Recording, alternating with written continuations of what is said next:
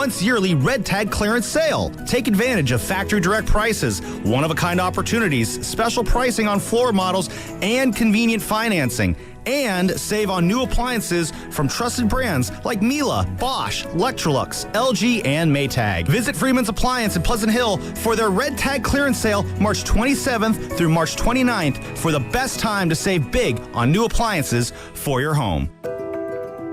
What if you had the smartest Wi-Fi? If you did, it'd be Xfinity, of course, and it'd come with their best state-of-the-art equipment. It would boost speeds to the devices that need it the most, prioritizing your most important connections, whether you were streaming, gaming, or gaming while pretending to work. And it would let you stream 4. That's right, 4 games on one screen. It would even power your mobile connection so you could bring faster, secure Wi-Fi speeds with you where you use it most. It would be proactive and fix problems before you knew you had them. Impressive, right? And it would have security features that protect you from threats at home and online. Kinda like a force field for your life. If you had the smartest Wi-Fi, well, everything would work together seamlessly to keep you connected, no matter what. Xfinity. Imagine that. Restrictions apply. Bay FC fans, it's the first California rivalry match of the season on Saturday, March 21st at 5:45 p.m. Bay FC hosts Angel City FC at PayPal Park as they honor the players who wear the Bay FC crest and the Trailblazers on and off the pitch who paved the way. Grab your tickets now. Wesley is a truck driver. I drive a truck, and I love what I do. A truck driver with IRS troubles. They told me I owed them $43,000. It got really bad. Quite a few letters in the mail. They were talking about wage garnishment, coming after my house, my car. Yeah, they don't play around. I seriously thought that I was going to lose everything. One sleepless night, Wesley finally made a call to Optima Tax Relief at 2 a.m. Kind of figured I'd get a machine, but I didn't. I actually got to talk to an actual person in the middle of the night. He found just what he was looking for. Oh, they were great people. You need a team of people that know what they're doing. Optima Tax. They know what they're doing. Optima Tax Relief came through with flying colors. I saved an incredible amount of money. Happy don't even come close. I was absolutely overjoyed. Take Wesley's advice. If you're in any kind of trouble with the IRS, call Optima Tax Relief. Don't trust anybody else. Call Optima for a free consultation. Call 800-708-5977. 800-708-5977. 800-708-5977. Optima Tax Relief. Some restrictions apply. For complete details, please visit OptimaTaxRelief.com. March matchups are here, and Kelsey's giving away $1 billion for a perfect bracket. No one's ever done it. The odds are about 1 in 9.2 quintillion. Kelsey's also giving $1 million to the top bracket and $1 million to charity. It's free to enter, no deposit or purchase required. Entries now open and closed before the round of 64 tips Thursday. Download the app or visit Kelsey.com to read the full rules and enter. Use code THEFAN when you sign up. Eligibility requirements apply. No purchase necessary to enter or win. Participants must be 18 years or older. Not available outside the United States, in New York, or Florida. Contest is not endorsed or associated with the NCAA. Official rules apply. See Kelsey.com/$1 billion bracket for more information. Now it's time for the closer of the week. Presented by LiftMaster and R&S Doors. Turn your garage into the envy of the neighborhood. Visit rsdoors.com. This week's closer comes from Patrick from Alameda. Elian was great, good communication and prompt. Quickly fixed my door spring and then explained some other aspects of the garage door and what to look for in the future. Thank you, R&S. Recently, my garage door opener was not working. I was in need of a closer. I was put in touch with R&S Doors, and they hooked me up with a brand new garage door opener from LiftMaster. With LiftMaster's MyQ connectivity, my garage door opener can be controlled right from my smartphone. You'll know when a door or gate has been left open and can close it with a tap, no matter where I am. Be one of the first 10 callers and receive 20% off a LiftMaster garage door opener. Call 1-800-FIX-A-DOOR. That's 800-FIX-A-DOOR. Or visit rsdoors.com. R&S Doors. Look for the red truck. Staples presents That Was Easy. So I own a coffee shop, and I wanted to label everything with our logo. That's ambitious. Cups, boxes, bags. Ooh, that'll add up. Not at all. Because right now, Staples prints custom labels for 30% off. 30% off? That's shockingly affordable branding. Yep. Now our logo and URL are seen all over town. Brand your business for less at Staples. That was easy. Shop Staples in store, online, or in the app by 442 Unlocked. Exclusions apply. Visit staples.com/print for details. Pump up the volume. Business moves fast. Orders roll in, deadlines close in. When you ship with USPS Ground Advantage, you can keep up with confidence. Every package stays in our secure network from dock to door. And with nationwide reach, dependable tracking, and upfront affordable pricing, you get built-in peace of mind. You run the business. We run the routes. Visit USPS.com/Ground Advantage to learn more. San Jose, sunny and hot, going up to 90. Weather brought to you by Staples. From posters and presentations to labels and loyalty cards, Staples has all the print to boost your brand. Shop now in-store and online. Staples. That was easy. It's time to wake on up. With a nice cup of Joe. What's up, Joe, bro? Featuring Joe Spadoni. He's an Italian. And Joe, the Butcher Boy Shasky. I am slippery. Oh! The best part of waking up is morning roast in your cup. It is the Morning Roast, man, on 95.7 The Game. It really is. Welcome in, ladies and gentlemen, boys and girls. Spadoni, Shasky. It's the Morning Roast here on a Thursday in the Bay. It's going to be a thirsty Thursday because we just heard on that commercial leading into our open. 90 degrees in San Jose.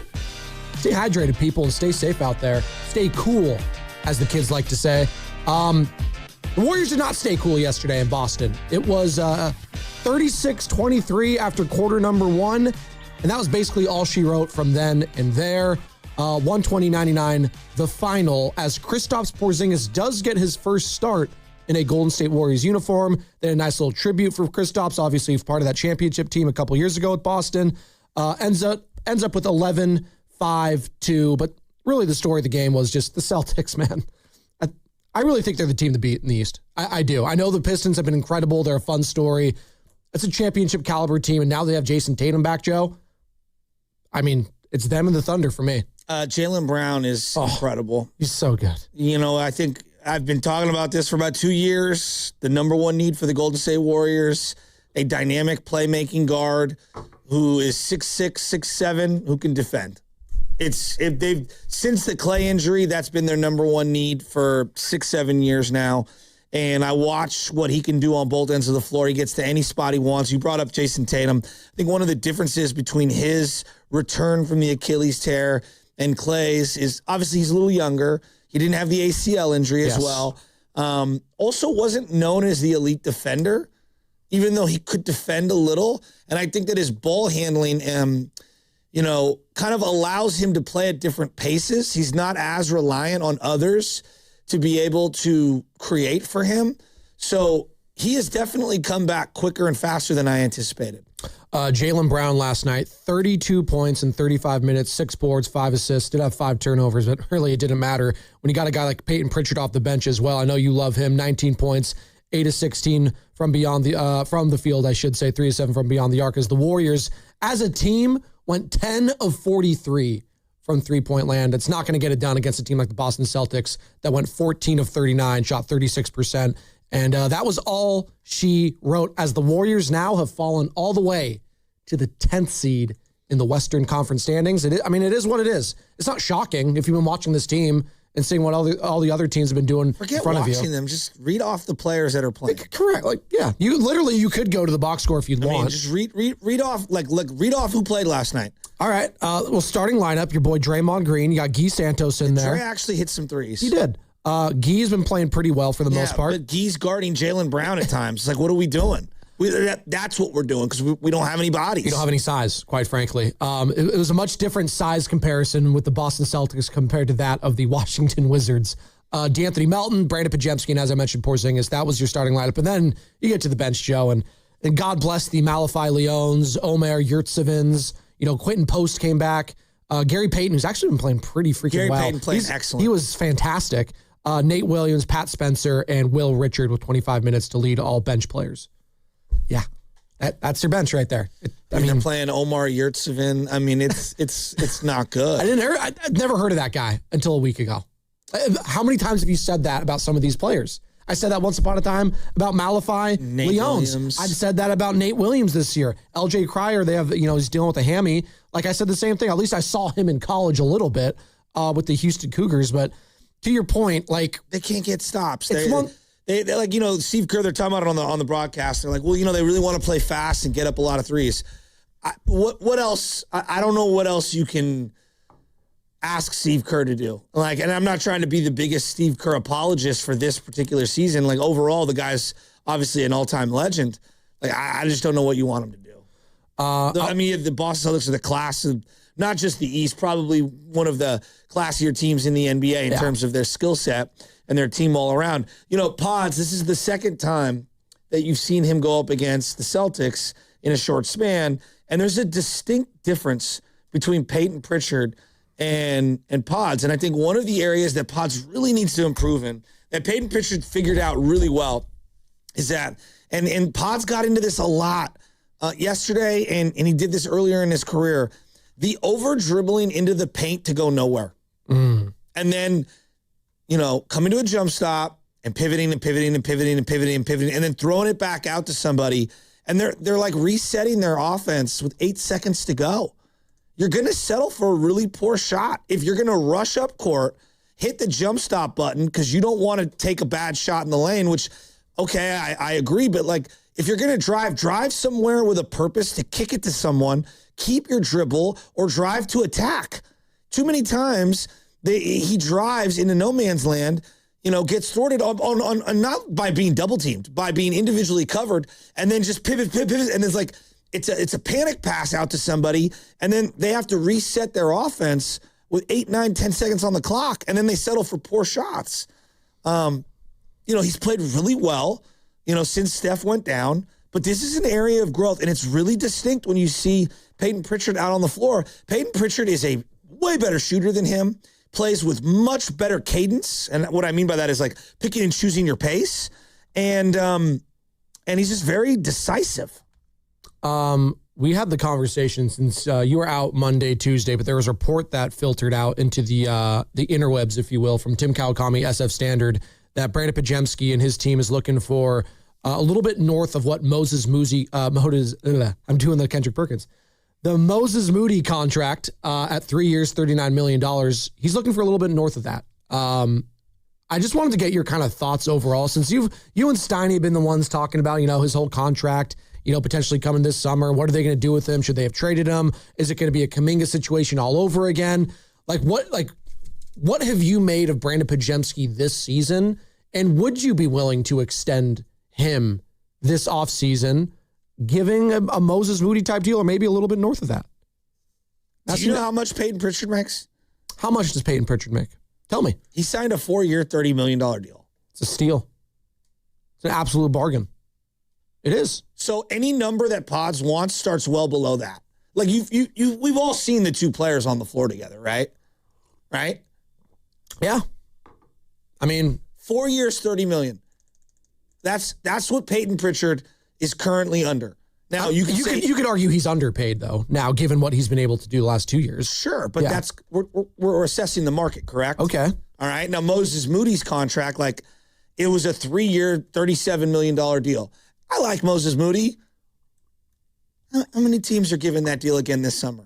Right now, probably not a lot. None, really, outside of maybe some of the teams that just need to fill salary. Maybe like Moses is maybe a 2-year, $10 million a year player right now. Let's say I'm not trying to be a hater. He's closer to what Guy Santos is making now with his new contract. Can we agree on that? Yes. Which is what, 3 years, $15 million, something like that? Yeah. You know, DeAnthony Melton's going to be a free agent probably at the end of this year. He has a player option, probably opt out of it. He's a guy that I, you know, obviously has injury concerns. I would be much more willing to pay him more than both of those players.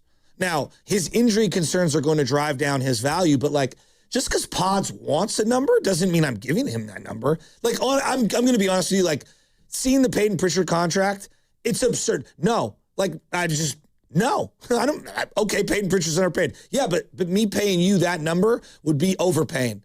And I think that's kind of how the Warriors got in the position that they got, where their salary cap was just really tough to move a lot of guys. Like right now, Kristaps Porzingis, he's making, I think, $30 million, $28 million?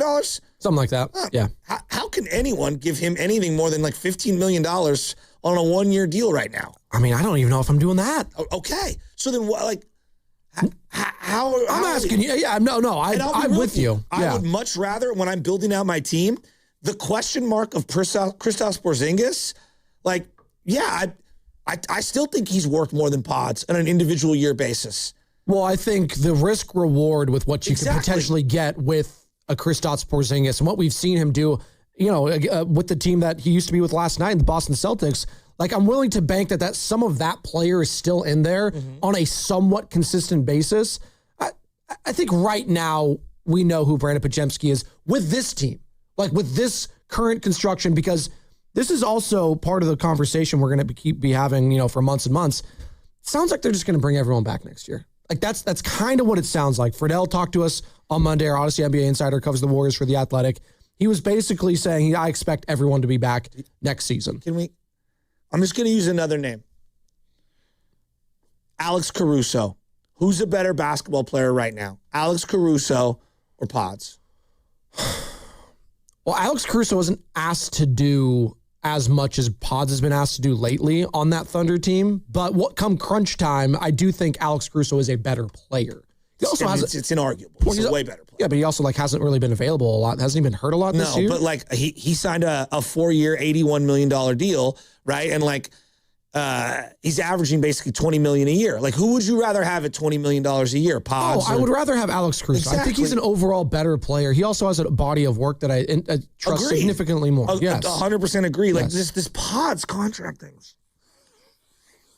It's going to be the death of me. We're going to spend all summer on it. You just don't want to bring him back at all. You haven't just played the restricted. No. If they got him on a Guy Santos, like deal, I would be more inclined for it. But guys, what I'm not trying to do at the waning years of the Steph Curry era is have money on the books for someone like him that is beyond the Steph Curry years. That to me would be malpractice. So I'm with you. Just let it get to restricted free agency then, which is next summer. Don't do any deal this summer. If you don't here's trade the him, problem with that is that we saw that happen with Jonathan Kuminga, and we saw that happen with Klay Thompson, and we saw that happen with a lot of different guys on this team already. And there is a natural up and down flow of that individual, kind of going slightly off kilter emotionally and mentally because of the money. Oh, am I getting my shots? Am I being efficient? Am I getting minutes? Guys want the comfortability of the contract, and I understand why. This is why I wanted to know if you were going to lock him up before the deadline, because I saw this coming down the pipe. I'm not doing business with him this summer. He might want to try to do that, try to explore. I'm going to do the restricted free agency path. And you know what? If someone pays you what you're looking for, God love you. See you later. If you want to come back on, as you would say, on the quote unquote, bargain price, I'm with that. I'm not doing north of Moses Moody probably. If it's 42, 43 and he wants to feel better that he got more than Moses, maybe. But again, as you just mentioned, who am I guaranteeing after the Steph era on this team? Don't you? I want to start fresh, a clean slate, completely. Whether that's everything too, GM, head coach, everything roster wise. You're gonna have Joe Lacob there, obviously. Why would I be married? Forget Steph for a second. Why would I be married to Pods when Kerr is the one who loves Pods, and Kerr has no guarantee he wants to be here beyond this summer, let alone next year, which we assume to be the final year of everything that's going on. I want no commitments. If that's what it is, if it's truly a 1-year thing next year, which is fine, I want no commitments beyond that at all. Steph going to play this year? Is Steph and Curry going to play this season? I don't. We got another update. Shams Charania, ESPN. There is optimism he may return before the end of March. I mean, what is it? Beware the Ides of March. Shout out Julius Caesar. We've got 12 days till March 31st. He's not going to play on this road trip, which ends in Dallas this coming Monday. And then you got the Nets, Wizards, in Denver, March 29th, and then you got April 1st. It's going to be a Wednesday game at home against the San Antonio Spurs. I'm looking at that date at April 1st, April Fool's Day, that Steph comes back, and if he's not back by then, the writing's on the wall then. 2 weeks from now? That's what I'm There's 4 weeks left of the season. I was looking at the whole schedule.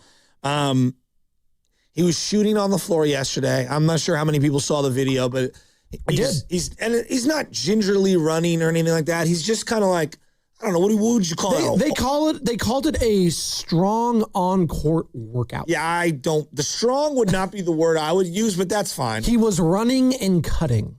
I didn't see any running and cutting. That's videos. just according to Shams, dude, not just from that video, but he said he was doing. It looked like he was just shooting the ball in the That's video. what it looked like. In the video, yes. And then it was like a light. I don't even know. Is it a jog over to the corner? That's putting maybe a fast walk. Yeah. Which is a sport, by the way. There's no swelling, though. That is important. He hasn't experienced any swelling as of recently, and he got a PRP injection in the knee, which may attribute to the lack of swelling. I'm not a doctor. That's good, I guess. I've never gotten one of those. Yeah, I don't know. I would like to see Steph and Kristaps play together at some point this year. So today's the 19th. Today's the 19th. They're going to reevaluate him or whatever. They're going to have an announcement the 21st. Yes. What do we think the earliest he could play is? I'm being honest. The earliest that he could play potentially after this, maybe next Friday against the Wizards. Maybe. Okay, so that would give them 1, 2, 3, 4, 5, 6, 7, 8, 9 games. 9 games. Okay? They have a back-to-back and a back-to-back. So that's probably down to 7 games. Probably. Okay? And then let's evaluate this thing. So if you say he comes back on the 27th, play every other day, back-to-back, couple days rest, every other day, back-to-back, every other day. So of the 7 that you think he'll play, because he'll sit 2 of those back-to-backs, what do you think, 6 of them? 5 of them? Probably. I mean, that's all you really need if you're playing in the play-in tournament anyways. Like, I just need a cup of coffee to see him that he can play, at the Stephen Curry level that we're used to seeing. So that would give him about 44 games played if he plays 5 more, okay? 44 games played this year. Wow. I mean, that's just, as I watched last night, LeBron James do what, he does. I believe the last time he played 45 games was in the 72-game season of 2020, 2021. Steph? No, I'm talking about LeBron. Okay. He was incredible. That was a huge win for the Lakers, by the way, for the standings. They have the tiebreak over the Houston Rockets now, who are the 5th seed. Lakers are the 3 seed. I think we just have to have like a realistic conversation about, there are some unicorns in sports. Jerry Rice, Tom Brady. You want to throw Ricky Henderson or Barry Bonds in there or Roger Clemens in there. I'll listen to that.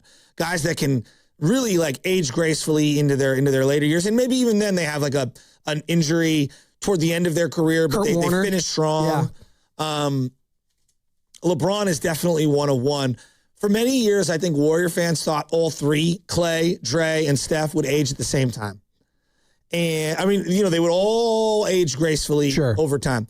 And I thought Steph would be the one that would age gracefully and play a million years. Who had Draymond playing way more games than Steph Curry? I didn't. I honestly thought the game that was going to translate the best was Clay's because of just his sheer athleticism. He's got size and he was all great, that shooting stroke, but then he had those 2 devastating injuries. So we all kind of knew at that point, okay, his career is going to be cut short compared to these other guys.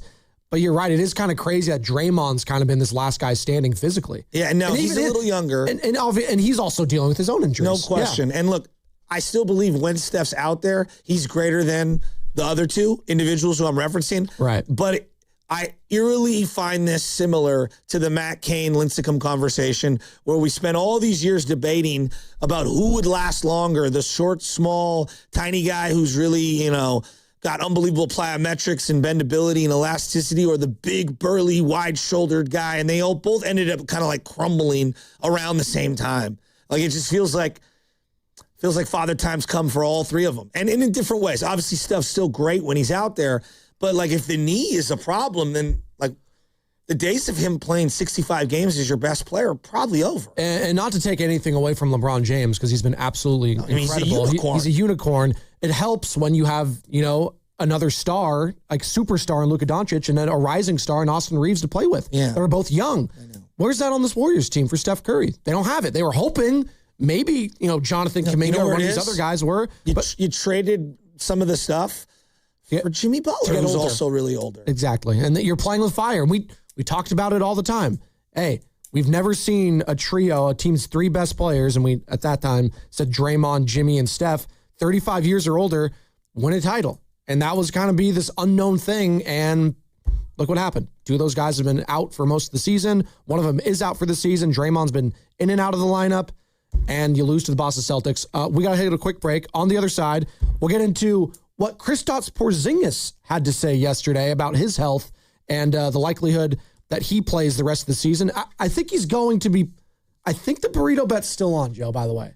There's a path for me to still win my burrito bet with Kristaps Porzingis playing in 16 games as a Golden State Warrior. How many has he played thus far? 6? I'll let you know on the other side. By the way, per Shams Charania, breaking news, Cade Cunningham is out for an extended period of time with a collapsed lung. How did that happen? I have no idea. What? That absolutely That's on the other side. On the other side. Good, dude. No, that's horrible. It's awful. Oh, my God. So we'll get into all that. We are coming live from the Laughing Monk Studios, righteously brewed in San Francisco, and it's brought to you by Bish's RV of Fairfield. Northern California, this is your chance to win an RV. Bish's RV of Fairfield is giving one away during our grand opening celebration. Enter before March 27th on our Facebook page or at the dealership. Join us March 28th for bounce houses, food prizes, and the live winner announcement. There's a difference between liking a house and actually getting it. Redfin is built to make up that difference and close the gap between finding and owning the home for you. Redfin agents close twice as many deals as other agents, so when you find a home you love, you're not a step behind when it's time to make an offer. That means less watching great homes disappear and more focus on the ones you'll actually move into and call home.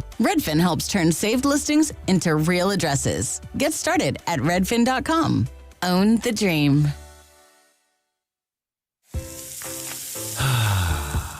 That's the sound of James adding long-lasting Gain scent boosters to his laundry this morning.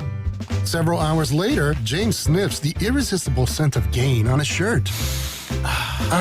Gain. Several hours later, James has even caught the attention of his mother-in-law, and she never gives him attention.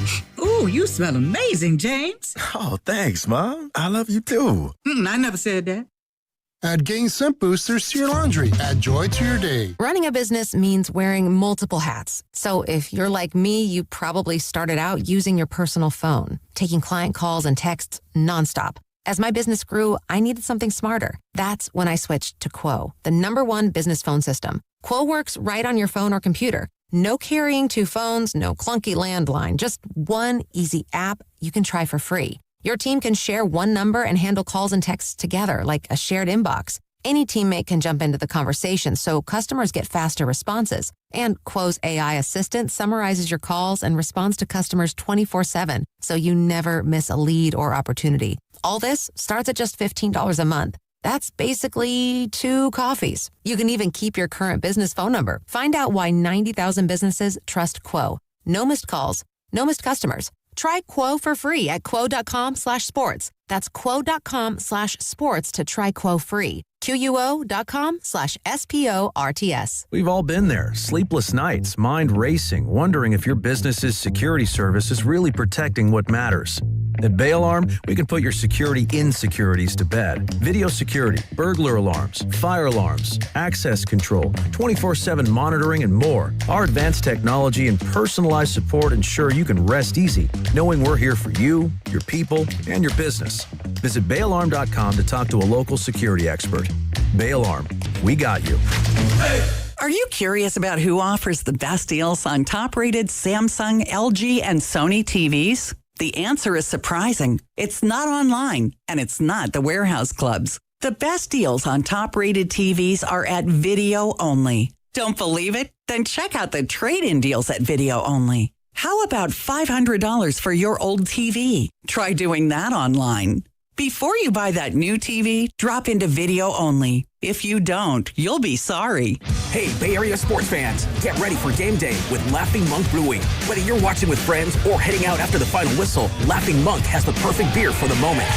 With locations in Sunnyvale, Scotts Valley, and Bayview in San Francisco, there's always a monk nearby. And now, check out their newest San Francisco location in Nopa. From crisp lagers to bold IPAs, every beer is righteously brewed in San Francisco. Grab a pint, grab your crew, and make game day better at Laughing Monk Brewing. Righteously brewed in San Francisco. Home equity. Across America, there's $30 trillion of it sitting in homes, already earned, already yours. But for most homeowners, it's not easy to access. Until now. Unlock's home equity agreements help you unlock your equity without the usual headaches. For flexibility, for possibilities, for the things that actually matter to you. So ask yourself one simple question. How much can you unlock? Find out at unlock.com/home. Terms and conditions apply. Not all homeowners will qualify. Use home equity responsibly. This month marks our 40th anniversary as a family-owned business. We know beautiful floors help turn a house into a home. That's why the floor store is donating $40 to Habitat for Humanity for every qualified purchase during our anniversary sale. Going on now. Another app for inventory, one for CRM. Oh, don't forget accounting. Wait, which login was that? Or you could use Odoo, one fully integrated system that does it all without the hassle. Ditch the app overload. Get everything your business needs on one platform. Try Odoo free today at odoo.com. That's ODOO.com.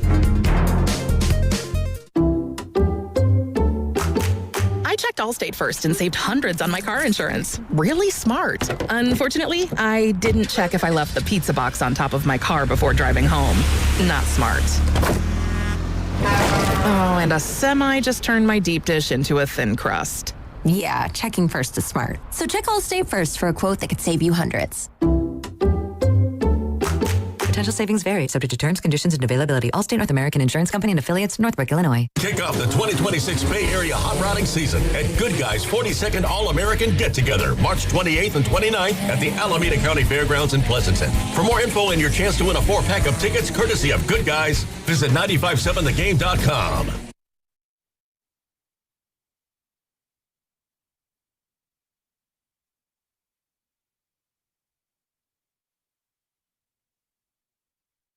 Coming inside is Gonzalez. His floater no good. Tip no good. Ball loose. Grabbed by Leones.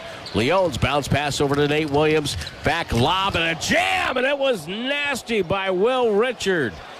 Coming up high, throwing it down hard. And he got fouled on the play. Dub Nation, it's the voice of the Warriors, Tim Roy. You're listening to The Morning Roast with Joe Spadoni and Joe Shafsky on 95.7 The Game. What's up, Tim? Tim, we're on the call right here on 95.7 The Game. You're home for Golden State Warriors basketball. 120-99 the final in Beantown as Boston Celtics improved to 46-23. They are for real. Now with the latest news coming out of the NBA, Shams Charania, ESPN, reporting Cade Cunningham out for an extended period of time with a collapsed lung. I mean, I was already feeling pretty good about the Celtics in the East, and if Cade, unfortunately, would have to miss a significant period of time, and maybe that includes the playoffs, that would just suck for the just NBA fans in general, because that would be a hell of a series if it ended up shaking out that way, 1 versus 2, Joe. God, I'm still just that Cade Cunningham news sucks, man. He's been the Pistons have been such a great story for the NBA in a year that has been dominated by bad storylines. What's been a better storyline than the Detroit Pistons last 2 years, right? And Cade has been unbelievable as a leader and as someone who can come to a organization that's been dormant for 20 years. Right. Maybe more, and just breathe life into them. Yeah, it's really sad. Stinks. You brought up Kristaps Porzingis before the end of the break. I did bring up Kristaps Porzingis because he spoke to the media yesterday. He hasn't been doing that a whole hell of a lot, but he did speak to the media in the locker room yesterday and talked about his health. Would you like to hear Kristaps, what he had to say? Sure. Let's play it. It's your boy, Kristaps Porzingis. I still got a good way to go, honestly. Yeah, even though, for example, today I felt like my engine was a bit in overdrive, you know what I mean? I don't know, just coming back or whatever here, but I didn't feel my best today. Last game, I would say I felt better. So, but I expect with each game to kind of get closer and closer. And honestly, that's the trajectory I actually feel also now, you know? So I would say still got a good way to go. 60%, maybe, you know what I mean? So for me to feel like really like, you know, but still I can play decent, you know, at this like feel that I have. So it's only going to get better for sure. 60%, Joe, he's at right now. That's how he feels.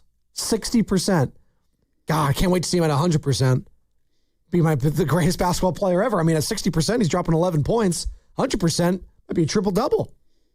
He's played 6 games in a month. 60%. And then before that, he didn't play a game since January 9th. It's just what he said. How are you at 60%? You played 6 games in a month. Well, he did have that. He has like that. Better say it should be higher or lower. Yeah, he had that illness. No, like I'm telling you, you're saying 6 games, 60%. I don't know. I just think this is the Kristaps experience. Well, Like, we've signed ourselves up for a Rubik's Cube of we'll just never know. Like on a nightly basis, I'm 60%. You want him back? You want Chris? Real quick.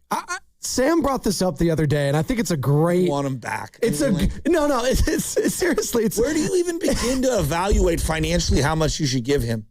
I'm not giving him like $30 million a year. I'm not doing that. So what? Like who else is paying him? Like this is another conversation that we love to have in football. Why they acquired him was that you had a $25 million chip in Kuminga that you could use in a sign and trade. Right. So unless his value remains at $25 million, which I doubt it today. No.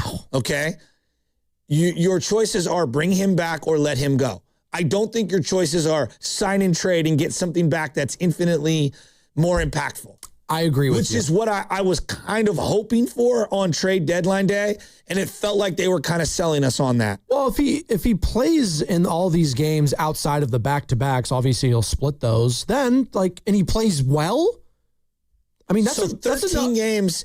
13 games from February to the end of the middle of April. That's going to do it for another NBA team. Well, we'll see do they advance in the play-in games? Does he play in a first-round series? Like, these are things that could hey, it's allowed to Willard always says this. It's allowed to happen. Sure. It's allowed to happen. Okay.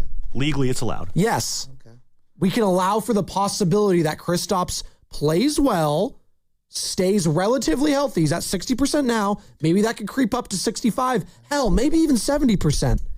And then this summer, he ramps back up, signs a friendly deal with the Warriors because the Warriors are the team that believed in him. Okay. So he's going to give us a hometown discount. So what does that look like? 1 year, $10 million. Okay, sure. One year, $10 million, sure. Sorry, do you really think he's getting a hometown discount after 3.5 weeks here or whatever? Well, who else is paying him? Seriously, who else is going to risk paying Kristaps Porzingis? The NBA, there's always an idiot. No, just for a second, though. But part of the Kuminga trade wasn't just like keeping Porzingis. It was also keeping the financial slot open at $25 to $30 million that would be able to either be parlayed into an impactful player who could be useful in more ways than Kuminga was useful, or, then said flipping that for multiple pieces. So Joe, I can't believe he said 60%. No, I'm He sorry. could come back, but can we and look, Kuminga just might not be good. Like that. Forget the Kuminga aspect. Did you see that shot he made last night? Full court? That was like insane. A pass, though. I know, but he didn't mean to do it, but it went in. Things are going right for the Hawks. Remove the name Kuminga, okay? I'll try. You've already, kind of lost this deal on two ways. And I'm not even talking about the Kuminga aspect of it. I'm talking about the slot, the financial slot. You've depreciated the finances almost immediately. It's like driving a brand new car off the lot. Well, we likened this trade at the time even to that of Jordan Poole.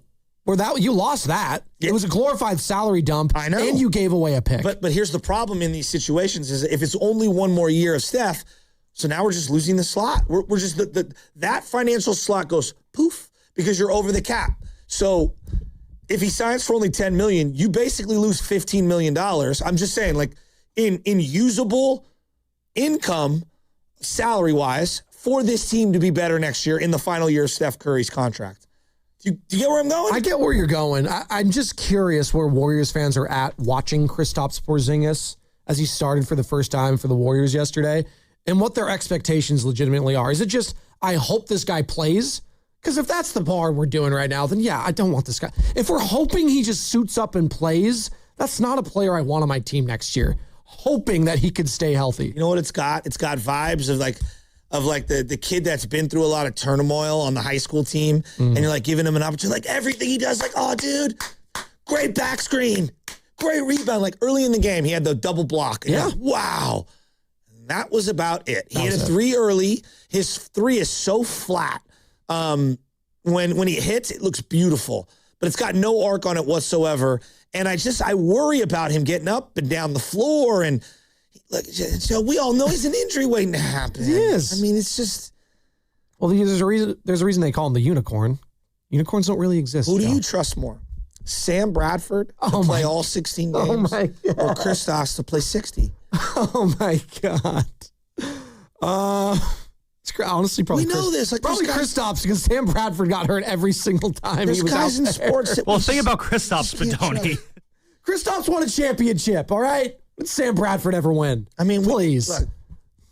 Won a lot of money. One thing, like, and I know we're the flagship. We got to accept the reality. What reality? The reality, they're just not good. Well, this season they're not. They made a lot of mistakes, and they're at the end of a dynasty, and it is what it is.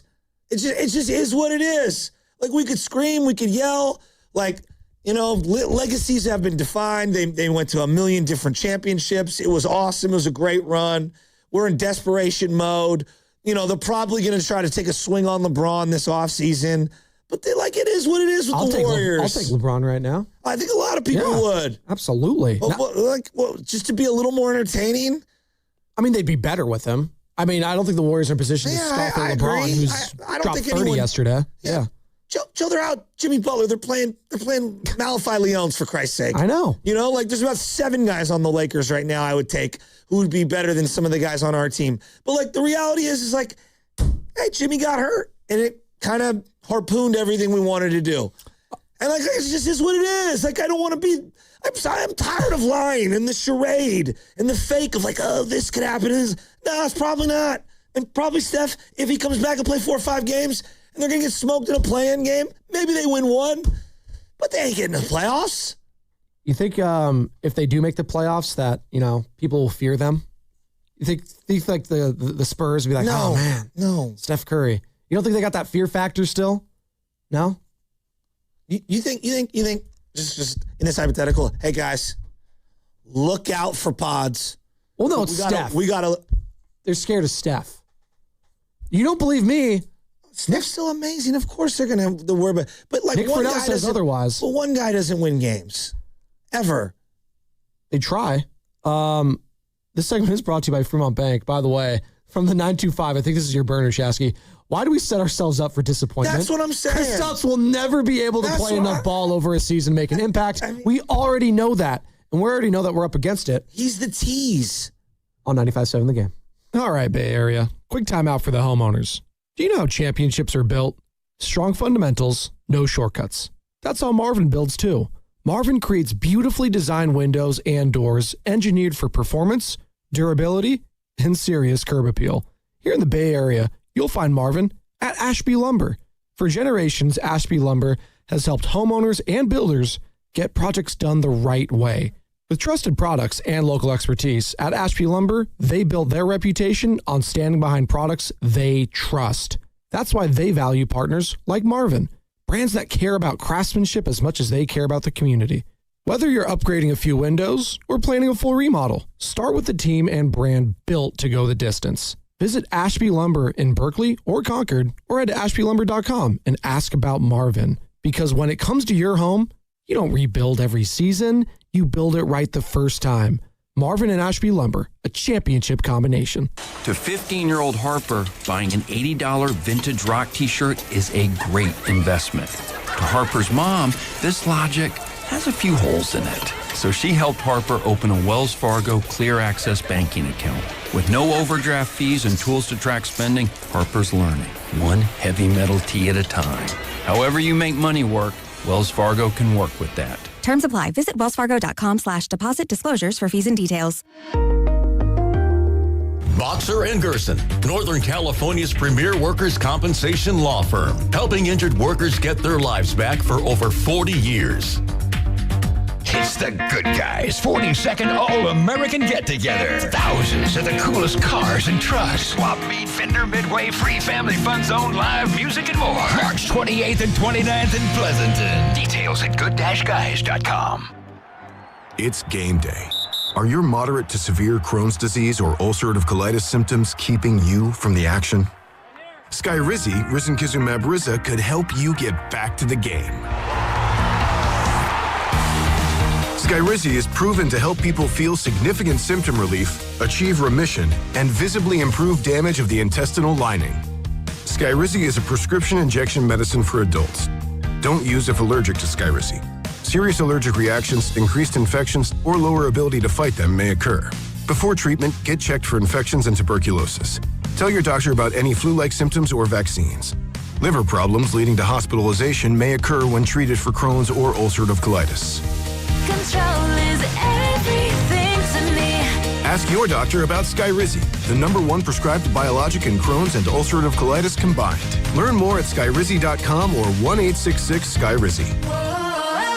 Come into Friedman's Appliance in Pleasant Hill March 27th through March 29th for their once-yearly Red Tag clearance sale. Take advantage of factory direct prices, one-of-a-kind opportunities, special pricing on floor models, and convenient financing. And save on new appliances from trusted brands like Miele, Bosch, Electrolux, LG, and Maytag. Visit Freeman's Appliance in Pleasant Hill for their Red Tag clearance sale March 27th through March 29th for the best time to save big on new appliances for your home.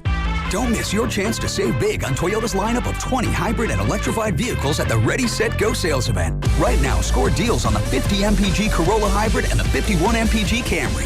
Or go all electric with the 2026 BZ and get 0% APR plus up to $6,000 finance cash. Toyota, let's go places. Offer available through TFS to buyers with premium rated credit. Cannot be combined with other offers. Finance cash must be applied to transaction. $6,000 finance cash only available on XLE all-wheel drive and front-wheel drive models. Ends 3/31/26. Indeed presents hires you can't afford to get wrong, like a staff accountant at the height of tax season. Congrats. Looks like the company owes, $50 in taxes. How about that? That seems low. Why only 50? Why do you care so much? It's not your money. This is a job for sponsored jobs. This is what happens when you don't sponsor your job on Indeed. Next time, get matched with quality candidates with Indeed sponsored jobs. Visit Indeed.com/hire now and sponsor your job today. There's a difference between liking a house and actually getting it. Redfin is built to make up that difference and close the gap between finding and owning the home for you. Redfin agents close twice as many deals as other agents. So when you find a home you love, you're not a step behind when it's time to make an offer. That means less watching great homes disappear and more focus on the ones you'll actually move into and call home. Redfin helps turn saved listings into real addresses. Get started at redfin.com. Own the dream. Baseball is back. Opening night is one exclusive game, and it's live on Netflix. On Wednesday, March 25th, the New York Yankees, led by 7-time All-Star Aaron Judge, head to the Bay Area to face Rafael Devers and the San Francisco Giants. A brand new way to watch Major League Baseball, and it all starts here. MLB opening night, Yankees vs. Giants, live on Netflix, Wednesday, March 25th at 8 p.m. Eastern, 5 p.m. Pacific. There's a difference between liking a house and actually getting it. Redfin is built to make up that difference and close the gap between finding and owning the home for you. Redfin agents close twice as many deals as other agents. So when you find a home you love, you're not a step behind when it's time to make an offer. That means less watching great homes disappear and more focus on the ones you'll actually move into and call home. Redfin helps turn saved listings into real addresses. Get started at redfin.com. Own the dream.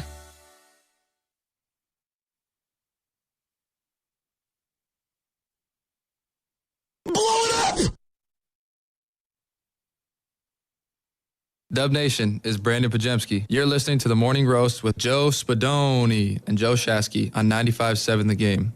What's up, Pods? Hey, maybe we'll see Pods at the Knockout Tournament at Chase Center Monday, April 6th. Listen all week long, right after the injury report, around 8 a.m., for your chance to win something money can't buy. Again, it all continues 8 a.m. right here on The Roast. And for more info, go to 957thegame.com. Knockout is presented by Beam Law. Because it's not whether you get knocked down, it's whether you get back up. Beam Law, they've got your back, Bay Area. And be ready, because the trivia question you have to get right may or may not be Warriors related and pertaining to last night's game. So be prepared, people. Shout out Scar from Lion King, Joe. Be prepared. I want to have like a real conversation, Warrior fans. Oh no. No, I mean let's be serious here. You know, I think everyone expects this thing to end a certain way. And everyone keeps holding out for something like that's just not going to happen. Like, I don't understand why we can't be realistic here. Like, there's no easy way out of this for the Warriors. I get it. Steph is one of one. He's a unicorn. He's as unique a player as we've ever seen. Ever. But at the end of whatever your dynastic run is, very rarely is there like a quick fix to the next transition. The Spurs, the final year of Tim Duncan, the final couple years of Tim Duncan. Do you know what Tim Duncan, like what year he ended at 39 years old? The year, 2018? 2015, 2016 was his final years. Okay. The year prior, he was still an MVP candidate. His second to last year, that was 14-15. Okay. That was the year 14-15 when they lost in the Western Conference Finals. 14-15. We know, at Warriors. The very next year, they lost in the conference semis. And the next year after he had left, they lost in the conference. That team was different. The team was better. Yeah. They had a lot of younger players. They had Kawhi. It was very unique. Yeah. It was a very unique situation. This team's not that team. They're not good enough. They don't have a Kawhi. And they brought in Jimmy Butler, and he's kind of the same age as Steph Curry. Yeah. And in that same scenario, Ginobili and Parker, they were all kind of cooked around the same time. One of them went to another team. Ginobili ended up staying with the Spurs, and there was him drama. and Duncan were done. Yeah. We have no problem. We have no problem in 2018 looking the Giants square in the eyeballs, San Francisco Giants, and saying, you're done. You guys are cooked. You need to redo this whole thing. Now, I'm not comparing Buster to Steph Curry, but can we at least acknowledge basketball, as we've learned, is a young man's game? But weren't Giants fans, correct me if I'm wrong, back in 2019, that final year of Bumgarner and Bochy, weren't they talking themselves into that team? Into what? No, they were saying we let's go all in for Bochy because they didn't trade Bumgarner at the deadline. Remember that? Yeah, no. We can't trade Bumgarner because this is Bochy's last year. We can't do that. I remember those conversations. Yeah, but how did they go all? They didn't go all in. They refused all in. No, that wasn't about going all in. That was more about let's just hold on to trade an asset. No, it was you don't get rid of Bumgarner, you re-sign him and you hang on to him for whatever. No, it was we don't want to trade Madison Bumgarner and Bruce Bochy's last year. Exactly. Which is it was purely sentimental. It was not about going all in. It was let's just do it for the vibes. It was not. I don't think it was that. Okay. All right. I remember the calls. Because remember, 17 and 18, Buster's second half of this, it was terrible. Absolutely terrible. Yes. I believe he got hurt in one of the years and had a surgery, whether it was a hip or something had happened.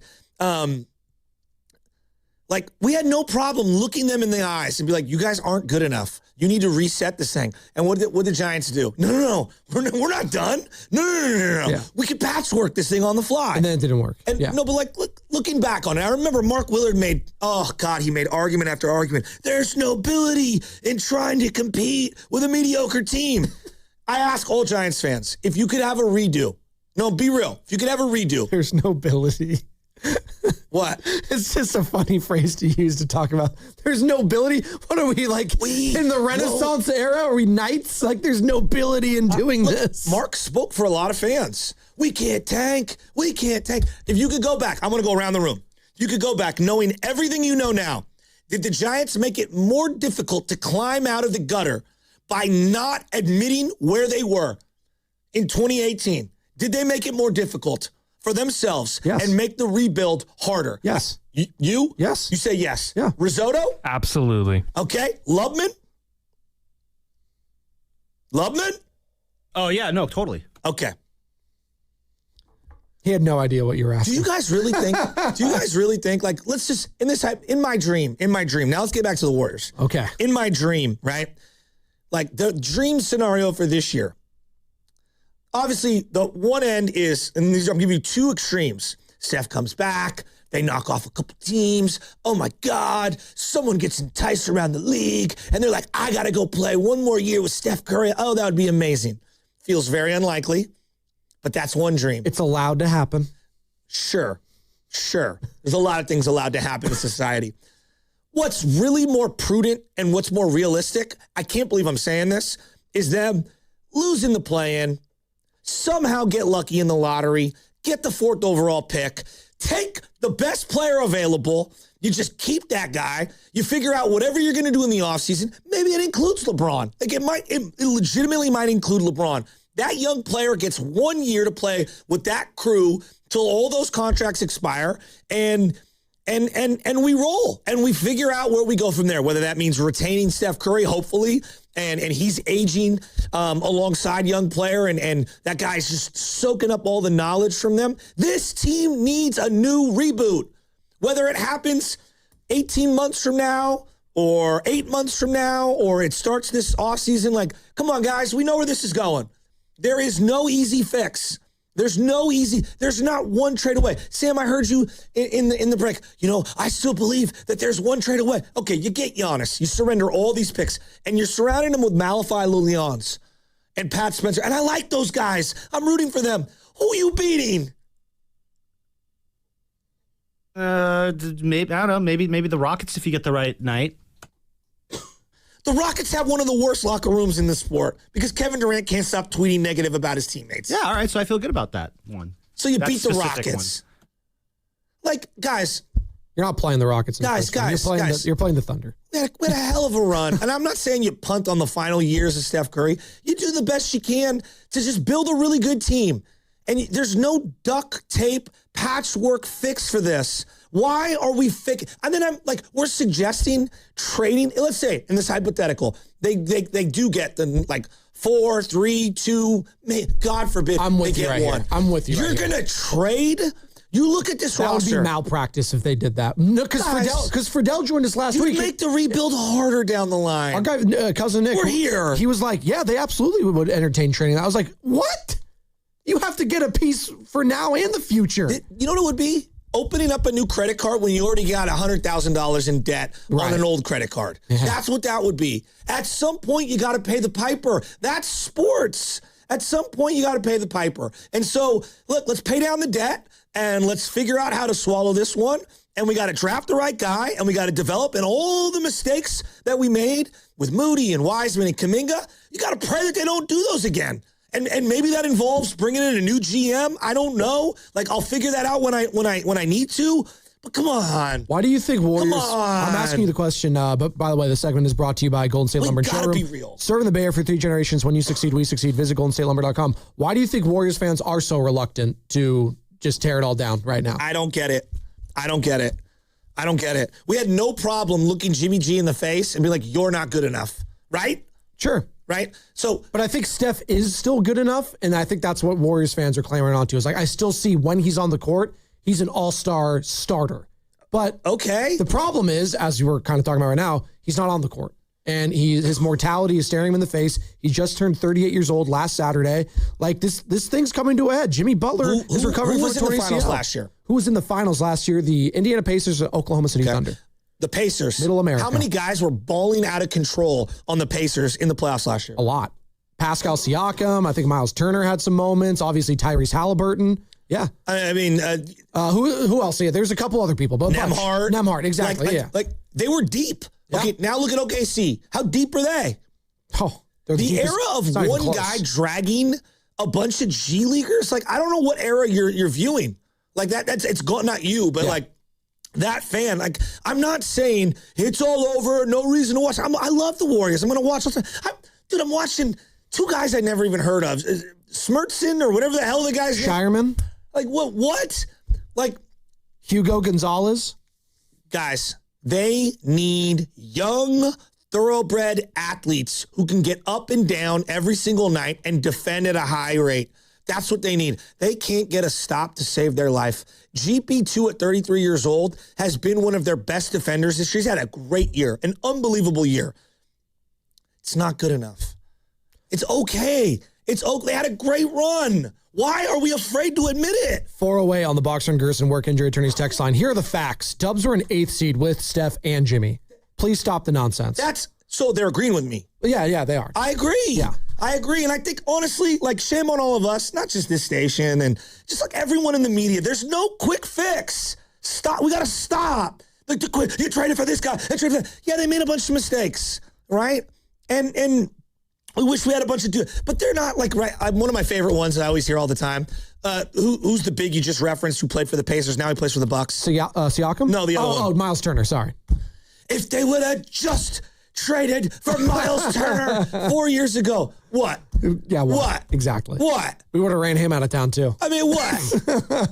Guys, Your team turns the corner like the Pistons turn the corner when 4 or 5 younger players, all in their prime, are all playing great ball together and growing together. And yeah, they got Cade Cunningham, who looks like he's going to be a megastar, right? Like that's obviously huge. But like, how many other guys on the Pistons right now are playing great basketball? Oh, a bunch. You kidding me? How many guys would you love to have on your team? Oh, a handful of them. Well, that also just speaks to what this Warriors team is consistent of right now.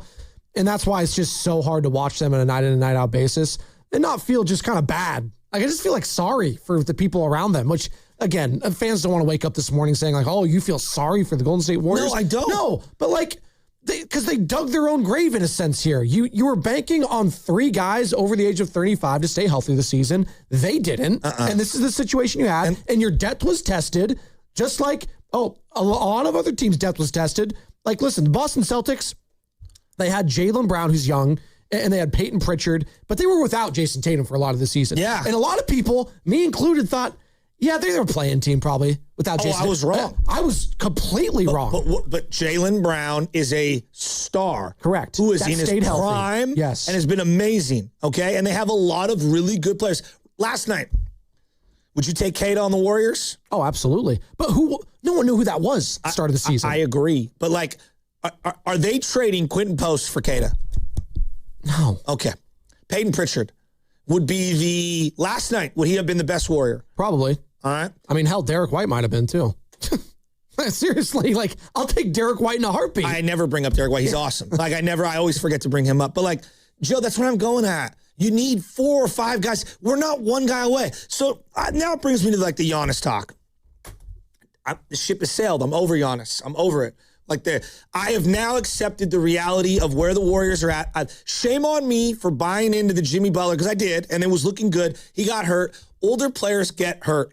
If they double and triple down this offseason, look, if you bring in LeBron on a free agent thing, that's different. I'm talking about trading assets, future draft picks. No, like I would be so out on that. I'm a Warrior fan. I love Steph. I wanted him to get one more. Who knows, Joe? Maybe he sticks around long enough for whatever the crew is that comes around. It's doubtful. You know, it's doubtful you even build another contender, because just look around the league. It's really hard to build a contender.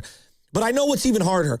Expecting 37, 38, 39-year-olds to carry you and all stay healthy all at once. Well, then what would you tell Steph Curry then? Because Did you see the Marcus Thompson sit down? The standard is a championship. No, here. it's not anymore. See, that's why that's what they believe, though. No. He said it to Marcus Thompson. He said it to Nick Friedel. It's not. Like everyone else outside of Steph Curry is talking about, oh my God, this fervor. I think Steph just wants to get back to playing basketball. Of course he wants to play in big games and in big finals. And yeah, I'm sure in the back of his mind somewhere, or even in the front of his mind, he wants to win a championship. Like, who doesn't? Like, that's why you play the games. Like, I get all that. But also, he sees where this is going.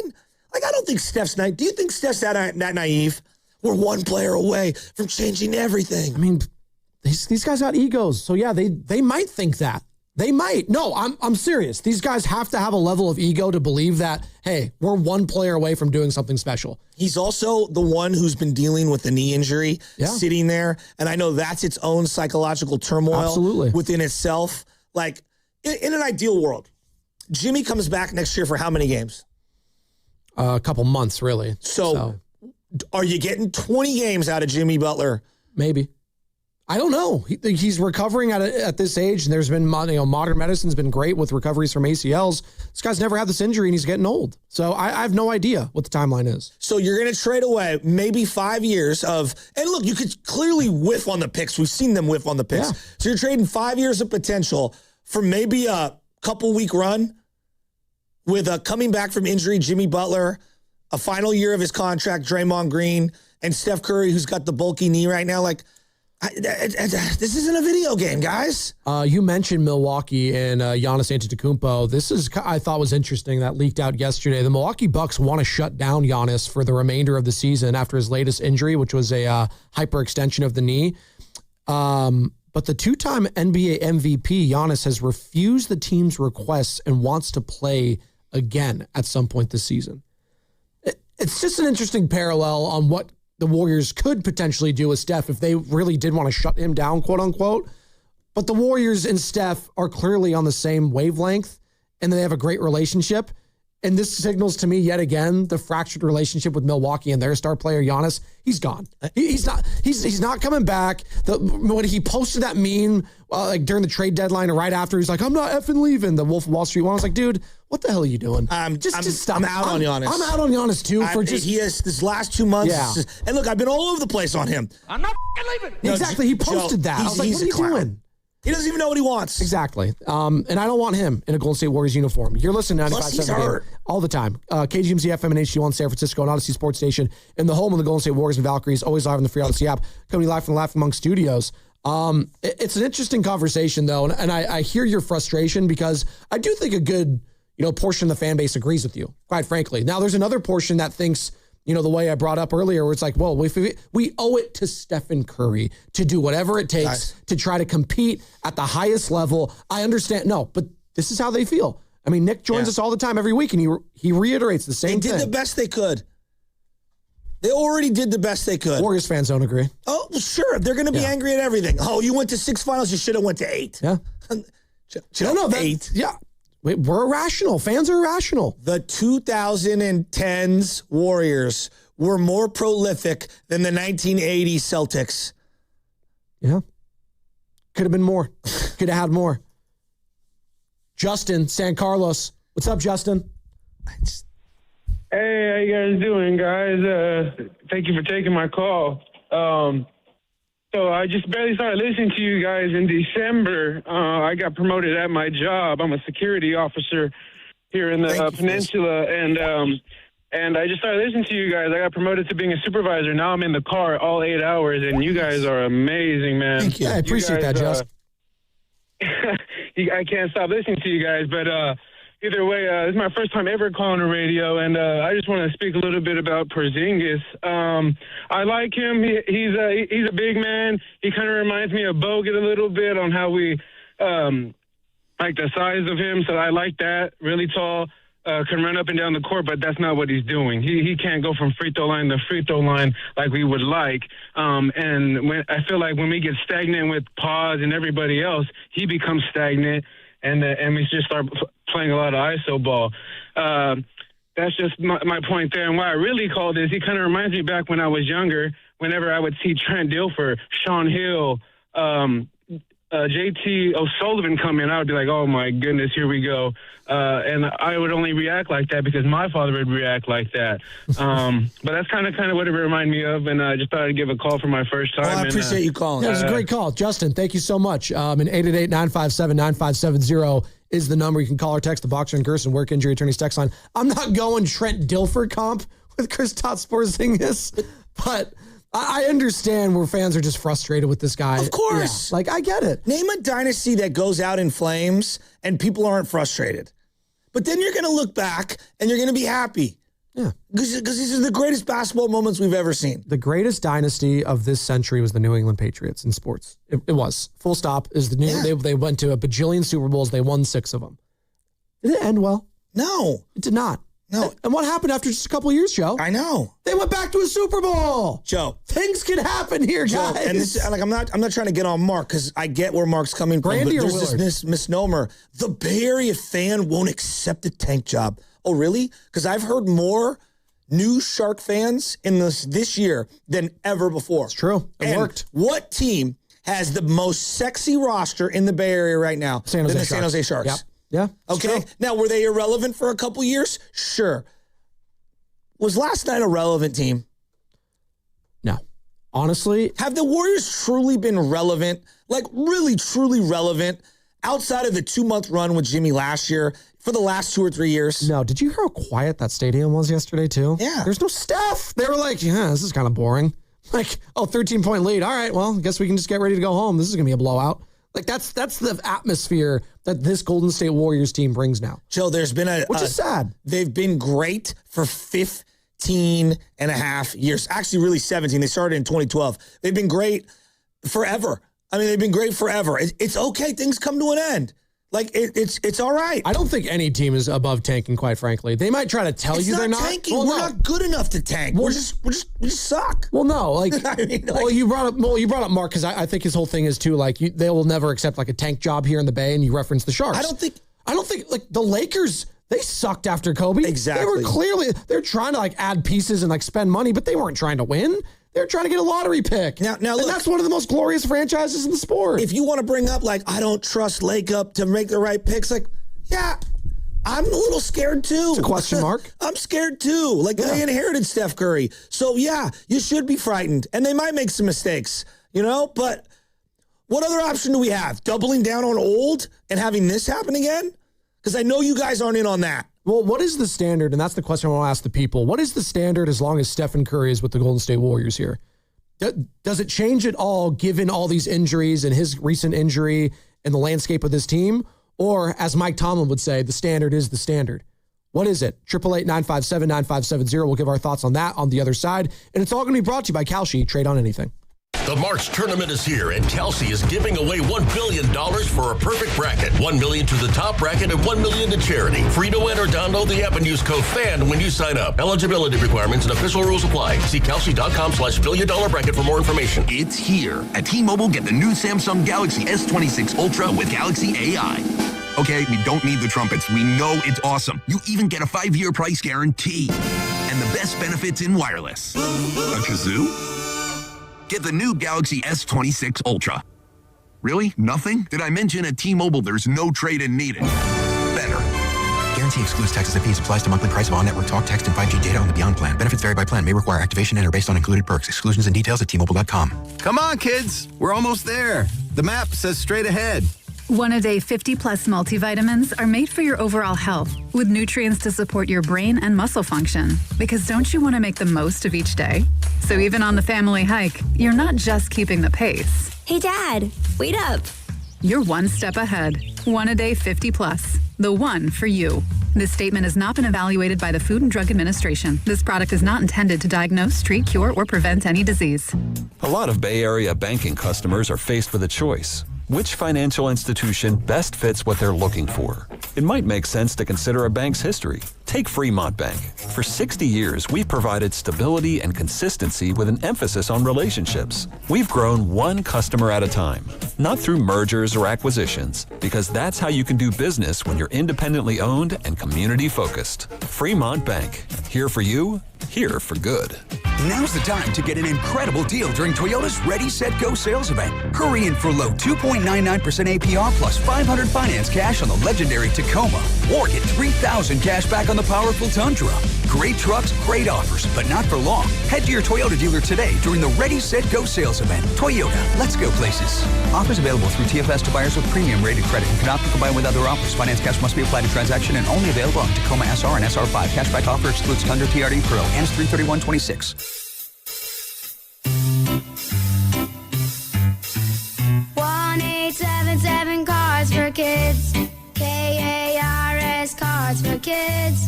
1-877 Cards for Kids. Donate your car today. 1-877 Cars for Kids.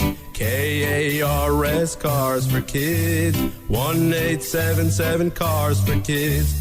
Donate your car today. Ready to get rid of that old car? Donate it to Cars for Kids. Call 877 Cars for Kids to speak to a friendly live agent. Donation is super easy, and your car can be picked up as soon as tomorrow. Go to carsforkids.org now or call 877 Cars for Kids to donate your car today. 1-877 Cars for Kids. KARS Cars for Kids. 1-877 Cars for Kids. Did you know you can donate real estate too? Go to carsforkids.org. That's cars with a K. Xfinity Tech Support, Matthew speaking. Hi, I live in a pretty remote place, like Jurassic Park remote. Oh! Wow. Will Xfinity Mobile work out here? Yep, the combination of reliable Wi-Fi and 5G makes it so that you can stay connected in all kinds of places. Plus, you get access to ultra-fast speeds and coverage, whether you're poolside or out live streaming with a T-Rex. Hold still, you're about to go viral.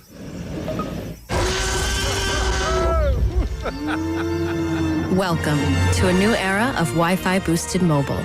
Cut your mobile bill in half with 2 lines of unlimited.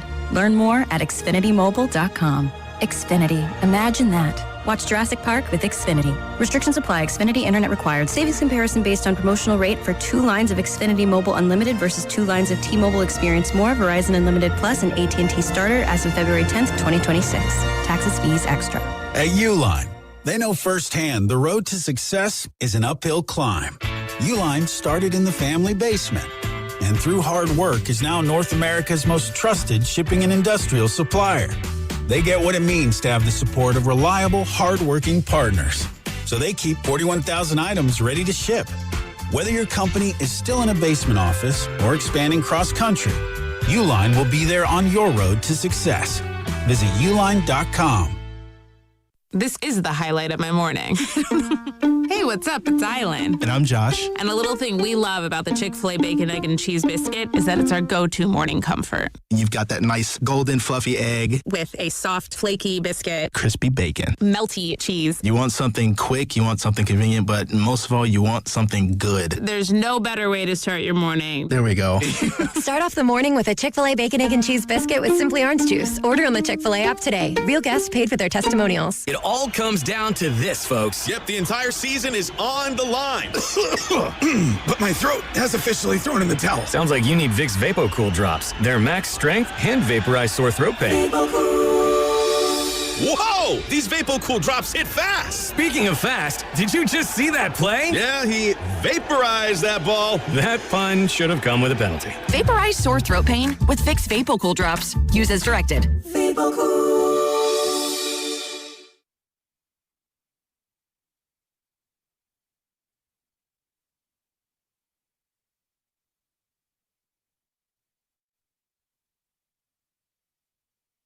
Working on Pritchard. Tries Pritchard with a hand check. Now Spencer spins again on him. Shoots a little fadeaway. In and out. Tipped up and in by GP2. Over Kana. Is elevated to knock that one home. Hey, this is Steve Scott from KCBS, the PA voice of the Warriors at Chase Center. You're listening to Joe Spadoni and Joe Shasky on the Morning Roast on 95.7 The Game. What's up, Steven? I call him Steven because we're tight. We're close. I go full name. I know Steven Risotto has been crushing it, filling in for Carter, who's on paternity leave. I called him Steve one time, Joe. Carter ever coming back? No, he's gone. He's gone. He's done. He'll have an occasional text in the thread, and that's it. That's the only time we hear from Carter. Wally pipped. Wally pipped? Wow. You hear that, Carter? You going to take that? I know you're up with the baby right now because that's what happens. I mean, what is it, 3, 4? Is it a month old yet? My son's asleep upstairs. Hey, guys. Baby Sienna, is she a month old? Guys. No, but I was actually thinking about that yesterday. Like, how long has he been gone? It's been a little bit. Well, baby girl's probably what? An eternity. Well, no, knowing Carter, and he's like what, like 7 feet tall? Like baby girl's probably like 2 feet now. Is that how that works? I guess. I'm kidding. I have 2 kids and a bunch of problems. By the way, your opportunity to qualify for Knockout at Chase Center, which is Monday, April 6th. Hopefully Carter will be there for that. Listen all week long right after the injury report. So that's 8 a.m. right here on The Roast for your chance to win something money just can't buy. Again, all continues 8 a.m. So that's in about 40 minutes from now. And for more information, go to 957thegame.com. Knockout is presented by Beam Law because it's not whether you get knocked down, it's whether you get back up. Beam Law, they've got your back, Bay Area. And be ready because there is a trivia question attached to this, and it is about last night's Warriors game. And we're kind of talking about the Warriors just in general, the totality of the season, just the standard. Steph, there's optimism he's coming back. This is Shams Charania at ESPN talking about it yesterday. There is cautious optimism that Stephen Curry will return to the lineup at some point by the end of the month, and that's after I'm told he had a strong on-court workout Tuesday afternoon in Boston, starting to run, cut, move, take some slight contact like the Stephen Curry again that we know. The most important part, though, is he's not experiencing the swelling that he's had over the last several weeks or a month ago when he needed to get a PRP injection, from my understanding, due to those knee issues. So now it's about him building on this conditioning, getting more and more comfort in that knee before he's able to make the call to make it back on the court. So that was Shams Charania yesterday. I mean, I'll ask you this just straight up, Joe. Do you want to see Stephen Curry back this season? Well, yeah, of course, because you don't ever want to see Steph Curry, not finish out a season. Like, of course you want to see him, but I only is that the best for the franchise? Sorry. If I'm being real, probably not. Like, there's a short-sightedness to having him come back and want to play in a play-in game. And then there's the long-term view of, like, man, they really need, like, they really need, like, the 11th pick overall. Like, they just do. That's an interesting way you phrased it. Is it the best thing for the franchise for Stephen Curry to come back this season or not? I think that's interesting how you phrase that, because there's part of me that says whenever you have Stephen Curry, you just want to see him play basketball games and entertain the crowd, the people, the fans that are sitting on their couch, the season ticket holders, all of that. But at the same time, you look at the landscape of how the season's going. No Jimmy. Kristaps is going to be in and out of the lineup. You're probably going to be the 9th or 10th seed. I know you can technically still be the 8th. 7 seems like a long shot, but I'm nervous as hell you bring back Stephen Curry and something bad happens. So I think that's how a lot of Warriors fans are feeling too. And a lot of Warriors fans would like to do what the Milwaukee Bucks are trying to do, and that is tell Giannis to shut it down. The problem is they have a rocky relationship. Giannis is being combative. He's saying, no, I want to come back. Even after hyperextending his knee and having a bone bruise, he's like, no, I want to come back. I want to come back. Thankfully, the Warriors upper management, Rick Celebrini, Steve Kerr, and Steph are all on the same page, because that can't be said for all other superstars around the league, clearly. And I don't think Steve Kerr would ever tell Steph, no, you're not coming back this season. I just don't think he's not going to. Of course, Steph has too much gravitas to do that. Steph sounds crazy because I know how much Giannis means there, but Steph means so much more to Golden State than Giannis does with Milwaukee right now. And I think Giannis has done a lot of harm to his, not brand per se, but how people in Milwaukee might view him now, which kind of sucks. And that'll never happen here in Golden State. I truly believe that, because Steph has such a good pulse on this fan base. I do want to play what you referenced earlier, though, too, and react to it, because he was sitting down, Marcus Thompson talked about the retirement, kind of thing. And I know last week Anthony Slater had his big thing about, the Stephen Curry era, that's only one more year, and when is this going to end? But it doesn't sound like Steph's retiring anytime soon. Well, like what are the Warriors right now? They're a 10th seed in the West. No, but like, what are they as a franchise? Oh, they are one of the premier franchises, I still believe, in the NBA. I think they are. You're talking about how they're viewed, like, holistically. Yes. I'm talking about, what have you been as an NBA organization the last couple of years? Oh, you've been a play-in team. I think you're a fading, transitional team that is denying their own reality. Were we saying that a year ago this time? Joe, they have one 50-win season in the last 7. I'm going to repeat that. They have one 50-win season in the last 7. If I said that about another team in the NBA, what would you say? I'd say they are probably bad or mediocre. That's who you are. And so, like, I'm a big Bill Parcells guy. Like, your record is exactly who you are. And there are times when you've earned the benefit of the doubt. Steph Curry's earned the benefit of the doubt. And Draymond has earned the benefit of the doubt. Like, we love Gee. We're pulling for Gee. He's been a great story. Great story. What benefit of the doubt has he earned? Pods, Quinn Post, Porzingis. You know what benefit of the doubt he gets? That he'll be hurt or unavailable. Look, that's his resume. So go down the roster. Like, we could talk about standards and all that. Like, your standards is only as good as the team that you have on paper and the roster that you're rolling out there. And when you had 3 legitimate Hall of Famers that were available, the majority of those nights, you could say we have a standard. When Jimmy Butler's out till next February and Steph's out for 20-plus games and it's just Draymond, like, I think that your reality of the standard dips dramatically. 510, I would rather watch Steph lose than watch a rebuild. The rebuild doesn't start till he's done. I wonder if Warriors fans agree with that. I would rather watch Stephen Curry just lose on the court than watch a rebuild. Well, I would like that person to call in. I want to ask them questions. Well, I mean, if you're losing and he's on the court, isn't that also like coinciding with kind of the same thing potentially? Why can't you have a rebuild with Stephen Curry on this team still? No, seriously. Why can't that happen? Because I keep hearing, well, when you have Steph, you can't allow that. I was like, well, then you're forcing Steph's hand then. If you tell Steph, like, hey, man, this is the moves we're going to be doing going forward. If that jives with you, like, we would love to keep you here. We'll pay you whatever you want. But, like, this is what our plan is going to be. You tell us what you want to do. Like, that's the conversations I think you need to start having this summer. But what's the next move for Steph? Like the people that say, you got to move it, like, tell me what that is. What is that next move for Steph? Like, that you have to do? Get Giannis. No, but that's what they'll say. Giannis played That's what they'll say. Not a lot. He's been hurt a lot. What happened at the end of last year when they're in the playoffs? Gets hurt. Yeah. I'm with you on the Giannis thing, but that's how. Okay. Kawhi Leonard. Go get Kawhi. Hey, what if we get LeBron? He comes here. He's playing pretty well. Maybe we'll win more than 48 games, which is the high water mark the last couple of years. This is what you've won the last few years. Since the championship, when you started 18-2 that year. And by the way, Curry missed the last month of the season, remember, with the injury. Going into that finals. Came off the bench in the playoffs when they won it all. Against the Nuggets, Against the Nuggets in round one. You've won 44 games. You've won 46 games. You've won 48 games. And this year you've won 33.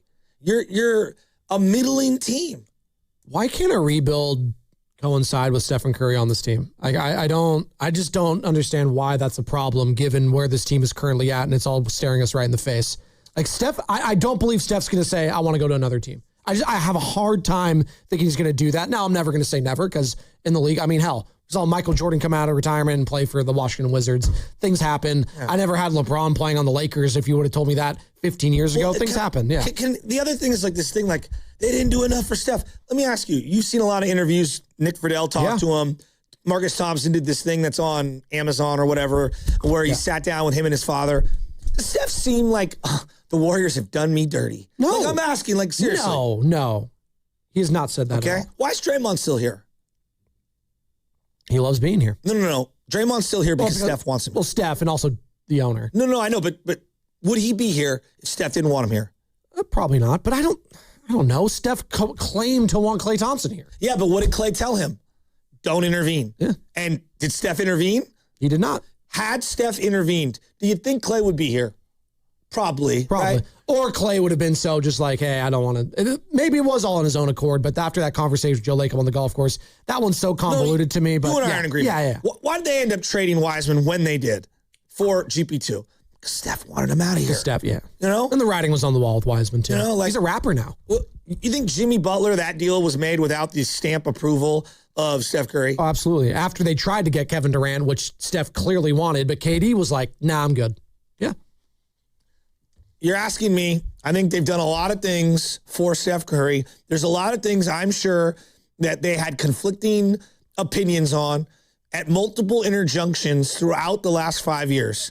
But overall, I think Steph's fine. I think he's happy. That doesn't mean they don't have individual regrets on this transaction or that transaction. I think for the most part, they've done what Steph's wanted them to do.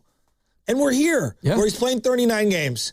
And he's probably got a couple of years left of being a prime starter. And you got to take the load off him. And I think he knows that too. We are brought to you by Freon Bank, here for you, here for good. 510 on the Boxer and Gerson work injury attorney's text line. The rebuild constraint is not Curry. It's Kerr. He has not evolved or proven an ability to develop players. So that's a great question. Why is Steve Kerr still here? Because Steph. Yeah. Also, he has a good relationship with the owner. Again, no. Yeah. It's a multitude of things. But like, if Steph didn't like the coach, would the coach be gone? Yes. Yeah, he'd probably be gone. In the history of superstars, when the superstar, in the NBA anyways, the superstar doesn't like you. With the equity of Steph. Yeah. Right now, when Steph was younger and he didn't have the same equity, he wanted Mark Jackson to stay. Yeah. But that was a totally different time of where Steph was at.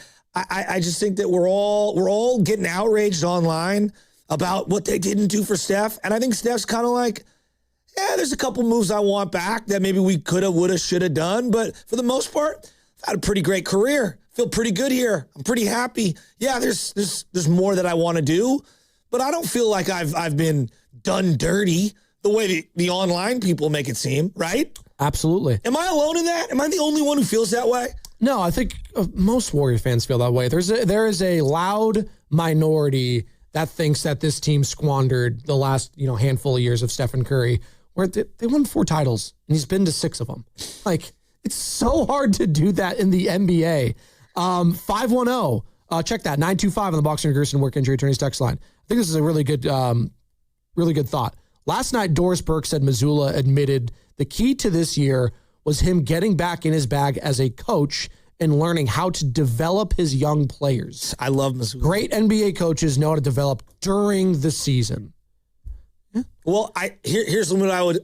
But if that's a shot at Steve Kerr, I don't think that's fair given how this season is shaken out. He's developed Guy Santos. Yes, he's been pretty freaking good. Yes, but also really hard to develop a team when you can barely trot out enough to practice.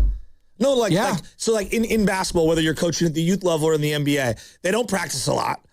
And the second part is, and that's why Steph's on the road trip, because they literally didn't have enough bodies to scrimmage. And this is what Steve Kerr has always been talking about. I know people are tired of him talking about it, but the 72-game schedule is what he would love to do. And that's why he keeps being a proponent, what you're saying, Joe, because he's seeing this season in real time saying, I don't have enough time and these players don't have enough energy for them to practice because we're constantly playing and getting hurt or rehabbing. Like, I don't know. Has Podziemski had a pretty good year? He's been good. Pretty good is a stretch, but he's been solid. Sorry, I don't mean to have semantics, but like he has these games where it's just like, God, like he's a young player. See, this is the part of development that it's not linear. Development's not just a rocket up to the moon. It's not. No, I'm saying like development is you play a couple good games, you play a couple bad games, you play a couple good games, play a couple bad games, but you look at the end of the year and numbers across the board are going to be up. Now, his shooting is down, period. It's just down. His shooting is down. Do I think he's a better player this time this year than he was last year? I don't. Really? I think he was a better player, but again, he's being asked to do way more. Well, he is. Well, that's what I'm getting at. He was a better player when he was next to who? Jimmy Butler, Stephen Curry. All are going to be. Well, no, but that's what I'm getting at. I've actually been impressed with him this year, and I've probably been really hard on him. I actually think he's been better than I expected, given who's out. Coach Hall in San Diego wants to talk about this subject. 888-957-9570. What's up, Coach Hall? Hey, what's up, fellas? Happy March Madness Day. Yeah. Speaking of that, I don't know if it's fair to bring Steph back and run an offense that's dependent on him because, I mean, his usage rate is just going to go skyrocket again, and who knows what injuries are lingering. I'm with shutting him down. See what we can get out the draft. I mean, it's some good wings in this draft this year. It's probably the most excited I've been for a draft in a while, especially if the two Duke boys come out. And then I don't know if we even start a rebuild as long as Draymond and Kerr are a part of this team. Like, if we're really going to do a rebuild, you really just got to rip the Band-Aids off and start. And you're going to have to revamp your culture, get new coaching in there, new blood. I kind of like what the Celtics are doing. I thought they were dead in the water. We all did. But you look up and now what are they, second in the East? And with Cade being out, who knows? They might get that that first spot. I look at what the Hawks are doing. I don't know, man. It seems like we're just hustling backwards. So can I ask you this? Shut Steph down. Yep. I watch them every night like you do. They have needed a two guard who can defend with some size and knock down some shots and play make. Like I need water every day after drinking 2 cups of coffee. Am I wrong? No, you are absolutely right. And there are a few two guards on Arkansas. Mm-hmm. There's a kid out of North Carolina that's coming out. I'm like, man, hey, try your luck and try to get one of them. There's another one at Florida. Exactly. I mean, there's talent in this draft, but I don't know if we draft the talent. Are they going to mesh with Kerr? I agree. And are we going to do right by them? Is Kerr even going to be back? My biggest fear is I don't even know. Bringing them back next year. And Coach Hall, let me take it a step further. I think everybody has this thing. Like, thanks, Coach. Like in the NFL. When you tank, you do what the Jets do. You trade everyone. You get all these first-round picks, and you execute 4 or 5 first-round picks in one. That's not what's going to happen. Like, you get 1 first-round pick every single year, right? So the rebuild takes 3 or 4 years, and you're implementing a new guy or 2 every year over a 4-year period. Yep. That's really what it looks like. And that's fans going back to frustration and what have you done for me lately era and constant gratification, because it's instant gratification era, Joe, with our cell phones, our smartphones. Everything is at the palm of our hands, so we want it now. And that doesn't work in the NBA. That doesn't work in the NBA. It doesn't. It's going to be a slow grind. Now, sometimes you might get lucky and hit on the. So good example. There were people talking themselves into, at the start of this season, the Dallas Mavericks being a player in the West. No, like legitimately. Yeah, you remember that? Those conversations. I laughed at it. Yeah. Why? Because you know how hard it is to integrate a rookie. And Cooper Flagg's been really, really good. He's been really good. How good have the Mavericks been? They've been not good. No. They're bottom But team. he's having a monster year. He's having a monster year. They're going to build around him, and eventually, I think they'll be a player again. But I look at tanking. When I hear the word tanking, that means you're deliberately trading pieces away that can help you now, and you're stockpiling draft picks. Let me ask you this. Who on the roster right now at the deadline next year can net you a future first-round pick? Who on the roster right now can net me? Maybe Jimmy. Maybe Jim. Yeah, maybe. He's coming off an ACL. God. Pods? I mean, outside of Steph. Pods? No, Pods isn't good. I think he can get a late first-round pick. I think I Pods. get a second for Pods, maybe a couple seconds. I think you're devaluing my late first. I think you could get. 707 says, I have no clue about basketball, and Pods and Gee have took big jumps this year. I literally said Gee's been great. Come on, 707. I think you can get a first-round, mid to late first-round pick for Pods in the future. I absolutely do. And big jump, I would say, is a stretch for Who Pods. else? He's been solid. Who else? Moody? No. No, I'm not getting anything for Moody. Gee? No. I'm not even getting a first for Kristaps. Okay. We are talent depleted. Guys, come on. We're talent depleted. Like we need this pick this year. Bad. In fact, we need to find a way to buy ourselves back into the first round and come away with 2 first-round picks. From the 510, Pods can't be considered a young player. This is in all caps. Compared to the NBA minutes he has played enough to know what he is. He is a backup guy, $10 million a year. That's from Oreo Cookie. But also being fair to Pods, the best version of him we saw with better players around him. Like, he hasn't had good talent around him for most of the season. How many NBA players are role players like that, though? Right? So when you like is Peyton Pritchard going to look the same if he has to play with the same team? Probably not. He'll be better than Pods. Yes. But he's not going to be like he looks with the Boston Celtics. But that's also a credit to the style and the system and the coaching around him. You can make the argument. Not to take a shot at Steve Kerr, but No. I think Joe Mazzulla's clearly might be the young hotshot coach that everyone wants right now. Well, and what does Peyton Pritchard benefit from? Having 2 elite defenders opposite him to cover up some of his size disadvantages in Jaylen Brown and Derek White. Yep. Like this goes back to 2 guards who can defend. Yes. Going back in time, I remember when he signed the deal. Everyone thought that Jaylen Brown deal was horrible. Yeah. That guy has taken quantum leaps forward, and he's exactly what the Warriors have been missing. You know, I've always been a Jaylen Brown I know guy. you have. Even in the finals, I was like, no, he is their best player. And I think there's actually a legitimate conversation now if you're in Boston sports and WEEI, our sister station, you're like, oh, man, whose team is it? Is it Jason? But the thing is, that team doesn't care. You know, they've all bought in. You know what he reminds me? When he goes to the hole and he uses his shoulders to kind of press into you and then just goes up with it, he plays the way I wish Wiggins was playing every night. That mindset. That is exactly the way he plays every night is what I wanted from Andrew Wiggins because I think they have similar bodies. And you caught that lightning in a bottle, I know. funny enough, against them in the finals, right? Yeah, but Brown has been playing like that all year. Correct. He's been an MVP candidate. He's amazing. Steph Curry on his sit down with Marcus Thompson of The Athletic. It was a really good interview, all of it. It was great. I urge you said Amazon Prime, you could find it. I think it's Amazon Prime. Steph Curry on when he'd decide to retire. I think your body is the first, just what it takes to get ready for a game is a lot different now than it was a decade ago. When I'm out there on the court right now, I still get lost in the fun. It's still my happy place. It's all the work is worth it because I get to go out there and hoop at the highest level. The competition, the camaraderie, the chasing something that matters, like that still gets me going. And I don't see that stopping anytime soon. Anytime soon, but the first thing he did say is your body will tell you.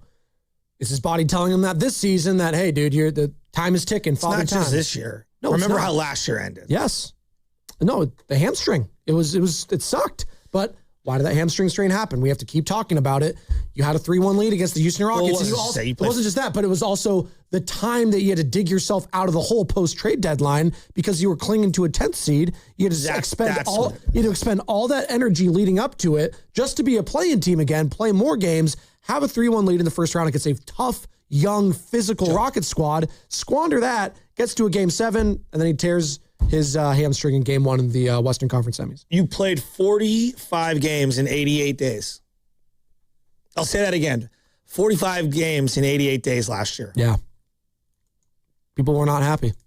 They weren't. And they said, I've never seen a schedule like this before. Until this year's schedule came out. 808, Shasky, you need to have a sit down with Goo. He's the main guy with Willard talking about a title. They're just, no, they're not. I got Goo's back. He's not saying this team can win a title. Not the Goo I know. He was really upset, by the way, about his performance in 1st to 5 yesterday. Why is that? He just, he felt like he was Aaron Judge a little bit when he feels like the lights get a little too bright. Just like with the Warriors, you're not entitled to be competing for titles every single year. Wow. No, but no team is. Joe, that's I thought you were making fun of his performance in 1st to 5. No, I'm saying no. It's unrealistic. If that's your setting that you're going to compete for titles every single year, no matter what, come on, man. How many years has LeBron legitimately competed for titles since joining the Lakers? Oh, probably those first couple. No, seriously, those first couple seasons. Okay. When Anthony Davis was healthy. And then what happened after they won the bubble title? Anthony Davis gets hurt in that first round series against the Suns. It was over. And we would all admit the second best player, or in some cases, the better player alongside LeBron is better than whoever the Warriors have had the last couple years. Not even close. Okay. Yes. And would we argue that the rest of the rosters, they're close, but you might lean Lakers every single time? Probably. I mean, Austin Reeves is their 3rd best player, and I think he'd infinitely be the Warriors' best player right now. It wouldn't even be close. So why is it birthright to be continually talking about championships when, we were lucky to get out of the first round the last couple of years? We were. There's just that blind faith, I think, with Steph Curry, and I get it. If we were a 58-win team, perennially, and we kept falling in the first round, man, we're a snake bit. It's we were lucky to get in. Well, Nick Friedel, if Curry could play, teams wouldn't want to face him. If he can get in there and play anywhere close to the level that we're used to seeing, I know that would scare any team. On top of, I think, Spadone, the key for me in all of this is there was such a fervor after the Kuminga deal. Kuminga played, Porzingis didn't. Oh, my God, what the hell did they do? I think part of the reason Steph wants to get out there and at least see what's going on is he wants to play with Porzingis. He wants to see what that looks like. He's not alone. The front office wants to see how they can complement each other. So as everybody tries to say, this year isn't worth it, I think there are still these moments where there are a lot of things that they can show as long as Steph is available and he's healthy. And I think a huge part of that is not just what they've built, but the fact that we have not seen Porzingis and Steph together yet. And they want to have an idea of what it looks like going into the offseason. While I agree, 3 games, 5 games of Steph and Porzingis means what? He said 10 minutes is all he needs to see. I love Nick. How would you even begin to project what that would mean for next year? I don't know. There's a possibility they don't even play together on the court. I don't want to talk that into existence, but it's a reality. They might not play together. Steph might not even play with his own brother, for God's sake. This is like when I hear George Kittle, I'll be ready week 1. Oh, my God. Right. Please. Right. Come on. 707. Hey, Peyton Pritchard didn't average double figures until his 5th year. Pods did that in his 2nd. Oh, that. Played a lot more. Yeah, he did. Just look at it. He did. He did. If you think Peyton Pritchard and Pods are on the same level right now, you're tripping. 415. Would you trade Steph Curry, Joe, and for who? No, I wouldn't. He's a cash cow because you have to have somebody to anchor, and I wouldn't. Even though I know and acknowledge it would net you back your biggest haul, you don't cross that unless he demands to be traded. You just can't. Well, at this point, exactly. You just can't. And also, you're never going to get something in return that would ever appease this fan base. Ever. Totally agree. It's not even close. Imagine the two. Okay, let's say let's just hypothetically, you got 4 first-round picks.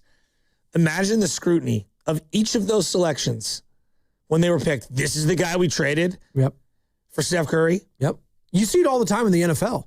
You see these first-round picks. Well, it was going to be interesting if Max Crosby actually got traded to the Ravens because the Raiders, if they dropped a defensive end, it would have been compared to who? Max Crosby. Well, then it would have been repeat of Jonathan Abram and Josh Jacobs. Well, there you go. Well, right there. The Khalil Mack trade, and then you're constantly getting compared there. It's like, who won the trade? The Bears or the Raiders? It's like, well, no one did because neither of them did anything. So there you go. Never mind the fact. I think, Shasky, you brought this up a couple weeks ago. We were texting about it. Like, the teams that you're going to trade Steph to, they're not going to have, like, premium lottery-bound draft picks as well. They're all going to be in the 20s. Yeah, like, if you're going to trade Steph for draft picks, like, I'm expecting that draft pick to be net you a top 5 talent, but the reality in the NBA is that's probably not going to happen. It's going to be the Warriors lottery pick, and then, like, the Knicks, 27th pick. Like, that only does so much. I'm trading Steph if I can get Victor Wembanyama. There you go. Yeah. There's your answer, 415. If I can get Wemby or Cooper Flag, I'm in. Outside of that, no. I'm sure the other team would absolutely agree to that as well. Absolutely. Why not? If you lie to yourself. Well, as I go Steve Kerr right there. Well, if Nico Harrison was still there, he might, Sam. What was that? Hold on. I like this one. 559. Shasky's NBA comp is Luka Garza. Spadoni is Hauser. I'll take that. Dude, you're 6'9", 6'10". That'd be pretty cool. Garza was balling last night. Can I? He was good for Iowa too. March Madness once upon a time. Does anyone remember who Joe Montana was traded for? Oh, I thought you were going to say, does anyone remember who Joe Montana was? Who was he traded for to the Kansas City Chiefs? I know he got traded to the Chiefs. For a first-round pick. Okay. They got the 18th overall pick. Does anyone know? Does anyone on my crew know who Joe Montana was traded for? Is this a good player? I'm just asking you. You're not going to give me a hint? You gave Grant Cohn a hint yesterday. You're not going to give me one? You gave him the Lindsay Lohan on a silver platter. They ended up trading down twice. Does anyone remember? Anyone? Can you give me the year? Just give me the 93. 93, okay. 93. They got the 18th overall pick. They flipped it with New Orleans and the Cardinals. So they basically traded down twice. They went from 18 to 20, 20 to 26. I got nothing. They took a guy out of Kansas who played with Gilbert Brown, defensive tackle, Dana Stubblefield. Oh, Dana. I was about to go Bryant Young. No, that was the following year that they had. But like, well, he's By the way, Dana Stubblefield was a really good player. He was. He just Does anyone remember that? No. 3-time All-Pro, Super Bowl champion. And it was a good pick. I was too focused on being a baby at that time. Defensive player of the year. Yeah, we were. Yeah, DPOY. Was a really good player. Probably the one that got away, even because they couldn't afford him. Defensive tackle that you loved once upon a time, as you're so anti-defensive tackle right now. But yeah, I think of Dana Stubblefield. I think of, unfortunately, other things off the field. Agreed. Yeah. So in these trades of superstars, right? You never remember the really, really like solid ones? Because that's a solid one, right? You won a Super Bowl with Dana Stubblefield. You got great years out of him. Yeah. Do you know what one I always remember as well? Which one? When the 49ers didn't execute the trade of Terrell Owens when he didn't file for free agency, and it ended up being one of the worst trades in the history of the 49ers, a conditional 5th-round pick, and Brandon Whiting from the Eagles. Brandon Whiting, who I don't think ever played a game with the Niners. Oh, no. You remember those. So a Steph Curry trade, even if you drafted a guy who was an all-star and helped you win a title, you're probably not going to remember who that guy is. No. But if he's awful, you'll definitely remember that name. Well, that's what we do, right? Like, we'll see. We're going to be comparing this. If Kuminga goes off, the Hawks have won like 11 in a row, by the way, people. And they're a half game out of a play-in spot, which seemed laughable at the trade deadline. And if he's a key contributor and they have an upset in the first round and Kuminga's a part of that, you best believe, no, but this is what we do. I know. We're going to compare and contrast Porzingis, if he doesn't even get re-signed, he's at 60%. I don't 60. I don't care about Kuminga. It's over. It's over. It's never going to be over for a lot of the fan base. No, I get it. Yeah. Believe me, I get it. But for me, I'm over it. Like, we're stuck with Kristaps. It does sound funny to compare like Joe Montana to Jonathan Kuminga. No, that's these are like the levels. No, I'm talking about the Steph Curry trade. Yes, absolutely. Montana, you know, like yeah. I just. You sound so defeated right now. No, you do. You sound just. You know what I am? Like, honestly, what are you? I'm just mad at the people online who can't like take a deep breath and look back and be like, damn, they had a hell of a run. Yeah, there's a couple of things that I want back, but wow. Like, we look back at the Giants. Was there one move that the Giants really botched on why they fell off? There's a couple. The San Francisco Giants? San Francisco. Well, there was also injuries. Like, they fell off. There's so many. There's natural decline. Yes. But was there one singular thing, like, you didn't do enough to surround Buster Posey? No. Right? Like, or was it more like, stuff happens at the end of a dynasty. You know, you ran out of tank. I remember when they got Chris Bryant at the trade deadline. Remember that, guys? Once upon a time? McCutchen and Longoria, that was a whiff. Yeah, sure. I would agree. But was that the reason that they, like, sunk like the Titanic? No.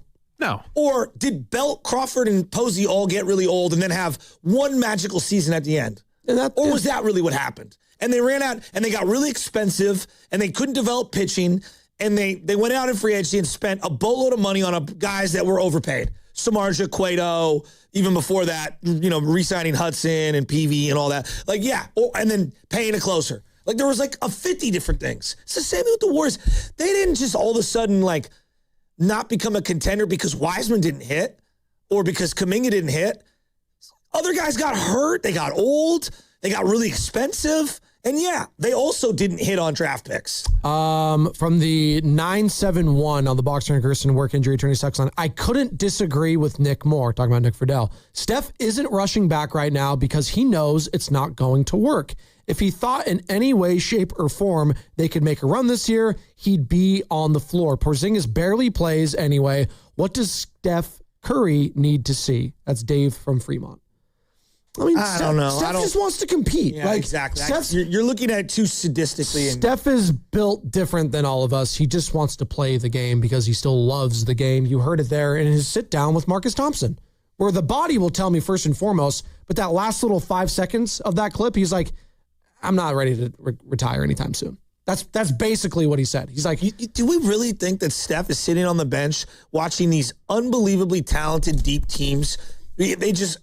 Recently they've played OKC, Boston, the Detroit Pistons. They played recently. Who else have they played in last couple weeks? They've played of the really good teams. Of the really good. Well, they did play the Nuggets and they beat the Nuggets. They did. Yeah. And he's watched all these teams, and you think a guy with the sophisticated basketball IQ of Steph Curry sitting there like, we are one old player away from beating all these teams. No, come on. When they were healthy, Joe, you know what Steve Kerr was saying, the head coach early in the season? Remember this clip? Where he's like, yeah, we're just not on their level. To the Oklahoma City Thunder, we're just not on their level. They benched everyone because they waved the white flag when they were all healthy. Exactly. They're like, we're just. By the way, how stupid does that look in retrospect? Looks horrible. By the way, speaking of Steve Kerr, hey, they're preparing for the play-in. One step forward, one step back. I don't think we're there yet. I think it's going to take more than what we're showing right now. I think our guys are playing hard. It's easy to get discouraged when you don't have the firepower we're missing right now because it kind of feels like you have to be perfect. And it's a hard thing to play through 48 minutes where, you don't have the shot making, the explosiveness to go on a huge run. So you're constantly having to do the right thing. So if we handle this the right way and we sharpen those things up, we can be finely tuned for the play-in. But like I said, the effort's there, but the execution is not. This poor guy, I feel bad for him. No, I feel bad. He does. Look, they're playing hard. They're not good enough. Like, he can't come out and say, like, we're just not as good as these other teams. What? Just said, are they? No, the ending part of that. If we do all these things, we'll be ready for the play-in. Okay, it's just such a defeating feeling. Okay, they've had more talent than they had more talent on the floor against the Wizards, right? They did, yes. Name the last time before the Wizards game where you could say the Warriors have way more talent than this other team. Yeah, it's going to be crickets. Okay, so because even against the Bulls and the Jazz, I think the Jazz had play like Filipowski and Buzelis might be I agree. the better young players. So I can't get outraged with Steve. I can't get outraged with the situation. Like, hey guys, dude, they're playing hard. They're not good enough. We're playing a bunch of G Leaguers. One more from Steve. It is what it is. Steve Kerr doesn't think they are there quite yet, though, for the play-in. Yeah, I mean, we've had our eyes on 6 for a while, and that's out of the question now. I mean, we're not getting there. And so if we can string together some wins, try to get to 8, that'd be ideal. Get 2 cracks at it, but we're not getting to 7. We know that. So I've been talking about this not in such precise words like I just used. But over the last few weeks, I've been telling the guys, we have to build our habits and be ready for when we get guys healthy again. And because then we can just, really have the firepower that can be complemented by a foundation of good habits, good fundamentals. And like I said, I think there's a lot of stuff we can improve upon. But at the base of all that is your spirit, energy, confidence. We got to work on that too. So we got to keep fighting. Thanks, Soto. I feel bad for him. We do. Every time we play Steve Kerr clips, me and you are in lockstep. It's like, this guy just sounds so defeated. I got my own complaint. All right, forget the West. In just the Pacific Division, in a row, they finished from 2020 on 5th, 4th, 2nd one time, 4th, 5th, 3rd, 4th. It's not good. That's in the Pacific. That's just in California. Quite frankly, at Pacific, just in our state. By the way, the Blazers are in that division. Blazers. People are scoffing at the Blazers. They have the tiebreaker with the Warriors, and we've lost. What is it, 3-1 or whatever? Yes. Yeah. Come on. And Steph is balled out. How could you scoff at them? Steph is balled out in 3 of those games, and they still lost. One of them, he dropped 40. We're just not good enough. Poor Steve Kerr. And the Clippers, by the way, right now they do lead the season series 2-1. So if it does come down to a tiebreak, they play on the final game of the regular season, Joe. And if you just look at the standings, because people, they're still wondering about that. They're a 1 game back. Check that. 1 game back because the Blazers are right there too. 1 game back for the 8th spot. The Clippers have lost 3 in a row, so they're also reeling. But you play them on April 12th, which is the final game of the season, which could have, 8 seed implications potentially, which kind of going back to last year is interesting, where they were battling for what? A playoff spot. Fast forward a year later, they're battling for an 8th seed potentially. Let's say Jimmy's healthy. Things change quickly is what I'm saying. Let's say Jimmy's healthy. What are they? 6 games better? 5 games better? Sam and I were talking about this. There's part of me that is really curious if Steph was out this entire time, but Jimmy stayed, how the offense in this team would look. And I think there was a chance. I hadn't considered that. No, I know, because it's just we've been so locked in. I hadn't considered that. Like, I've seen what he could do with the Miami Heat, him just being the lead dog with a bunch of guys we didn't really think highly of. I think they could have been 6 or 7 games better, yes. Okay. I'm saying with Steph and Jimmy. Oh, okay. Well, yes, then absolutely. I think they're... Okay, so if you're 6 games better, that means you're 39 and 30. Yeah. You're still at the 7 spot. At the cusp, right? But you still have the opportunity maybe, because the Nuggets have been struggling, to maybe get the 6th Joe, seed. they've been in this zone for 4 straight years. I know. This is what they are. We should not be using the word contender. We should not be using the word championship. We should not be using the word finals. Like, they're competent. They're trying hard. But they're none of those other adjectives. I know what the word you're looking for is to describe. I don't know. Are they adjectives? They're not adjectives. They're verbs. No, they're nouns. Injury? What is it? I don't even know. Injury. I'm not an English major. You know what? A real teacher's going to be so mad at me. English was one of my poorest subjects. Really?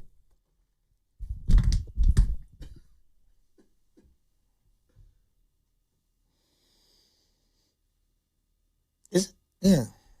What were the words you were saying? Well, I said they're not the words they should not be using. Contender. Okay. Which is an adjective. It's a contender is also a noun. Championship is a noun. Yes. It's a thing. Contender is a noun. It's also a thing. Okay. Person, place, or a thing. A contender is, Yeah, that's why I said noun. Yeah. No, noun. So you're good. You're fine. You're educated. You're good. I guess it can also be the contender. Is that an adjective? I don't know. Well, when you're... I always sucked at diagramming sentences or whatever it was called. When you break it down. What are they called when you would break down a sentence? I don't know. The prepositional phrases I always didn't know very well. Steve Kerr said before last night's game that Moses Moody is not as close as the Warriors would like in his recovery from his wrist injury, and there is no clear timetable for his return. Kerr did say that the wrist sprain has healed a little bit, but as of right now, Moody is only able to practice with his left hand. The injury report was brought to you by Boxer & Gerson, Northern California's premier workers' compensation law firm, helping injured workers get their lives back for over 40 years. And you're listening to 95.7 The Game, KGMZ FM and HD1 San Francisco and Odyssey Sports Station, and the home of the Golden State Warriors and Valkyries. Always live in the free Odyssey app, coming live from Laughing Monk Studios. Alex, Joe, we'll get to both of you in a second, but I got to let the people know now is your chance to qualify for a knockout at Chase Center. But first, you have got to answer this question and be the first one to call the contest line. Here's the question, and then I'll give out the number. In last night's Warriors game, how many free throws did Guy Santos make? The number is 415-523-4652. Call 415-523-4652 to answer that question. In last night's Warriors game, how many free throws did Guy Santos make? Joe. Hold on. Finish. We'll be giving you chances all week around this time. And you have 2 more chances today in the crossover with Steiny, Goo, or Willard and Dibbs. That's around 1:45. And it's presented, knockout that is, by Beam Law. Because it's not whether you get knocked down, it's whether you get back up. Beam Law, they've got your back, Bay Area. I hope Beam Law's got the Warriors back because they've been knocked down a lot this year. Right. If you want to know exactly where the Golden State Warriors are as a franchise, think about the question you just asked as a trivia question to win a prize on 95.7 The Game. Why? What's wrong with Guy Santos? How many Guy Santos free throws did he make? Bay Area. It's Guy Santos that's here. Sad. And he is one of their best players. He is. He's been playing great. Bonte was on Tuesday, and he's like, I wonder if Guy's having some second thoughts about signing the contract he did, because he's been like the Warriors' best player for the last This is like when Sean Drones was leading the Niners in running, or Jeremy Curley was their leading receiver. Right. It's not a knock on those guys, but it's like, it's going to be a trivia question one day. Well, when like the big boys actually do eventually come back, what's the minute allocation for Guy Santos? Although when they do come back, he is one of their big boys. What are you talking about? I said when like Jimmy and Steph come back, how's it going to look? I don't know. Well, when Steph comes back, Guy will keep playing. When Jimmy comes back a year from now, Guy will have played probably 50 games. I hope so. What are they going to do this summer? I wonder. Guy Santos is looking like a great contract and great value. I love it. Joe, I'm a Guy Santos guy. I call him the Brazilian Orlando Bloom. He's been fantastic. Love what I'm seeing from Guy. I love what I see from Alex in Oakland, too, because he wants to talk about some Steve Kerr. What's up, Alex? You're on the roast. Hi, Alex. Yo, what's up, fellas? What you got, man? Basically, man, they need to just play out the season, and forget about trying to make this run to the playoffs and all that. I agree. Play your players that you got right now. Even if you had Steph and Jimmy, you were still an average basketball team. You were barely in the playoffs, not the play-ins. Let Steph rest. Play Guy Santos. Which, are you laughing at Guy right now? But what if Guy turns into Manu Ginobili? I'm not laughing at Guy. Hold on. Look. Alex, I'm not laughing at Guy. I think he's been great. Hear me out, though. Hear me out. We can't do the what if this role guy turns into one of the greatest 6 men in the history of the game. That's a little stretch. Like, I'm not saying he can't be a really good, have a 10-year NBA career. Turn into Ginobili, that would be shocking. Come on, you can meet me there. You know why? You know why it wouldn't be shocking? Because look at the heart he plays with. Look how he plays the game. This team, they got a nice core. They just haven't played together yet. I don't honestly know if Steve Kerr can take these young guys and develop them like up to a level of to where they could become championships. Curry wasn't a superstar when he came into the league. Okay. Neither was Draymond. Wait, Alex, are you not giving Steve Kerr credit for developing Guy Santos? But Manu Ginobili, do you know how many? No. I'm giving Steve Kerr full credit for developing Santos. But now let's think in terms of how do you coach without Stephen Curry? It's like the same challenge would have been great to see any one of the great coaches. How would Popovich had a coach without Tim Duncan? Now you got to really coach. And can you develop them players into superstars? It's very few players come into the league that are superstars. Now, how do you get them to be superstars? Steve Kerr, no, he played with some of the greatest players ever. Okay. Thanks, Alex. Where do you want to start with that one? The Ginobili, guys, it's almost impossible to become an NBA All-Star, let alone just an NBA player, okay? Guy has turned himself into an NBA player, and a good one. But then to take the leap to All-Star, to multi-time All-Star, to All-NBA third team multiple times, to 4-time champion, to one of the greatest sixth men the NBA has ever seen. Yeah, I'm just saying, like I had a problem with Ginobili. Can we be Caruso? Ginobili played professionally overseas and in South America for like 8 years before going to the NBA. And was the MVP of that league. Correct. And was like a multi-time All-Star in that league. He is still so much younger than when Manu was back then. And Manu was playing, again, as I just mentioned, professionally since he was 17 years old. It's a little different. I believe he was in Italy because it was the league Kobe's dad or whatever played in. Yeah. I believe he's like multiple-time MVP. Yeah. Ginobili's one of the greatest players of all time. Yes. I mean, I'm like on the list of the top 75 players. Like, I'm sorry to like just come on. Well, it's just an unfair like. Can he be Sarunas Marciulionis? Yeah, exactly. And that's not a dog. I'm not dogging him. Like, he played 17 or 18 years in the NBA. Ginobili. Joe Burbank, what's up, Joe? Was I the only one that got triggered there? No, I love Ginobili. I just don't want to. I love Ginobili, dog. I just don't like when we crush Steve Kerr for like, oh, he hasn't really developed this, but then he just developed the guy you're talking about in Guy Santos. So it's like, you can't have it both ways. What's up, Joe? Good morning, Joe. Good morning, Joe. I called commend Joe Shasky on his stance on the state of the Warriors. They need young, high-end players that can get down the court. And, it's amazing how obvious that is that, they've got an old roster they need to rebuild. But so many people just failed to realize that, and they just keep hoping that when they make big trades for older players. I still hear talk about Giannis and Kawhi Leonard for next year. They need to keep all their draft picks and build a roster of young players through the draft. Exactly. Simple as that. And I don't care. They can spend what they want to spend. And I think they've given Curry a ton of opportunities to play meaningful basketball. But sooner or later, you turn the corner. And you can't keep going after guys. Even with Giannis, that's a risk because he's got so much miles on his. So you're going to give up 4 or 5 draft picks and young players for that. With Kawhi Leonard, you don't know what he's going to do. He gets hurt on stretches, and then he just calls the shots and stays out till he feels like it. They need to rebuild. They need young players. They need to keep all their draft picks. Thanks, Joe. I'm with you. Yeah, I'm out on Giannis and Kyrie Leonard at this point. He meant Kawhi. Just poking fun. That's putting the Band-Aid on the big hole in the sinking ship, for sure. Just getting rid of all your future capital for guys like that. Now, as you mentioned, if LeBron James wants to come here by his own volition and as a free agent, hey, come here. We'll take you. I'm good with that. We'll take you, LeBron. Absolutely. It's so obvious. They don't need one draft pick. They need multiple years of a couple guys.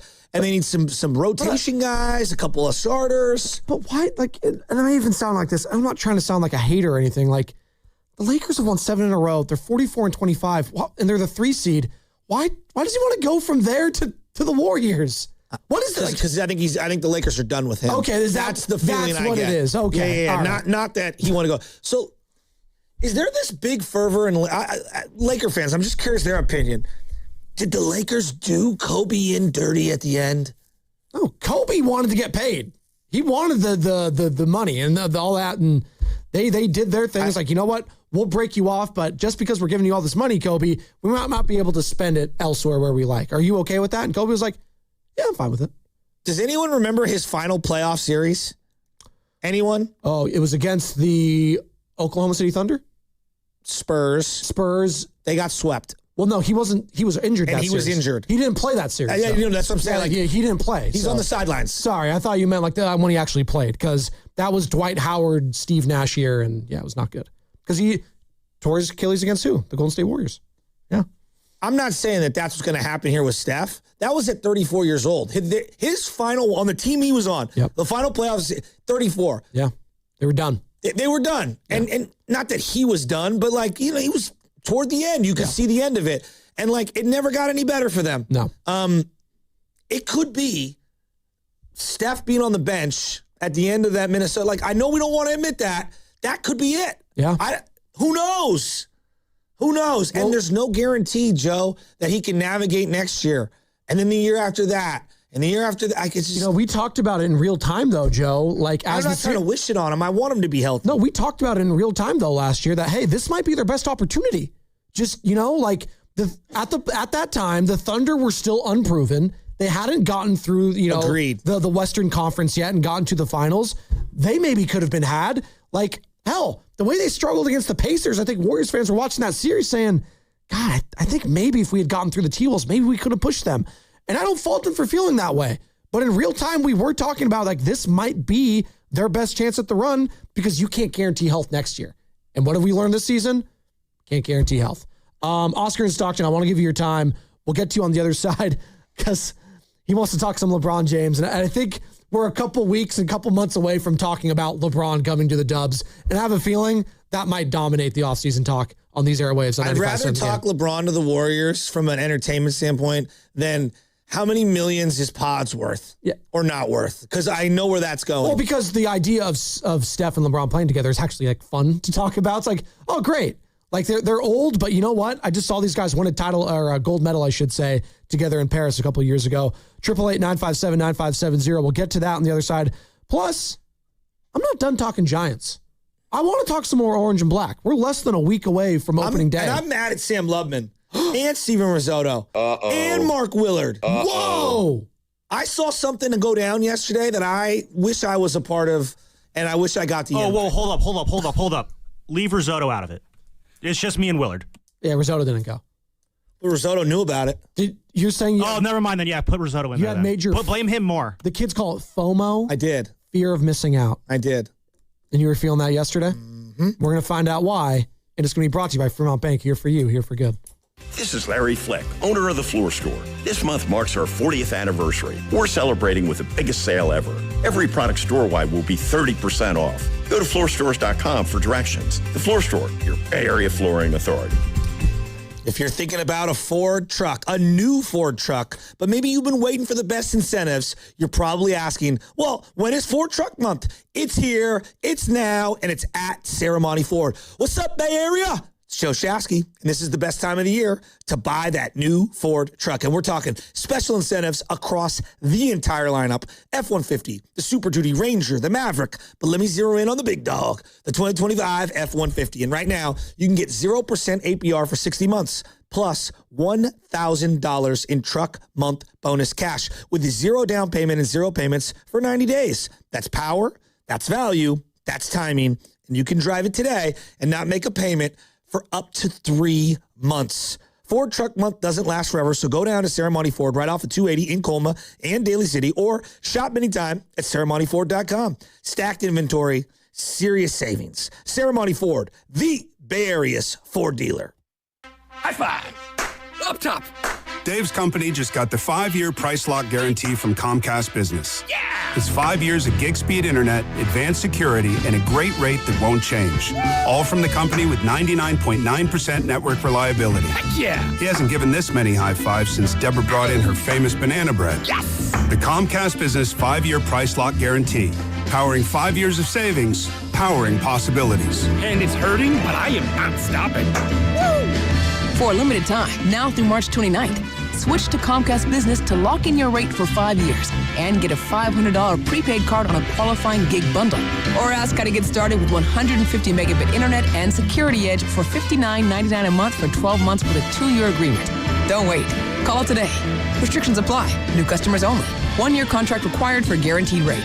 Paperless billing and automatic payments with bank account required. 5-year pricing applies to monthly service charge, excluding taxes and fees. It's the Good Guys 42nd All-American Get-Together. High-octane Good Guys Autocross racing action. Explore the Dead-End Magazine Lowrider Showcase and more.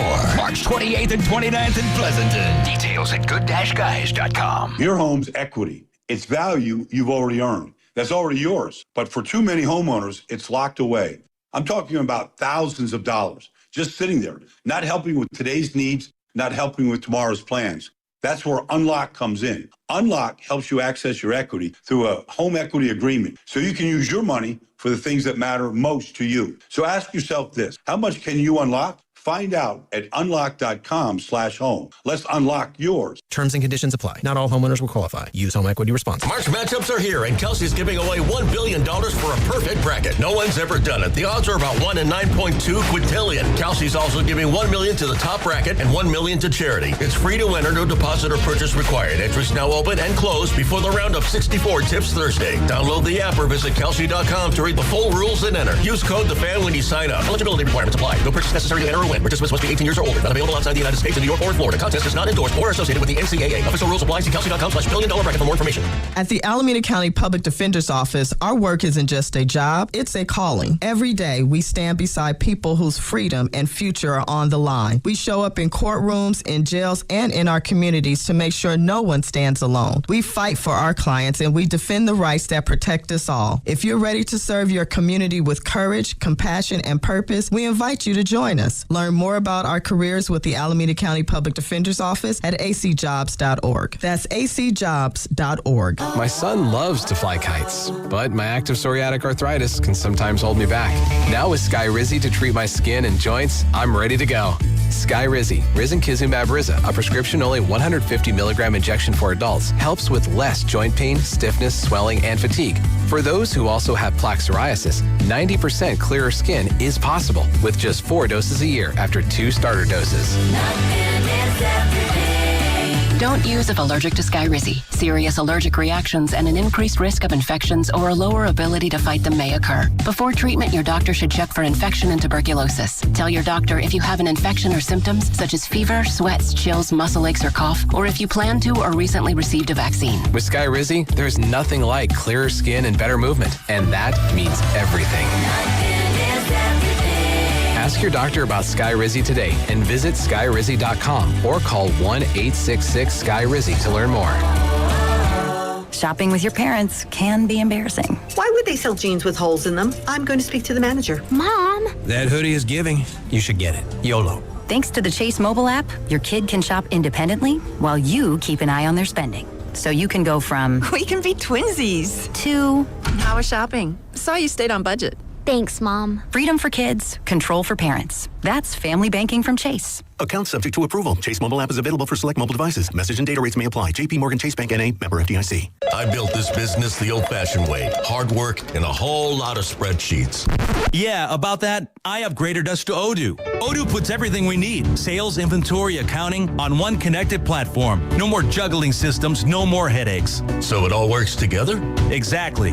Odoo is the all-in-one business software that makes running and passing on a business easier than ever. Take your business into the next generation. Try Odoo free at odoo.com. That's ODOO.com.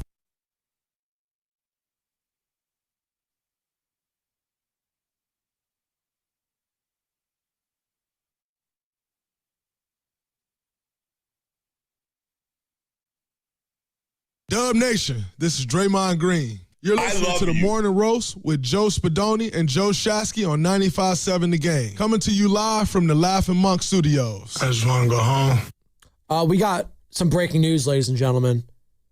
One Benjamin Spadoni has officially lost his first tooth. It's big time. This is big. Now, thank you. The going rate for the Tooth Fairy? We'll have to see. Because inflation, man. I mean, some of these gas prices. So we'll get back into sports, I promise. This is more You're important. You're going to do the Lloyd Christmas and put like a note in. That's as good as $100. That's an IOU, sir. That's as good. Well, you see, son, you invest it in the bank and it'll accumulate interest over time. So in reality, I'm doing you a favor. And it's gone. Thank you, South Park reference. And it's gone. So like he literally told me, I was like, oh, like the Tooth Fairy. Like, yeah, like how much do you think the Tooth Fairy's putting under your pillow? He's like, I think like $100. I was like, 100? I was like, fat chance. 100? I was like, your name might be Benjamin, but you ain't getting no Benjamin. You get $1. You have a roof over your mouth, or you have a roof over your head. You butchered it. Don't crack the mic again this show. That was, come on. What was that? Hey, it's okay, Zach Green. I mean, Steven. Oh, no. Yeah, I misspoke. I misspoke. That was pretty good. No, but $5. I think that's the going rate for the Tooth Fairy these days. Kids, if you're listening, at least that's the Tooth Fairy that visits me. If a kid's listening out there, maybe it's different for that. I'm going to do my Zach Green impression. It's a very limited character here at 95.7 The Game who's kind of new. And maybe some people in the audience don't know character? him. He's an actual person. Yeah, I know. But Well, we're all characters for 95.7. Okay. I mean, have you met Guru before? Hey, Shasky, Matt wants me to go out to the Giants game and maybe shoot some videos. Yeah. I'm like, okay, what do you want to do? I mean, like, I don't know. Do you want to maybe shoot some videos and get this done? Let's go, dude. Finish the sentence. Some people speak slower. It's okay. Just because we're 0 to 100 real quick on the morning roast. I've hit him with the time is currency comment 50 times. I'm like, let's go, dog. Let's go. Sounds like he marches to the beat of his own drum. No, he does. I said to him, you've never been in a hurry to go anywhere. Gonna be honest, that impression you just did made me very uncomfortable. Was it nailed? Was it like, no, it was because it was so accurate. It made me very uncomfortable. You're just missing the Fernando Mendoza reference, and you got him to a T. Oh, that's any Indiana football reference. No, Lubs, how about that Fernando Mendoza? I had a dream you booked Fernando Mendoza on the morning roast, Sam. Could that become a reality? Your dreams sure are bizarre. You wouldn't want to talk to Fernando Mendoza? I don't care about Fernando Mendoza. What? Like, He's going to be the #1 overall pick. He's kind of goofy. Well, that's the part of it. He'd be a great interview. What's the accomplishment? And he's sponsored by Taco Bell. Okay. Liv Moss. Okay. Did you guys see the new products they're going to unveil this year at Taco Bell? No. They're doing flamin'. I didn't know. They're doing flamin' hot nacho fries. I'm so in. Okay. The nacho fries are bomb. Does it come with a side of Pepto? I don't need that. You're a little older, so maybe you need that. I don't. I'm built different. As you know, Sarah Monty Ford, I'm built Ford tough. How about that? Oscar in Stockton. What's up, Oscar? The coffee's really kicking. What's going on, fellas? Green tea. What's going on today? Hey, I want to say something about the game last night. Potts was having a horrible game, and Kerr should have took him out early and kept Spencer in the game, man. But besides that, we need to stay young. We do not need to give up our future draft picks. Everybody knows Steph them is on their way out. You can't just keep on replacing with these old guys. You see right now what's going on. Everybody getting hurt. We have to keep our draft picks, and we got to start planning for the future. I am a Warrior fan. I'm a Steph Curry fan, Draymond Green fan. But guess what? You got to understand. You see the league is getting younger. We have to get more talented players because right now, our team right now, the talent we got on is not there.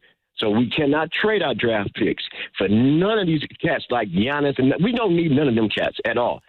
We got to stay where we at right now. We already been a mid-tier team. So why start trading for these old cats? Start building, man. Keep Steph around. We're still going to win because of our system. But we got to be smarter. You got to get younger cats. And one thing I would not do if the Warriors do this, if they get LeBron James crying butt to come to, that's a no-no. We do not want him. First of all, how can you be the GOAT and you want to come play with your #1 competitor? Steph Curry is the reason why he's been jumping around from team to team just to beat Steph and the Warriors. You got to understand that. And for Steph, I know Steph ain't going to go out like that. Let LeBron James remain friends with him like that. We don't want him in the Bay. We want to compete against him. Stay his butt out of the Bay. Hey, Oscar. No. Stay young. Hey, Oscar, what if it's been reported that Steph wants LeBron here? So what do you make of that? That's a lie. That's a lie. Steph do not want it. That's LeBron. That's Draymond Green that want him.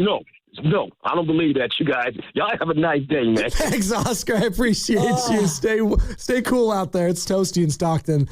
It's been reported that Steph wants him here too. That's a lie. Would like Warriors fans be upset if LeBron became a Golden State Warrior next year, and played with Steph? Like, come on. We're not at a point where we could be scoffing at a guy that's averaging 21, 5, 6 on 50% shooting. Yes, I would take that in a heartbeat. I was going to miss some games, sure. But then you get Bronny at the boardwalk. C-dubs. Get some action there. Maybe you get LeBron down there every now and then. I'm in on LeBron coming to the Bay, but that's a conversation for months down the line. You believe that, by the way, the reports that Steph wants him here? I do. Yeah. That doesn't surprise me. That rivalry thing, are they still rivals? I think Draymond's one of the leading cheerleaders on that. Absolutely. And I think Steph is also a part of it, but Draymond for sure. They're down so bad, they need players. I'll take LeBron in a heartbeat. Correct. It'd be great for us on a day-to-day basis. Who's like the LeBron James of Major League Baseball right now? who's like good, but like he's fading. Bryce Harper. Bryce Harper? Is he the LeBron of Major League Baseball? Trout. Mike Trout's a good one. That's a good one. Mike Trout. Trout's a good one. But I don't think Trout ever had the cachet of, Trout's more Tim Duncan-like in the sense of like understated, not as like, you don't have stands. You know what I mean? Like, I think it doesn't help that Mike Trout never won a playoff game. Yeah. Like, I feel like Mike Trout would be LeBron James if LeBron James had 0 championships. I think combining Harper and Trout almost in this conversation probably is more apt way to go. The reason I say that is just me transitioning to baseball in general because I wanted to talk some Giants, but you teased something that really kind of annoyed you yesterday. You had major FOMO, fear of missing out. God. What happened? Well, all of a sudden I, flip on YouTube and I'm watching 95.7 The Game and there's Willard in their 4 or 5 second show before a Warrior game, which I'm very jealous of, getting all these middays off. And he's got this hat on. And I'm looking at this hat and I'm like, damn, that's a sweet hat. The next thing I know, I'm looking around. Multiple people have these hats in the media. I'm like, okay. And then I'm flipping through pages, Instagram, and I see Bonte down at the stadium. Oh, that's interesting. And then I see a post by Willard and Christy. Shout out Quentin. The lovely, what? Keep going. Just don't stop. Just keep going. Post. Keep going. And like, they're at media something or other day at AT&T Oracle Park, whatever the hell we're calling it nowadays. Yeah. The house that Bonds built, Willie Mays Plaza. Yeah. And they got all this swag. And I'm like, wait a minute. Today was media day for the Giants? And I didn't know? And I didn't go? And I didn't get free stuff? I was super jealous. Super jealous. So then on the call, I'm like, guys, what was happening down at the Giants Stadium today? And Risotto and Lubman are like, oh, yeah, you didn't get the email? Lubman's like, yeah, I went. Lubman, you went? Oh, yeah.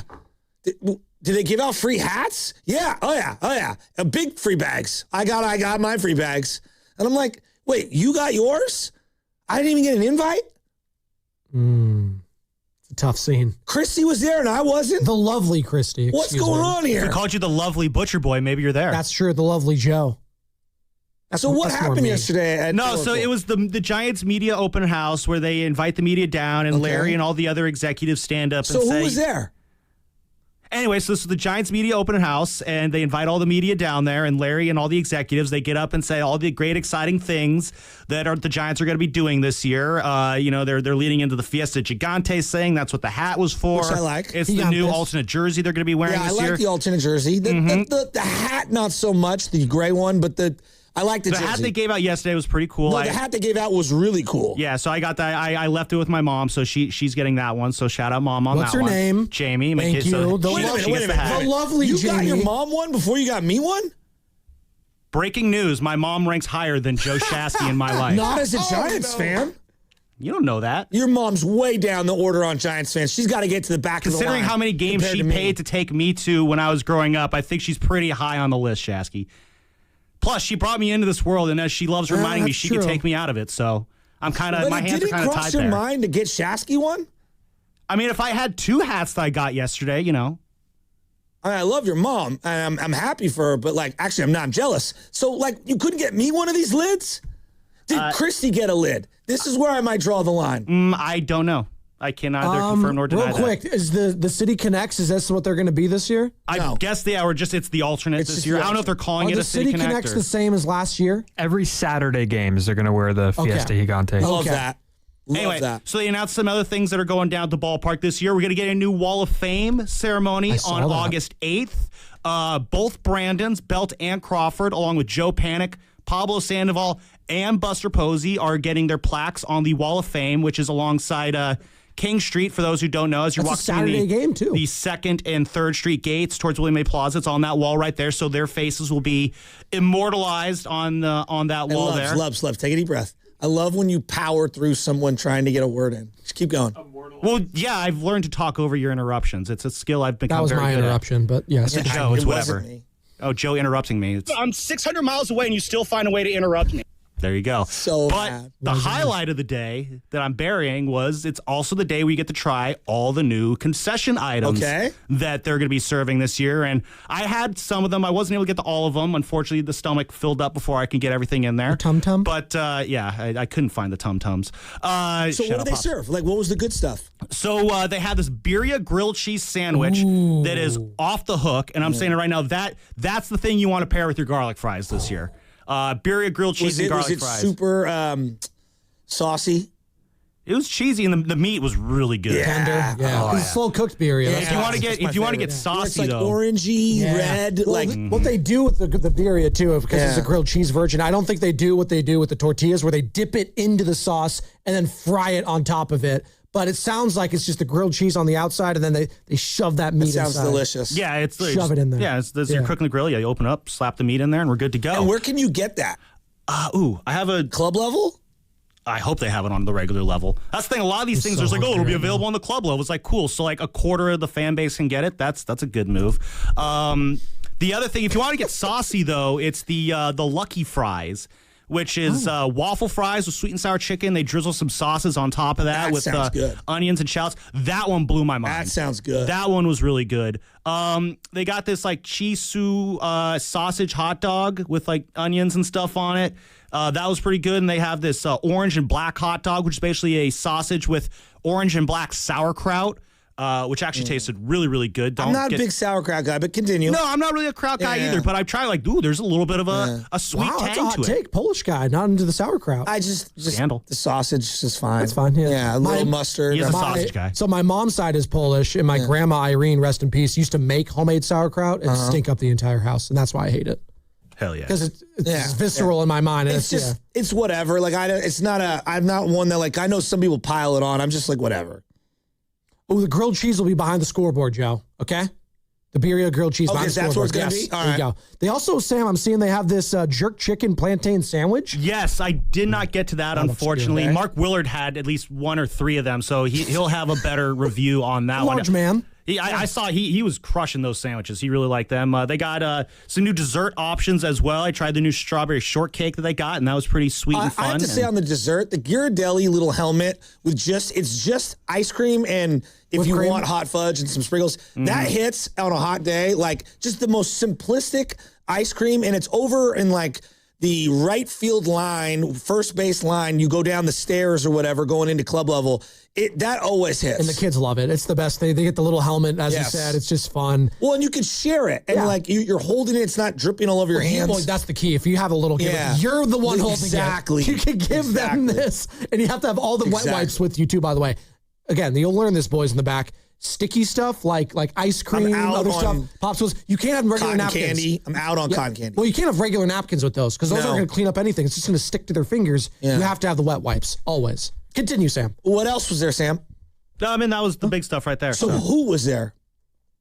What do you mean? I mean, yeah, all the normal media beat people. Was the mayor there? What? Was the mayor there? The mayor was not there. Right. His liege, the king, was there. So yeah, I chatted up with Bonte a little bit, and he's like, "Man, Lubman, I really wish working with you on a daily basis." That's a lie. He didn't say that. That was just, I mean, you couldn't even. I couldn't even say that with a straight. No one looks happier to not be here than one Bonte Hill. On TV now. But yeah, no, it was a fun. There was a lot of other people there who I just like I've never seen before. I assume there's some sort of like investors, advertising partners, stuff like that. It's content like creators or influencers, because sometimes they'll do that. You know, I didn't see a lot of them, but obviously, the news stations had some representation there. So yeah, it's a day for kind of the higher ups of the front office to kind of schmooze a little bit as well. Anything new at the stadium in terms of like. Because I saw the scoreboard. Yeah. They're going to do some different things on the scoreboard. I will be the first to admit they put way too many advanced numbers on there that most people that are sitting in the stadium casually just have no idea. It's really hard to find the batting average sometimes on the scoreboard. You know, are they 2 for 3 today, or are they 0 for 1, or like I don't know. I got there late, unfortunately, so they might have announced some things at the beginning that I missed. The most notable thing I saw is I guess the foul poles have a Chick-fil-A ad on it now. I did see that, even though there's no Chick-fil-A in the San Francisco city limits, which I thought was interesting. But anyway, yeah, that's kind of the big stuff happening. The closest one is what, Ceremony? What? Chick-fil-A? I believe Daly City Ceremony? I believe so. Yeah, people are pretending to be outraged. Burlingame has one now too. People are very upset. Chick-fil-A is excellent. Like, Well, come no. on. It's not even about that. It's about they're putting stuff on the poll now, so people are like, we have ads everywhere. Spoiler Rusty alert. used to come out of the poll. If you're old enough to remember, do you guys remember Rusty? Yeah, the short-lived You don't know what tenure that Rusty he had. is? I know what it is, but I don't remember it. It was like this creaky, Well, like, risotto wasn't alive for Rusty. tin dude that would come out of the right field wall. Yeah. I think it was once a game. It was weird. He was hated. He was crazy crab level of hated. So I'm going to tell you guys, this is an article right now I'm seeing on SeatGeek. Craziest MLB food offerings for the 2026 season. We're going to discuss whether we're in or out. Some of these you may already know, but they always just bring them up. So, for example, the first one they start off with Seattle Mariners. They have the grasshoppers there, the toasted grasshoppers. I was in Seattle and went to a Seattle Mariner game. The grasshoppers is not going to even be close on my list. I will tell you this. They have a crab sandwich in center field at the Seattle Stadium. T-Mobile, I think is what it's called now. Park, yes. I'm telling you, it's one of the greatest like cheese melt crab sandwiches I've ever had in my entire life. I not only ordered one, I also ordered a second one. They're that good. And then they have this ice cream stand with like Dippin' Dots. Oh. It goes off. Dippin' Dots, by the way, the most overpriced dessert I have ever seen in my entire life. Can you buy them anywhere that isn't a theme park or a stadium? No. Yeah. No, seriously. Or a tourist attraction because they have them like in Monterey down on Cannery Like you can't go to Row. Safeway and like get Dippin' Dots. No, I think they have like a knockoff version though at some like gas stations. Dot But that's dips? about it. Yeah, no, but it's like not Dippin' Dots, but it's the same thing. All right, so I'd try the grasshoppers. I don't know if I'd enjoy it, but I'll try it. Remember the A's had like the crickets one year. I'm out. You Yeah. get the fried crickets. I tried them and it just tasted like chewy air. I don't. Well, some people, it's a delicacy, and it's a lot of protein in those bugs. All Yeah, right, I'm good. Milwaukee Brewers at America Family Field. It still needs to be Miller Park. What are we doing here? They have the not fried chicken ice cream. Looks like a fried drumstick, which is already chaotic, but the real twist is that it's dessert dressed up as a dinner. This sweet fake out packs a chocolate core, butterscotch, and caramelized cornflakes into one wonderfully confusing package. Man, why is there an obesity epidemic in this country? I'd try it. I mean, come on. Not fried chicken ice cream. You know how many AI videos I've fallen for where they're like, this is like, cow's liver, and then they cut it, and it's like a cake.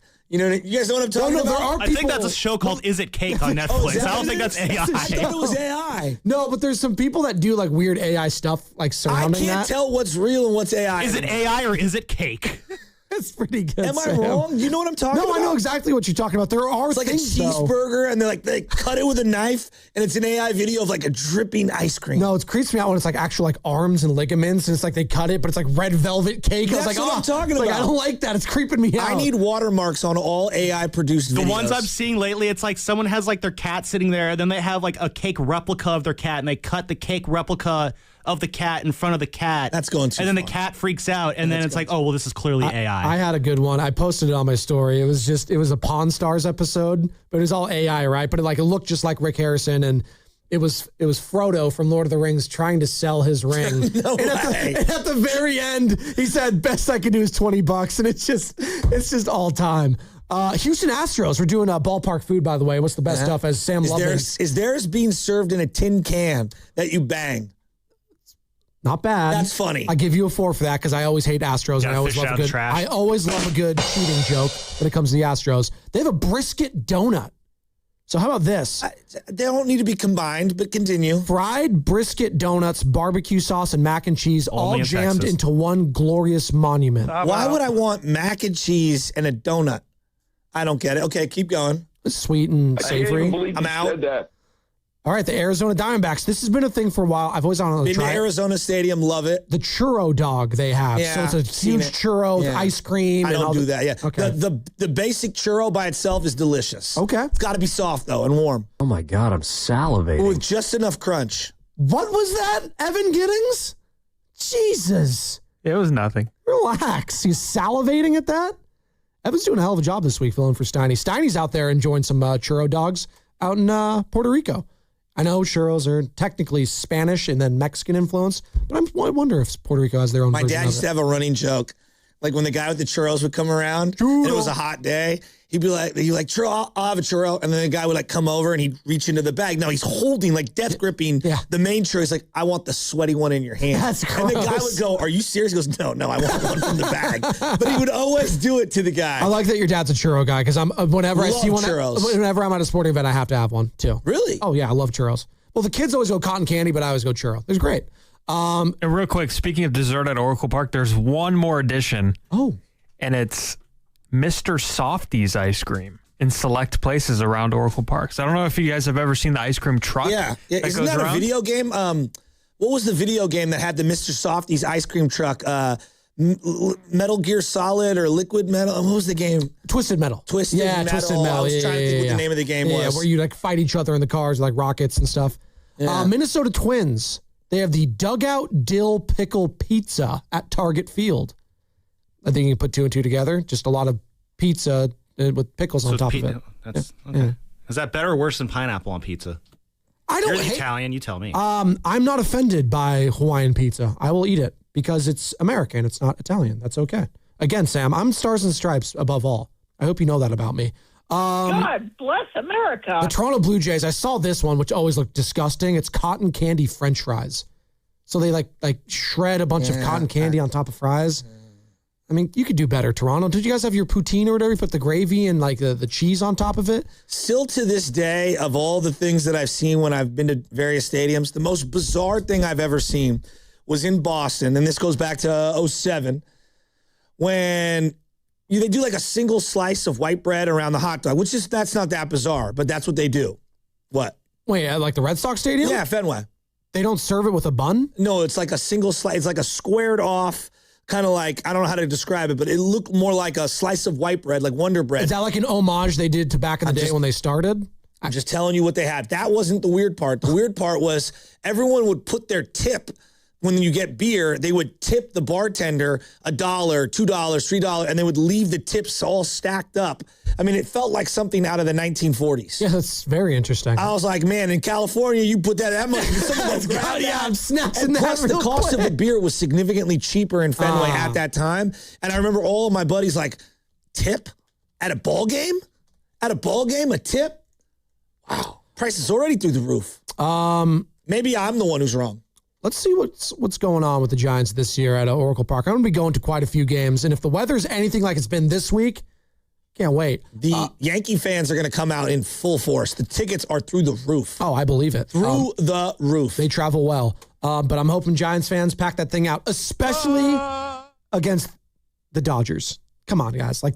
We need to start seeing that more and more this year. And how do you get fans' butts in the seats? Well, you have a good start to the season. And how do you do that? Well, with this offense. And I want to get into more Tony Vitello on the other side, because I think we left a lot on the table talking about the Giants. Less than a week away now, people, from opening day at Oracle Park against the New York Yankees. Let's get into it. Tony Vitello. What would be a successful season for the new manager in his first year? It's brought to you by Crystal Geyser Alpine Spring Water. What makes Crystal Geyser Alpine Spring Water different? We always bottle our Alpine Spring Water less than 1.5 miles from the spring source, and all our bottles are made with 50% recycled plastic from our own recycling plants. Crystal Geyser, bottled at the spring source. Get ready, Bay Area. It's the first California rivalry match of the season. Bay FC takes on Angel City FC on Saturday, March 21st at 5:45 p.m. for the Women's Empowerment match at PayPal Park. It's more than a match. It's a celebration of the powerful women leading Bay FC today and the trailblazers who paved the way. Expect fast-paced action, unforgettable moments, and energy you can feel in every corner of the stadium. You don't want to sit this one out. Buy your tickets now and be a part of the first big showdown of the season. And now an ode to play, brought to you by Scratchers and the California Lottery Philharmonic. Take a time out from your busy day for a quick moment of play. Get some scratchers, then get scratching. You deserve it, won't you say? Scratch, scratch, scratch, scratchy, scratchy, scratchy, scratch, scratch. Feel the play and up your game. Scratchers from the California Lottery. A little play can make your day. Please play Play responsibly. Must be 18 years or older to purchase, play, or claim. Drowning in IRS debt? If you can't afford to pay your IRS debt due to economic hardship, you can now be free of IRS collection efforts by taking advantage of a special IRS tax hardship program. This program allows Americans who owe the IRS to resolve their delinquent tax debt once and for all. In some cases, maybe even reducing what you owe significantly. An open phone line has been established by Community Tax for consumers to call and see if they qualify. Simply dial 800-485-7220. If you owe back taxes to the IRS and cannot afford to pay them back or have years of unfiled tax returns, help is standing by. Just call the Community Tax Helpline today at 800-485-7220 for the help that you need. Don't take on the IRS alone. They can attack your wages, savings, pension, home, and even your Social Security check. Call 800-485-7220 to see if you qualify. That's 800-485-7220. Now it's time for the closer of the week. Presented by LiftMaster and RNS Doors. Turn your garage into the envy of the neighborhood. Visit rnsdoors.com. This week's closer comes from Vanessa from Albany. Luis from RNS helped me with a garage door malfunction, the ultimate in professionalism and speed to repair the issue. Thanks again, RNS. You're the best. Recently, my garage door opener was not working. I was in need of a closer. I was put in touch with RNS Doors, and they hooked me up with a brand new garage door opener from LiftMaster. With LiftMaster's MyQ connectivity, my garage door opener can be controlled right from my smartphone. You'll know when a door or gate has been left open and can close it with a tap, no matter where I am. Be one of the first 10 callers and receive 20% off a LiftMaster garage door opener. Call 1-800-FIX-A-DOOR. That's 800-FIX-A-DOOR. Or visit rsdoors.com.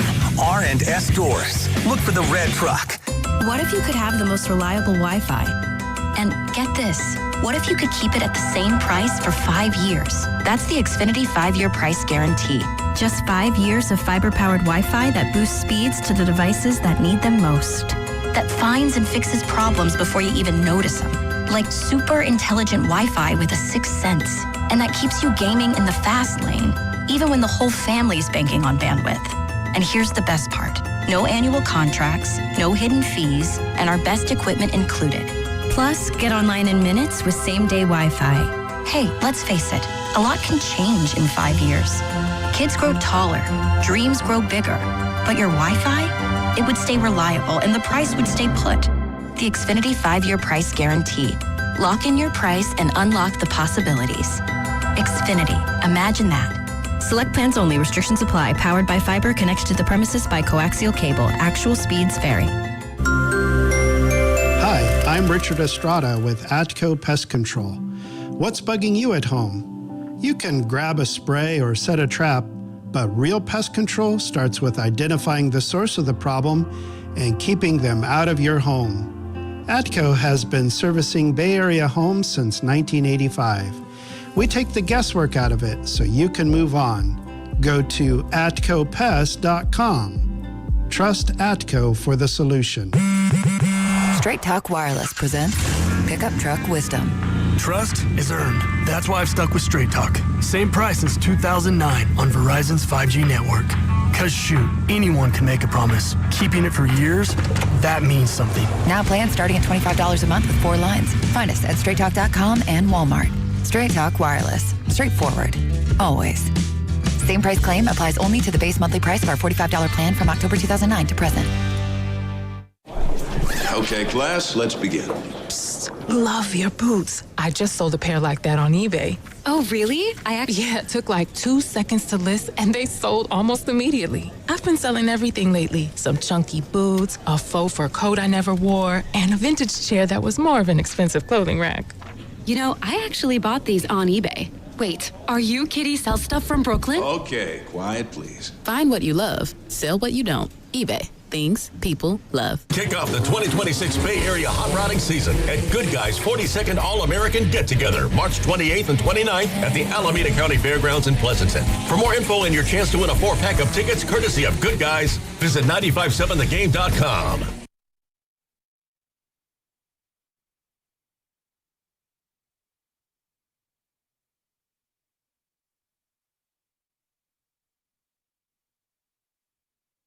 It's Union City's finest, Daryl the Guru Johnson, and I'm listening to my guy, Joe Spadoni, and my brother from another mother, Excelsior's finest, Butcher Boy Joe Shasky. Take it away, guys. What's up, Goo? Hey, Goo. Hey. Apparently you said something super controversial the other day. You and Evan Giddings. It's not that. It was in regards to food options that you were suggesting to one L. Duncan, who will be a part of the coverage 6 days from now at Oracle Park for opening day between the Giants and Yankees. L. Duncan being a part of Netflix's coverage, obviously. And she was like, what food do I need to eat at Oracle Park? As we were just talking about it. And I guess Evan said the crab sandwich and Guru said the garlic fries. And Guru was correct. Sam, why were you so upset about the crab sandwich? Because it's overrated. I think you're in the minority there. Cool. The majority is sometimes wrong. It's overrated. It's overpriced. It's not that big. It doesn't taste good. It doesn't feel enjoyable to eat. Do you know how expensive real Dungeness crab is? Just the meat, crab meat, right now.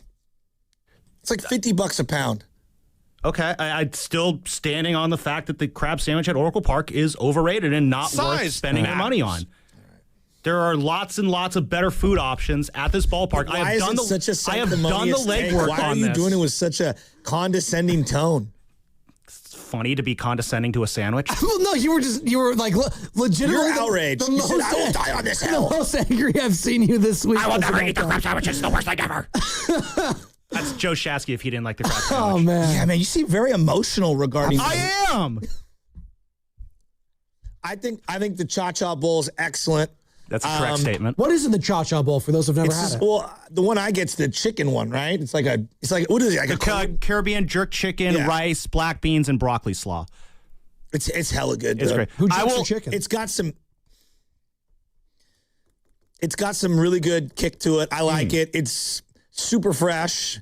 It's easy to eat because you got the fork and the bowl, and so you don't get it everywhere. You know, it's not all over your hands. I love it. I think it's good. And the crab sandwich, I think, is great. I mean, I don't really get it that often. It's probably a once-a-year thing for me. Okay. But I think it's great. I want to try the Birria grilled cheese. Apparently, that's going to be debuting behind the scoreboard for those that are interested, as Sam tried one yesterday. If you guys really want to do a fun food item, the one I suggest to people a lot, it's one you don't think about. Out in center field in the organic garden area they have out there, they have that flatbread pizza stand that's out there. Is that good? It's one of my favorite concession stands in the ballpark. Is the Lumpia stand still behind home plate? Yes, the Lumpia is still there. It's behind home plate. That's still pretty good. So they need two of those. They do, yeah. But no, I did this a couple times where I've tried all these concession items at this ballpark over the last few years, and I will say, like, the flatbread pizza they have out in center field, like, it's very well priced. It tastes really good, and it keeps you full for the entire game. Can I just explore something? What, you and the crab sandwich. Back to the sandwich. What do you expect you're getting at a stadium? Like at Oracle Park, I have high standards for the food at Oracle Park because the food is usually really, really good at Oracle Park. I get the stadium. Away. You're not at like. You're not at like Water Bar or. No, I get that. It's a stadium crab sandwich, but again, for a ballpark that has very high standards for food, that does not meet the standard that the rest of the concession items set, in my opinion. Okay. 262 on the Boxer and Gerson work injury attorneys text line. Shasky, am I some crazy type of person for sneaking in hot dogs? Steven Risotto brought up something that I kind of forgot to mention in the last segment. You guys have heard of the 999 challenge, right? No. Enlighten me in the audience, It's please. 9 hot dogs, 9, I guess, beers or beverages, and you eat those over 9 innings. So you do basically a dog and a beer per inning for 9 innings. Okay. That's a legitimate thing that the Giants are offering. Like, they have a box of 9 hot dogs and 9 cups that I guess you fill your drink with. I didn't see the price, but the fact that they're like, it's a menu item and not just like a challenge you have to make happen yourself, I thought was pretty wild. Is it an individual, or can you buy that for like if you're in a group of 3 or 4? I mean, I guess you could buy it and like kind of share it, but I mean, it's probably one box per person. That's what I'm thinking, and because like one of the big issues I have with the Lumpia stand is not the stand or the food itself; it's how long it takes to get the food out of it. Where like me and my wife, because she likes to go to the Lumpia stand, she'll be like, "Oh, it takes like a whole inning," And now when the games are going so quick, like that could be 30 minutes. You might miss 2 innings, and you can't do that. Not with this Giants offense, people. You know why?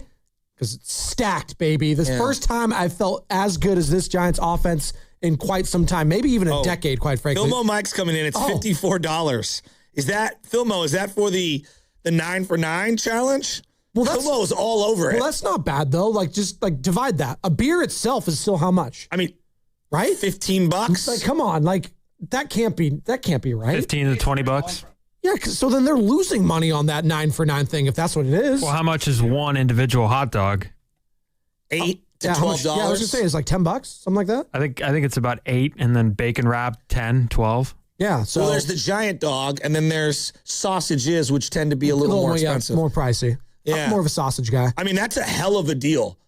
It is. If it's $54, do the math. Well, not the crab sandwich, unless he's saying that's what the crab sandwich is. No, he's telling me it's the beer thing. So that's a great deal. Oh, you just sent me a picture of it, Risotto? That's called producing on the fly. I sent you guys a picture of what it looks like. It That's comes pretty in cool. Cardboard box. I'm going to show it to everybody on the. Yeah, it's pretty cool. Oh, they're like wine glasses, or are those cut off? I think that's a great bang for your buck. It looks like they're a little bit bigger than shot glasses, maybe. Okay. Somehow people will find a way to abuse that system, and I like it. At a game this year, Sam, I'm going to do this, and we're going to record it. Are you guys all in? What? I'm down for the content. I will do the 999 challenge at some point this season. Okay. I'm going I'm to do all it. in. We're getting, okay, I'm all in. You're all in. I'm all in. Let's do it. I'm all in. All right. You're all in for me doing it. Yes. Yes. Okay. I will watch you do that. All right. We'll do a show outing, all of us, and Carter eventually when he comes back. Risotto, you can come since you're the interim. Too much bread for Shasky. Well, no. No, he's watched the hot dog eating contest on July 4th. You have to dip the bread in the water so it goes down, slides down the gullet a little bit easier. Much bread. It is a lot, actually. It expands too. I had my first bowl of pasta in 3 weeks yesterday. A little ravioli because we were out of everything at the house, and I had a game and whatever. I was so bloated last night and this morning from the pasta. You don't realize how you're bad. I'm eating so much sugar this morning because I literally something's not feeling right today. I had not had any of that refined pasta in so long. And I love pasta. I love bread. I love rice. It's been really difficult. 925. The beers and hot dogs are mini size, not regular size. I'm looking at it right now, 925. It looks like normal hot dog sizes. It still looks like good bang for the buck. It does. And yeah, the beers, again, if you're paying that much for the beers, they're going to be not full, but like 3/4 of it. Absolutely. I'm doing it. The 999 challenge. Let's lock it in, people. Let's lock it in. I guess it's going to be a nighttime game, by the way. I'm doing it. And it's going to have to be like on a weekend, so like the next day. My next question was that one. My next question was that one. Although, should I do it? Should I do the 999 challenge? And then come in the next day? I think you should. On a weekday It should be a Tuesday night game. Okay, let's do that. Tuesday night game right. so that we come in on Wednesday. And if you're mailing it in, the boys and I will pick you up. Okay, you'll pick But you me have up? to sit here throughout the show. Okay. All right, no matter how hungover you are. All right, you guys we have to get like a breakfast burrito the next day to soak it all up. 510 says no way that included the beer prices. We got to get confirmation on the price of this thing, guys. We got to. Mason and Hayward wants to take a temperature check on the Giants. What's up, I'm Mason? feeling good. I think you're in the high 70s, low 80s in terms of temp check. I think so. Yeah, I would say I'm about pretty as the same as you guys for sure. What is that? Like, so like you like the offense, the pitching, like what are you feeling good about most, Mason? The offense, little skeptical about the pitching for sure. Okay, what would be a successful season this year, Mason? Wild card. Oh, okay. I think great call. That's what I'm looking for. So Tony Vitale, this is his first season as San Francisco Giants manager. First season in the big leagues, Joe.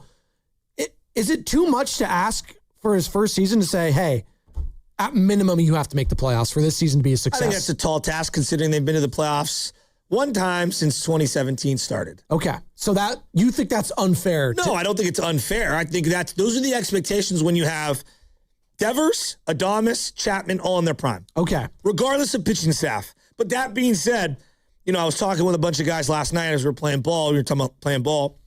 I think we're all in consensus like, Robbie Ray's a really good player, but if he has a similar season to last year, I would be surprised. He was awesome. He was. Last year. He tapered a little down the stretch. He is older. He is in a contract year.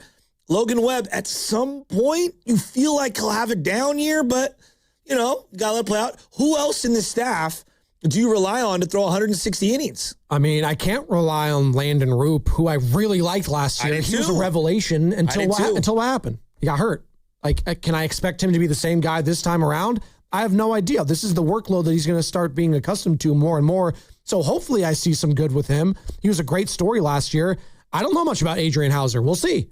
We'll see with him. He's slated to be the third guy in the lineup. So, I mean, it'll never happen. Excuse me. Joe, it's never going to happen. All right, so just file this under again, never going to happen. Okay. We've been spending so much time talking about Giannis, okay? Warriors, Giannis. No, the guy that everyone in the Bay Area should be like clamoring for is the Giants should trade like 3 of their prospects, the highest prospects. I would even consider Bryce Eldridge. Everything and anything for Paul Skeens, and then have a $700 million check ready for him. That's the guy they need. Paul Skeens. Mega rock star. If you could trade for any superstar right now on a bad team, might be Paul Skeens. No, in all of sports. In all of sports? My team needs this player more than I would tell the Giants to go out and trade heaven and earth for Paul Skeens. God, a guy that right-handed doesn't play every hog. day. He's a pitcher. I don't care. Right-handed hog who has an under 2 ERA, who's going to throw 175 innings. He's 24 years old. He would be anything and everything. It would be unbelievable. And you would make sure he doesn't go to the Dodgers.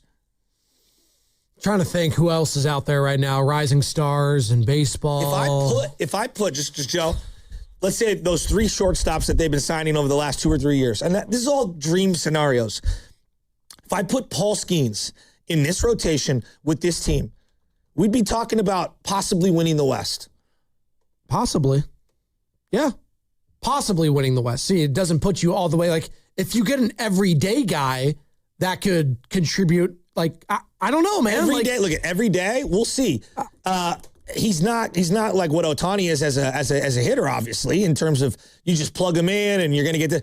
As a pitcher, Joe, you'd have Robbie Ray, Logan Webb, and Paul Skeens. I know. It's tantalizing. It's exciting. Tantalizing? Yeah. Name another pitcher under 25 years old in the game that would even come close to Paul Skeens. I can't. I got to pull up his numbers. Yeah. I don't. I love Paul You're Skeens. looking at like Roger Clemens 2.0. Doc Gooden 2.0 in terms of production from a young player in his first couple seasons. I'm all in on trading whatever you can for Paul Skeens. Absolutely. Let me give you. I'm not fighting you on this. No, I know. Yeah. His rookie year, a 1.96 ERA. His next year, last year, a 1.97 ERA. He struck out 216 batters. What? He's getting worse. He was 10-10. He was 10-10 with the 1.97 ERA. Like Tim Lincecum.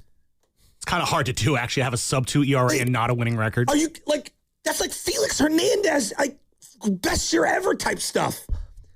Bobby Witt.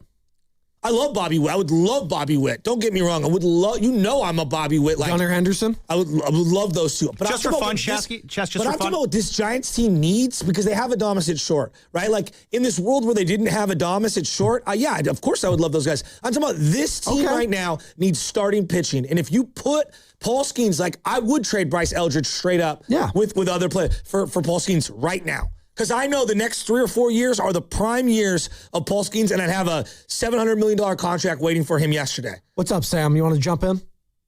No, I was asking if both were available, Skeens or Bobby Witt, who would you want the Giants to go all in for? Risotto got snacks back here. Oh, okay. So Bobby Witt or Skeens, and he said, as currently constructed, he's more into Skeens right now with this. If this was a year and a half ago before Adames signed, I'd be all in on Witt. Because you need the everyday player, and he's 22, whatever, you can be an MVP candidate. You want Paul Skeens on the Giants more than you would want like a Victor Wembanyama on the Warriors? Well, Victor, I'm sorry. Basketball's different. I'm just, we're doing the comparison. I have to play the game. What about the 49ers? What's like Patrick Mahomes?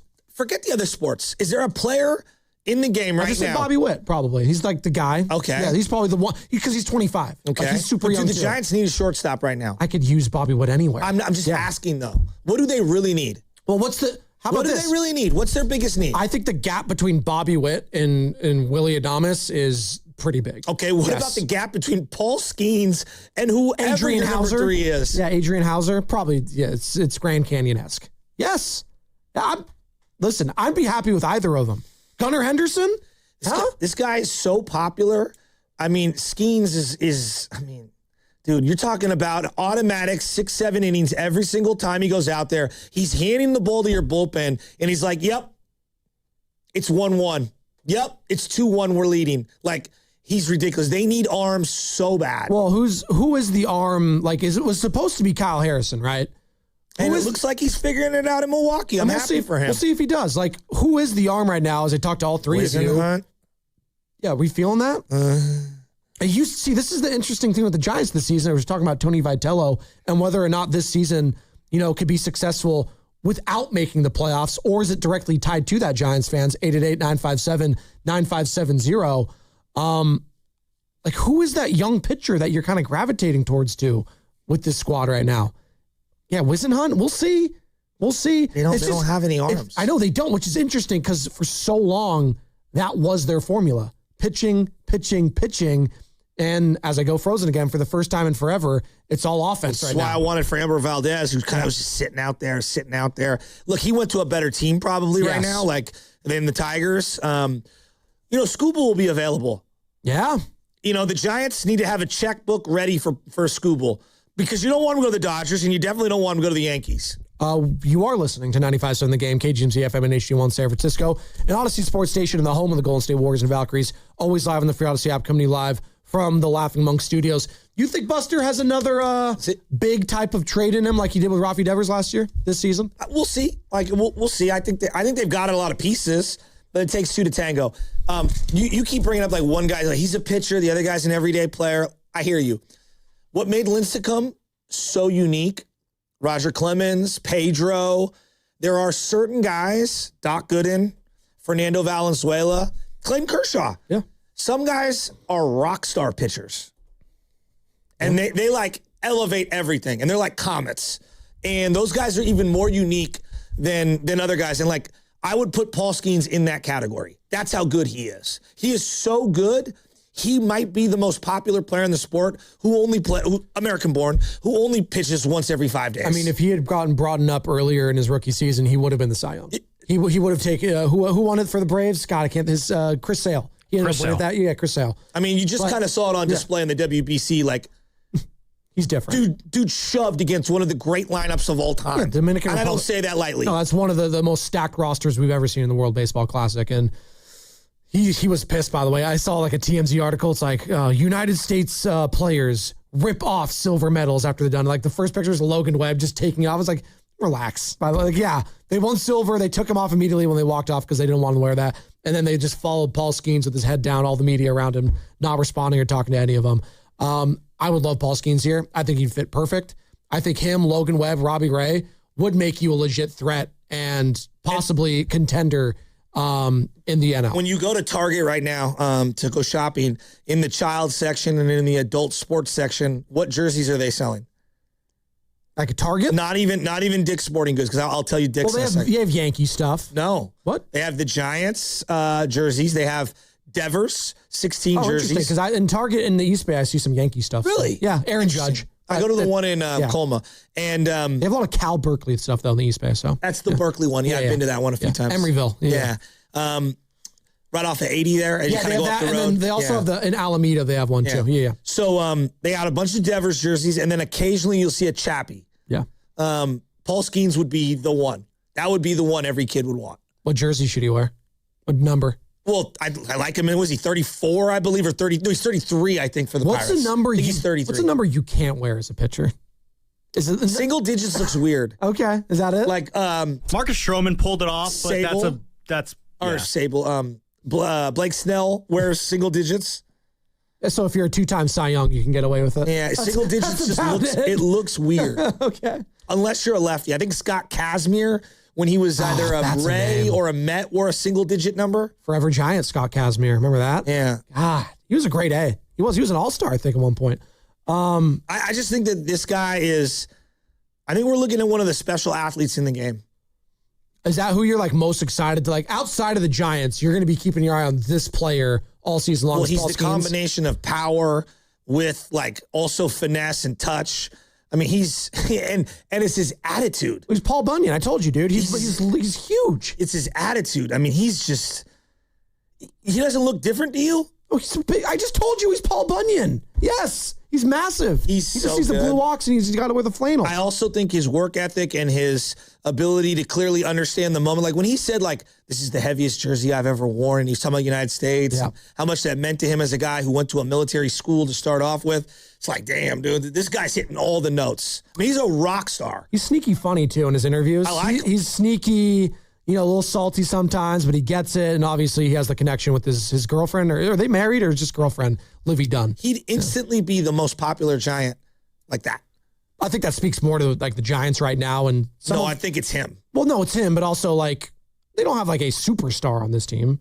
Sure. So, but even if he was on the same team as a Mookie Betts, he has bigger star quality in terms of the media attention and all that. Like, and Mookie's but he's not big. But he wouldn't be bigger than Shohei. No, well, Shohei's one of one. Exactly. Right? And that's, he's the next coming up. Correct. It's like Skeens could go. There's only a handful of places that Skeens could go and not be the biggest attraction.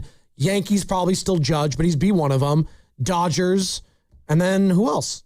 If you put him on the Royals, he makes the Royals as great as Bobby Witt is as a player. Bobby Witt does not have the, personality and appeal for whatever reason that Skeens. And I think Skeens playing for LSU and being on that college stage and us getting a taste of it, I think that really elevated his profile. And then obviously, look, there's the Livy Dunn aspect. Yeah. She's making $20 million on Instagram. Who's Livy Dunn, for those who don't know? Who is that? She was the LSU gymnast who was his girlfriend. Okay, and now she's trying out for Baywatch. I guess they're having a new series. So there you go. I don't think she tried out for the Olympics, but I don't know. She's no Gabby Douglas.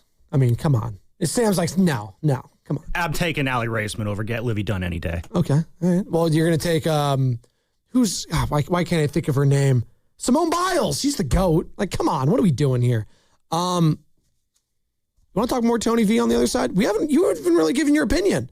Can he, does he have to make the playoffs this year? What can he do to have a successful season if they don't make the playoffs? I want you to answer that on the other side, because I actually think you got to make the offs this year. You just have to. 888-957-957. First-time coach? It's not about first-time coach. This is the most confident I've felt about a lineup in a decade for the Orange and Black. And yeah, if it has to be adding on to pitching on top of that, so be it. That's part of Buster Posey and all this. And Buster Posey stuck out his neck for this guy. What's up, Sammy? Really quick, some news on the regards to the Niners on the other side. Oh, you can wait till the other side, though. Don't go crazy. Okay, it's going to be brought to you by Kalshi. Trade on anything. March matchups are here and now, and you can trade the tournament in all 50 states with Kalshi. On Kalshi, you're trading against peers in a live market. As the odds move, you can buy in and out of your position all tournament long. Download the Kalshi app. Use code FAN to get $10 when you trade 10. KALSHI. Kalshi. Trade on anything. Visit Freeman's Appliance in Pleasant Hill March 27th through March 29th for their once-yearly red tag clearance sale. Take advantage of one-of-a-kind opportunities on floor models and factory direct pricing. Visit Freeman's Appliance red tag sale for the best time to save big on new appliances for your home. Running a business means wearing multiple hats. So if you're like me, you probably started out using your personal phone, taking client calls and texts nonstop. As my business grew, I needed something smarter. That's when I switched to Quo, the #1 business phone system. Quo works right on your phone or computer. No carrying 2 phones, no clunky landline, just one easy app you can try for free. Your team can share one number and handle calls and texts together like a shared inbox. Any teammate can jump into the conversation, so customers get faster responses. And Quo's AI assistant summarizes your calls and responds to customers 24/7, so you never miss a lead or opportunity. All this starts at just $15 a month. That's basically 2 coffees. You can even keep your current business phone number. Find out why 90,000 businesses trust Quo. No missed calls, no missed customers. Try Quo for free at quo.com/sports. That's quo.com/sports to try Quo free. QUO.com/SPORTS. Injured at work? Don't wait. Every moment counts. You may be entitled to medical care and financial compensation, but time matters. The attorneys at Boxer & Gerson are here to protect your rights and fight for the treatment and support you need. Boxer & Gerson have helped thousands of people across Northern California who were hurt on the job. Don't wait. Don't guess. Get answers. Call Boxer & Gerson today at 510-835-8870 or visit boxerlaw.com for a free consultation. Boxer & Gerson, your life is worth the fight. Hey, Bay Area sports fans, get ready for game day with Laughing Monk Brewing. Whether you're watching with friends or heading out after the final whistle, Laughing Monk has the perfect beer for the moment. With locations in Sunnyvale, Scotts Valley, and Bayview in San Francisco, there's always a monk nearby. And now, check out their newest San Francisco location in Nopa. From crisp lagers to bold IPAs, every beer is righteously brewed in San Francisco. Grab a pint, grab your crew, and make game day better at Laughing Monk Brewing. Righteously brewed in San Francisco. This is Larry Flick, owner of The Floor Store. This month marks our 40th anniversary. We're celebrating with the biggest sale ever. Every product store-wide will be 30% off. Go to floorstores.com for directions. The Floor Store, your Bay Area flooring authority. What if you had the smartest Wi-Fi? If you did, it'd be Xfinity, of course, and it'd come with their best state-of-the-art equipment. It would boost speeds to the devices that need it the most, prioritizing your most important connections, whether you were streaming, gaming, or gaming while pretending to work. And it would let you stream 4. That's right, 4 games on one screen. It would even power your mobile connection so you could bring faster, secure Wi-Fi speeds with you where you use it most. It would be proactive and fix problems before you knew you had them. Impressive, right? And it would have security features that protect you from threats at home and online.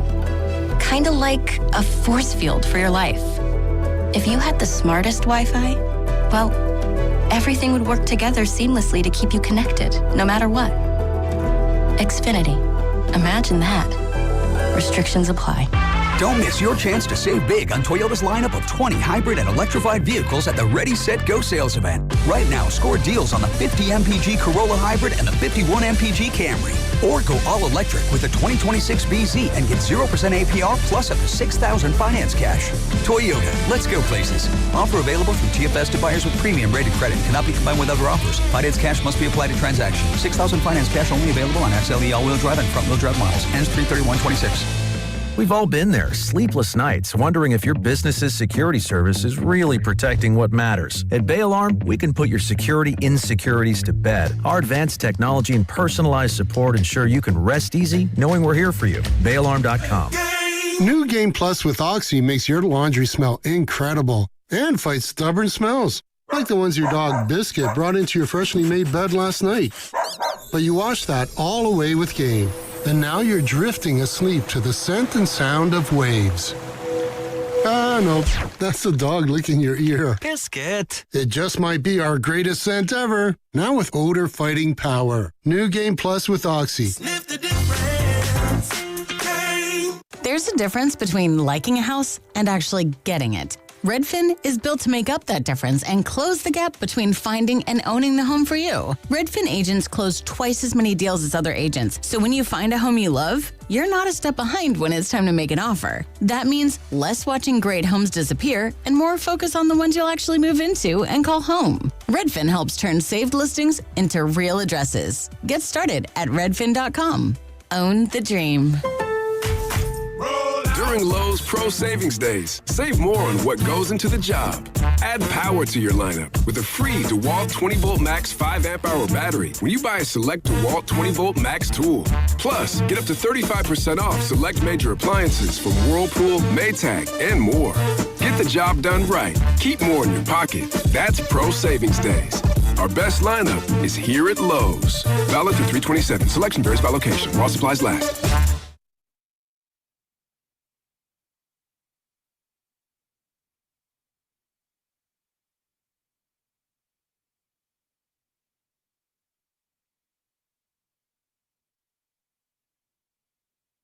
Hi, this is Dwayne from Concord. You're listening to the Morning Roast.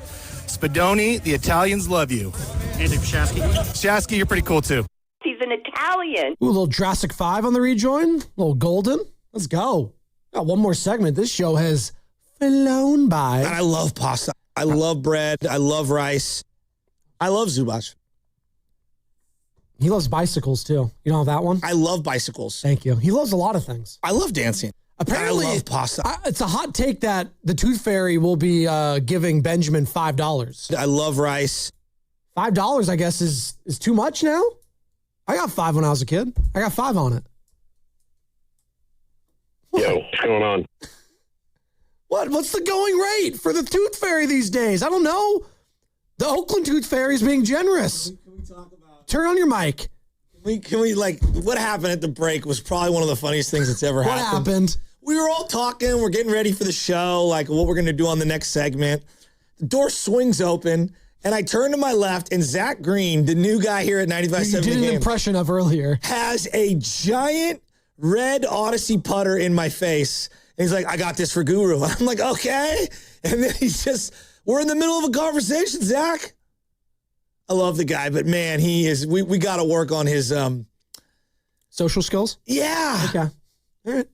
It comes easy to guys like us, though. Not everyone. It's okay. To say one is aloof is an understatement. He is a character. Now that I realize it, he is a character. You guys said that I was earlier? right. You were right. Shasky, you were right. You were right. I know. I did have a point. Shasky did have a point. Maybe I'm the one who's wrong. It happens. 650, the new parental generation, quote, the Tooth Fairy's asking what your Venmo is. No way. Is that what they're doing? The No Tooth way. Fairy's no, we don't do I that. had a problem with Venmo too. So my dad had the same name as me. Oh. I have the same name, and I never had a picture on there. They do make it kind of difficult to navigate to find people on there, like randomly, like not when they send you their scan or their exact name. It is a little difficult. And I also don't like how you can see what this person paid for that, and that person can see what that. Like I don't think we need to be doing all that. Sorry, I thought I was going to sneeze. 510, I like using $2 bills. The Tooth Fairy does, that is. I didn't even know those were still in circulation. Oh, yeah. I thought they were pretty rare. My dad, who used to work at a off-track betting place down in Monterey, he would always get like $2 bills randomly, and he'd keep those ones, and he'd give them to us just because he's one of those guys, thought it was cool collecting them. Oh. Thomas Jefferson on the $2 bill. Do you know all the different presidents / founding fathers of America and all the different currency? No? Okay. I know about all the Illuminati characters and the fold it this way and it turns into the Twin Towers burning down and you do this and you do that. The jet fuel and all that. Yeah. 925. If the Giants sniff a wild card spot and the young players show improvement, I call that a win for the first year of Tony Vitello. Totally agree. And take it to the Dodgers and the Padres in those head-to-heads. Okay. That would be a big one. And I obviously got to hold your own against Arizona. Can't forget about them. I don't know what to make of them currently heading into this year. Yeah, they made that trade for Nolan Arenado kind of out of nowhere. I don't know how that's going to... We'll see. Yeah. He's up there in age. He is. But I just keep coming back to, I think we're all really, it's make the playoffs or bust for a guy in his first year. I mean, where he's got two starters that he can rely on. And bust is strong, but I would like for this team to be competing for a wild card, legitimately competing for a wild card spot in the month of September. Sure. Is that asking too much? No, I don't think that's asking. But again, that means you'd have to be one of the top 9 or 10 teams because that's where you want to be in the NL. No, that's not asking too much. Vegas has them at 80.5 wins for their over-under season win total. I think that's low. I'm taking the over on that. We were talking about it yesterday. They've been a 500 team essentially every year for 5 years. I know, but maybe I'm higher on this offense than Vegas is, but they're just so down on this pitching. I'm not as down on them, but the bullpen's a major concern. And we heard from Vitello from last week, Sam Cut the Sound. It's a fluid situation right now. I hate to hear a fluid situation when it comes to a bullpen because that means you have no answers right now. Well, their bullpen is a work in progress. They traded away Camilo Duvall at the deadline. I think most would agree that was probably the right move, right? Yes. Okay. Yes. We could argue about Tyler Rogers, but he wasn't going to sign here in free agency. No. So then you had Randy Rodriguez. Who could have seen that his elbow was going to go through the Tommy John? No one saw that coming. It was unfortunate. And I think that changes their whole bullpen. If they came back this year, Joe, and you knew Randy Rodriguez was in that bullpen, wouldn't you feel a lot better? Yes. I'm just looking at the National League last year, Joe. So the Cincinnati Reds were a playoff team, a wild card team. They had 83 wins. I know. They were just 4 games over 500. I know. That's all it takes. I know. Be around 85. But They could show a 5-game improvement this season, right? 5 games. That's all I'm saying. I think so. I think that they would got be to good get out enough. the gates better. Get out of the gates better. That first month is going to be crucial for them. And then you got, I don't think the Cardinals I think the Cardinals are going to drop off a lot. They were hovering around 500 last year, too. Good. I'm just looking, we're just taking a big picture. Pirates, I think, are pretty mediocre. They're cheeks. The Rockies suck. Diamondbacks, I said, they're always a wild card. They kind of struggled early on, and then they faded again late. You have the injury for Corbin Carroll? Yeah. Well, how does that play for the beginning of their year? It's a good question. The Braves, I don't know what to make of them. I mean, are they going to be healthier this year? You would assume. Do they stay healthy? If Acuna's healthy, he's one of the most talented players in the game. I think the Braves are the biggest what if they're healthy, but we've been saying that for a couple of years now, and they just haven't stayed that way. Marlins, Mets, again, that's another one of those teams where it's like, I don't know what to make of them. I don't know either. It's going to be the Phillies, Brewers. We'll see with the Cubs. I like Pete Crow Armstrong. I like their pitching staff. And then the Dodgers and Padres. You could be one of those wild card teams. I agree. You can be. I don't think it's asking that much to be a wild card team this year. I don't know what to make of the Cubs again this year. It's a very, I don't know. Like when you lose Tucker. And then Tucker goes to the Dodgers, I don't know what to make of them. And at some point, the Dodgers. Well, they brought in who? Cody Bellinger? Is that my trip? Is that who they brought in? Or no, that's the Yankees, right? The Yankees kept Cody Bellinger. Bregman. Okay. Bregman, sorry. Yeah, thank they you. signed Alex Bregman. Alex Bregman. 3 years, $100 million or something like that. And kept 5 years our guy, Nico Horner. Yeah. There you go. So I'm saying it's out there. It's a possibility, and it's not that far-fetched for this team to make a wild card. I think that should at least be the expectation for this Giants team this season. I think that is a legitimate expectation. Not saying that, like, if he doesn't make it, it's this damning thing and you need to clean house and it's just no, it'll just be another year of frustration, I think, for Giants fans. It's like, damn, like we're so damn close and yet we still can't make the playoffs. I look at their team right now. You gotta break through at some point, right? Yeah, I look at their team right now and I'm like, all right, what are you by mid-May? If by mid-May we are like really desperate for pitching, I think you have to be the first team to the market to trade for whoever's available. You know, if Detroit gets off to a horrific start and they start fielding calls on Tariq Skubal, wouldn't you be in on that and have the hundreds of millions of dollar contract ready to go? Absolutely. Mid-May last year, Joe, the Giants had beaten, this is May 17th, they had beaten the A's 1-0, and they were 27-19. I mean. And then what ended up happening in June? The June swoon. Yeah. Happened. Jung-Hoo Lee really fell off the map, and a lot of guys were struggling. Endeavors wasn't, he didn't hit the ground running, and there was some concern about his injuries and all of that. Willie Adames, again, started very slow early on there. And that was what we were talking about the Warriors, and I always talk about hot starts, right? God, it would be so refreshing with this team just to get out to a huge... Like, seriously, like, I know you're scoffing. No, we talk about it year and year and year. Look at the schedule for the Giants opening up this season. Just take a look at it, all right? San Francisco Giants open up with the New York Yankees next Wednesday. We all know that, all right? After the Yankees series, as I'm struggling to pull it up right here. All right. After the Yankees, you've got the San Diego Padres, the New York Mets at home, the Philadelphia Phillies. Just those first 4 series are all playoff contender teams. I think we'll learn a lot about the San Francisco Giants April and then into June, because after that, you got the Baltimore Orioles, Cincinnati Reds, who were a playoff team last year, Washington, and then you got the Dodgers at home, Marlins, and then Phillies on the road, Milwaukee. You're going to learn a lot about this team offensively early on. And I'm excited for them to be an offensive first team. I think this fan base, for the first time, is going to really gravitate towards the Devers, the Chapmans, the Adameses, and it's going to be a everyday kind of a lineup feel, more so than what it's been in the past when they were at their best, when it's like, all right, here's a Timmy day, here's a Matt Cain day, here's a Bumgarner day. We scrape across a couple runs. That's it.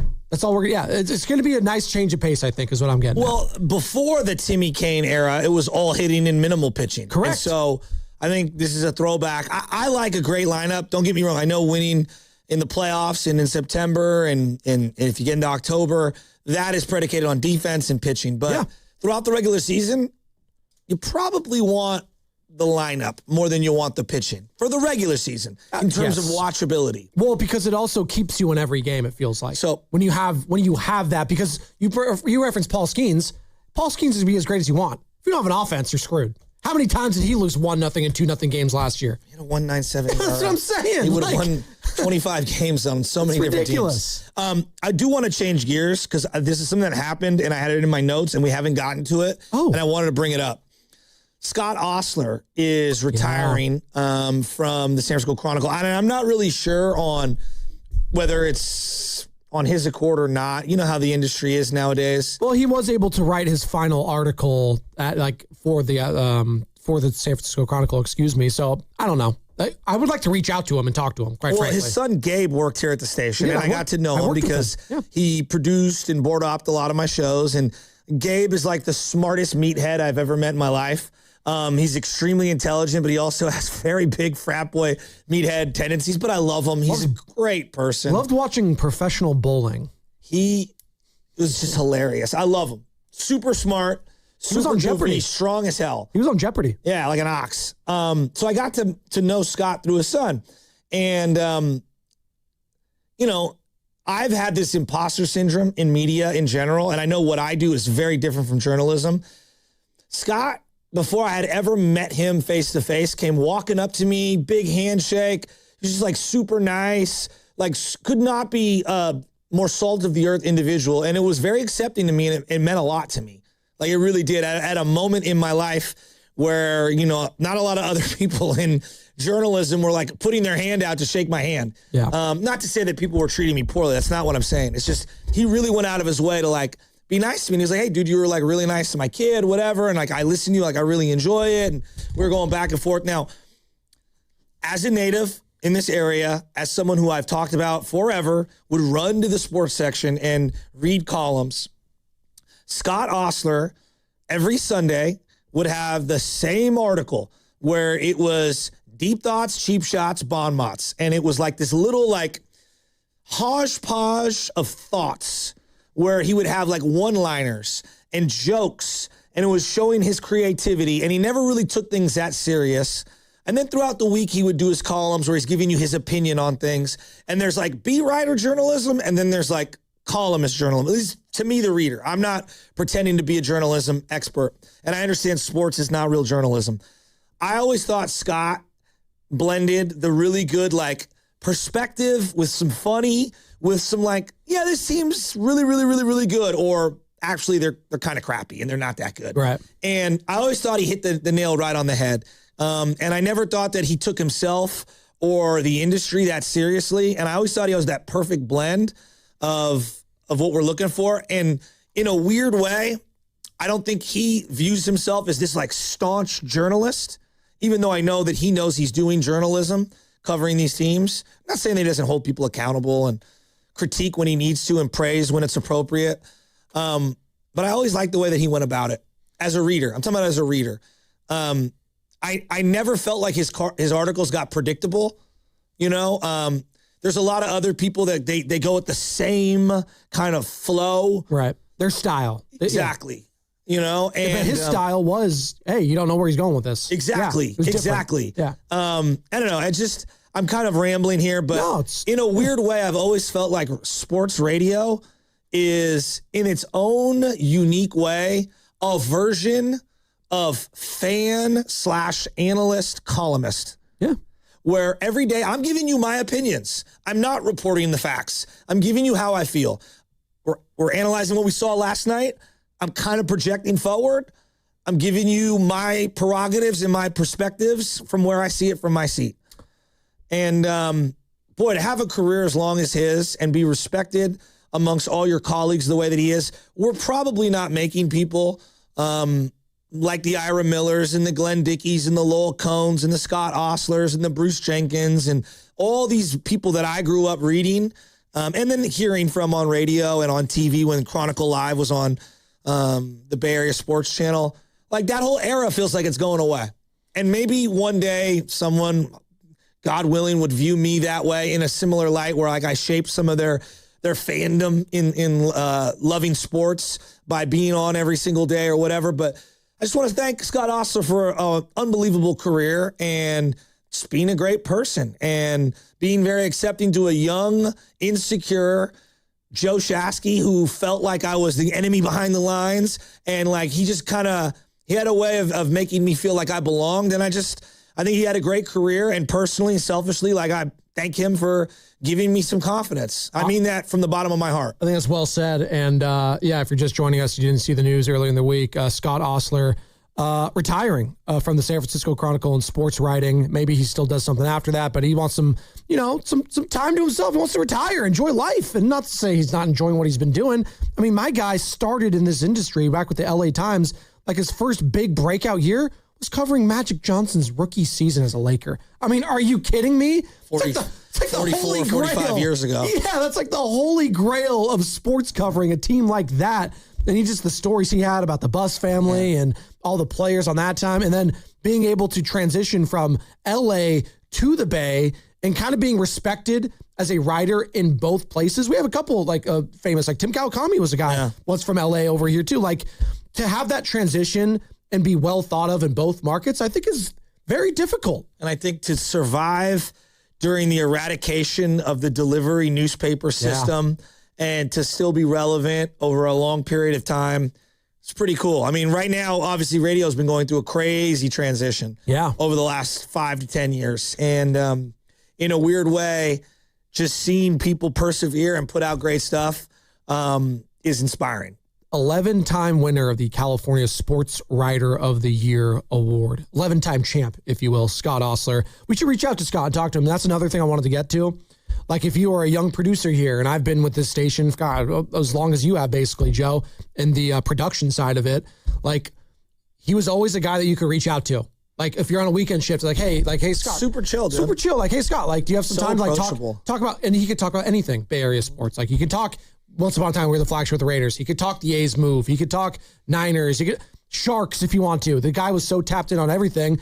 And I just appreciated how like open he was to young producers that are just trying to get their foot in the door too. So good guy to interview and just funny. And he also kind of reminded me of my dad too with some of his one-liners and jokes. And I think they're around the same age too. So whenever I'd like read him and also hear him talk on the airs, it reminds me of my pops, which I always appreciated.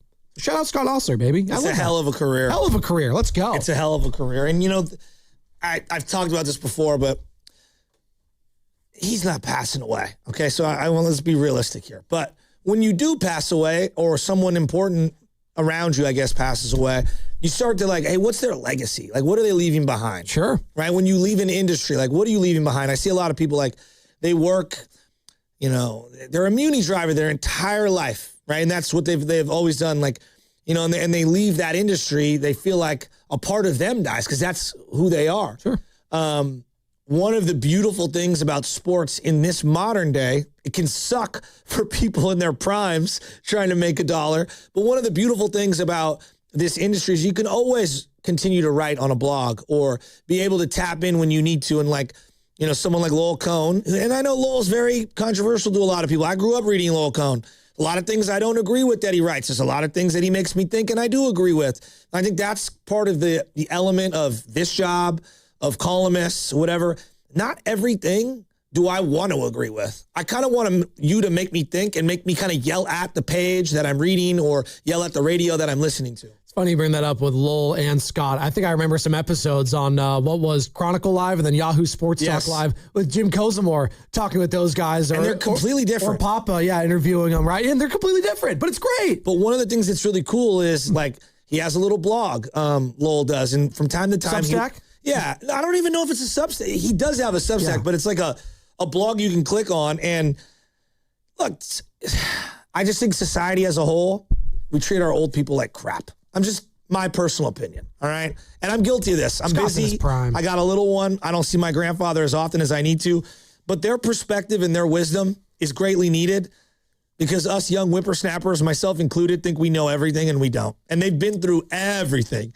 And so from time to time to hear that perspective and to kind of read some of that wisdom and absorb it in is desperately needed by us younger generation people. I think that's well said. Hey, you got a follower on 510 here on the Boxer and Gerson Work Injury Attorneys text line. Joey says, Shasky, you are already a legend in my opinion. And thank you for being a voice for Bay Area sports. Look at that. 510, you got a fan there. I'm a legend in my own mind. And also 510 says, Shasky, you can make all your transactions on Venmo private if you'd like. Oh. So you can do that. Someone's going to have to show me how to do that. It's easy. I think you just go to the private option in the settings.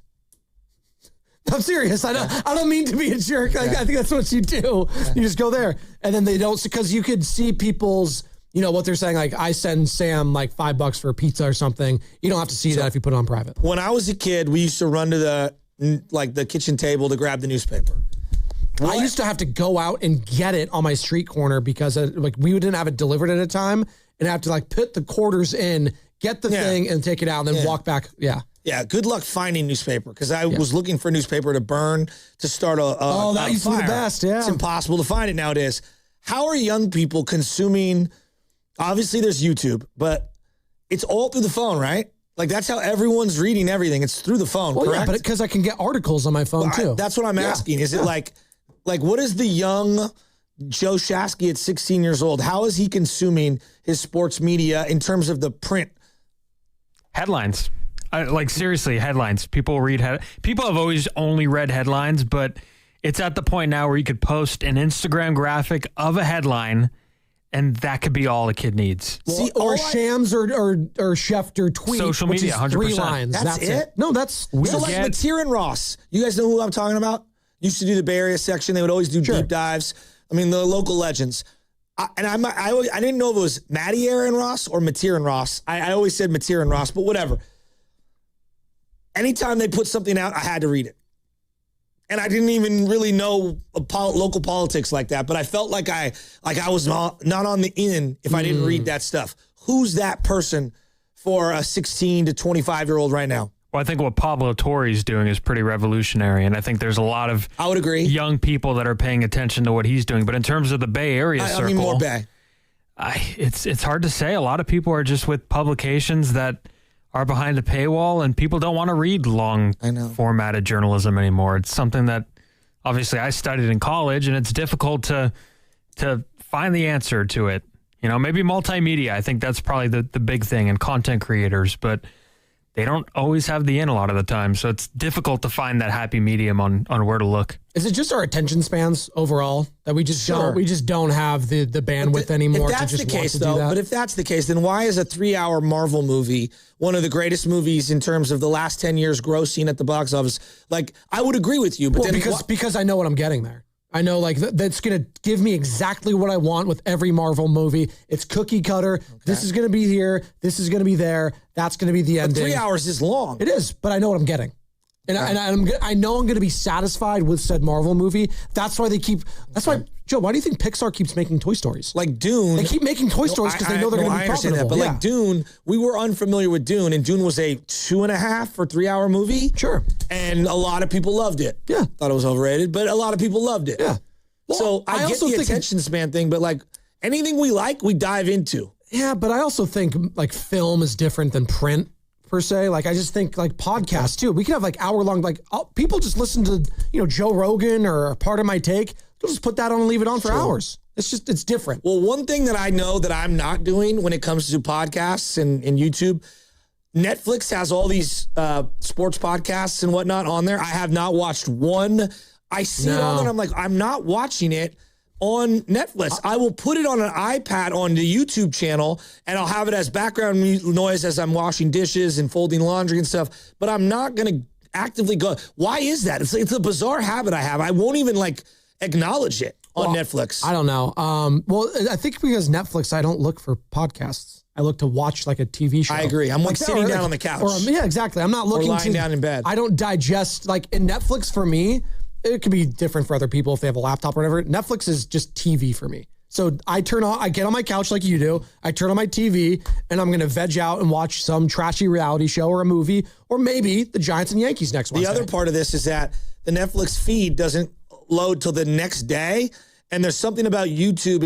If you watch a show religiously, you want to watch it kind of that day, because by the next morning, it's not even... It's old news. Yeah. That's exactly what it is. You want to be with the updated and current stuff. Yeah. And it's a good point. And I'm the same way because I think the Ringer's on there now, but I only still watch all the Ringer clips in YouTube Shorts. That's what I do. That's what I'm saying. I'm not watching Bill Simmons' entire take on this. I was like, oh, he's still posting them to YouTube. Interesting. So I'll just keep watching those. So there you go. Bill Simmons, by the way, out on NBA expansion. Shocker. But he's been in on it for the last decade, Bill. Come on. In on the USFL, out on NBA expansion. The Washington Wizards are atrocious and an abomination to the league. That's why Seattle can't have a team. What? That's what we're like, come on. It's stupid. The rationalization for not expanding for Seattle and Vegas because these teams suck is without laughable. The Brooklyn Nets overpaying for Paul Pierce and all those guys, Garnett, they would not have the team they have today. No. Remember that deal? I do. Y'all tanked. Mikhail Prokhorov, was that the owner once upon a time? I think so. Dude, you remember like when he first like bought the team and on ESPN they would just have him. He was like in his yacht with like 6 or 7 different women, like just in Russia. He had a jet ski. I was like, who is this guy? And then he sold the team. So there you go. I've never been to Barclays Center, by the way, in Brooklyn. Is it nice? Have you been there? No? Anyone? I've not been. No? I haven't been to a lot of NBA stadiums. I've only been to the Golden One, Chase, Oracle, Staples. I think I've only done California. I haven't been to any other one. What don't you hear? You're I'm just thinking about it in my head. I've been at Boston, Phoenix. Okay. Back in the day, San Antonio. Oh, okay. You've been in Texas? Arco. Yeah. My buddies moved to San Antonio. We went Alamo Dome, San Antonio? Yeah, Alamo Dome. Oh, wow. The New Orleans Saints also had a preseason game that we went to out there. Yeah. Oh, was that during Katrina? Okay, yeah. There you go. Yeah. Really good Katrina doc, by the way. I think we talked about this there's one on Netflix, and also CNN did a really, really, really good job. Dude, there's this new, as I go dude on you, we were talking about bowling earlier because you were talking about Scott Osler, his son Gabe, who used to produce here. And I worked a bunch with Gabe. He kind of showed me the ropes a little bit here. But he was super into professional bowling. He would literally have it on whenever it was on ESPN. And so I was on HBO Max yesterday, just stumbling through. And they have this new series that just launched. We could all start it together. Okay. There's one episode in. It's like inside the world of professional bowling and these guys' lives. It's fascinating. Okay. Just like it goes through all the majors. Was it the Drive? Hold on. Bowling show. No, I know, but what was the F1 show that everyone... I think it's similar to that. Yeah. It's Born to Bowl is what it's called. Born to Bowl. A humorous and heartfelt docuseries following 5 professional bowlers as they chase glory, respect, and much-needed prize money. And it's just about these guys' lives that, like, you might think, like, hey, if you're a professional in something and it's like sport, you're like, oh, yeah, I can get money. These guys they need to win these tournaments to, like, have, like pay for rent and pay for mortgage, and the whole thing is just fascinating and where they go. I thought there'd be a lot more tournaments on the West Coast. There's only one major on the West Coast for bowling. It's in Reno, Nevada. So there you go. Not Vegas, Reno, baby. Because when I think of bowling, I think of Reno. You think of Reno? Well, you think of Vegas, kind of a little bit. Big Earn, McCracken? I just think of cigarettes, French fries, beer. I love bowling. Have we done bowling as an outing at the station? We're going to do golf apparently, too. That's a spoiler alert, potentially, in the summertime. Can't wait. You golfing today? It's beautiful out. No, I got to go. I'm getting a chiropractor, and I got some things going on. What do you got, I was going Sam? to say haircut. Oh, Sam, you teased something 49er related. Oh, yeah. No, it's really, really exciting. The Dolphins have signed long snapper Tabor Pepper. He didn't play for the Niners last year. Former 49ers long snapper Tabor Pepper. Hey, Zach Green. Zach Green, get on the mic real quick.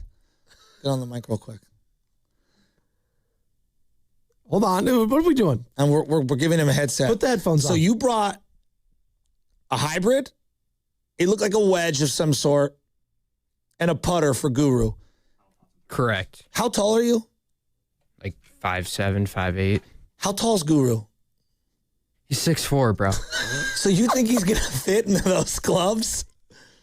The hybrid, I think, is all right for him. Things like a toothpick Wait, for why him. are you... Hybrid? He tried to do something nice, bringing in clubs for Guru. I love that. Why are you crushing him? I love that. I'm jealous. I told you, I'll take that putter. Dude, I got you something, too. What'd you get me? I can't. Dude, you're flying up my board right now. What? Flying up my board. Of like... My big board of bros I like. Producers at the station is what he wants to say. What, Risotto by the way, just got that bumped shirt off. It's a clamshell? What is that? Those are Curry brand. Those are butterflies. Is that a Curry brand shirt? Yeah. What is that, Under Armour or Curry brand? Like, is that, or are they synonymous? Both? I mean, not anymore. Well, yeah, well, what's going on there? We don't know. I mean, Under Armour took all of Curry brand's followers, so. All right, so are you going to be Guru's swing going coach on here? for golf? I honestly haven't asked myself that question. What is the nexus of you bringing him clubs? Did he ask questions for are them? you asking this Because guy? I love You joining us on the River Islands clubs. guest line? It's something I would do. I honestly feel as if, Goo, needs to back up his talk, right? He, Really? Yeah. What talk? He's talking about golf. Like, he's got to go out there. I'm with you on that. Yeah, but he's never claimed to be like a good golfer. But Steiny's right. He's never going to do it. You got to go out and actually do it. Well, no, with golf Zach on that. is the sport where you need to be playing it constantly or your game will fall apart. 100%. I tell you all the time, Joe, like I'm never going to be a good golfer, like inconsistent because I don't play enough. Yeah. So I play it only 3, 4, 5 times a year. Like I'm not going to be I'm not going to get good. And my golf coach told me that at an early age, and I decided to play video games instead. And here we are, living the dream, talking to you on the airwaves. Did you like talking to Zach? Was that fun? It's just on the River Islands guest line. Do you want to book him weekly? Is that what you would like? It sounds like you would. You want him on here? The Shasky and Zach show? Yeah. Can you check my resume? Such an inside joke. This is such an inside joke. Explain it to the audience. I don't even know how we begin to explain it. It's just Final thoughts. Oh, I love Zach. He needs to back up his talk.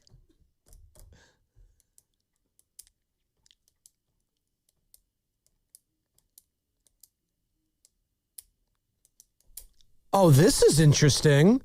Per Jake Fisher of Yahoo Sports, there is mutual interest between the Atlanta Hawks and Jonathan Kuminga on declining his 2026-2027 team option valued at $24.3 million and agreeing to a long-term contract. Good for him. Good for him indeed. Yeah. And good for the Atlanta Hawks. Ballin'. No one's hotter than the Hawks right now. Let's go, Atlanta. Woo! Peachtree season. All in on the Hawks. They're going to be my team to watch next month. What you got? Today is one of the great days of inactivity in the outside sales world. As the NCAA tournament starts, companies around the world will be seeing a drop-off in production over the next 3 weeks of Thursdays and Fridays, or I guess technically 2 weeks. And I love it. I can't wait to tune into a game with 3 minutes to go of two teams I don't know one player on and, go to my son, are we rooting for the red team or the white team? And he's going to go, red. And I'm going to go, all right, we're rooting for the red team. There we go. That's how we do it in our house. Oh. What was that? Oh. Is that a little kid? Is that LJ? It was a kid he called in the Did weather LJ call into the River Islands guest Really line? fun to see LJ tonight. You love that. Brought a smile to your face. It did. My final thought is shout out young Benjamin Spadoni losing his first ever tooth. That is huge. And got a little choked up a little bit. 31 more to go. Yeah. Yeah, well, wait till you get to the molars and stuff like that. Those are the fun ones. Yeah, those pay double. Yeah, that might be $10. You're right. Let's wait till the wisdoms come out. Hey, Sam, who's on the $10 bill? Alexander Hamilton. There you go. Who was not a president. He wasn't. Who else in currency was not a president? Ben Franklin. There you go. And Sacagawea, if we're going to count those. Sacagawea. She was not a president either. Hey, speaking of final thoughts, you brought up Jonathan Kuminga. How about that play he did against the Mavericks last night? Steven Risotto, if you could, please. Walks it back and fires. Rebound, Kuminga. For a second, there's time. Jock in the other end. And Kuminga threw it in. It's a three-pointer. Jonathan Kuminga. Oh, my God. He threw it, trying to hit Jock Landale. The ball goes in the basket, and the Hawks can't believe it. Yeah. That's from the Hawks TV network. I don't know who does their games off the top of my head. But yeah, JK hitting it from Steph Curry distance last night. And you kind of whispered down the line there, they sound so happy that Jonathan Kuminga's on that team. And we used to sound that happy about Jonathan Kuminga. What happened, man? I mean, how could you not be happy? Right? They've won 11 in a row. They're 38-31. They're literally a half game out of the 6th seed in the Eastern Conference. Jonathan Kuminga saved basketball in Atlanta. They played like half the games, though. We also have to be like a little more reasonable. I'm not. Well, the locker room presence is clearly hitting. Correct, You know what? Sam. The Thank you. intangibles that Thank he's you. bringing, he's clearly inspired them Thank to you. elevate their game to a new level. Exactly and right. That's clearly what's happening, and definitely not just me making things up to hype him up a little bit more than he needs to be. I'm happy for Jonathan. I hope they keep winning. I hope the Atlanta Hawks make some noise in the Eastern Conference. Look, good for him. Honestly, good for him, but less and less I care about him. Oh, it's good. I think Warriors more and more if the Hawks keep winning and winning and he's a part of it. A part of me is always going to be playing the what could have been game with him unless he does indeed just fall off, in which case, well, oh well. The fact that the Hawks want to immediately give him a long-term contract, does that mean anything to you? No? I don't know their salary cap situation. They just got rid of Trae Young. Yeah. Who else is making money there? I don't know. Trae was balling, by the way, in that first half before getting hurt. What you got, Risotto? Yeah, I didn't know that there's 39, 40 baby teeth that you'd lose. I thought it was way less than that. Did not know that. I did not remember losing that much. Anyways, I want to thanks I can't talk right now, guys. I want to thank Joe Shasky for helping me with my glove. I played in the Reardon alumni game a few weeks ago, and I realized that there was a rip, and the lacing was a little weird, so Shasky was able to help me out with it. Did a great job with oiling it. It's definitely stiffer. It's visually more appealing. It definitely looks a lot better. And also, the 5 that are going into the Wall of Fame, who are a big part of my childhood, including Brandon Belt, Shasky. I think that's one of the headliners of that group. And also, it got me thinking a lot about Tim Lincecum, and he's one of the guys that qualifies for the Wall of Fame. We have not seen a ceremony yet. And I hope he's okay. I think a lot about Tim Lincecum, and I always say that if there's a book I were to ever write, that would be the book. I would argue he is the biggest rock star in Bay Area history. There's a Fernando-like mania around him, and part of his rise and then fall and then disappearance makes him even more rare in this day and age where everyone is just in your face with their Instagram pitching you stuff. I love Timmy, and we'll always love Timmy. My favorite pitcher in Giants history. It's not even close. Where did you like Bell too? Yeah, Bell. Yeah, love the captain. Right. Where did you get 40 teeth lost? They lose 20. 10 on top, 10 on the bottom. I thought I just heard Sam Lubman say, 39 more. Sam was too busy. 31 more. Because you have 32 teeth. No, you lose 20 baby teeth and then you gain 32 permanent adult teeth. It's not that you lose all of those. I didn't know that. You gain more teeth as you get older. I feel like I only remember losing like a 2 couple, teeth. yeah. 3 teeth. I guess you only remember 20. It's because the Tooth Fairy didn't visit you guys a lot like the Tooth Fairy visited me. We'll visit Benny. He's low-key kind of scared. He's like, I don't want anyone like coming into my room and putting anything under my pillow. I was like, that's the smartest thing I've ever heard you say. We'll try to do better tomorrow. Evan and Guru next. Has a bag of plastic bag filled with golf balls. Is he really? This is the funniest visual I've ever seen. Guru, come walking into the studio, please. Sir Evan of House Giddings and Sir Guru of Guru is coming up next. Brought to you by Fremont Bank, here for you, here for good. Wow. Looking for lifelong financial guidance? Look no further than Pettinelli Financial Partners, your dedicated financial coaches for every stage of life's journey. Whether you're planning for retirement, starting a family, or buying a home, we're here for you every step of the way. Visit PettinelliFP.com. The financial consultants at Pettinelli Financial Partners are registered representatives with and securities offered through LPL Financial. Member FINRA SIPC. Investment advice offered through Stratos Wealth Partners, a registered investment advisor. Stratos and Pettinelli are separate entities from LPL Financial. It's here. At T-Mobile, get the new Samsung Galaxy S26 Ultra with Galaxy AI. Okay, we don't need the trumpets. We know it's awesome. You even get a 5-year price guarantee. And the best benefits in wireless. A kazoo? Get the new Galaxy S26 Ultra. Really? Nothing? Did I mention at T-Mobile there's no trade-in needed? Better. Guarantee excludes taxes and fees. Applies to monthly price of on-network talk, text, and 5G data on the Beyond plan. Benefits vary by plan. May require activation and are based on included perks. Exclusions and details at T-Mobile.com. It's the Good Guys 42nd All-American Get-Together. Thousands of the coolest cars and trucks. Swap Meet, Fender, Midway, free family fun zone, live music, and more. March 28th and 29th in Pleasanton. Details at good-guys.com. There's a difference between liking a house and actually getting it. Redfin is built to make up that difference and close the gap between finding and owning the home for you. Redfin agents close twice as many deals as other agents, so when you find a home you love, you're not a step behind when it's time to make an offer. That means less watching great homes disappear and more focus on the ones you'll actually move into and call home. Redfin helps turn saved listings into real addresses. Get started at redfin.com. Own the dream.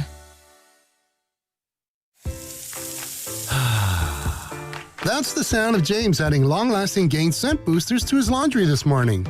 Several hours later, James sniffs the irresistible scent of Gain on his shirt. Gain. Several hours later, James has even caught the attention of his mother-in-law, and she never gives him attention. Ooh, you smell amazing, James. Oh, thanks, Mom. I love you too. I never said that.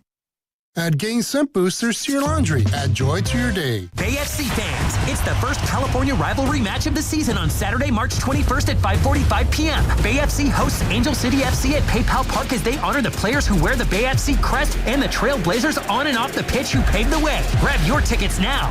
Hey, it's Willard. The world feels uncertain right now, but when a serious injury hits, uncertainty is over. You're in the fight for your life. Bills start, pressure builds. That's when you call Habas Law. Battle-tested, relentlessly victorious. Omar Habas, Tarek Habas, ruthless when insurance companies try to wear you down. When your world gets rocked, bring in the force built for the fight. Habas Law. Visit habaslaw.com. Omar Habas is a California licensed attorney. Offices in Northern California, including San Jose. Past results do not guarantee future outcomes.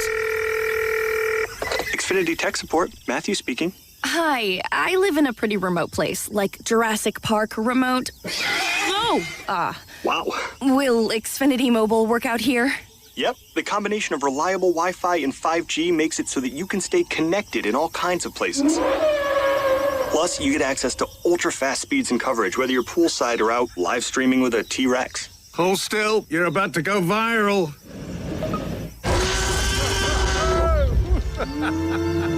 Welcome to a new era of Wi-Fi boosted mobile. Cut your mobile bill in half with 2 lines of unlimited. Learn more at xfinitymobile.com. Xfinity. Imagine that. Watch Jurassic Park with Xfinity. Restrictions apply. Xfinity Internet required. Savings comparison based on promotional rate for 2 lines of Xfinity Mobile Unlimited versus 2 lines of T-Mobile Experience More, Verizon Unlimited Plus, and AT&T Starter as of February 10th, 2026. Taxes, fees, extra. In sports, success is about team effort, and the same is true for your hair. At Great Clips, we save your haircut details in clip notes, so every member of the highly skilled team knows exactly how to create your signature look. And with our easy-to-use app, you can check in from anywhere and get a ready next text when you're up next for a cut. It's the confidence of a great haircut delivered by a team you trust. Download our app today.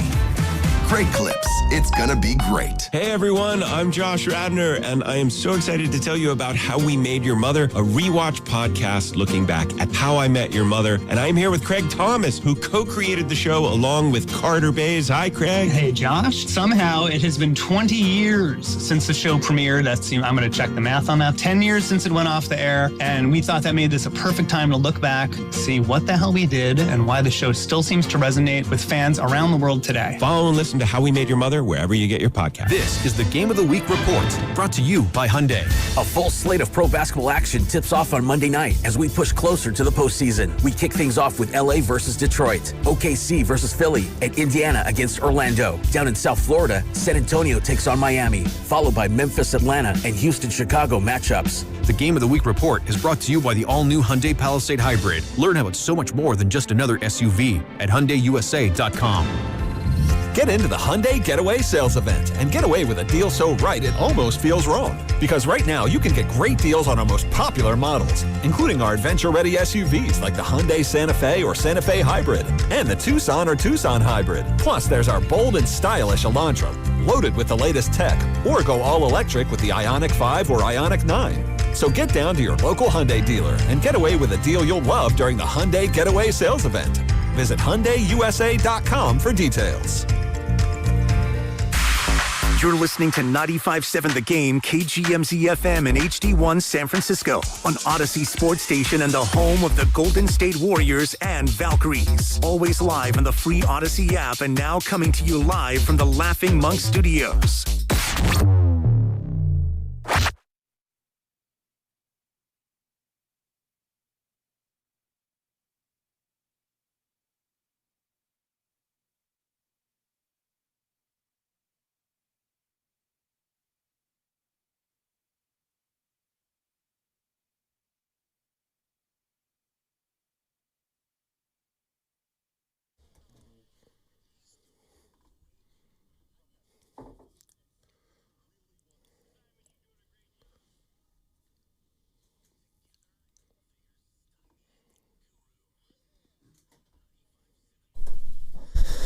All right, what is going on, everyone? Good morning. Evan Giddings in for Matt Simons with Daryl the Guru Johnson. Yes. I gotta get this out right off the bat, Goo.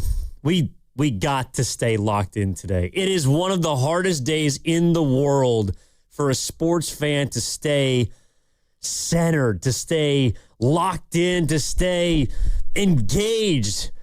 And I'm talking about it like I'm manifesting it for myself because we got a bunch of college basketball on that everybody's locked in for, but also people are here Because they want our takes. I had flashbacks of when I was single and had relationships, and the spouse then would say, there was a lot of them, and they would say, hey, we need to spice it up. And she'd be like, what you mean spice it up? I thought you were saying we hadn't done that all week, but because today is the first day of the tournament. First real day. I got you. Yeah, there was some play-ins, the 11s, the 16s, but this is all when it officially starts. Shout out to all the people, by the way. Except one person, but finish. Oh, I need to get that in a minute. But shout out to everybody except for one person.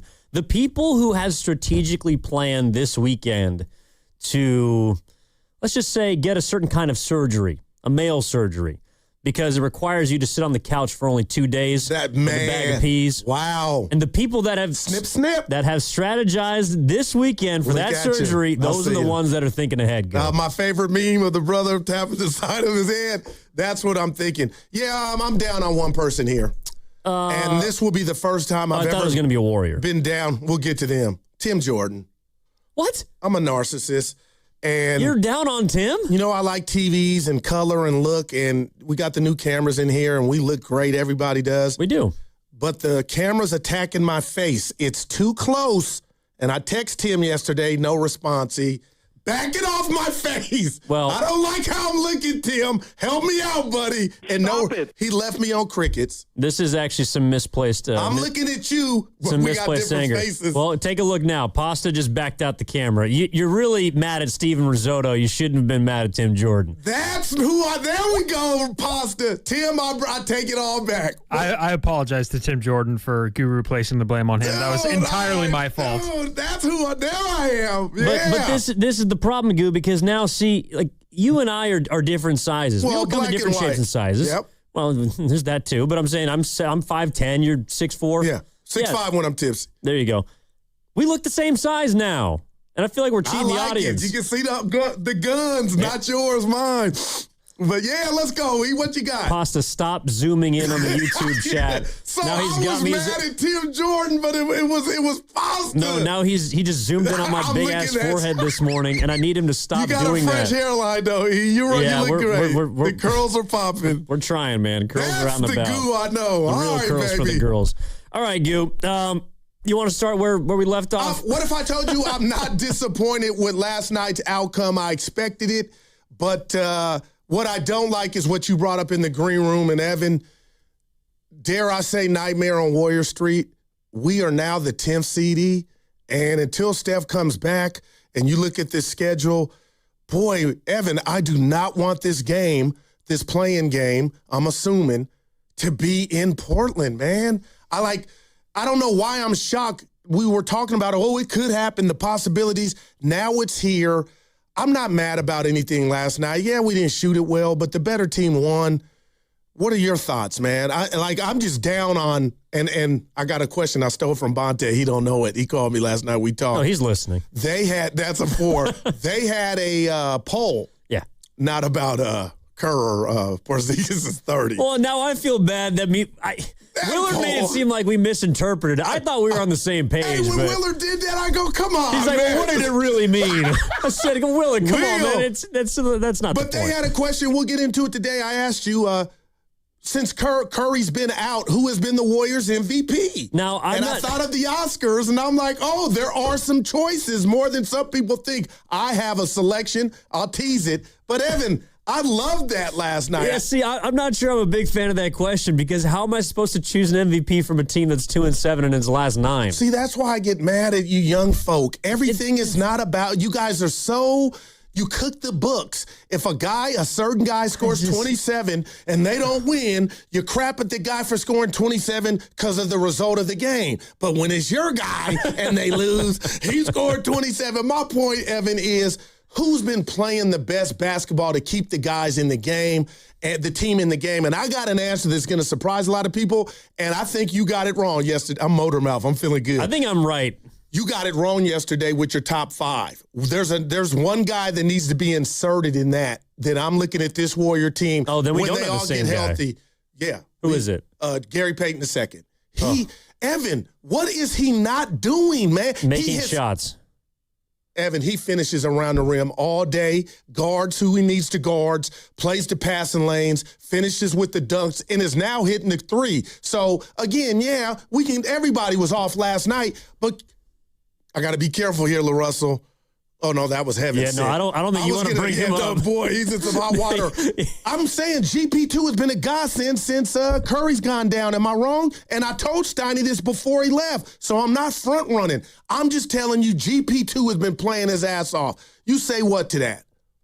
I say that's fine. I don't want to come off like I dislike Gary Payton II. He's actually one of my favorite guys on the team. But if we're talking about MVPs, I guess that's not where my mind goes. Like, to be honest, if I'm going to seriously take this exercise for what it is, to me, I would go Guy Santos. That's who I would say is the most valuable player right now for the Warriors. I think he's a guy who, and actually, if you look at the month of March, he's played pretty well. And I would say is Pods. But Pods hasn't been consistent. Okay, no doubt about it. Pods has had good games against the Knicks. Yeah. He had a good My game. bank account, up and down. Exactly. But Guy, he's like my savings account. You want it to be 2% and just keep rising. But what about, and I love that, and he's worthy of it. So that's why he got paid too, I think. But you're not seeing anything different from G. Like, I didn't expect anything from him. And I'm going back to 2022. I know he was traded for Wiseman. They sent him off. He came back. But just he's perfected his craft, man. And the back cuts, I mean, he looks like Barry Sanders, just like GP2 is again, I hope I'm not saying he's an all-star. I'm not saying that, but Evan, you better bring him back. That's what I'm saying.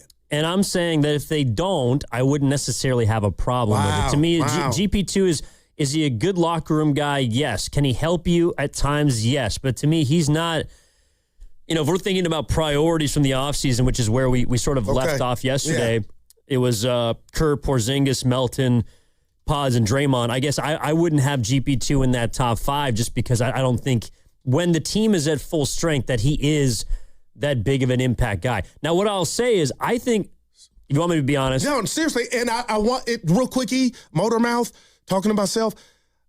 I'm not looking at him full strength. I'm looking at what we've watched without Curry, and GP2 has been there. Melton's been up and down. Couldn't hit the side of the barn. Yeah, he was not good last night. And Pods, but I'm just watching GP2 like, damn, rebounding his ass off. And I actually think, I don't know if I want to save it for the other side, because I think there's a reason why you and I are looking at these two players at being the Warriors MVP right now. And there's kind of a rat on the table brought to you by Atpliance Pest Control. But I'm going to pay it off on the other side because we got to hit a break here in a second. The Warriors lose last night, 120-99 to the Boston Celtics. They get blasted. Game that was tied at 27 in the second quarter, a game that was a 6-point game in the third quarter. Never really felt like the Warriors were in that game, especially right off the jump. Boston looked like a contender last night, and the Warriors. Why do they remind me of the Warriors with Durant? Like, they just got everything, Like, they got two co-stars. And there it is. Hello, Evan, you get got two co-stars. Yeah. And the two co-stars for the Warriors are fresh out of the surgery room and sitting on the bench. Yeah, well, Jimmy's back. Back where? With the team. Oh. Yeah. He's still in crutches. What did I miss? He's back in crutches last time I checked. No, and you got some teams to go in on. You came in hot about what's going on around the association. Oh, yeah. Last night just, it's been all week and month, East. It's been all year, but a night like last night, it just slaps you in the face how bad the product is right now. And I realized that there were some really good games. Houston, LA was a good game. Look, boy, the Lakers are a problem. But there's 5 games last night that are unwatchable. Now, I also made some chicken off a couple of them. But the point is, I don't want to watch these games. And I'll tell you more why as we roll on. But on the other side, I'll tell you why Gary Payton and Guy Santos are the MVPs right now. I'll tell you the real reason at 888-957-9570. And it doesn't have to do with Santos or GP2. That's Daryl the Guru Johnson, Evan Giddings in for Matt Steinmetz. We're giving you another chance to play Knockout at Chase Center Monday, April 6th. Listen to the crossover today and all week long as we're giving away 2 spots each day. We got trivia questions. You got to listen the previous day. They have the answers. 2 spots between 1:45, 2:15. For more information, go to 957thegame.com. Knockout is presented by Beam Law because it's not whether you get knocked down, it's whether you get back up. Beam Law, they've got your back, Bay Area. All right, back after this on Steiny and Guru. That segment sponsored by Alameda County. At the Alameda County Public Defender's Office, this isn't just a job, it's a calling. Every day, we stand beside people whose freedom is on the line and fight for the rights that protect us all. Join our team. Learn more at acjobs.org. That's acjobs.org. All right, I need avocados, bananas, salad, steak. Wow, does your grocery list have multiple pages? No, but I skipped lunch, so now it's like my stomach is doing the grocery shopping. And besides, I'm earning cash back with Upside. Upside? What's that? Hold up, you haven't heard of it? Upside is a free app that gets you cash back when you shop at gas stations, grocery stores, and restaurants. And they added Lucky and Food Max stores, so we're pretty much covered wherever we go. All those stores? Yep, so not only are we getting a great deal on groceries, now we can earn cash back as well. Okay, downloading Upside. Now let me copy your grocery list. Great news! Lucky and Food Max are now on Upside. Download the Upside app and use the promo code SAVE9 to earn a 10% cashback bonus on your first grocery purchase. That's promo code SAVE9 for a 10% cashback bonus. Use promo code SAVE9. Offers vary by user and location at participating merchants. Go to upside.com for terms and conditions. The following is an attorney advertisement. If you get sidelined by your workplace injury, the workers' compensation attorneys at Boxer & Gerson can help you get back in the game. Our team of skilled attorneys will fight by your side for the treatment and compensation you deserve. We care about justice for injured workers. That's what makes us Northern California's premier workers' comp law firm. Call Boxer & Gerson at 510-835-8870 or visit boxerlaw.com for a free consultation. Boxer & Gerson, your life is worth the fight. Now it's time for the closer of the week. Presented by LiftMaster and R&S Doors. Turn your garage into the envy of the neighborhood. Visit rnsdoors.com. This week's closer comes from Sadie from San Mateo. Thank you to R&S for responding right away and helping us with our new motor installation. Nuya is such a great technician, very nice, and installed our new gate system. I truly appreciate all the work you guys have done for us. Recently, my garage door opener was not working. I was in need of a closer. I was put in touch with R&S Doors, and they hooked me up with a brand new garage door opener from LiftMaster. With LiftMaster's MyQ connectivity, my garage door opener can be controlled right from my smartphone. You'll know when a door or gate has been left open and can close it with a tap, no matter where I am. Be one of the first 10 callers and receive 20% off a LiftMaster garage door opener. Call 1-800-FIX-A-DOOR. That's 800-FIX-A-DOOR. Or visit rsdoors.com. R&S Doors. Look for the red truck. March matchups are here, and Kelsey's giving away $1 billion for a perfect bracket. No one's ever done it. The odds are about 1 in 9.2 quintillion. Kelsey's also giving $1 million to the top bracket and $1 million to charity. It's free to enter, no deposit or purchase required. Entries now open and closed before the round of 64 tips Thursday. Download the app or visit Kelsey.com to read the full rules and enter. Use code THEFAN when you sign up. Eligibility requirements apply. No purchase necessary to enter or win. Participants must be 18 years or older. Not available outside the United States, in New York or Florida. Contest is not endorsed or associated with the NCAA. Official rules apply. See Kelsey.com/$1 billion bracket for more information. Home equity. Across America, there's $30 trillion of it sitting in homes, already earned, already yours. But for most homeowners, it's not easy to access. Until now. Unlock's home equity agreements help you unlock your equity without the usual headaches. For flexibility, for possibilities, for the things that actually matter to you. So ask yourself one simple question. How much can you unlock? Find out at unlock.com/home. Terms and conditions apply. Not all homeowners will qualify. Use home equity responsibly. Straight Talk Wireless presents Pickup Truck Wisdom. If you're only good to your new friends, you're not going to have any old ones. Straight Talk gets it. That's why new and existing customers get free 5G phones on Verizon's 5G network. Pretty simple, really. You keep good people by being good people. Find us at straighttalk.com and Walmart. Straight Talk Wireless. Straightforward. Always. Taxes and fees apply. Plan purchase required for free phone offers. Copyright 2026 Verizon. A KFC tale in the pursuit of flavor. The greatest insult the Colonel ever suffered was being served a wrap that was just a snack by a friend. So he took 2 crispy tenders, lettuce, tomatoes, and pepper mayo, and wrapped them in a soft tortilla. It wasn't a snack, it was a meal. He called it a twister, and never called that friend again. The Colonel lived, so we could chicken. The Twister, now back at KFC, classic or with bacon. Also try it spicy. It's finger-licking good. Prices and participation may vary. You know that Big Bargain detergent jug is 80% water, right? It doesn't clean as well. 80% water? I thought I was getting a better deal because it's so big. If you want a better clean, Tide Pods are only 12% water. The rest is pure concentrated cleaning ingredients. Oh, let me make an announcement. Attention shoppers, if you want a real deal, try Tide Pods. Stop paying for watered-down detergents. Pay for clean. If it's gotta be clean, it's gotta be Tide Pods. Water content based on the leading bargain liquid detergent. There's a difference between liking a house and actually getting it. Redfin is built to make up that difference and close the gap between finding and owning the home for you. Redfin agents close twice as many deals as other agents, so when you find a home you love, you're not a step behind when it's time to make an offer. That means less watching great homes disappear and more focus on the ones you'll actually move into and call home. Redfin helps turn saved listings into real addresses. Get started at redfin.com. Own the dream.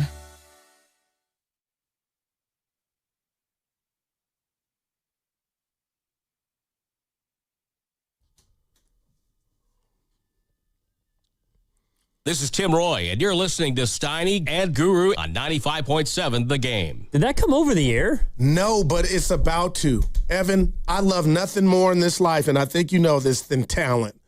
A lot of men and women, children are walking around here with just talent. Some unforeseen, people don't know. Pasta, I talked to Dibbs last night. We were chopping it up about playing the ponies. That's the tournament. Mm-hmm.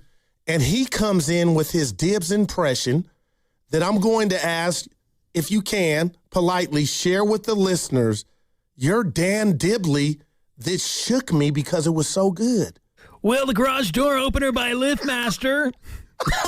That's incredible. I was in need of a closer. Pasta quietly is running up the rankings. I need a text from Dibbs. Like, I can't wait. That's a 5, man. So he's done his Willard impression, Dave which is Fleming, really good. which is the greatest. Dave Fleming is really good. And he's also got a couple of niche ones that he hasn't revealed to the audience. He's still working on them. Has the audience heard his Nahegan? His Nahegan, maybe? Have they heard? Like, all of these are just on Saturdays is where he throws them out. These next 4 hours with Steiny and Goo, they're going to be incredible. That's special, man. That's not bad. Damn. I mean, that's pretty damn good. I mean, you could say an impression is a form of flattery. No doubt about it. You got to be careful which ones that he's got a couple that are a little risque. Okay. We don't want to get him in trouble. We're going to keep those off the air. Dude, but the Dibbs, I didn't know Dibbs could be duplicated. That was Everyone's got their own thing. Yeah. Like, I don't know. You're hard to do, your voice. You're like, I'm listening to you like that. You're hard. Well, all my friends in high school or college, especially now that I've gotten into broadcasting, and the first thing that everybody asks you is, do you have a broadcaster's voice? And I'm like, well, when I started out, I think I would try and, inflect a little bit. Yeah, look at my man. Try to be Joe Buck or whatever. But now I just speak, and I'd like to think it comes across the way we do talking in the green room. Okay, and that's why you are who you are. But all my friends, when they do impersonations of me, just do the broadcaster voice. Oh, no. Oh, it's Evan Giddings, and Evan Giddings here on 95.7 The Game. The professional voice. Yeah, the professional voice. Wow. Yeah, that's the Pasta. Oh, the Dibbs. Oh, I hope I get a text from him. Have you had anybody try to impersonate the Goo? No, it's out of control. Steiny does. Hey, good. I don't. I get mad at it, You got stuff like you got stuff. No, he always just does the baby voice. Whose voice is that? Hey, Steiny. I went over to Mr. Farinelli's house and the bar was in the backyard. I was mad about the Warriors. And they didn't play well last night in Boston. Oh, man. Oh, all right. So, actually, I got to pay off this tease. By the way, Giddings in for Steiny with Goo. Okay, so you threw GP2 at me as someone the Warriors need to I'm just prioritize. I think a lot, he's not getting his Equifax. I don't think a lot of people are giving him credit. That's all. Well, it's hard to get credit when your team is in the dumps.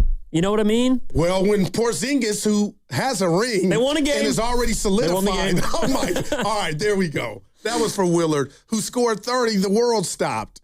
No, well, I just like what I'm seeing. I mean, from the Warrior GP2. land because you got a green W next to He you. plays his role. That's all. I'm just like, I'm not proud of him. I'm just like, I'm happy that, and I think it's getting omitted that he's cutting back cuts with the best of them, hitting his three. Again, I'm not saying last night was Exhibit A, but man, he's been a pleasant surprise. He's played well for Gary Payton II. That's all I'm going to get from you. I get it. No, but I don't know. All right, how would you compare, contrast it to, and I need to be careful here because I'm not saying this, to Guy Santos? We've been pleasantly surprised, but there have been some ups and downs too. But compared to where he started, Guy Santos is leaps and bounds better than where he was at the beginning of the year because he wasn't playing. That's a different conversation, and I'll say you're right. There was guys in front of him, and now he's taken this opportunity. And look, I mean, I know we mentioned the Pods numbers a couple days ago, but Guy Santos' numbers have been very good. Yeah.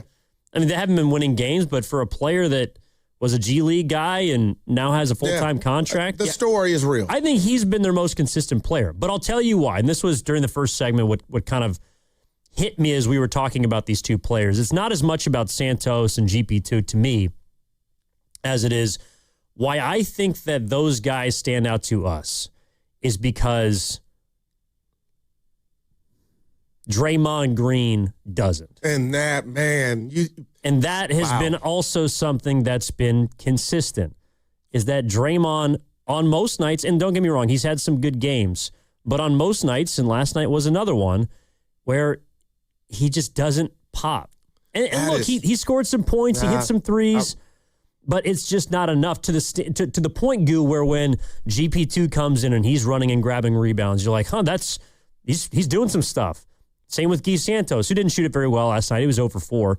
But for the most part, I think Guy Santos has stood out to me because I think he's been the best forward on the Warriors when someone like Horford or Porzingis aren't out there. Wow. You know what, Evan? Baseball technically starts next Wednesday here at Oracle, Yankees and Giants.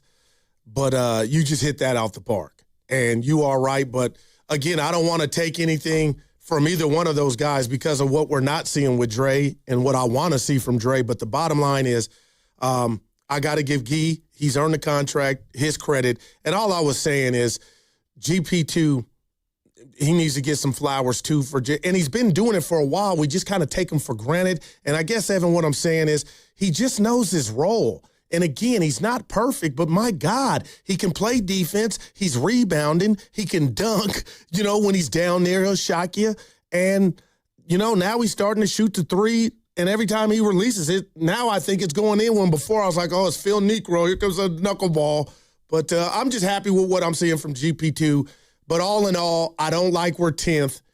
And, Evan, I'm getting bad juju and vibes if we got to go to Portland. Well, is that because of what Steve Kerr said last night? You got to pot up the...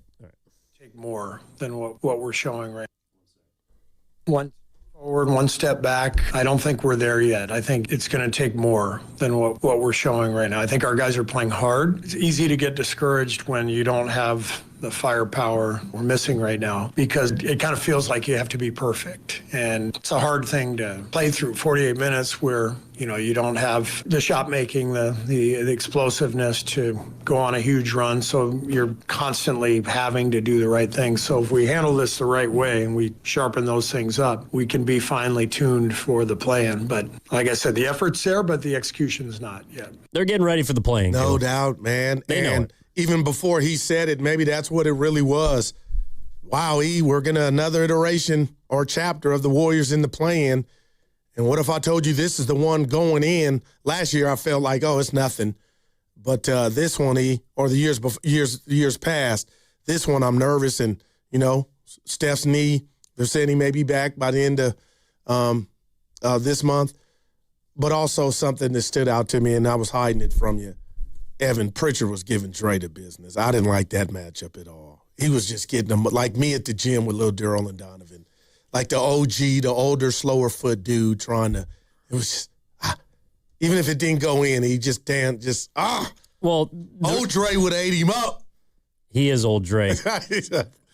But all right, and this is, we're looking at the last few games, because it also happened against Washington, and it's starting to become clear that when Draymond Green is not as impactful as an offensive player as even he was, I would say, the last couple seasons. Okay. He just hasn't played well. But defensively, I think he's still got ways to help you. But not if there's no one on the other team for him to guard. And there you go. And there are becoming fewer and fewer players that he can have the same sort of impact on to guard. Now, some of those guys are best players on other teams, right? We saw it earlier this year with Wemby, who's a good matchup for Draymond because he's not quick enough to get around him, but he's also not strong enough to play through him. Yeah. Kawhi Leonard was a player the other night, a couple weeks ago against the Clippers, who, they put him on him. All right, you can guard that guy. Because you know where they're at. They're not on the Boston Celtics. Who's he going to guard? It's hard, man. They have a bunch of quick players. Hybrid. And look, and Cato was being obviously marked by Porzingis. I like him. And he's fine. But my point is that Draymond now, because of just his age and I think also the evolution of a lot of players around the league, there are becoming fewer and fewer players that I feel like Draymond Green. You can throw him on him, and he's going to be able to make his night hell. Man, you're on fire early, and I call it fluidity. Like guys that can move, that's what Dre, in his age, when you start slowing down, when you got to have the slippery hips and be able to do the things you did in 16 and 18, he doesn't have that. And you're right. It's all of, like if Zach Randolph were playing, and I know we don't play through the post anymore in the league, I mean, those are dream matchups for Draymond, like you had just mentioned, because you know where the guy's going to be. But when dudes can put it on the floor and move, I'm like, man, we're at a deficit. Yeah, and even some of those guys that, as of last season, that he was pretty good against, right? Giannis was one of them. Giannis gave the Warriors the business last time he was at Chase Center. I'm going to do my snotty. Just a great defensive performance by Draymond Green. One of the greatest defensive performances by Draymond Green. Go. Against New York, Karl Anthony Towns. Last year, Cat, Draymond did a good job against him one time, got the best of him against another. He had 30 here, Cat did. He did. Yeah. New Orleans. I mean, but Zion's a matchup problem. No doubt about it. I just want to jump in and say we're not blaming last night on Trey. No. I'm just looking down the road. No doubt about it. Over the last couple of weeks. Like Portland doesn't have I think that's why they're 3-1 against us. Like that's a scary matchup. Those dudes move up and down. Even like Avdia, he's not a statue, man, and that's the stuff that scares me. Yeah, and I think that's, probably why Draymond's best defensive position is at center, because it's against some of the slower guys that he's always been able to play as undersized. But now some of those quicker dudes, they're going by him. I mean, shoot, I remember, it was a couple of years ago when they played the Kings in the first round. The first round. This is a series. Round. Okay, yeah. Not the play-in. 7 games. Not the 0-for-10. The one they won. The 7-game series they won. I remember possessions where they would throw Draymond on De'Aaron Fox. Yeah. And you would feel good about it. He couldn't guard De'Aaron Fox right now. And you saw it last night against a player like Peyton Pritchard. So it's not that last night's not about Draymond. Okay. But again, when we were talking about, all right, I think GP2's been really good lately. I think Guy Santos has been really consistent lately. I think to me, their play has stood out because we're used to seeing someone else do that. And that player, Draymond Green, right now has not been able to do it consistently, especially without Steph Curry. Now, we know one of the guys, both of us, I call him a friend, Travis Detmers, who calls the games for the Blazers. Yeah. Your guy. He gave me my first job in radio. Look at you. My man, I would like to hit him up and see what's going on with Sharp. I know he had a stress fracture, but we're worried about Curry. Is Sharp going to be available for that game that we know now is going to include Portland and the Warriors? That's a big deal. He's been out. Yeah, he's kind of a volume guy for them. He's sort of stepped into that. But he's a problem Simons too, role. Though. You know what I mean? Well, I mean, although they almost blew that game last night against Indiana. Zach got my ear has an update on Sharp. What you got? So 3 weeks ago, the latest update was that Sharp would be reevaluated in 4 to 6 weeks. So you figured that would be around the time that the Warriors would play the Blazers if they play. All right. Yep. So there you go. Now, am I a hater if I don't want him to play? Or I'm being, you want them in full speed. No, I mean, look, and this is also the other thing, too, about last night. And Portland won last night to leap us. Well, they should have won last night. They played a team that's lost 16 games in a row. But they were coming back at the end. I was watching it. Well, that was also part of the games that really pissed me off. Dude, you're on fire with this. Do you want me to just? Yeah, I'll just do it now. Because I play the ponies, and what do I text you here the last couple of days? Team totals. Team totals, because it's one score was 74-37. I forget who it was over the weekend, but that's happening. Teams have, man, they have packed it in. Look at my man. NBA scores are just out of control. So last night, I'm doing the broadcast for Santa Clara, so I'm like kind of paying attention. The Warriors game had finished up right before first pitch, so the Warriors are done. I've watched that game, figured out what we want to talk about, and I'm just slowly kind of paying attention to others because I got some chicken on a couple. We had a thread. You, Carter, and myself. Yeah, exactly. And I text you guys, look at the score of the OKC Brooklyn game. And I did. The Nets scored 24 points in 24 minutes. That's a refund. They had 24 points at halftime. You can't tell me that you're an NBA product if you're doing. And I know OKC is good. You ain't. Hey, there's no excuse. We had Toronto, who won by 30. They led by 38 in their game against the Bulls. Minnesota was up by 36, led by 38 against the Jazz. New Orleans, Atlanta, Portland, all at least led by 20 in the second half. We got 6 games last night that are absolute jokes. Yeah. And I guess the Warriors obviously lost by 20 themselves. But the point is, and I just go, like, I remember at NBA All-Star Weekend when Curry tried to defuse the tanking question by saying, well, how many teams are really trying to tank? More than teams that are actually trying to compete and contend. You know what I'm saying? No, like on a given night, and this is the issue. I'm loving you right now. There are so many more bad games in the NBA than good games. LA, Houston, that was a good game last night. I think there was another game that was semi-close. But if you have 5 games of the 7 or 6 every single night that are absolute blowouts or one point of the game are games that want to make me turn it off, it's really hard to defend the product the NBA is putting out right now. Man, you are in fuego. Shout out Dan Patrick. It's a problem. It's a real problem. And I'm going to go, since the Oscars, you can't handle the truth. You just laid it all out. It's embarrassing. How can, and I'll come at Brooklyn. Did you say 24 points? That would be 12 points each quarter, the first and second at halftime. A point per minute in the NBA is that you should be relegated. I'm serious. The people should have got a refund. We got the NCAA tournament here in the studio, and I understand we're college kids sometimes. You have a bad half. Nerves. Lemon booty. Troy's got 25 at half. They just scored more points than the Brooklyn Nets did last night. This is out of control, man. Don't tell us you're tanking. Like Adam Silver, this is a real problem, man. Yeah, I love that you noticed that. I'm like, look at these scores. Denver was up. Who did they play a couple nights ago? That was the other close game. They lost to Memphis somehow. Man, just last night. Yeah, they lost to the Grizzlies last night. They had like a 40-point lead. They had 40 on the Sixers in the third Exactly. quarter. There we go. Yeah. This is not good, man. But I wish the Warriors had some of those softies on their schedule. Well, they did. Well, you go in Utah on me. I'm saying they've lost a few of these games that are supposed to be softies. We're laughing, but that ain't cool. Well, no, but that's the reality of their situation, which is also something that kind of hit me last night. And we're going to do expansion. You got the nerve to add 2 new teams to this.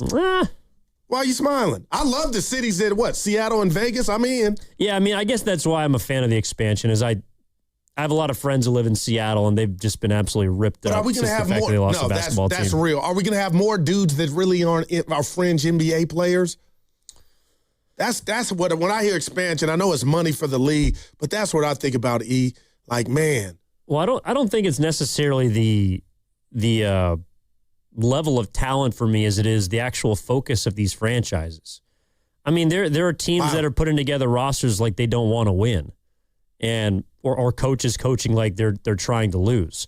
Again, it's like Utah's got some good players. They just shut them down for the season. It's embarrassing. Washington's got a couple of guys. Yeah. Anthony Davis is just rehabbing right now. There's no point in bringing him back. Milwaukee wants to shut down Giannis. What's going on? And that was the headline last night. He don't want to be shut down. No, he doesn't. But this is the other part about it too, and it may sound like an excuse to some people in regards to Golden State, but if you watched that game last night, Boston is a well-oiled machine, correct? No doubt about it. What do you think they are if I take away Jason Tatum and Jaylen Brown? Probably win 25 to 30 games. That's where the Warriors are at right now. They're trying to win. They're trying to win basketball games without their 2 best players. And one of them they're obviously not going to get back for the remainder of the season and most of next year. That's their situation. And look, there's a few we teams. We can do that for every team, though. You take Luka off, or you know what I mean? You take Luka and Reeves off the Lakers. Are they a 50-win basketball team? No chance. They might be a little bit ahead of the Warriors, but they're not very good. But our problem with... You take Jokic and Jamal off the Nuggets? I got you. But, we could do that in sports all day, every day. That's why what the Niners did without their starting quarterback and Mac Jones taking over was so impressive. That was a luxury. My question to you is, the Warriors guys out is more symbolic to me of attrition. They're older. And I know Jason Tatum is younger and he still tore his Achilles, but he's back. So my point is, how much of this is bad luck and how much of this is, did you do the wrong thing thinking that the older guys weren't going to break down? Like, I think there's some validity to that. Like, I could hear Steiny right now, what did you think? Well, you had hoped that you'd be able to do something similar to last year. Because, again, I think you have 1 year where it worked, and you have 1 year where it didn't work. So what are you going to do about it now? I don't think you can go back to just believing that you can turn the clock back a year, because they have so many players that are older that each and every year is it's only going to get worse. Like, I don't expect Draymond Green to be better next year. I don't expect Steph to be better next year. I don't expect Jimmy to be better next year, even when they're back and all of them are healthy. Healthier? But that's not good enough anymore. And that's another thing that is just, it's on full display when you play a team like Boston. Just because you're healthy doesn't mean you're good enough. It doesn't. And that's the reality we're living in. Just because you hit me with just that because one. the Rockets are healthy, even when they get who's the one guy that's been out for them? Rockets, Van Vliet. Yeah, Fred Van Vliet. Oh, they miss him big time. They do miss him big time. But are they good enough to win a championship with him? I'm not so sure. I think that team's got other problems. But they're way better than this version of them now. And they showed up the second half yesterday. Kendrick Perkins said they don't like each other. I was like, damn, that's heavy. But the bottom line is, just in regard to Houston, a point guard, a good, accomplished point guard like Van Vliet, I mean, I think he could change the fortune of that team when you watch him. But I'm with you. But what about Kawhi Leonard? I thought he was done. Then he comes back. He's healthy. So the Draymond, I won't fight you on. I get you, like, to expect him better. But if Steph's healthy, he was averaging 27 and 6. Like, I'm expecting that next year. Well, if you're expecting that next year and you're expecting 70 games, I would say... Oh, give me 60. I'll take it. What if you don't get 60? What if you get 50? We're in trouble. I think you're in trouble either way, because Steph's also, even if he plays 60 games and he's really good, or I'll give him 65, because then you'd be an all-NBA player. You still aren't going to have Jimmy for the first few months of the season. Draymond's not getting any better. And then you're asking Porzingis to play 50 games. It's like they're... If you still have him. If you still have him. Horford's going to be 40 years old. I got you, man. I hope... do you think I'm over here? I need you to help me. I'm not selling you anything, E. It is what it is, and this is what the Warriors had chose, and right now they don't have many outlets to kind of change the direction they're going. But yeah, next year is not about opening night that Jimmy won't be a part of, but maybe come April, if the Warriors can stay afloat and he comes back, January or whatnot, and he's the best version of himself at that point, the best he can be, who's to say we don't have action? And I'm dreaming, but that's what the Warriors are. Mike Dunleavy and Joe Lacob, who we don't even know Kerr's fate. Well, we don't know Kerr's fate. They might have a new coach this next year. They might decide to bring him back. Yeah. Well, I can. And, I kind of had a little bit of a theory about that. I think I revealed it on Saturday, but I don't know if I told you about it. Well, I listened to all your Saturday shows. So do you know who I think could be the next Warriors head coach? This is trivia. Shasky's first five. You said the next coach could be. What's my man? He's local college coach. I'm going to tell you on the other side. Local college coach. Yeah, local college coach. Kind of. That's what's coming up in the game, brought to you by Fremont Bank. Here for you, here for good.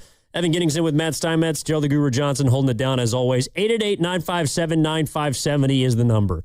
You know, what hits you watching a game like that last night?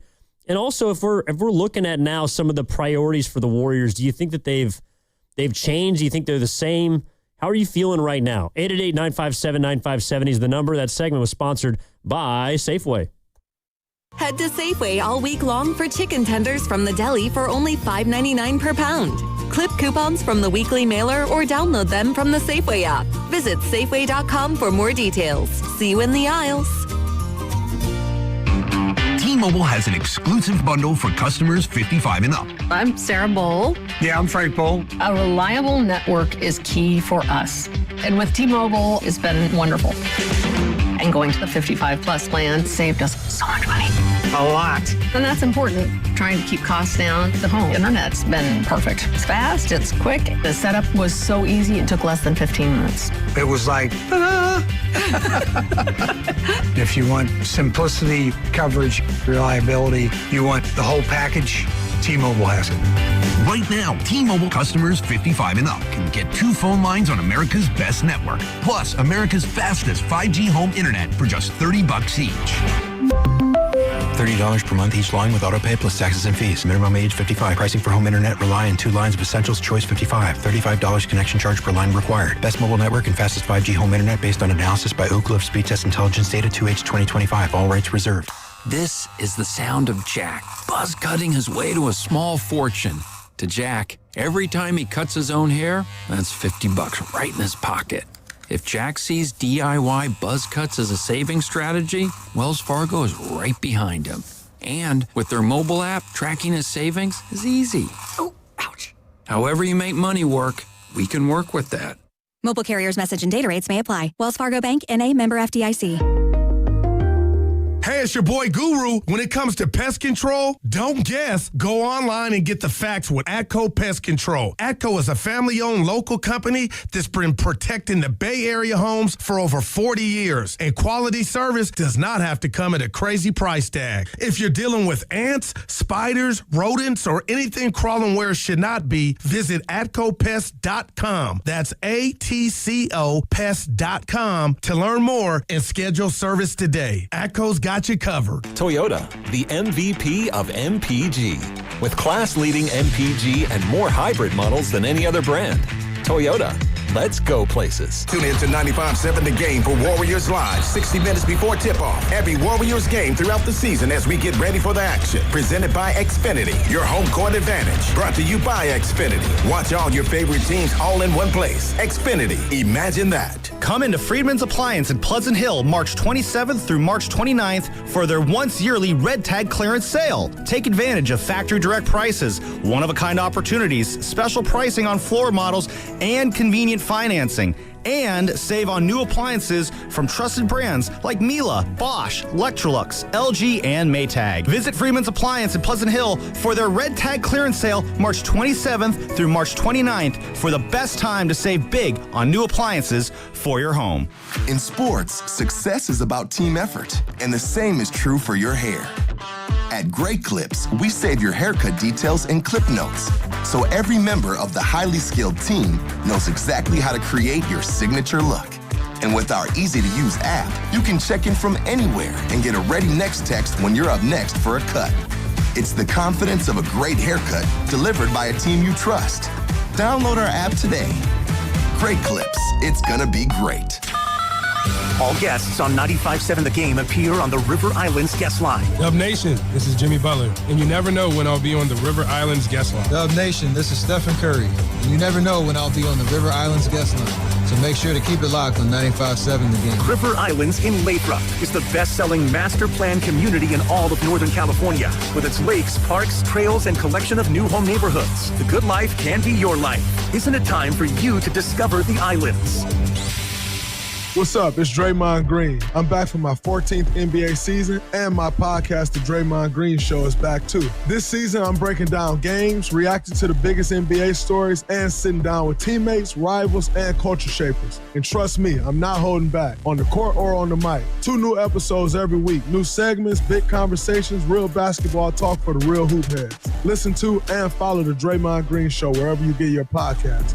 We're back, we're better, let's get it. $5,000. That's the average amount of money people in the U.S. are now spending on gas in a year. $5,000. That's crazy. If you drive, you have to download Upside, the free app that gives you cash back every time you get gas. That's right. You can earn real cash back with Upside just by buying the gas you're already buying. You can literally start earning cash back today. I use Upside every time I fill up, and I've already made around $200-300. You're putting gas in your car anyway. Why not get real real cash back. If you like free money, download Upside. I'm saving the cash I earn from using Upside to help pay for a vacation later this year. Download the free Upside app now to earn cash back every time you buy gas. Use promo code FRESH to get an extra 35 cents per gallon on your first tank. You can cash out anytime right to your bank, PayPal, or a gift card for Amazon and other brands. Just download the free Upside app and use promo code FRESH for a 35 cents per gallon bonus on your first tank. That's code FRESH for a 35 cents per gallon bonus.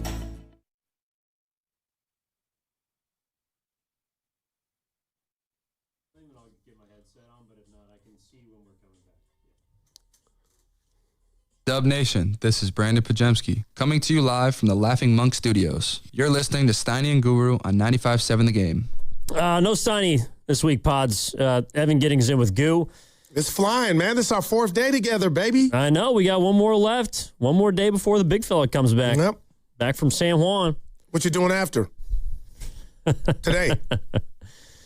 Cafeteria? Basketball, baby. Yeah, Basketball. Look at you. Yeah, let's go watch some games. I think St. Mary's plays later today. They do. They do. Santa Clara plays Kentucky tomorrow. Dude, at 9:15 in the morning. Yeah, they got the first game. Well, yeah, we'll be watching. Mm-hmm. I'll be rooting for Santa Clara.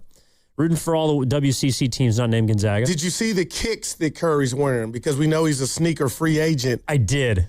I got a story real quick. That was pretty cool. Yeah, but Evan, I was okay in high school. I didn't have a lot of confidence. I should have, and I felt like if I smoked weed like a lot of my friends, and they would go out and I'd be with them, and I wouldn't partake. Weed can make you anxious. They would score 20, 25, 30 off of blowing before the game. I was like, dude, look at they're on crack. But now I wish had I done that, I would have tapped into my gifts. So it's a regret I have about my high school career. Not smoking weed before games? No, just like, y'all ain't nothing. Go do what you do. Go. I was too nervous, So anyway, I used to wear those weapons, the black ones, and they were heavy.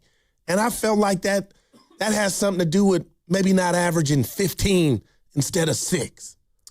They were heavy. Now I'm like, you wasn't tired.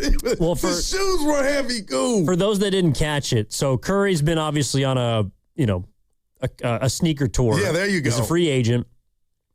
And so he's been wearing different shoes to each game and kind of paying homage to a lot of the different spots. So last night, and I obviously didn't grow up during this time, but I still know the poster. Oh, look at you. Choose your weapon. Man, you got the Converses, Magic holding them, and Larry Bird holding the black and white one. I hated Magics, the white ones with the yellow. The white and yellows. Yeah. And Curry was rocking the Larry Bird Converses last night in Boston. They look fresh. That one was nice. 707. We did show love to Cal State East Bay. That was yesterday. Yeah. I mean, we did 20 minutes on them. Yeah, well, I don't know about 20 minutes. But we did mention the fact that they're undefeated and they're in their Division II Elite Eight. So when they play, do we know when they play again? That I do not know. Again, I've been kind of more locked into Golden State and what they've been trying to figure out. Did you partake in the hippie lettuce during your high school? Well, your parents listening, but you're grown now. But during your high school, I can honestly say, I swear to God, I can honestly say, hand of the Lord, I didn't. Either did I. I did not smoke. Why do I regret it a little bit? Well, that's on you. I can't help you there. I don't know why you regret it. It would have calmed my nerves. Or it could have messed you up even more. See, this is the thing about the trees. It has different effects on different people. But I learned what effects it had, and I was like, boy, if I'd have had that then, I might have been in the starting 5, E. Yeah, during a game, no. No. But maybe after a game, might have helped you calm down a little bit. But you also, this is actually something my friend's dad told me one time, which I found to be quite accurate as I moved along in life. And it had no bearing on whether or not I smoked weed in high school, which I didn't. But he told me, he said, Evan, stoners only hang out with other stoners. Oh, I love it, man. And I didn't want to hang out with stoners. I got you. So that just wasn't me. That wasn't who I am. 888-957-9570 is the number. We are getting into the Warriors. Obviously, last night, not a good night for them. They get pounded by Boston. They're in the 10 seed. Are a game out of 8, though. But technically, right now in the 9-10 play-in game, they would have to go to Portland if the season ended today. Steve Kerr saying they are going to be a play-in team. The 6 is out of reach. The 7-8 game still within reach. And right now, that's what they're what they're aiming for. Let's go to Fresno and kick it off with Dave. Dave, good morning, man. How you doing? What's going on? Good morning, fellas. Good morning. I'm doing great, man. Before I get to my point, I want to ask you guys real quick.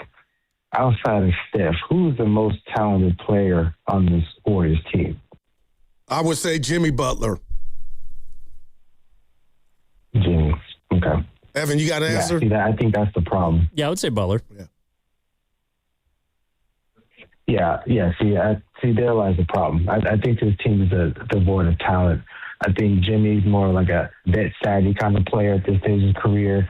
I think outside of Steph, there's just nobody on this team that scares you. So, I mean, whether Steph comes back this year or next year, or we run it back, everybody comes back healthy, you're going to have the same issue, I think. I think that this team is just full of schematic players. There's nobody on this team that scares you, that any kind of threat, whether it be a three-pointer or attacking the basket. It's all players that are, schematically fitting under Kerr's system. And, bringing back Steph, it's not going to matter, fully healthy or not. This team is just devoid of talent. I mean, the last talented player they had was Jordan Poole. He was able to get you 20 a game, and he's no longer on his team. So if they want to compete with the Spurs, the Thunder, the Timberwolves, you look at those teams, they have multiple players. They have their superstars, but they have players that are consistent contributors. And if your best hope is having Jimmy as your second best player and Draymond your third best player, most important player, the Warriors are just going to be the annual play-in team. So I think Steph, at this stage of career, he can still impact the game, but he needs somebody to help impact the game with him. If your second best player, most important player is Jimmy Butler, and his greatest strength is, finding his way to the free throw line, that's not going to cut it. You need guys that are going to, athletic and have talent, and it can be a difference maker. And they just don't have that on the roster currently. I know Kristoff is here, and he has a lot of upside, but he can't show that he can stay healthy. So I don't know how you approach that in the draft, free agency, or trade. Like, they have to get somebody who you can count on night in and night out to be a consistent threat, and not hope and pray that that they don't get hurt, or they put a 21 night or 3 the other night, like somebody like Pods, who's supposed to be the quote-unquote second most, talented player on the team. So, again, we just going to be talking to our face turned blue until they address that. And this is just going to be the norm, unfortunately, with this current roster of the Warriors. So, again, we just got to get better impact, and we got to get talent, bro. We got to stop with the schematic philosophy, and you have to get talent, whether, again, the draft or trade, bro. That's what we got to do. Yep. Appreciate the call, Dave. He sounded like Jason Kidd. Like Jason Kidd? Yeah, that's how I was telling, he sounded like J Kidd to me. But J Kidd's also doing not so great right now either. Well, his future is brighter than ours. How about that? You got a flag. Yeah. You got Kyrie coming back, Uncle Drew. Well, You've seen that movie, right? Okay, so are you expecting Kyrie to be better than he was before his ACL tear? Just as good as. Well, then it sounds like you're expecting the same from Jimmy Butler. No, I'm just saying, 10 months removed, Jason Tatum is, again, obviously just a 27. Yeah. I also don't think he's look, he's coming off an Achilles. I don't think he looked as good as he did before. No, but he shouldn't. But he's helping. You know what I mean? He's still that good when he's at 100. Let's just say he's at 84. It's still good enough. Yeah. He's long enough, and now he's hitting the 3, even going to the cup. A brother going to work it out, and I feel like by the time the playoffs start, you see him as a plus as opposed to a minus. No, 100%. I didn't disagree with what he was saying at all. The bottom line is the team's stuck, and where are you going to get what you deem, worthy or better players, Evan? That's the, chutes and ladders. Where are we going to go, and how are we going to go? Find those players to supplant what we have or offset Steph Curry's responsibility of carrying this team. Well, I think it's a lot easier said than done, right? Hello? Yeah, we have schematic players. Let's go get some talent. Okay, where? Yeah. And I'm with him that I think at full strength even, does this Warriors team scare teams? And that. Maybe not. But again, they made the second round of the playoffs last year and had a puncher's chance at the Western Conference Finals. To me, that's kind of what the ceiling is right now for this team. It's going to be very difficult at their age, and you brought this up yesterday. It was a fair point that no one had tried to do that before. It's going to be damn hard, damn near impossible to win a championship. But there's no other ways that they found better to get players in here with talent. What does Steve Kerr think that the goal is right now for the Warriors? What are they trying to do here without Steph? Means boxing out, means don't give up back cuts. We gave up like 3 back cuts early after we had a shoot around this morning going through those very actions, and we completely messed up coverages 3 times in the first quarter. Cannot do that. Cannot happen. You want to win a playoff game, you better be locked in. So lock in. And part of locking in is not just the mental part of it, but it's the spiritual part. It's the emotion. How ready are you? How confident are you? How together are you? And it's, like I said, it's easy when you're beaten up. It's easy to kind of hang your head. We just can't hang our head. We've got to keep plugging away. So, like, building good habits, that's basically that's the goal right now. And last night, I mean, I would say, yes, those were some things that they themselves could have corrected. And like he admitted, they went over pregame and couldn't execute during the game. Right. I would also say, when you're going up against a team that has legitimate title aspirations and is locked in at home, they're going to make you look stupid. All right. No, you're right. There's no way around it. But, I mean, you could have some fun with me right now, and I'm just going to ask this because the caller talked about it, and we both can admit it.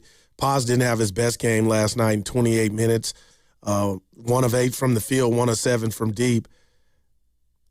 Is it fair that I wanted to see LJ Cryer, or was that hamstring, you think, bothering him to where he couldn't play? He didn't play. Yeah, I mean, no. He was hurt. Okay, so he was hurt. All right, designated hurt. Okay. Yeah, otherwise I think he probably would have played. All right. I mean, yeah, I think that's probably the situation last night. Again, it's... Man, I would prefer if Draymond Green didn't play 32 minutes, but who are you going to play? So tomorrow you play Detroit. Actually, Draymond wasn't awful last night. With Cade Cunningham nursing a punctured lung. Collapsed lung from taking a knee to the back or side or what have you. I mean, do you look at that game without him as, we might have an opportunity? Or is it still Detroit's been scoring without him? Well, Detroit's a really good team, and they've proven that with and without Cade Cunningham, they can win. The Warriors have not proven that without Steph Curry. I think since he's gone down, they're 6-13. So they'll win 1, lose 2, and maybe they catch Detroit. I mean, the problem is you also got a back-to-back, right? You're playing Detroit, and then you're going to Atlanta the next night. Kuminga reunion. He played last night. He did. I can't wait for that game. He hit a 75-footer. Yeah, he hit a 75-footer last night. I'll give you 1 there, Zach. He hit a 75-footer last night, and it was supposed to be a pass, but it went in. I saw the So he had 13 is what you're telling us. No, he had 16. He had 16 points in 19 minutes. What are the chances they beat the crap out of the both Mavericks? him and Porzingis are in that game? I want those odds. Well, I think as of now, has Porzingis technically played 1 more game since the trade than JK? I want to say I'm learning. I think. I mean, hey, find out. They've won all the games in which Kuminga's played. I'll give them that. Yeah. But they're not predicated on Kuminga helping them or not. Dude, they're a locomotive. They're steamrolling teams right now, though. And that's with and without him. I mean, they've won 11 games in a row. I got to get some new shoes for these victory laps. I mean, the Lakers. Look at my man. Oh, my God. Charlotte. You don't want to do this. No, Charlotte. You don't want to do this. Who else I got? Come on, we did this Monday, and you were with me. You just said the MVP of the Warriors is Gary Payton II. No, hey, I said since Curry went down, I'm trying to give my man some love. I know. That had nothing to do with it. What's my other one, though? I had a trifecta. I'm missing one. Charlotte, I can't keep Lakers, track of how many who's the other team balling that? Atlanta. Yeah, the Atlanta Hawks. Took us some time. Yeah. They going to win a postseason series?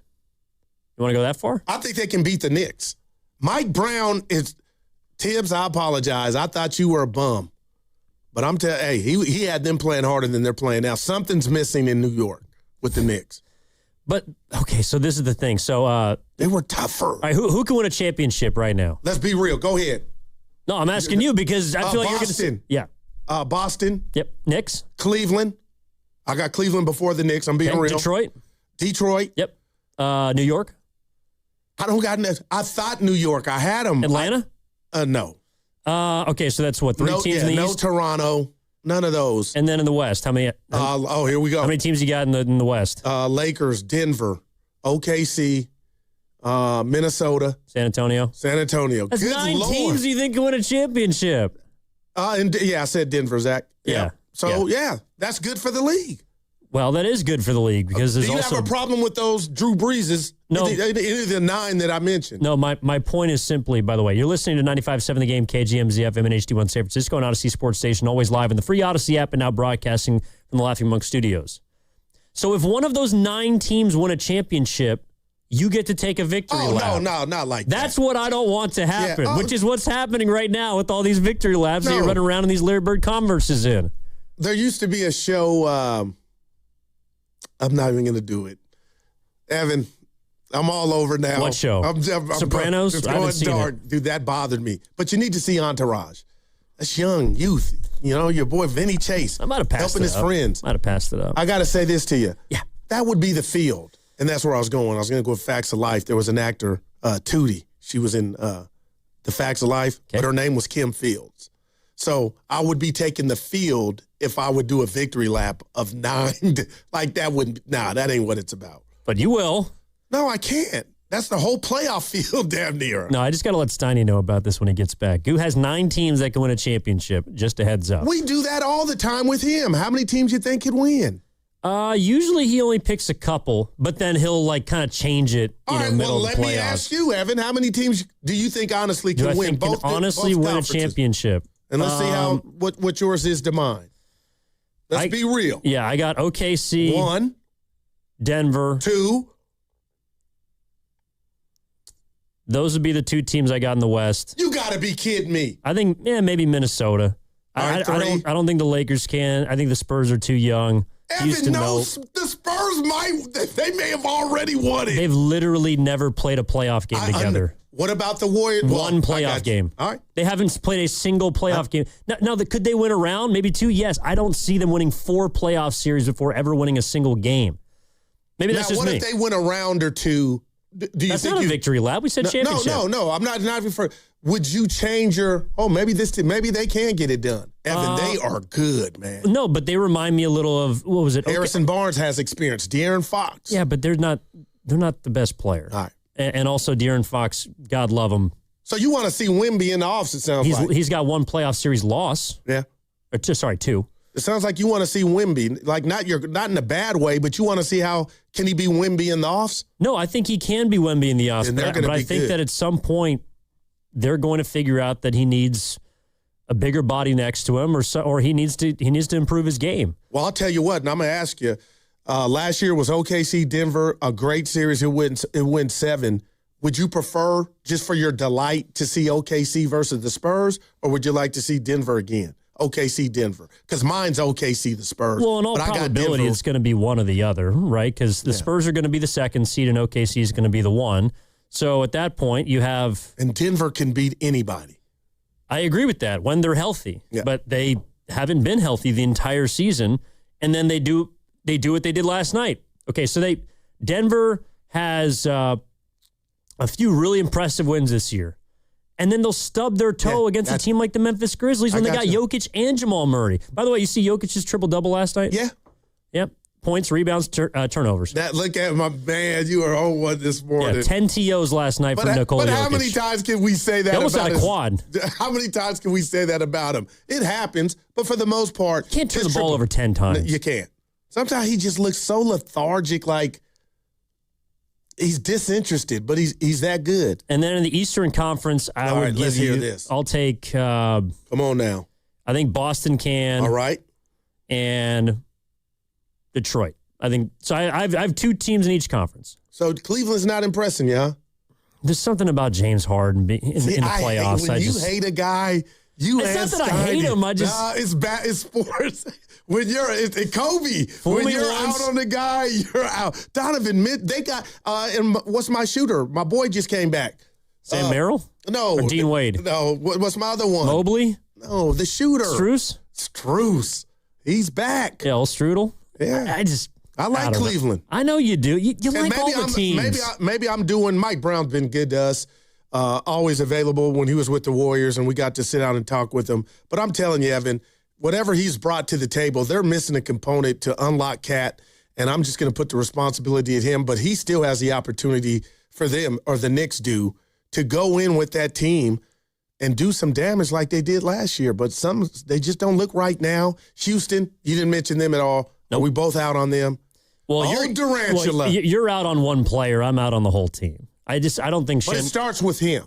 To me, it doesn't, honestly, because and this is why I don't think that they can win it. And it honestly has me feeling some type of way about the Warriors. And I told you this before the show. Right now, if we're talking about players that have defined this generation, to me, there's three. Okay. There's two that are kind of neck and neck. I know who you are. And then there's a distant third. Okay. It's Steph, LeBron, and then Durant. No doubt. And Durant's obviously the distant third. However, Durant and Curry's jobs on their team are significantly more difficult than LeBron's job on his team. Okay, for Durant, I'm going Johnny Cochran, rest in peace. What about when he had Kyrie Irving and he had James Harden, two future Hall of Famers in Brooklyn? I'll be quiet. What happened when Kevin Durant had that help? I'll wait. You're talking about 4 or 5 years ago. I'm talking about right now. But it's fact, though. You're talking about Durant never had help. What about when he had help? We don't want to talk about that. No, you're cooking the books. No, I'm not cooking the books. I'm talking about why he can't win with this team right now. And I think that's more on Şengün and Amen Thompson, because he's all the players that are his age.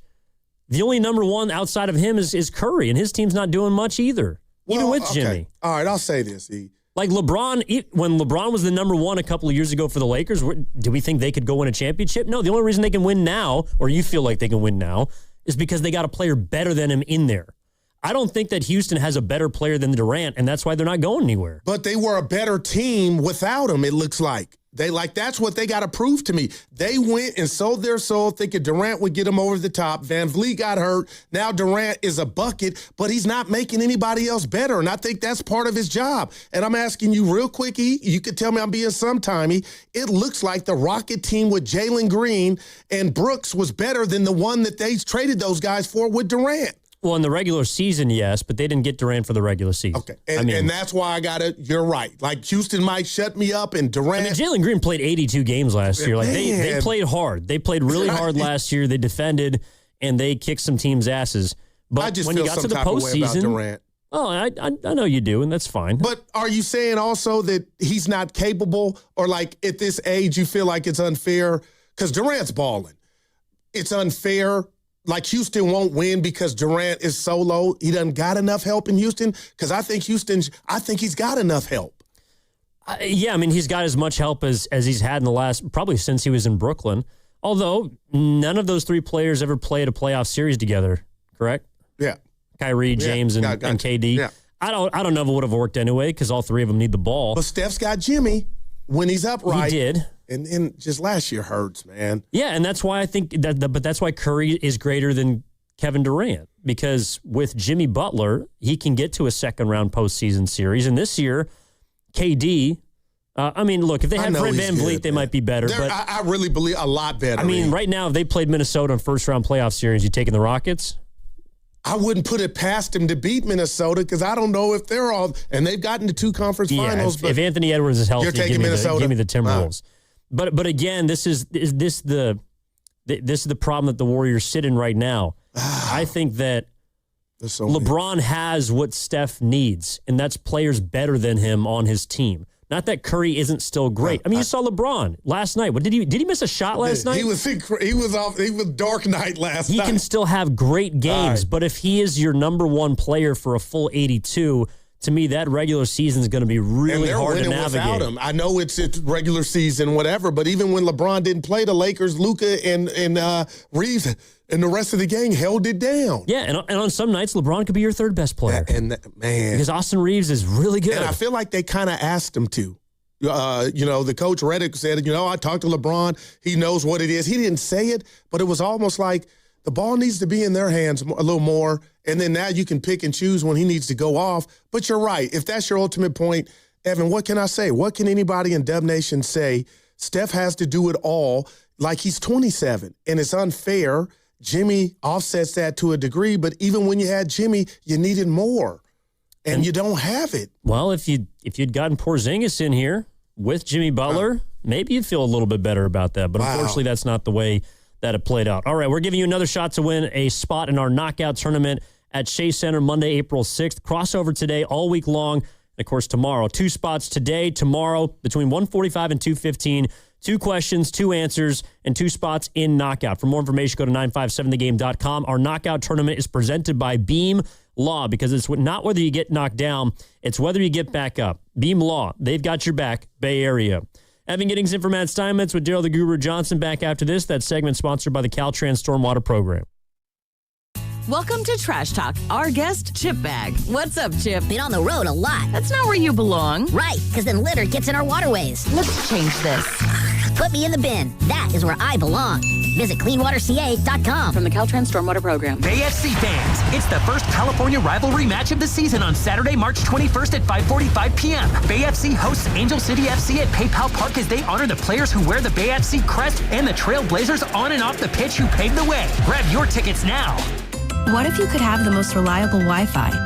And get this, what if you could keep it at the same price for 5 years? That's the Xfinity 5-year price guarantee. Just 5 years of fiber-powered Wi-Fi that boosts speeds to the devices that need them most. That finds and fixes problems before you even notice them. Like super intelligent Wi-Fi with a 6th sense. And that keeps you gaming in the fast lane, even when the whole family's banking on bandwidth. And here's the best part. No annual contracts, no hidden fees, and our best equipment included.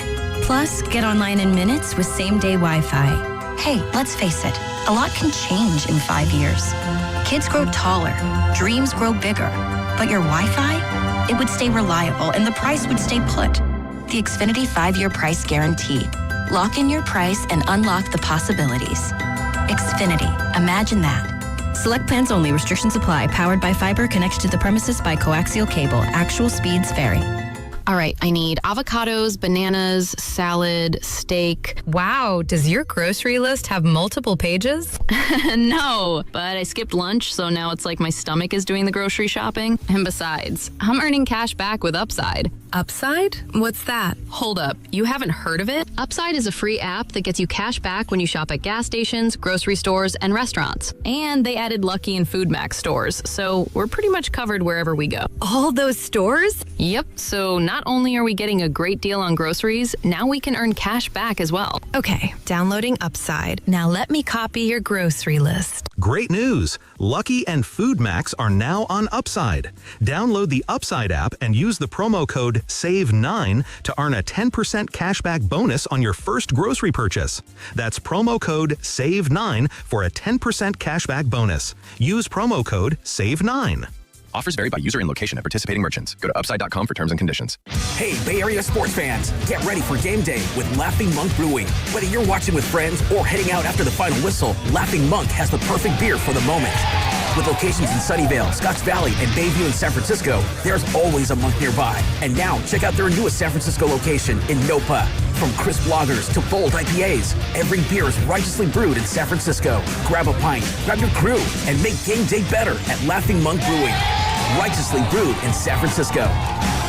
Hey, it's Willard. On Saturday, March 28th, Habas Law is covering the adoption fees for every dog and cat at the San Jose Animal Care Center. Right now, wonderful dogs and cats are waiting, some for weeks, some for months, for someone just like you. If you've been thinking about bringing a pet into your life, this is your moment. Join Habas Law and the San Jose Animal Care Center from 10 to 4 at 2750 Monterey Road in San Jose. Come meet your new best friend. Give a loving animal the second chance it deserves. For details, visit the San Jose Animal Care Center website. Hey, Bay Area, it's Guru. You know what's really bugging you? It's not your fantasy team or the refs. It's the bugs in your house. Ants stealing snacks, spiders showing up uninvited. That's when you head straight to AtcoPest.com. Atco Pest Control has been handling Bay Area pest problems safely and naturally for over 40 years, protecting your family and your pets without breaking the bank. Get the details now at AtcoPest.com. ATCO Pest.com. Atco's got you covered. Joey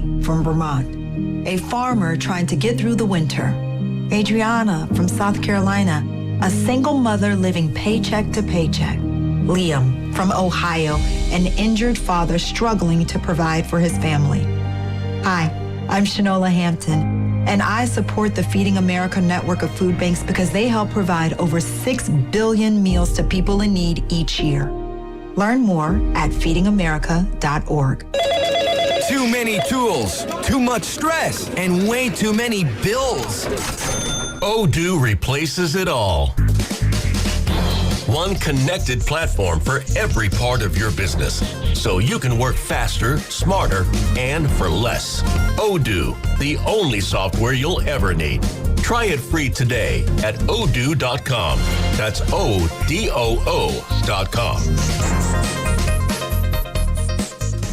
There's a difference between liking a house and actually getting it. Redfin is built to make up that difference and close the gap between finding and owning the home for you. Redfin agents close twice as many deals as other agents, so when you find a home you love, you're not a step behind when it's time to make an offer. That means less watching great homes disappear and more focus on the ones you'll actually move into and call home. Redfin helps turn saved listings into real addresses. Get started at redfin.com.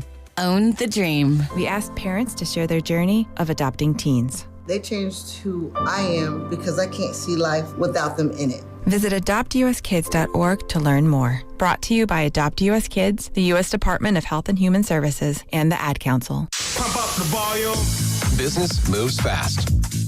Pump up the volume. When you ship with USPS Ground Advantage, you can keep up with confidence. Visit USPS.com/Ground Advantage to learn more.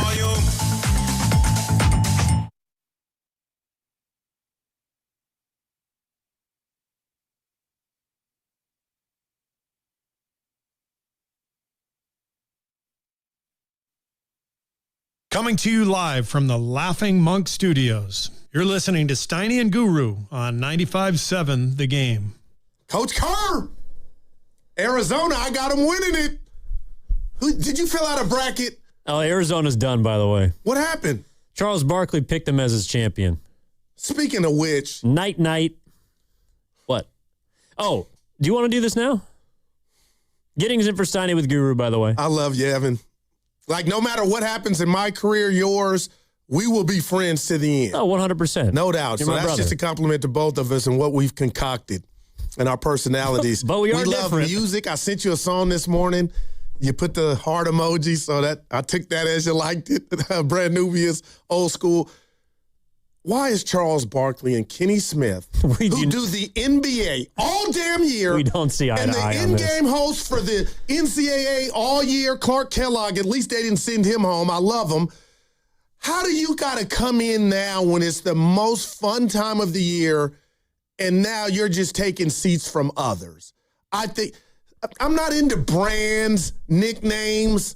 Pete gave me Guru, but you know what I'm saying? It's foul, and you go, I like it. It's unfair to the other professionals that have been in that studio all year long, busting their tail, and then here come scoot over, or not scoot over, go home. Here come Kenny and old Chuck.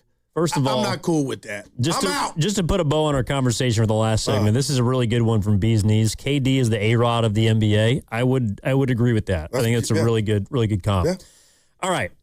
I love Charles Barkley and Kenny Smith being on this March Madness broadcast every year. But I feel like you feel dirty. I'm looking at you. No, Why I are don't you feel smiling? dirty. I took You a shower feel this dirty morning. about I it. scrubbed You look twice. good. I am feeling clean with this take. And the reason being, I think they are a perfect representation for everyone. Because they don't watch college basketball all year. I want somebody talking about these games that feels exactly the same way I do, which is I don't know anything. I was about to say a bad word there. I don't know anything about Troy. I don't know anything about who's my team right now. South Florida. Yeah, look at you. All these teams that you and these experts, and I realize Dibbs has his deep dives and he's got his research and all this I stuff. got my deep dives too. I watch. I know you do. But Damn, I all wanted you credit. people that watch these games and that fill out your brackets and take 12 hours to figure out which 5 seed do I want in the third round and which 4 seed is going to upset the 1 and maybe there's an 8 over and all of those, it doesn't mean anything. It doesn't mean I'm anything. with you, and that's the beauty of the tournament. This tournament is the best. Yeah, it's Nobody like high knows school. anything. Emotion. Everyone's wrong. Emotion ain't getting you far in the NBA playoffs. Can you get a bucket with the shot clock? It's almost high school to me, and that's why I love it. But Evan, you're okay with Barkley and Kenny every year. Scoot on over or go home. We got it. And thank God Ernie didn't do it. I think it got to Ernie. He has his own reasons. Normally he's with him. Mm-hmm. He was like, I'm going to take this year off. I don't think it's cool, I'm a man of the people, the other guys. There's Clark Kellogg to anchor the show. I love Clark. Clark Kellogg knows, he's tapped in. It's all about brands, huh? It's all about entertainment. Yeah. I mean, that's what their show is.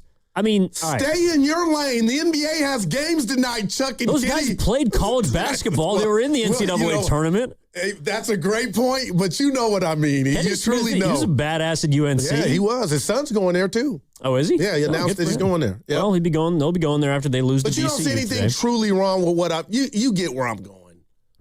Hey, Evan, you've done a good job all year, but the playoffs are here, and we're going to bring in Skip Bayless. Like, you would be like, come on, Well, man. part of it is also I think Turner Sports has they do have their pre- and post-game shows, but when it comes to March Madness, it's not like – I don't think they're taking a spot away from anybody. Yeah. Usually it's – the guys that have done it all year. Well, yeah, but okay, like I think Bruce Pearl's on some of these broadcasts. Like Bruce. And he'll be on some of these broadcasts. My point is I don't like Kenny and stay in your lane. You've been talking about the Lakers and Rockets all year, and now here we go. Gonzaga. Come on, Chuck. Gonzaga? Well, I can tell you from having watched Gonzaga, they're not going very far this year. That's why I brought them up, but yeah. I don't think they are, but I could be 100% wrong. I don't know. To me, the beauty of the NCAA tournament and why it's my favorite event is because it's the most random. There's 64 teams, one and dones. It's all about who plays well in 40 minutes and which team is not going to advance. So is this a no-no? I've been around longer than you. TCU and Ohio State are tied 64-60. You can't do that. We can't do play-by-play. We are not allowed to do play-by-play. Give my Fleming on. We cannot do He got it. Yeah. I would get, yeah. And this is what I was talking about at the beginning of the show is focus is what is of the most importance today. There's only 10 seconds left. Yeah, I know. Yeah. And you're going to be just staring at this. Please tell me you don't have chicken on this game. No, nothing. All right. That was a great drop in there, so you can watch that last bucket. That was incredible. All righty. Here was there was something I wanted to get to. I felt like you yelled at me last segment. I was going to wait till Evan, you yelled at me last segment. Put your finger down. Put your finger. No, put your glasses back on. Put your glasses back on. Oh, man. You were hot about Durant, but it was okay, 50-50. You know what? Let's just do it. Here's Kendrick Perkins on Kevin Durant and the helpless, hapless Rockets. They look like a team that doesn't like each other. They look like a team that has zero chemistry.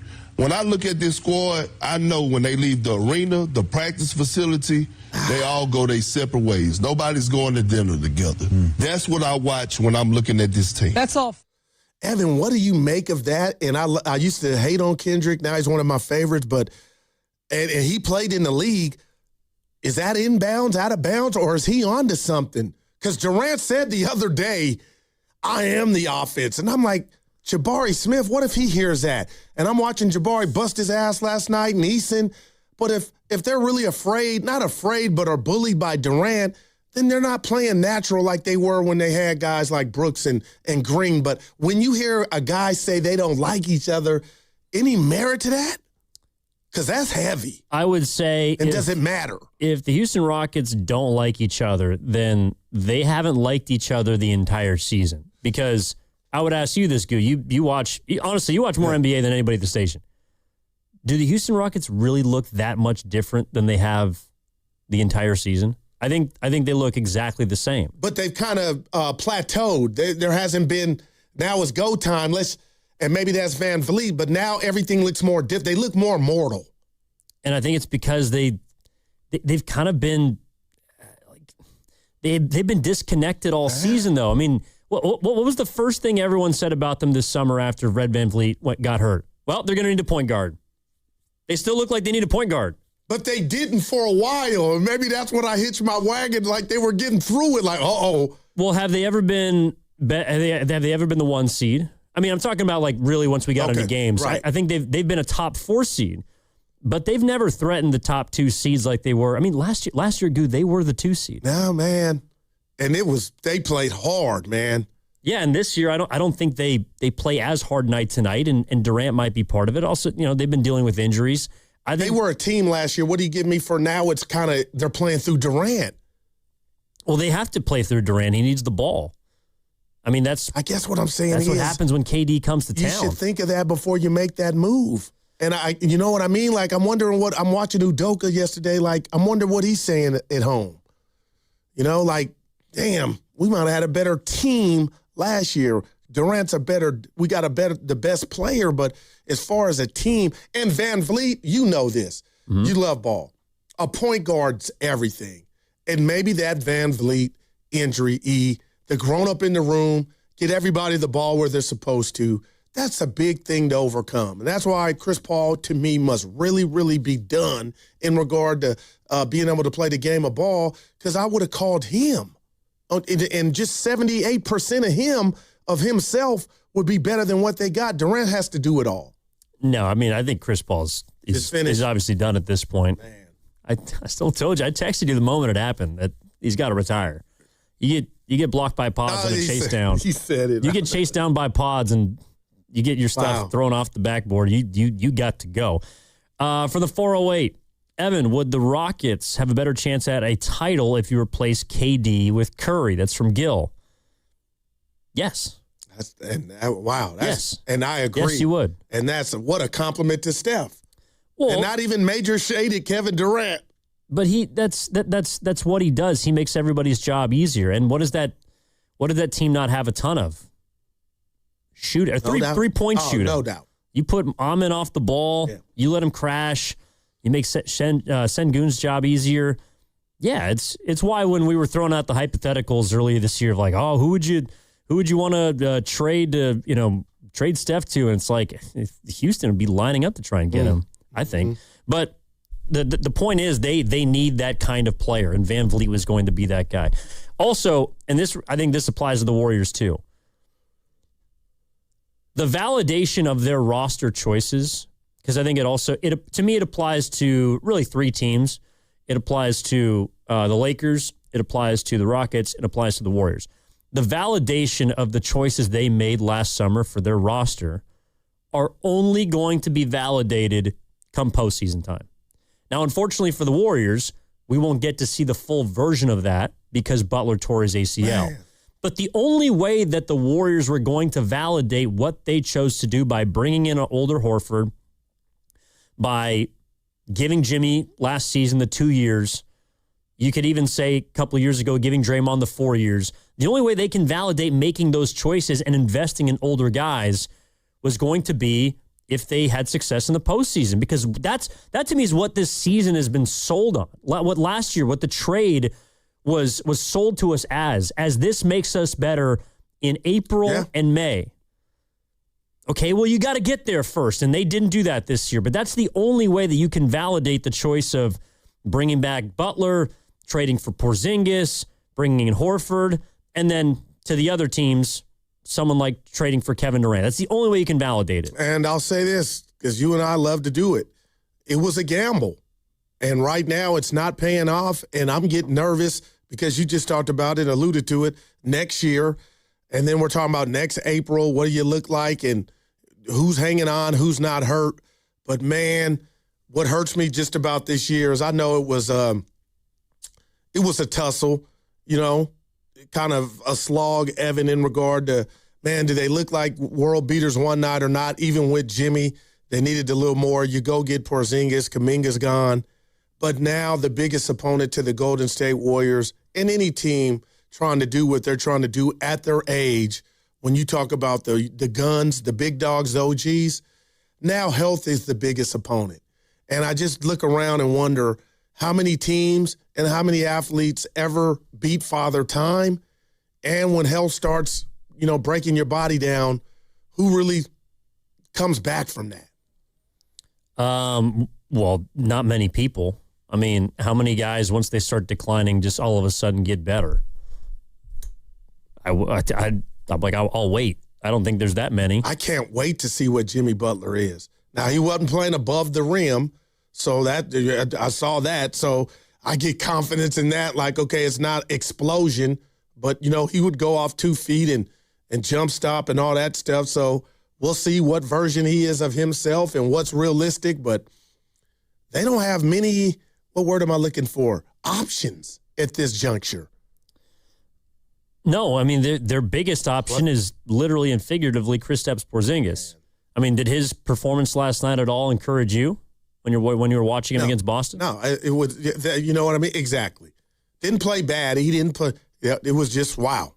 He needs the chef and Jimmy Butler out there. Yeah, here's what Porzingis said about last night. I still got a good way to go, honestly. Even though, for example, today I felt like my engine was a bit in overdrive, you know what I mean? I don't know, just coming back or whatever here, but didn't feel my best today. Last game, I would say I felt better. So, but I expect with each game to kind of get closer and closer. And honestly, that's the trajectory I actually feel also now, So I would say still got a good way to go. 60%, you know what I mean? So for me to feel like really but still I can play decent, at this field that I have. So it's only going to get better for sure. Yeah, said he's about 60%, and he's got a ways to go. Good. No doubt. And he said overdrive. And I thought to myself, you tell me if this is fair, how much of is the 80% basketball, and is it Potts that has him at 60%? Is it just, or is it all intertwined? Like, is there a different metric? You know what I mean? Like, are you low on oil, but you got a full tank of gas? Because when he says 60, I'm like, man.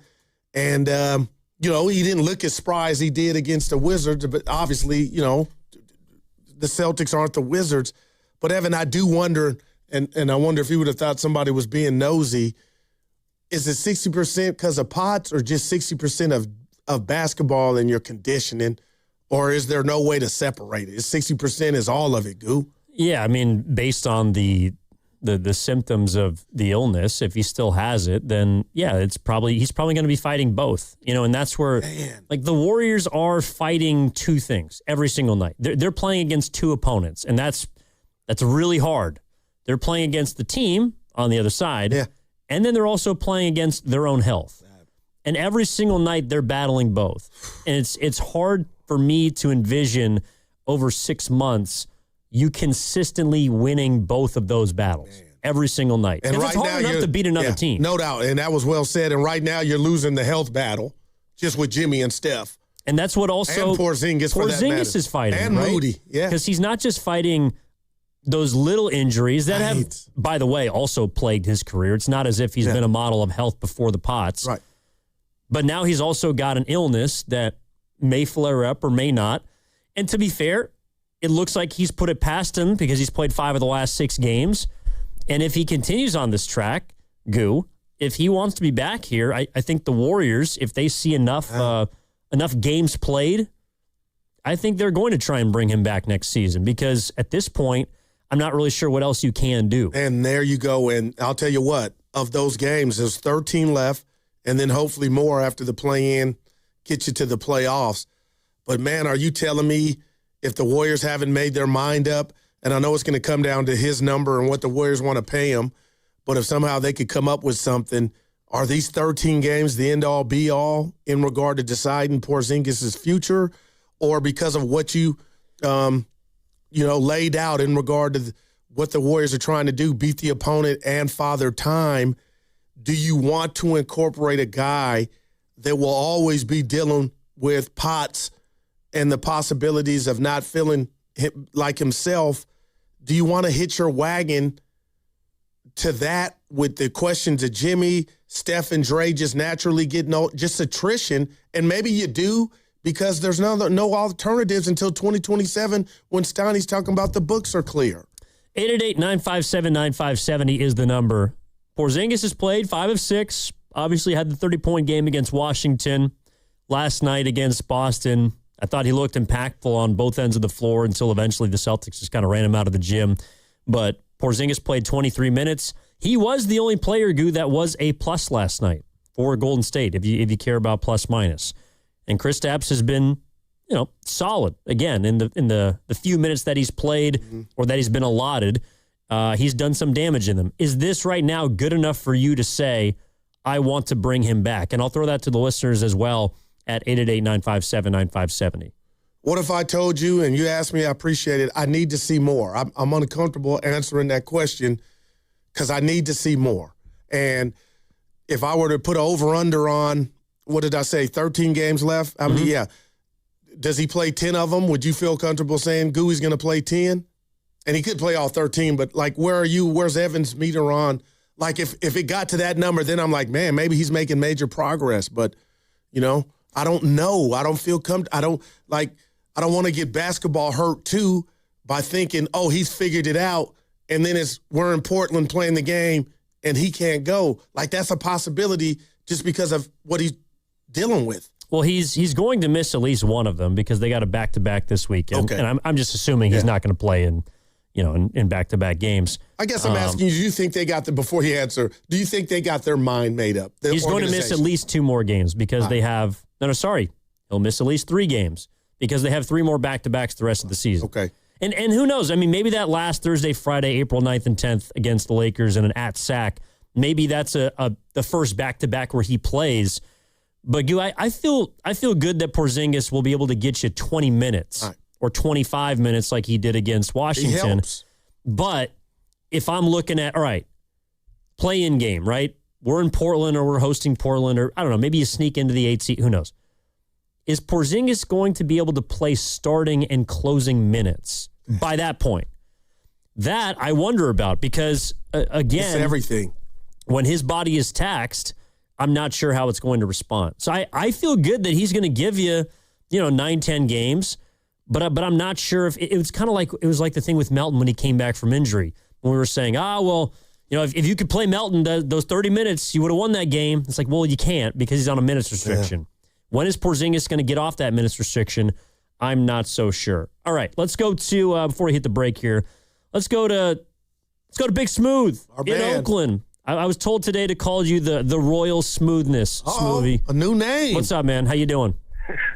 No, man. Listen, I was feeling myself this morning, but listen. Nice. What would happen, Guru? What would happen if 3 weeks before the playoffs, these guys' health starts on an uptick? What would happen if Porzingis' minutes start to increase? Steph's back, Moody's back, heck, Seth is back. What happens to this team if we've got 3 weeks to get the continuity, get on the same page? Man, this team could potentially I would take this team healthy, excluding Jimmy. I would take this team over the Lakers. Lakers, heck, sitting in the 3 seed. I would take this team healthy over Phoenix. They're sitting in the 7th? I don't know. But what I'm saying is, with some time, with the amount of management tanking going on, I'm just saying, man, what do you guys think about the possibility of taking that 8th? I'd rather have San Antonio at this stage versus OKC. Why? Because I think Porzingis is a good matchup. Not good, but, as good as you can get against Wemby with Draymond being able to be more of a help side player, in which he is a tactician at. I don't know, man. I'm looking at this. Of course, I'm prepared for the worst, but I also have to prepare for the best. What if this team and all this other stuff, we know it doesn't really matter. Can we be somewhat healthy when the playoffs roll in? We got that play-in game. I'd rather head in there with the 8th versus the 10th. Well, what do you guys think about that? The possibility of this team getting actually healthy for the first time ever since this year. We have not seen Steph and Seth play together. It's a lot of possibilities, but again, of course, like Goose said, you don't want to get punched in the face by basketball again, so we leave that open. But I'm just saying, man, it could happen. It's not out of the realm of possibility. What do you guys think? Well, I think that's what Steve Kerr was basically saying last night is, and I'll play that sound for you on the other side, what they're preparing for right now, what they're trying to do and build so that when, to your point, Smooth, when Curry comes back, maybe when the Rehab brothers both come back, And Porzingis is there. If Horford's healthy, Moody's back, who still doesn't have a timetable for his wrist. Maybe the Warriors can puzzle piece this thing together. We can get into it on the other side. And if you want to chime in, 888-957-9570 is the number. Evan Giddings in for Matt Steinmetz alongside Gerald the Guru Johnson. What's coming up in the game is brought to you by Fremont Bank. Here for you, here for good. That segment brought to you, as always, by Crystal Geyser, Alpine Spring Water. What makes Crystal Geyser Alpine Spring Water different? We always bottle our Alpine Spring Water less than 1.5 miles from the spring source, and all our bottles are made with 50% recycled plastic from our own recycling plants. Crystal Geyser, bottled at the spring source. What if you had the smartest Wi-Fi? If you did, it'd be Xfinity, of course, and it'd come with their best state-of-the-art equipment. It would boost speeds to the devices that need it the most, prioritizing your most important connections, whether you were streaming, gaming, or gaming while pretending to work. And it would let you stream 4. That's right, 4 games on one screen. It would even power your mobile connection so you could bring faster, secure Wi-Fi speeds with you where you use it most. It would be proactive and fix problems before you knew you had them.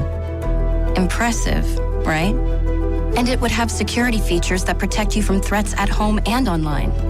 Kind of like a force field for your life. If you had the smartest Wi-Fi, well, everything would work together seamlessly to keep you connected, no matter what. Xfinity. Imagine that. Restrictions apply.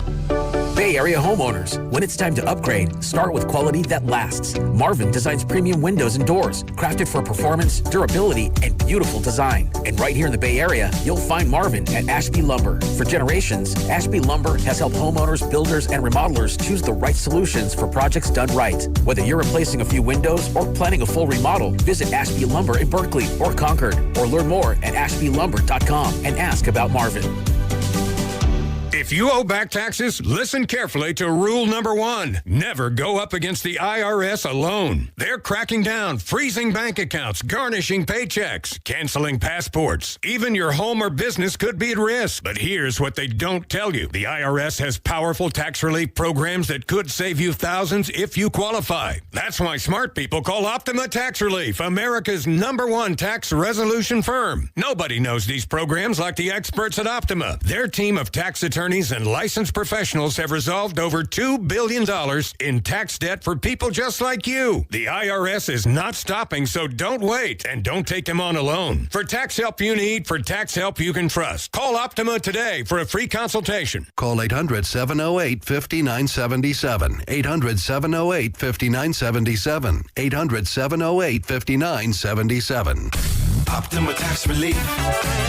Some restrictions apply. For complete details, please visit OptimaTaxRelief.com. Now's the time to get an incredible deal during Toyota's Ready, Set, Go sales event. Hurry in for low 2.99% APR plus $500 finance cash on the legendary Tacoma. Or get $3,000 cash back on the powerful Tundra. Great trucks, great offers, but not for long. Head to your Toyota dealer today during the Ready, Set, Go sales event. Toyota, let's go places. Offers available through TFS to buyers with premium rated credit and cannot be combined with other offers. Finance cash must be applied to transaction and only available on Tacoma SR and SR5. Cashback offer excludes Tundra TRD Pro. Ends 3/31/26. This month marks our 40th anniversary as a family-owned business. We know beautiful floors help turn a house into a home. That's why the floor store is donating $40 to Habitat for Humanity for every qualified purchase during our anniversary sale. Going on now. 1-877 Cars for Kids. KARS Cars for Kids. 1-877 Cars for Kids. Donate your car today. 1-877 Cars for Kids. KARS Cars for Kids. 1-877 Cars for Kids. Donate your car today. Ready to get rid of that old car? Donate it to Cars for Kids. Call 877-CARS-4-KIDS to speak to a friendly live agent. Donation is super easy, and your car can be picked up as soon as tomorrow. Go to carsforkids.org now or call 877-CARS-4-KIDS to donate your car today. 1-877 Cars for Kids. KARS Cars for Kids. 1-877 Cars for Kids. Donate your car today. Did you know you can donate real estate too? Go to carsforkids.org. That's cars with a K. New Game Plus with Oxy makes your laundry smell incredible and fights stubborn smells. Like the ones your dog Biscuit brought into your freshly made bed last night. But you washed that all away with Gain. And now you're drifting asleep to the scent and sound of waves. Ah, no, that's the dog licking your ear. Biscuit. It just might be our greatest scent ever. Now with odor fighting power. New Gain Plus with Oxy. Sniff the difference. Gain. There's a difference between liking a house and actually getting it. Redfin is built to make up that difference and close the gap between finding and owning the home for you. Redfin agents close twice as many deals as other agents, so when you find a home you love, you're not a step behind when it's time to make an offer. That means less watching great homes disappear and more focus on the ones you'll actually move into and call home. Redfin helps turn saved listings into real addresses. Get started at redfin.com. Own the dream. Sunny, very warm for San Francisco, going up to 78. Weather brought to you by Staples. From posters and presentations to labels and loyalty cards, Staples has all the print to boost your brand. Shop now in-store and online. Staples. That was easy.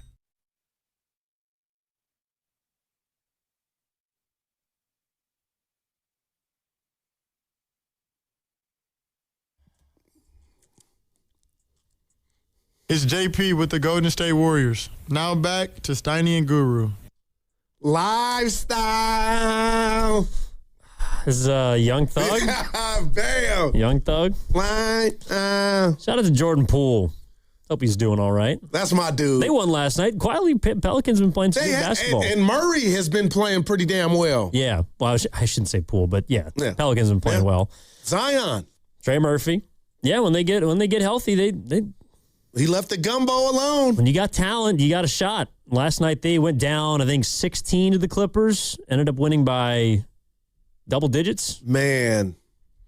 Did the Warriors a favor. No doubt. They did.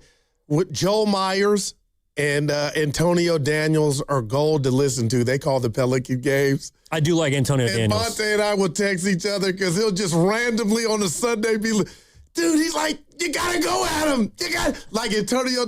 It's incredible, man. Like they got a good thing going. Some of the local broadcasters are pretty damn good. If you can, obviously, league pass and stuff. And Fitz and Kalena do an awesome job. No doubt about it. Along with Tim Roy. But all right, Goose. So before the break, I asked you this question. I actually didn't answer it myself, but here's what I'll say. So Porzingis has played 5 of the last 6 games. He's averaged, 23 minutes, let's call it, per game, 22 minutes per game. And overall, he's not shooting it great, right? He's had a couple of stinkers, but he's showing you flashes. Mm-hmm. He's also, in the 2 starts, he's got a couple blocks. He had those 2 blocks on the same possession against Boston. He's averaging 16.5 points, pretty decent considering how much he's playing. Is enough right now from what you've seen, good enough to say, I want to invest in him this summer. And I don't know what the number's going to be, Goo. But I think it will be less than what he's making now at $30 million. I've seen enough to believe that I think he can play 20 to 25 minutes a night for the majority of the games that we have left in the regular season. I think when Steph comes back, which I believe will happen, and Shams Charania reported yesterday, it's trending towards that. I think together we're going to see that this is a tandem that, well, are they going to get you over OKC? Is it going to get you past Denver and the Lakers? Perhaps not. But heading into next year, that might be the one thing you can do. And I'm in the business. Smooth called in. He was feeling it. And then we had a caller beforehand whose name I forget, and I apologize. This team healthy, but also with this team with some talent. And that's why I didn't mind the trade when I saw it, because I know that Kuminga's a talented player. I never thought that it was going to work here because of the relationship. And it didn't. You're Porzingis is a talent. He's better than it's on display. If he's healthy, Evan, do you have a problem with me saying I take him over Jimmy Butler? And I mean every part of what I just said. Yeah, I don't know if I go that far. But yeah. He is unlimited range, willing to take the shot. But I just feel like you're pressing me, E, because I need to see more in regard to this situation and this player. But it seems like you just need to see him on the court. Exactly, it's not even what he does. Oh, no, that's why the 30 in D.C. we were having fun. It was laughable. It's like, I know this dude is like, no, I'm there, but the price is going to be one thing, and we're just speculating, right? That's all we can do. I mean, my gosh, how does Porzingis' camp or his representation or himself even say, I want 29? Oh, you know what? Not 30. I want 29. Like, that's going to be a big part of it. But because of the state of where they are in regard to finances, the Warriors need to do everything they can or explore all possibilities in regard to Kristaps Porzingis. I get it. I'm just hoping he doesn't get healthy and think, oh my gosh, I need my 30. You can't give it to me. I'm somewhere else. So I'll say all that to say, Smoothie got me thinking about this too. The Spurs are young, even though I said I think they can win it. I mean that. Warriors did it in 14-15 first year under Kerr, but they had some experience. I just bring that up because that's how I feel when I'm looking at the Spurs. But what if the Warriors were to get healthy with Horford, Porzingis, Steph, and you went out and had to play a young Spur team, Wemby's first time? I got my popcorn for that. But as far as you telling me, Goo, right now today on Thursday, first day of the NCAA tournament, I got to see more. Well, and hopefully we will see him more. On the court. I got you. Not about performance. Well, maybe this will help you feel better. This is from the Boxer and Gerson Work Injury Attorneys text line 415. I do like the fact that Porzingis is under Rick Celebrini's care regarding his injuries and his illness. Maybe he's now being taken care of properly. It's possible. The other question, which is a good one, is does Porzingis want to be here? And I think Where else would he want to be, and who would want him? Well, I think he wants to be paid. Okay, hello. I think he wants to be paid. And look, his stock is not up. Even if he plays well, Goo, I'm not sure how much teams are just going to believe that this problem's in the past. And that's why, in a perfect world, if I'm thinking about next season and what I've seen so far from Kristaps, I would be willing at this point to offer him a 1-year flyer contract because it aligns with Jimmy and Draymond and Steph and Horford even, or Melton if you bring him back on a 1-year deal. It sets you up to have flexibility beyond the year after next. Porzingis, if he's healthy, is obviously going to help you. And if he's not, then you can turn this thing off anyways and we'll go the other direction. But I would be willing to bring back Porzingis. The one thing that I can't do is pay him the same amount of money that he's making this season. What if he knocked it down to 20? What if he said 25? I think 25 would be fair. That's what a top 75 player makes in the league right now. I'm looking at Nick Claxton, Miles Turner. Those are two centers that right now make $25 million a year, that one of which was paid recently. I think that's if Kristaps Porzingis was willing to take a 1-year, $25 million deal next season for the Warriors, I would be open to that. And what if you get, and I'm asking, what if you get 55 games in all playoffs, assuming they're going to qualify for the playoffs next year? Would you be like, I'll take that too, Goo?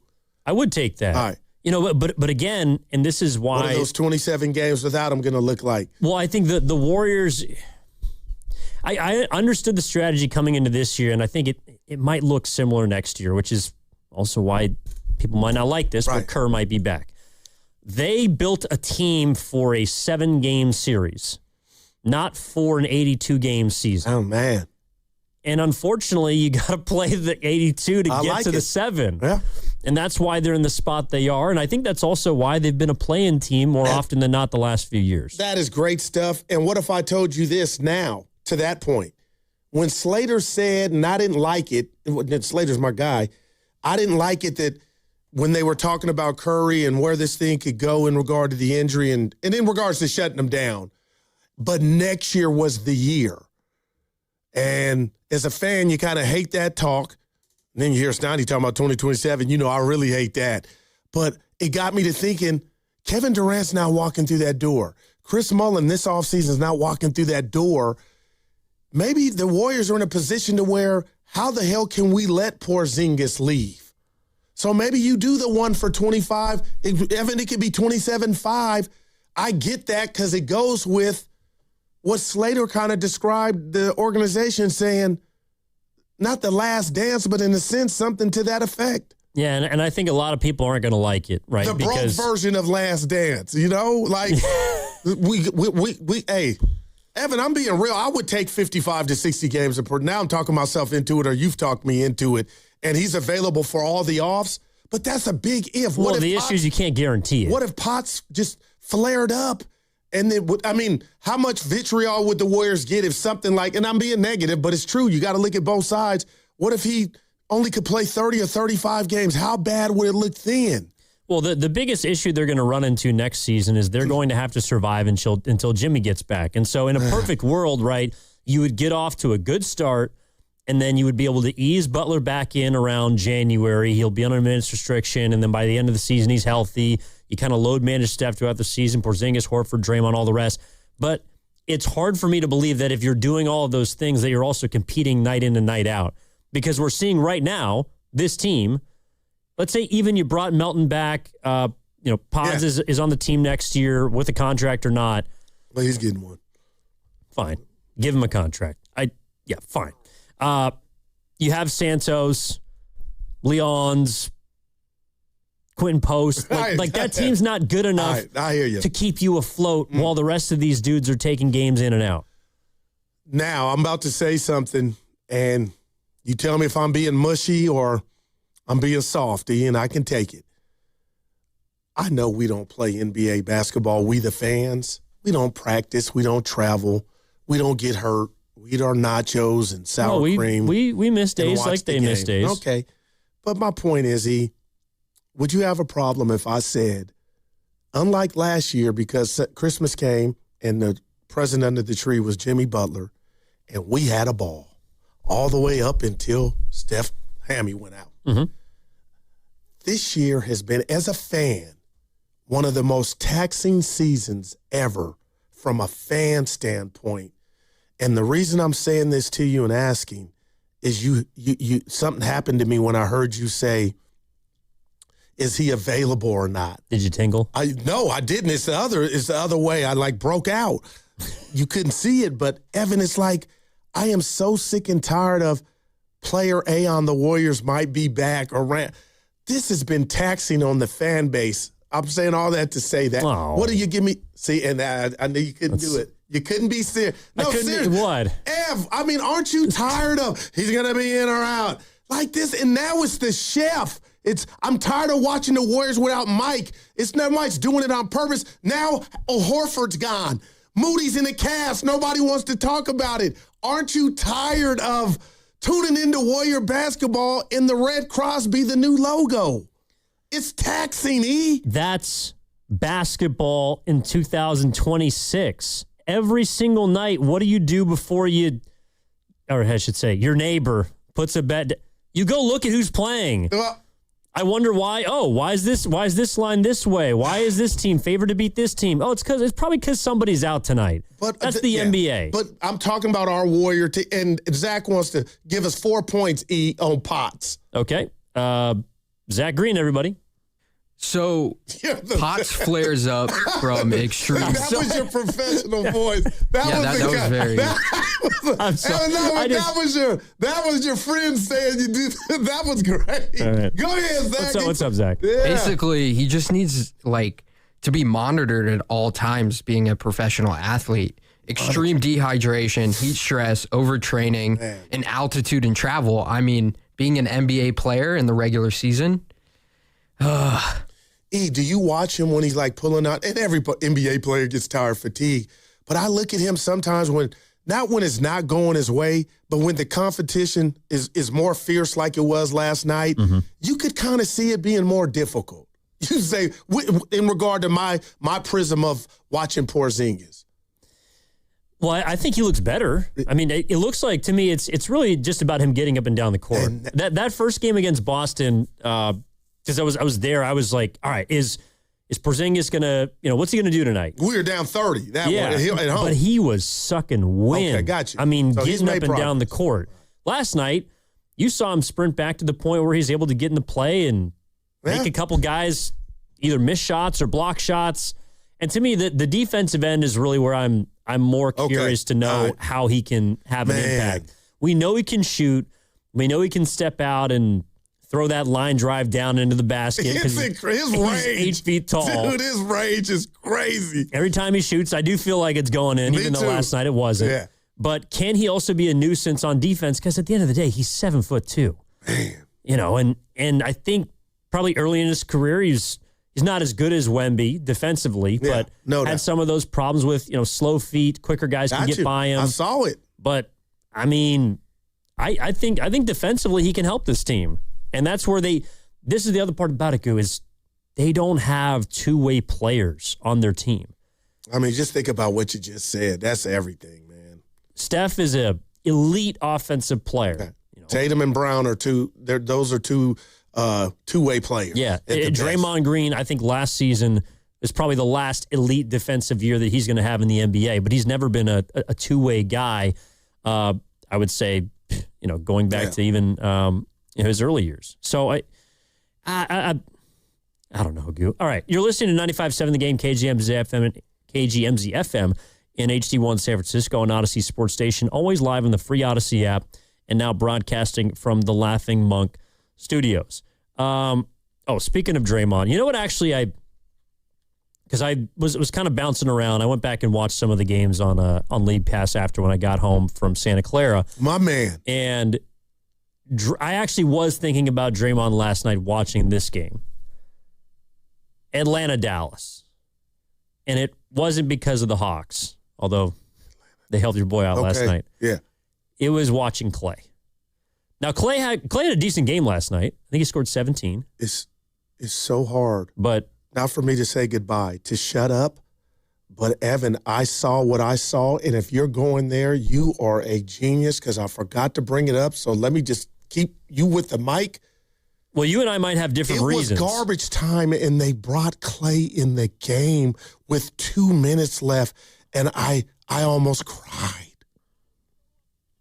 That's where he is in his career. And Buddy came in for Atlanta at the same time, and they looked each other and smiled. It was like Pacino and De Niro in their movie where they're boxers and they're old.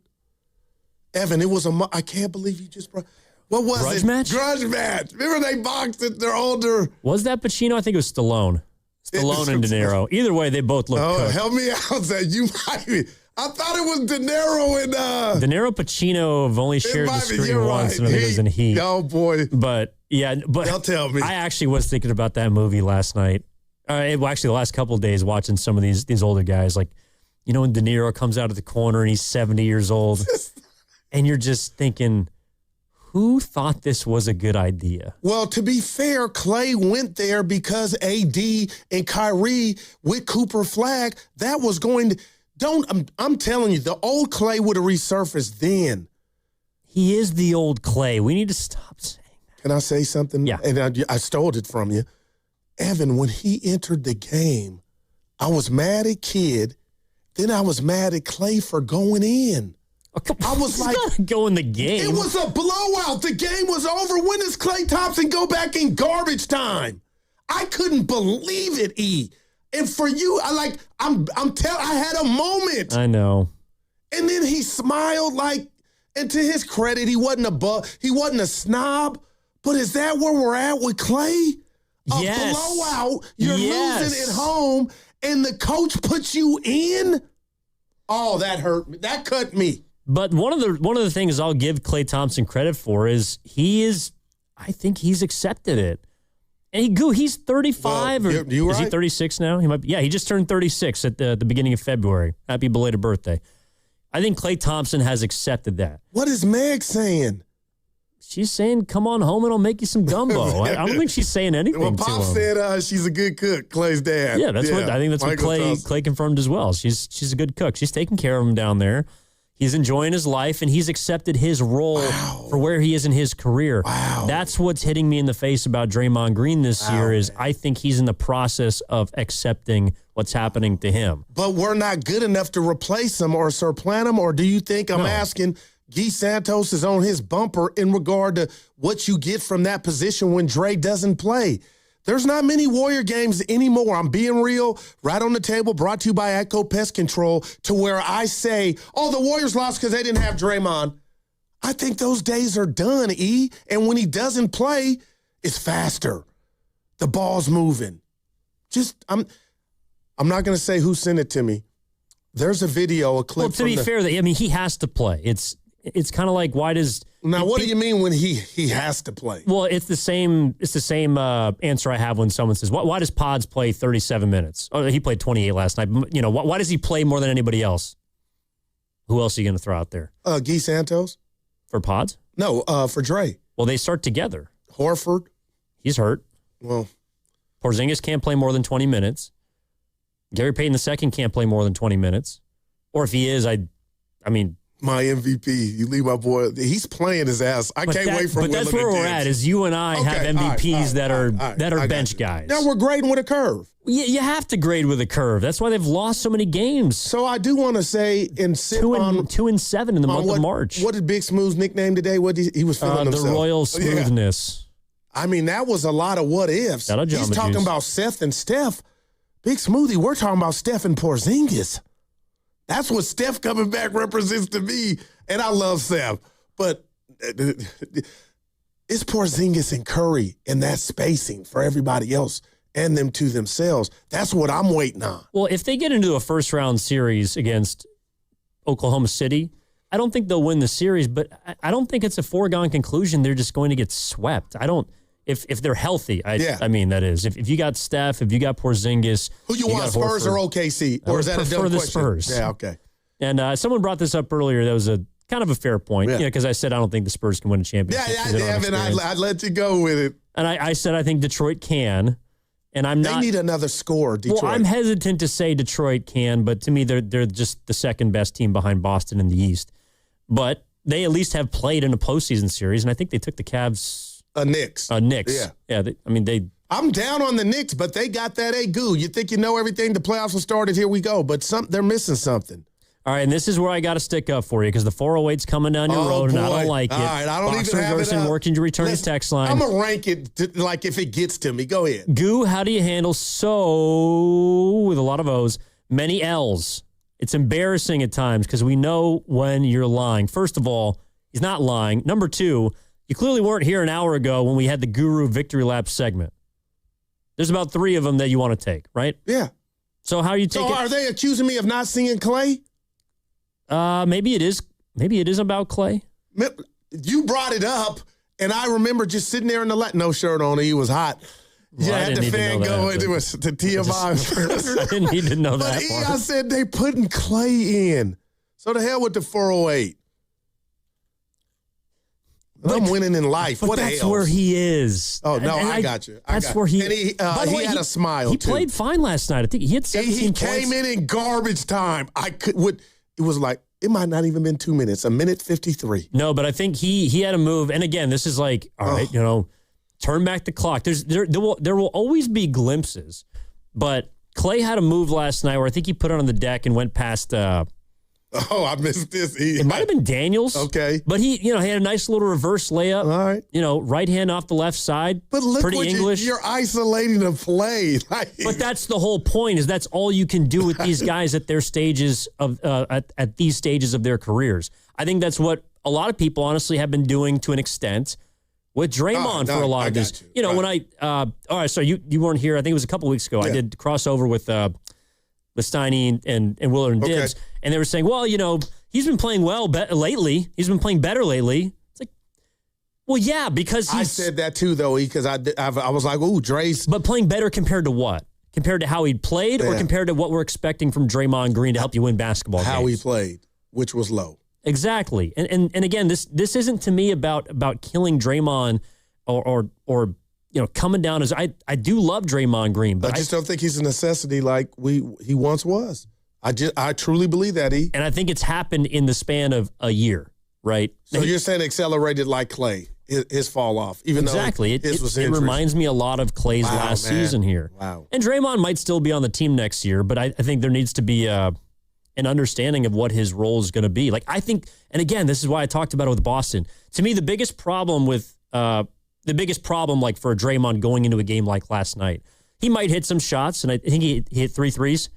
The biggest problem is that I don't see someone on the other team that he can guard, that you can throw him on, and he can stick to him the way he could stick to like Kawhi with the Clippers the other week, or maybe Dylan. He could like Dylan Brooks with Phoenix. One of those bigger sort of forward players that doesn't have the ability to get around him like Peyton Pritchard. I know we're up against it. You guys made fun of me clamoring for more Buddy Hield, but this is the flip side, the B-side to the Clay thing. I mean, how has Buddy Hield gone to Atlanta and is just an afterthought? This dude was a prominent player on this team at times, more than times. But to get traded, and I know what happened on our watch here before he left, but he is kind of just weird that this dude's a bump on a pickle for the Hawks. He don't even play. Who? Buddy Hield. Well, he came in the same time Clay came in. They looked at each other, started laughing, and then the crowd wanted, the Hawks players wanted Buddy to shoot, and he was like, I'm above this. Not on he that didn't team. shoot it either. They've won 11 games in a row. I got you. Why But would they get him more minutes? Yeah. All right, what's coming up in the game is brought to you by Fremont Bank. Here for you, here for good. Evan Giddings in for Matt Steinmetz with Daryl the Guru Johnson. That segment sponsored by the Inn at the Tides in Bodega Bay. All right, I want you to picture yourself in a cozy room by the fire, enjoying breathtaking views of Bodega Bay. This time of year, it's magical, a little hot too, at the Inn at the Tides. We got special midweek rates they are throwing out, available just $199 per night. Book your escape now and go to inatthetides.com. 888-957-9570 is the number. Standing Guru, back after this. It's here. At T-Mobile, get the new Samsung Galaxy S26 Ultra with Galaxy AI. Okay, we don't need the trumpets. We know it's awesome. You even get a 5-year price guarantee. And the best benefits in wireless. A kazoo? Get the new Galaxy S26 Ultra. Really? Nothing? Did I mention at T-Mobile there's no trade-in needed? Better. Guarantee excludes taxes and fees. Applies to monthly price of on-network talk, text, and 5G data on the Beyond plan. Benefits vary by plan. May require activation and are based on included perks. Exclusions and details at T-Mobile.com. We've all been there. Sleepless nights, mind racing, wondering if your business's security service is really protecting what matters. At Bay Alarm, we can put your security insecurities to bed. Video security, burglar alarms, fire alarms, access control, 24/7 monitoring, and more. Our advanced technology and personalized support ensure you can rest easy, knowing we're here for you, your people, and your business. Visit bayalarm.com to talk to a local security expert. Bay Alarm, we got you. Hey, it's Willard for Underdog, and the tournament is back. Let's do this. The upsets are inevitable. Underdog is the best place to get in on this action, and we're looking for specific players to show out in this tournament because you can make picks and win money right now in California. As you know, playing on Underdog is easy. You pick whether your favorite players are going higher or lower on any stat. Point, rebound, assist, whatever it is, get your picks all right. You can win up to 5,000 times your cash. In this tourney, I do have my eye on the stars, like AJ DeBonsa, BYU. He's going to want to show out. This is his last chance to show out for the NBA. I like higher on a lot of his numbers, especially points and rebounds. Download the app today. Use my promo code Willard to score $50 in bonus entries when you play your first 5. Again, the promo code is Willard. Got to be 18 or over, present in California. Terms apply. See assets.underdogfantasy.com/web/play and get terms _DFS_.html for details if you're concerned with your play. 1-800-RESET or ncpgambling.org. Visit Freeman's Appliance in Pleasant Hill March 27th through March 29th for their once-yearly red tag clearance sale. Take advantage of one-of-a-kind opportunities on floor models and factory direct pricing. Visit Freeman's Appliance red tag sale for the best time to save big on new appliances for your home. March matchups are here and now, and you can trade the tournament in all 50 states with Kalshi. On Kalshi, you're trading against peers in a live market. As the odds move, you can buy in and out of your position all tournament long. Download the Kalshi app. Use code FAN to get $10 when you trade 10. Kalshi. Kalshi. Trade on anything. Your home's equity. It's value you've already earned. That's already yours. But for too many homeowners, it's locked away.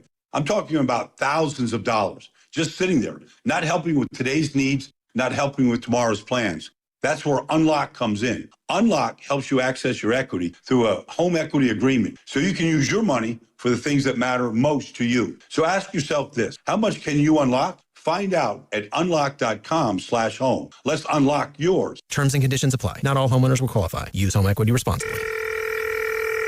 Xfinity Tech Support, Matthew speaking. Hi, I live in a pretty remote place, like Jurassic Park remote. Wow.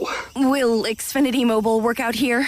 Yep, the combination of reliable Wi-Fi and 5G makes it so that you can stay connected in all kinds of places. Plus, you get access to ultra-fast speeds and coverage, whether you're poolside or out live streaming with a T-Rex. Hold still, you're about to go viral.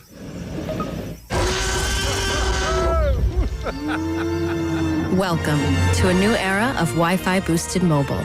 Cut your mobile bill in half with 2 lines of unlimited. Learn more at xfinitymobile.com. Xfinity. Imagine that. Watch Jurassic Park with Xfinity. Restrictions apply. Xfinity Internet required. Savings comparison based on promotional rate for 2 lines of Xfinity Mobile Unlimited versus 2 lines of T-Mobile Experience More, Verizon Unlimited Plus, and AT&T Starter as of February 10th, 2026. Taxes, fees, extra.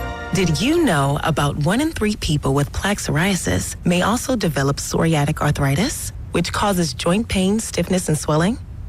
Does this sound like you? Listen to what it sounds like to be a million miles away.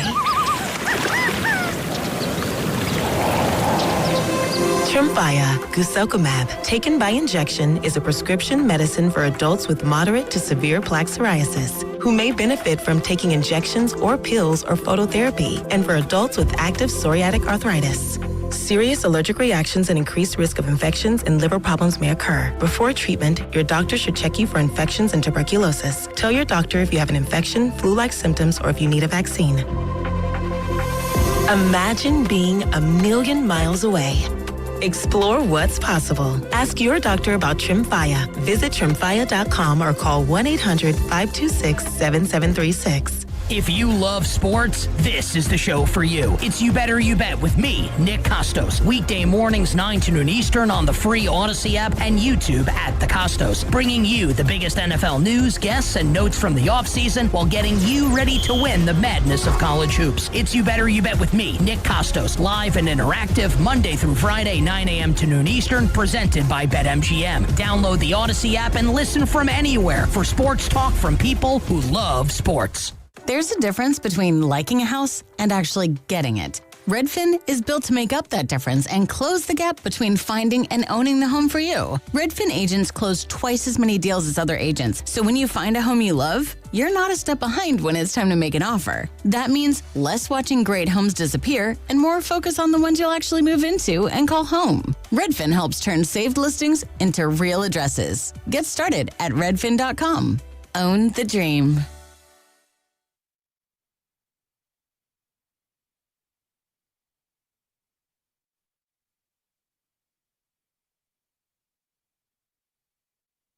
You're listening to Steiny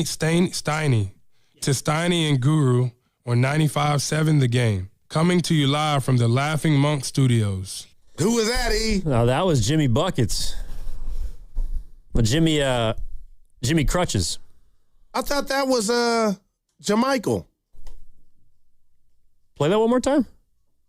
You're listening to Steiny. No, that's Jimmy. To Steiny and Guru My bad. on 95.7 The Game. Coming to you live from the Laughing Monk Studios. He's right now. He's Jimmy Crutches. He'll be Jimmy Buckets come January next year. Man, got hurt against his old team. Countdown's begun. Yeah, there was a lot of mean stuff I saw from the Heat social media. Oh, not having fun. Well, not from the Miami Heat themselves. I'm just saying, like, Heat fans. Oh, yeah, got you. Weren't big fans of the way that Jimmy left, so they're taking their, I think, uncalled for victory. So laps, you weren't feeling my "it's been taxing" as a Dub fan this year, huh? That didn't resonate with you that much. No, not really. I mean, it has. How has it been taxing? They're not very good. Watching them without Michael Jackson, one. Yeah, that's a lot. Well, watching them without Jermaine with Jimmy. Oh yeah. Sciatica with Horford. Okay. The excitement and the carpet ripped out from underneath you with Seth. Yeah. We do have Guy Santos' emergence and Gary Payton II. You ever the Kuminga trade? You ever seen a great act goo past when you probably should have gone to see him? Like, this is something that I've learned as I've gotten older. Is there's a few musical acts or artists or just people in general that you wish you had seen earlier in their careers because they just don't have it anymore. Wow. Wow. All right. I hear where you're going. I only felt that way watching, I knew I felt that way watching Van Morrison a couple of years ago because Steiny told me to go see him. He was in Oakland. And Van Morrison is a great artist. He's one of the best to ever do it. Yeah. A lot of people came out to see him because I think they wanted to relive what they had seen before. But did you leave There was more disappointed? nostalgia. Yes, because But you knew he was older and that he was aging. Yeah, but I was hoping he could turn back the clock for one more night. So, like, when I see Bobby Brown, who can't even do the dances with New Edition because he's so overweight, he's just out of breath. It's like I'm rooting for Bobby, but it's like it makes rounds on social like, oh, it's over. But I imagine that when you're watching him, you're also kind of seeing the younger version of him, and so it's hitting you in that way, as opposed to someone who's seeing him for the first time, who's been promised this version of Bobby Brown. Well, okay, gotcha. And who's saying, well, this ain't it. This really ain't it. You know, that's kind of how I feel. That's why I guess that's why it's not hard for me to say I don't feel bad, you know, or this year hasn't been straining. This year has been, what did you say, draining? Oh, my gosh, so yes. It's been draining for fans. To right now, drip.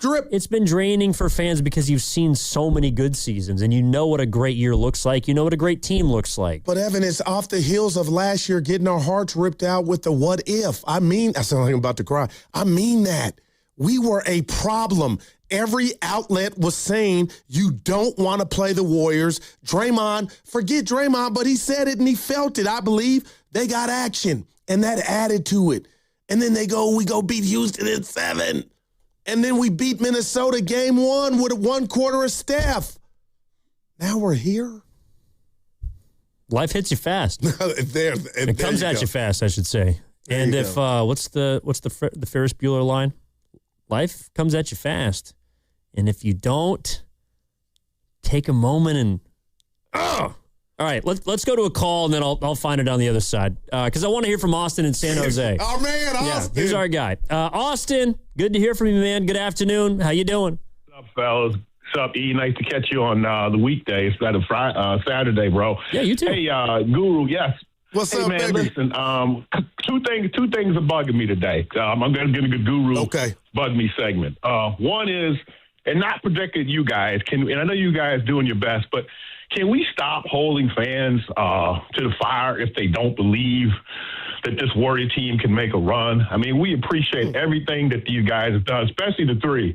These new guys, they haven't done anything. So let's stop giving them credit for something they haven't done. They weren't part of any of the dynasty, so they've got stuff to prove. I remember a couple years ago when Myers drafted some guys, and he said he got them all lined up. I don't know if you guys remember this, but he said, you guys haven't done anything yet. All you guys did was get drafted. And it feels like we want to reward guys before they even did. They had a couple good games, and all of a sudden we got to sign them up, and we got to extend them. No! These guys are all auditioning for spots, and I'm going down the lineup. You pick the guys you like or don't like, but as an ensemble, Guru, they're not very good. So, you can't say a band and start saying, oh, the band doesn't sound good, but I like this guy and I don't like that. No, the band has to sound good or the band's no good. Can we agree with that? Okay. No doubt about it. But Guy Santos got paid, real quick, not to interrupt. That was their decision. Forget my thoughts. They paid him already, so that happened. And Pods is due, possibly. So that's all we're talking about. Yeah. I love the Guru. I mean, I'm sorry. I love the Guy thing. I'm not going to listen. Guy earned that. I saw him play in the G League, man. Right. We went and saw him play before he was even paid. So nobody's arguing about Guy, and he got to play because of the injury. So think about this. If there weren't any injuries, you probably wouldn't even know that Guy. And God forbid if they hadn't signed him, as crazy as it sounds, if they hadn't signed him, some other team would probably stole him in the offseason. So that's a good signing. But what I wanted to get to was Clay. You guys kind of bugged me when you guys went off on Clay and Guru, I heard you say you feel bad. And first of all, I don't feel bad for no NBA player. If you want to give me that life, I'll take any form they want. So let's not feel sorry for Clay. I would take Clay right now. These guys on the Warriors can't shoot 30%, Guru. What are we talking about? I take Clay back right now. I give him 2 of our guys that I like, you don't like. Pick any 2. I'll take Clay back right now, okay, in terms of entertainment product and in terms of his ability to shoot. When you watch these guys shoot versus Clay, you know what a pure shooter looks like. We don't have one. Outside of Steph Curry, there is no pure shooter on the Warriors right now. So let's stop with, and the last one, Buddy Hield. Remember, Buddy Hield, people, Google, you're right. People forget that 7th game. What was the 7th game last year against Houston? Who won that game? Man. If that's Buddy Hield, that's the game of his life. But if he doesn't have that game, the Warriors lose that game, buddy. So, but Buddy, here's the last thing I'll say. Buddy is still viable, but remember, he's gone to a team of young Thundercats. He can't play now because the guys he's playing on, he played here, I hate to say it, because we don't have those Thundercats. So let's stop acting like we can go out and beat these young dudes, OKC, these guys that are 50 games winners already. How are we going to say at 30 games we're going to go out and somehow upset these guys in the playoffs? Come on, guys, stop saying this stuff. Austin. So I'm with you there. I'm not trying to sell anybody on winning a postseason series, but don't you think that for those guys that haven't been there before, which you're completely correct about, by the way, don't you think a postseason series is valuable for those guys? Yeah, but I think we should look at value as audition. I'm not ready to sign these guys up like you guys seem to be ready to give these guys contracts. No, let's see what they do, put the stress test to them. And Porzingis, I love Porzingis, man. I saw the way he interacts with his teammates from Boston. I don't know if you guys saw it. They all hugged him. This dude, that told me a lot about the type of person he is. So if we can get Porzingis for cheap, I'm saying around $10 million max. Oof. Let's bring him back. But let's let these other guys audition. Let's not Melton and Paz. These guys, they're all auditioning, man. There's no need to sign these guys up right now, guys. I'm enjoying the show. Thanks. Thanks, Austin. Appreciate the call, now, man. Can I go first? I mean, well, number one, Porzingis is going to cost you more than $10 million. Now, Austin, what you can't do, and you did it because we allowed you to do it, is you called and then you represented for the fan base, and then you put what the fan base, some of the people in the fan base have said. Evan, if I'm wrong, Zach, if I'm wrong, let me know. I have not heard you say, or myself, that they can beat the Spurs, that they can beat the Thunder. Nobody said that. So if you're hearing that or reading that in the chat, you got to put that at that person's doorstep. Nobody said that today. And in regard to contract, the only reason that came up organically is DeAnthony Melton is due. We talked about that. And Pods, I feel like they're going to be overzealous. But other than that, Austin, nobody is selective hearing. Who did we say they need to sign up? Well, you said Pods is getting a bag.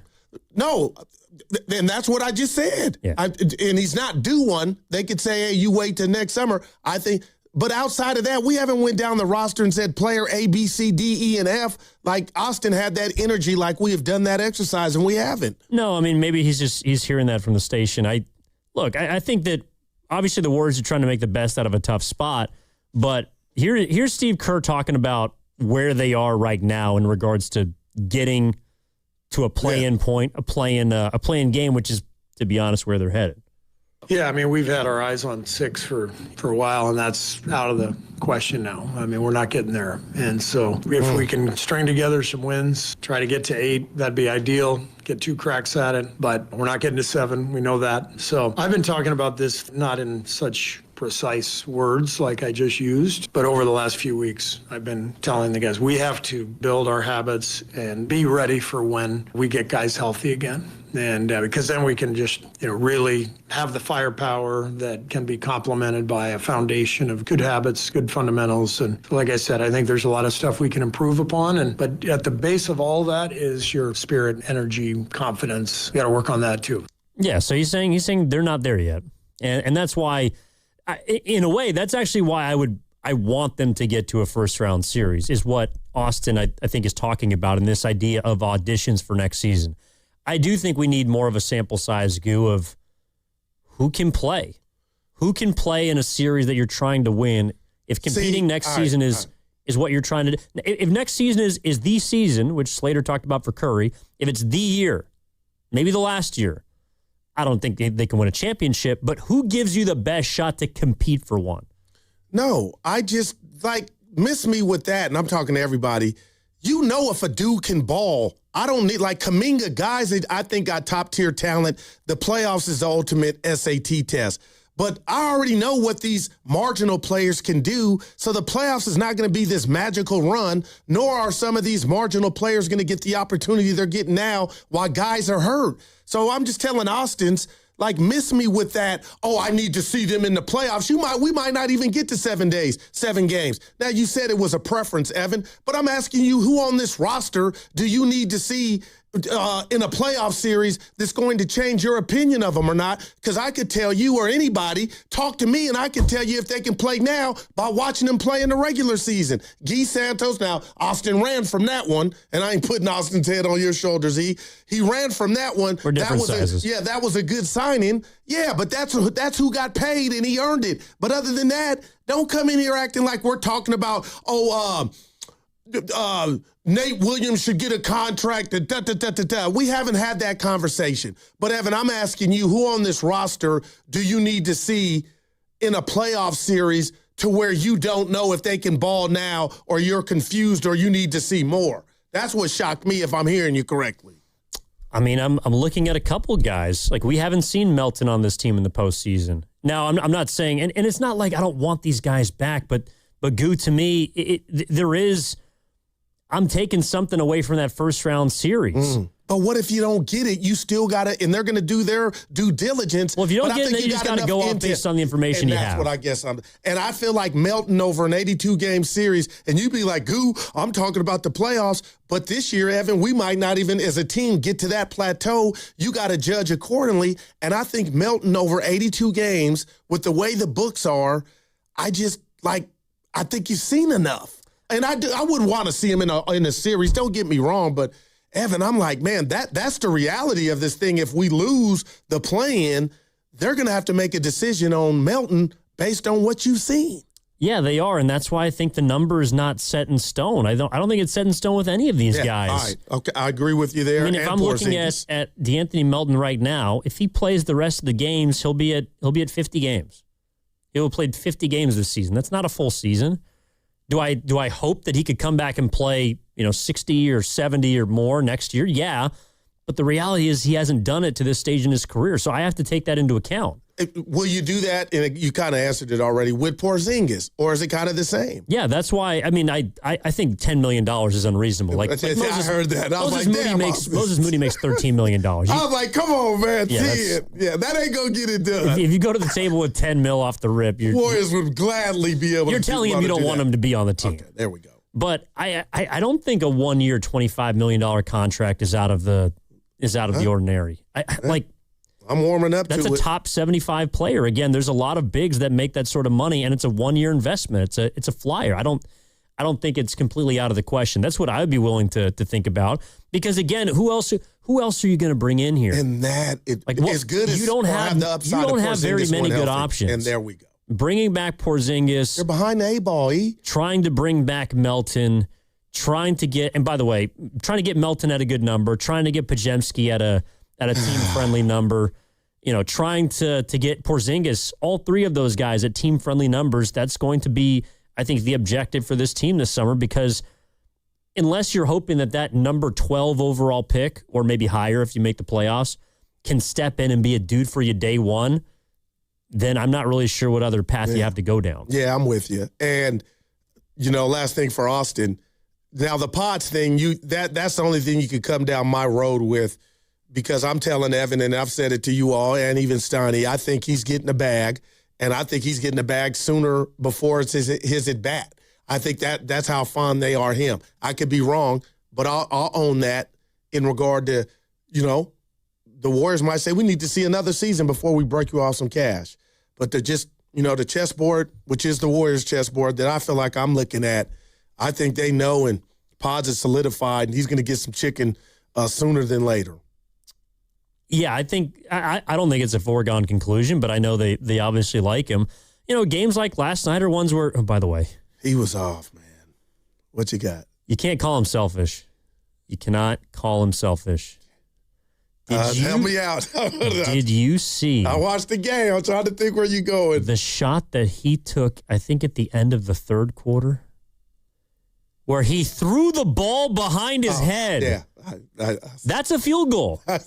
So you can't tell me he's a selfish player, because that one had no chance of going in. What was it? That was going to cost him a field goal attempt. Yeah, all right. I'll give you that. NBA players all the time don't want the ball at the end of the quarter because they're taking a grenade shot and it's going to hurt their percentage. But now if it's a full court shot, it doesn't go on your ledger. What? If it's a full court heave. Yeah. That was right. That was not a heave. I was like, Podsy, that counts. I was wondering if it should have been considered a heave because My man. Dude, he threw the ball behind his head. Yeah, he is his shoot. He's not a natural shooter. So I guess it just comes with the territory. And to Austin's point again, they don't have a lot of them. But, man, when he's off, he's off. And he's not the only one. Those shots were grenades. I could Evan, once it left, I'm like, oh, that's long. Draymond, too, after he just go, I was like, oh, that's long. Porzingis, you could just see it, man. Well, and that's what the team is resigned to right now. So last night, Goo, they took 43 three-pointers, right? How many they make? They made 10. But the point is, Draymond took 7 threes.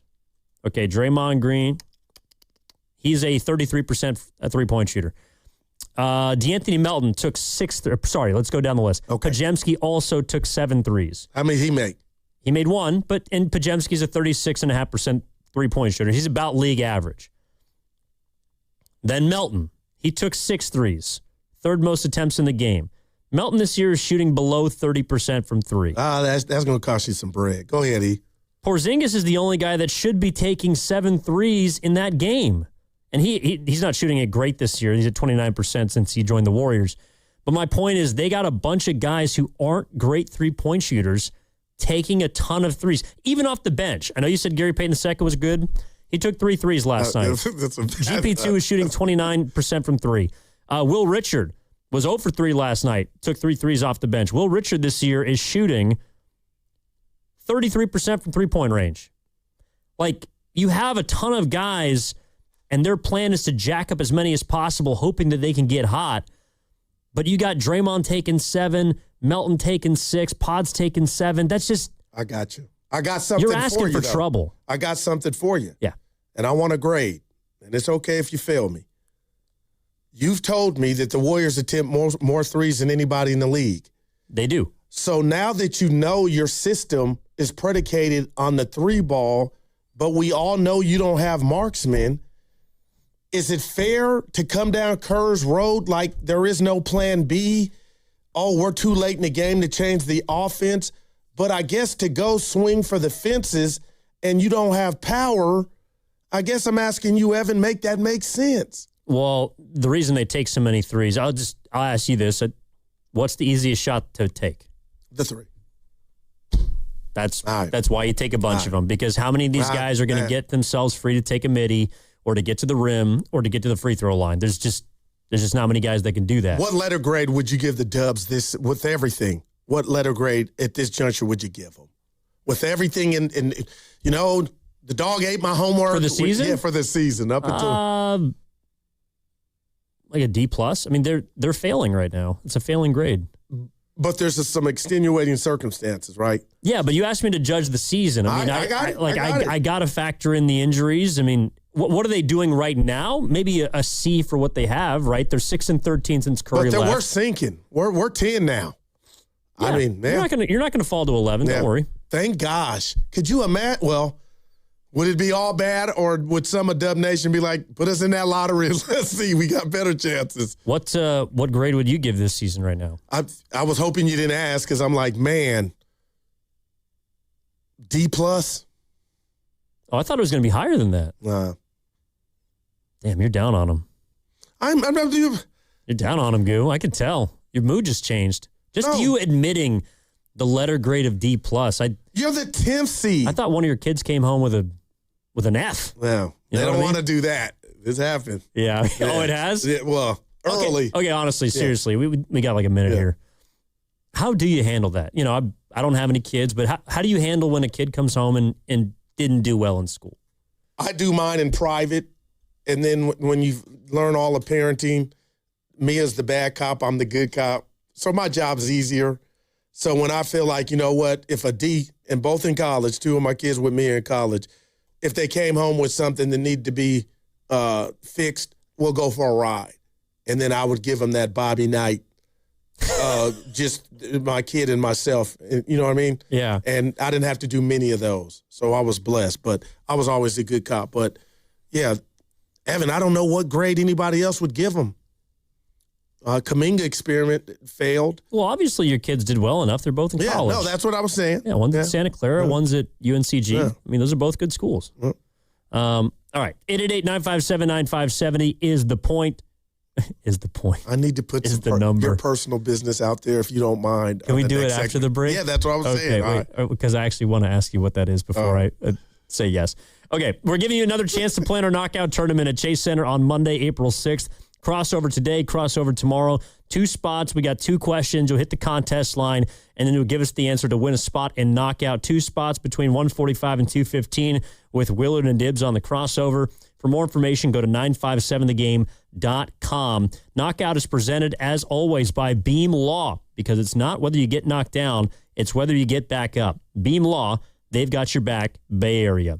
888-957-9570 is the number. Evan Giddings in for Matt Steinmetz alongside Daryl the Guru Johnson.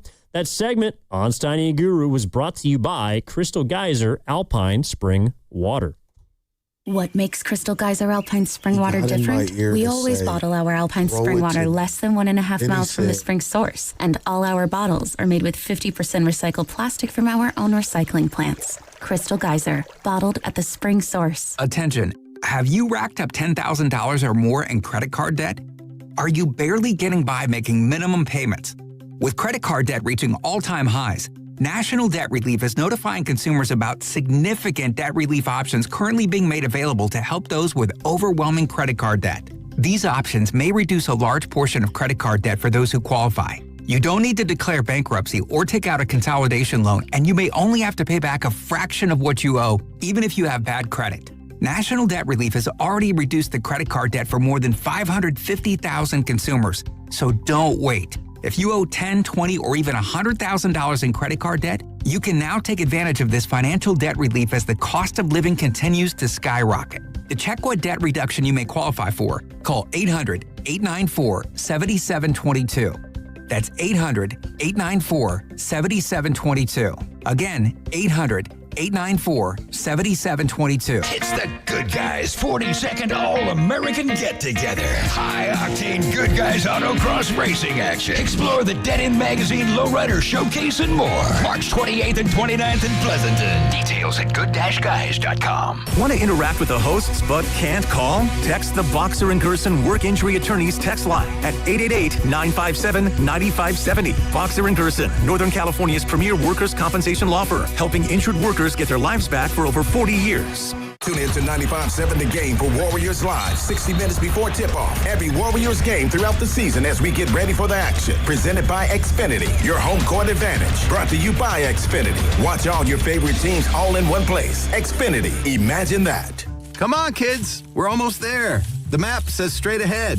One-a-day 50-plus multivitamins are made for your overall health, with nutrients to support your brain and muscle function. Because don't you want to make the most of each day?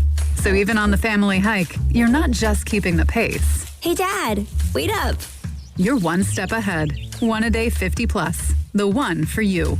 This statement has not been evaluated by the Food and Drug Administration. This product is not intended to diagnose, treat, cure, or prevent any disease. Don't miss your chance to save big on Toyota's lineup of 20 hybrid and electrified vehicles at the Ready, Set, Go sales event. Right now, score deals on the 50 MPG Corolla Hybrid and the 51 MPG Camry. Or go all-electric with the 2026 BZ and get 0% APR plus up to $6,000 finance cash. Toyota, let's go places. Offer available through TFS to buyers with premium rated credit. Cannot be combined with other offers. Finance cash must be applied to transaction. $6,000 finance cash only available on XLE all-wheel drive and front-wheel drive models. Ends 3/31/26. Did you know that most people wait 6 or 7 years before they buy a new TV? That's a lot of time in front of one TV. So why not get one of the best sets for the next 7 years, like one of the top-rated Samsung, LG, or Sony models? Too expensive? What if you could get up to $1,000 trade-in for your old set? Who would do a stupid deal like this? Right now, at Video Only, you can get big bucks for your old set as a trade-in and a hot price on the new models. Don't be sorry. Check out Video Only. 1-877 Cars for Kids. KARS Cars for Kids. 1-877 Cars for Kids. Donate your car today. 1-877 Cars for Kids. KARS Cars for Kids. 1-877 Cars for Kids. Donate your car today. Ready to get rid of that old car? Donate it to Cars for Kids. Call 877-CARS4KIDS to speak to a friendly live agent. Donation is super easy, and your car can be picked up as soon as tomorrow. Go to carsforkids.org now or call 877-CARS4KIDS to donate your car today. 1-877-CARS-FOR-KIDS. KARS Cars for Kids. 1-877-CARS-FOR-KIDS. Did you know you can donate real estate too? Go to carsforkids.org. That's cars with a K. I'm Piera Palazzolo, VP of Digital Marketing for the American Management Association, a company focused on the management training skills needed to enhance the careers of business professionals. We did our research when it came to the best companies for website development and chose AmericanEagle.com. And we couldn't be happier. AmericanEagle.com worked closely with us to understand the front and back end requirements needed to launch an e-commerce website that could handle the complexities of running thousands of seminars nationwide. Our robust new website and improved SEO saw immediate increases in site traffic and web revenue. If you're in need of managerial effectiveness and success, visit our website at Aminet.org. If you're in need of a website that provides an unparalleled consumer experience, I highly recommend AmericanEagle.com. Transform your business today. Dial 877-WebNow1 for a free digital consultation with AmericanEagle.com. Discover a summer camp where kids run the show. At the California Historical Radio Society in Alameda, students in grades 6 to 10 learn from professionals to create real radio shows, podcasts, and dive into hands-on STEM electronic projects. Learn more at 957thegame.com.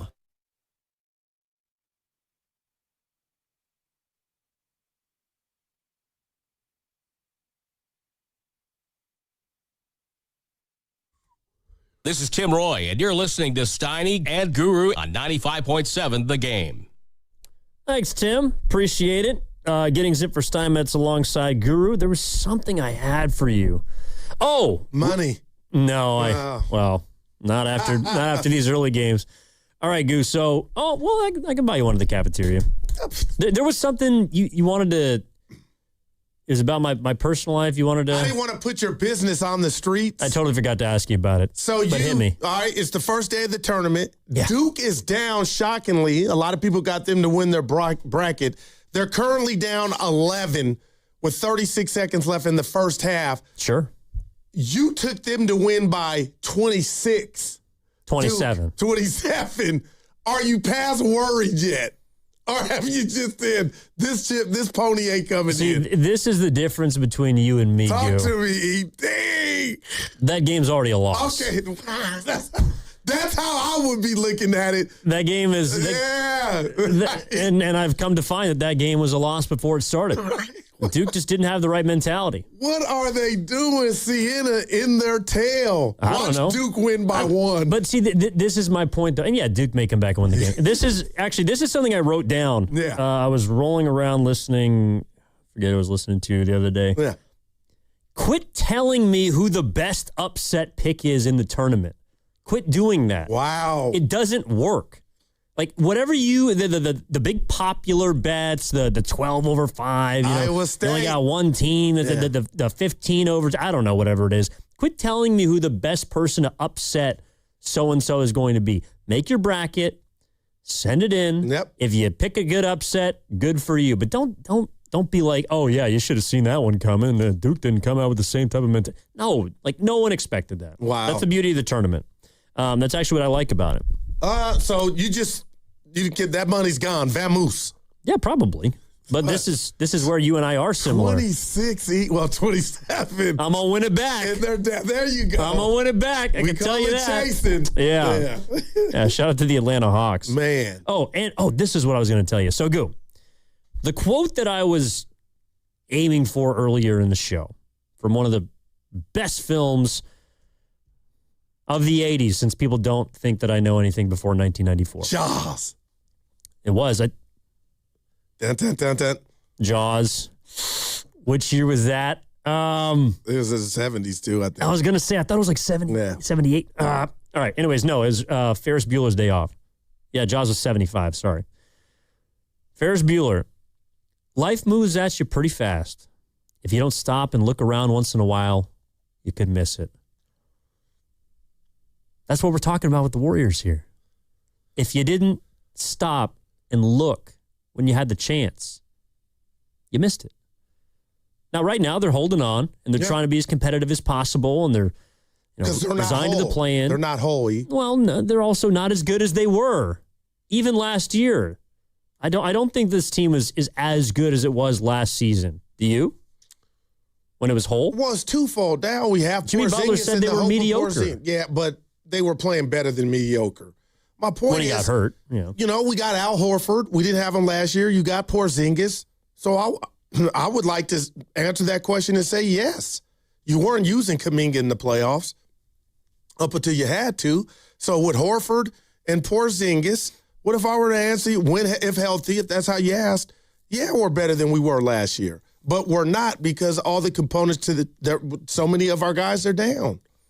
Do you believe that this team as currently constructed and whole could potentially make the Western Conference Finals this year? Because that's what last year's team could have done if whole. All right, I'll give you the dub on that. You know, I don't know if they would have beat Minnesota, but I think they would have had a pretty good chance. Because now you're telling me the first out to shoot might be OKC? Nah. Yeah, and that's the tough part is, okay, in a 7-game series against the right opponent, kind of like last year, right? Yeah. I think they might have got blessed a bit by winning the 7th seed and losing that regular season finale against the Clippers. I'm not mad at that. Because they got to play the Houston Rockets instead of playing the Denver Nuggets. I don't think they would have beat the Nuggets in the first round last year. They took advantage of a young Houston team that was feisty. Yeah, so this season, if they were to match up against a team in the top 3, who would you want to play? The Spurs. I would too. And I don't think they beat San Antonio, though. And again, this is where I'm not saying to our callers that we're trying to blow smoke up your you-know-what and give you hope. But the reality is, if you're picking a team, you're choosing the only area the Warriors have an advantage over a lot of these younger groups is experience.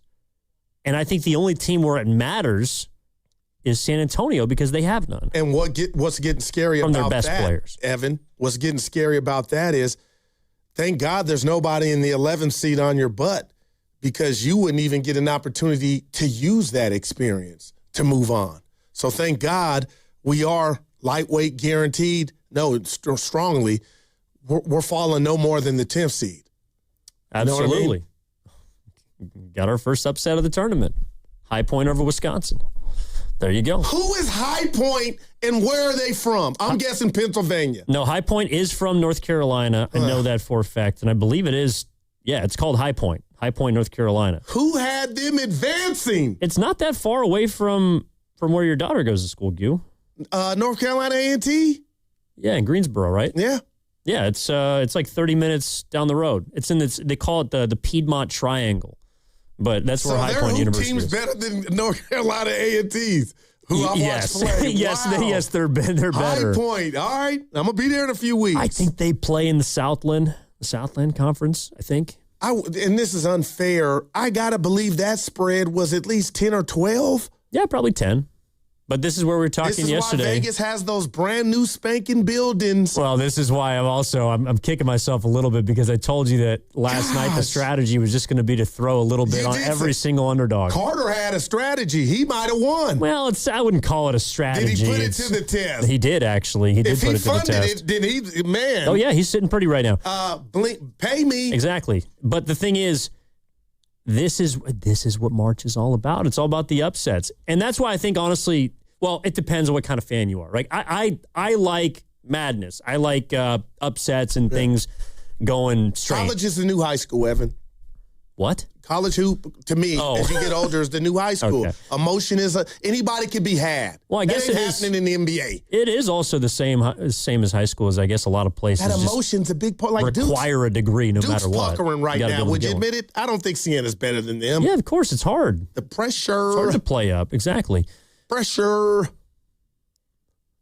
Well, we're going to find out on April 6th if that pressure gets to you again. The corner, man. Yeah. Oh, knockout. Like, do you feel it when you're at the free throw line? You felt that pressure? Be honest. Evan, no. I'm still playing. You didn't ask, but I love good. I'm still playing full court. But it's harder. Had I won knockout when like it's Grandy, just you at the free throw going line. back to back, that's not the tournament I want to win. Sweaty palms. No, Evan, it's a free throw. Sweat dripping down your brow. I assume I'm going to make it. Heart starting to beat. Come watch me up and down Saturday mornings, and then okay, Goo. I didn't want to win I didn't miss it on purpose, but that would have been the tournament I did not want to win the free throw. But when you play pickup, Goo, you know you're going to get more than one shot. There's no guarantee in knockout. You get more than one shot. I get the ball and go. Well, you did the second time. Well, no, now I know the rules. Yeah. Oh, okay. Yeah, So it got hot at Norm's party, man. think My there is boys pressure. were mad. I'm being real. They were OGs in the Yoon at the table over red beans and rice. Evan, you didn't need an advance. That ain't the amount you won. You didn't advance. They should come out and play then, so they can show you how it's done. They would then have to qualify. Well, you got 2 more chances coming up during the crossover in about 45 minutes. Well, I got a new sport I'm starting thanks to Zach. He brought in they call it a hybrid. So I got my hybrid. If I want to hit it 150, 200. Are you talking about a car? No, golf. Oh. Yeah. So I got to stay dedicated to hoop, but this free throw is mine this year. Okay. Grandy's in trouble. I'll hold you to it.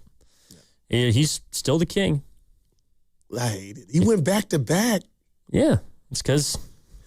Because what? What do you want to say? Just because he's there. Oh, okay. I told you this during the prod room. Couple. Was it last week? No, he earned it. This tournament is not about you. This tournament is about the listeners. Oh, no, it's not. And if you really had a soul, dude, you would have thrown it in the final. Nah. I know one speed. Look at him. Hey, Grandy, truly, how does it feel to win it back to back like Drake? Well, it's a little different than that. That was a freestyle, and then he lost the battle. Feels pretty good, Go. I hope you can feel it one day. Oh, see, I don't like that Grandy, the cocky Grandy. Where's your trophy? The pictures in here that we see every day, it does look like Steph. It's got your name on it and the right year. No, it doesn't. Oh, wait, it doesn't even have your name on it? No, they made it before the tournament. Wow, it must be really important then. Willard was a dark horse and Bonte lefty. I'm a winner. Are you guys already making odds for this year? No, I'm focused. Like Okay. Minota. I'm telling you, I'm ready, man. Well, it's a free throw contest. I'm 6'4", my arms already, and now you're like Porzingis. I'm gonna be quick. I'm gonna be quick. He missed as a couple cat. last night. Yeah. They all did.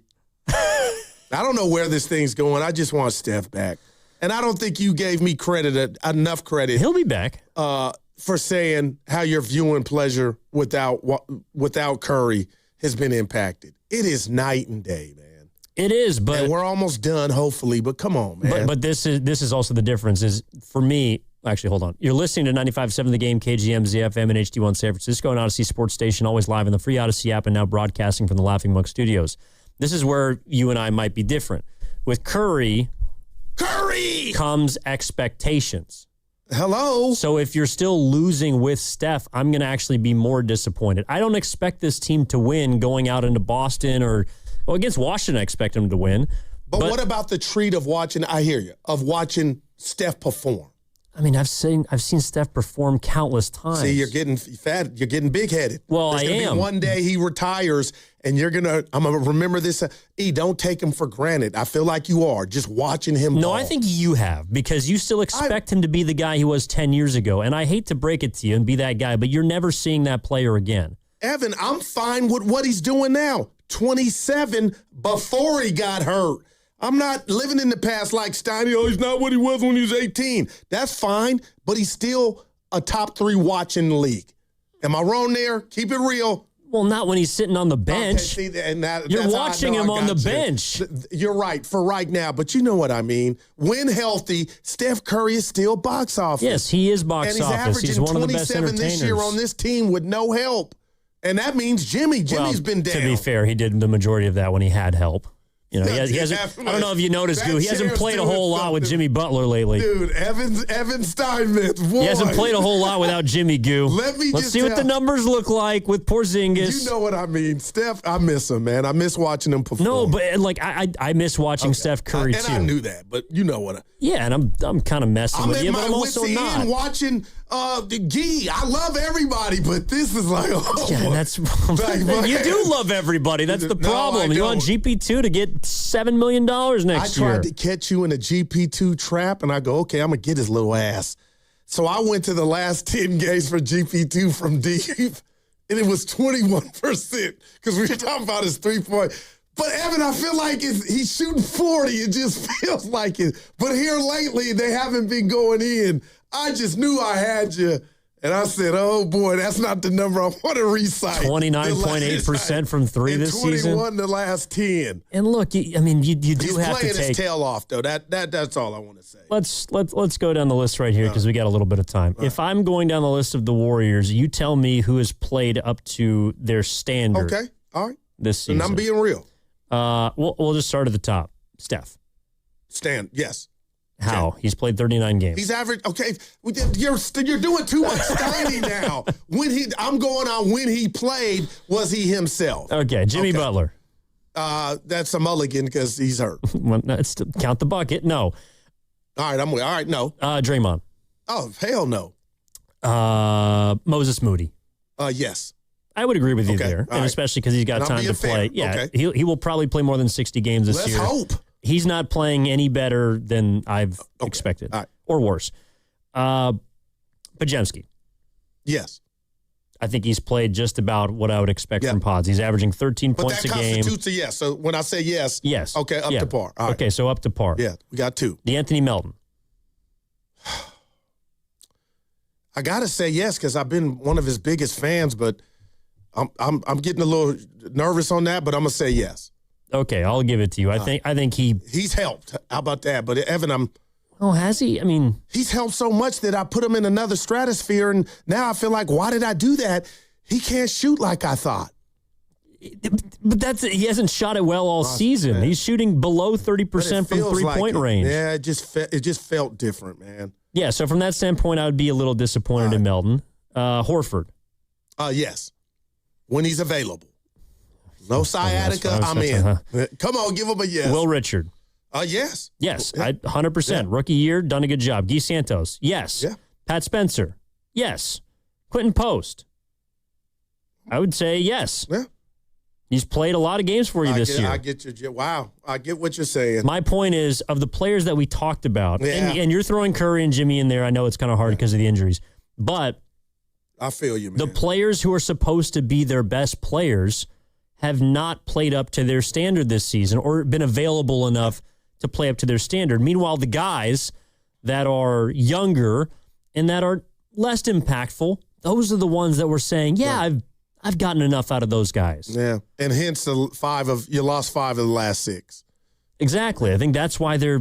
I mean, shoot, yeah. I guess you could throw Steve Kerr in there. I would say he hasn't. But what about up to standard this year? Let's go upstairs. They haven't won enough games. Let's take the elevator upstairs. Yeah. Mike D and Joe Lacob put this team together. So I hope I'm not, hitting a violin, feeling sorry for the Warriors when these are the dudes that you chose. So if you chose Evan to fill in for player A and Evan's marginal at best, that's on you.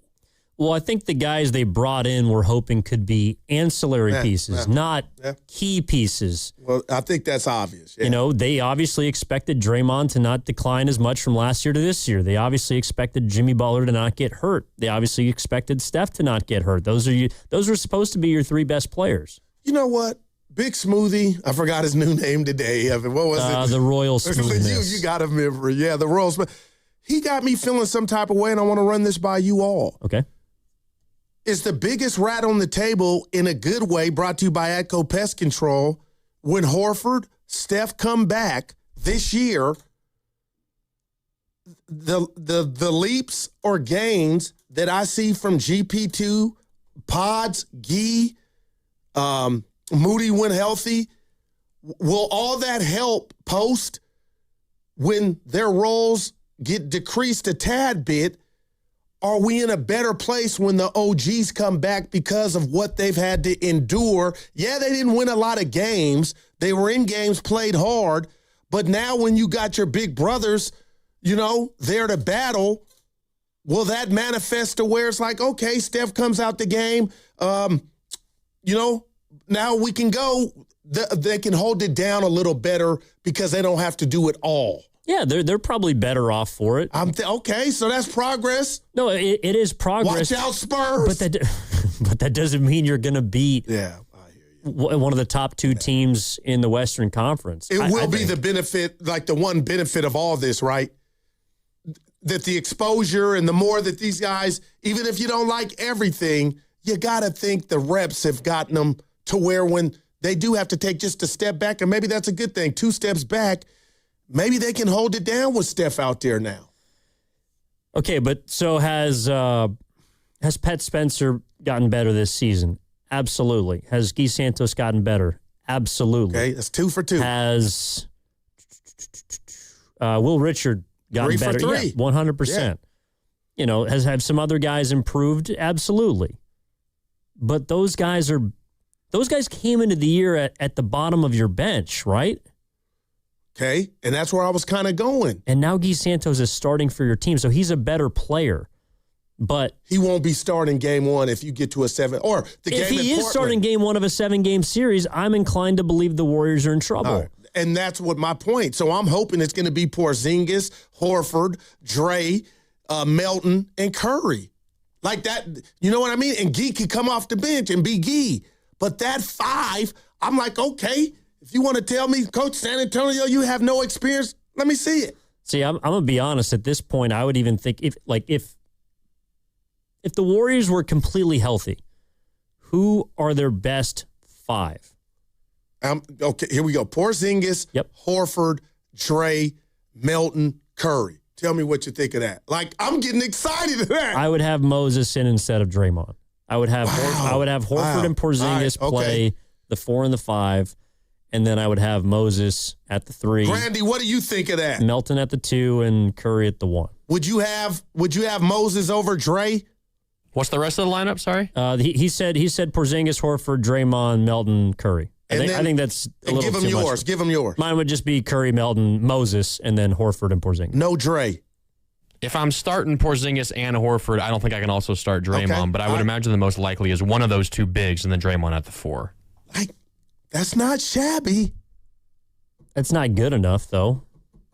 Do you think? Well, to be Portland? At Portland? Yeah, no. To get into the playoffs, I think that is good enough. I got you. Because, and then you're probably, although, okay, I got to say this, though. Right. So right now the 7-8's Phoenix and L.A. Is that team beating the Clippers? Because that's who you're going to have to beat, or Phoenix to get into the postseason. Yeah, it's going to be. In a 1-game scenario. Either team, I feel like it's the task is that it's the same in regard to difficulty.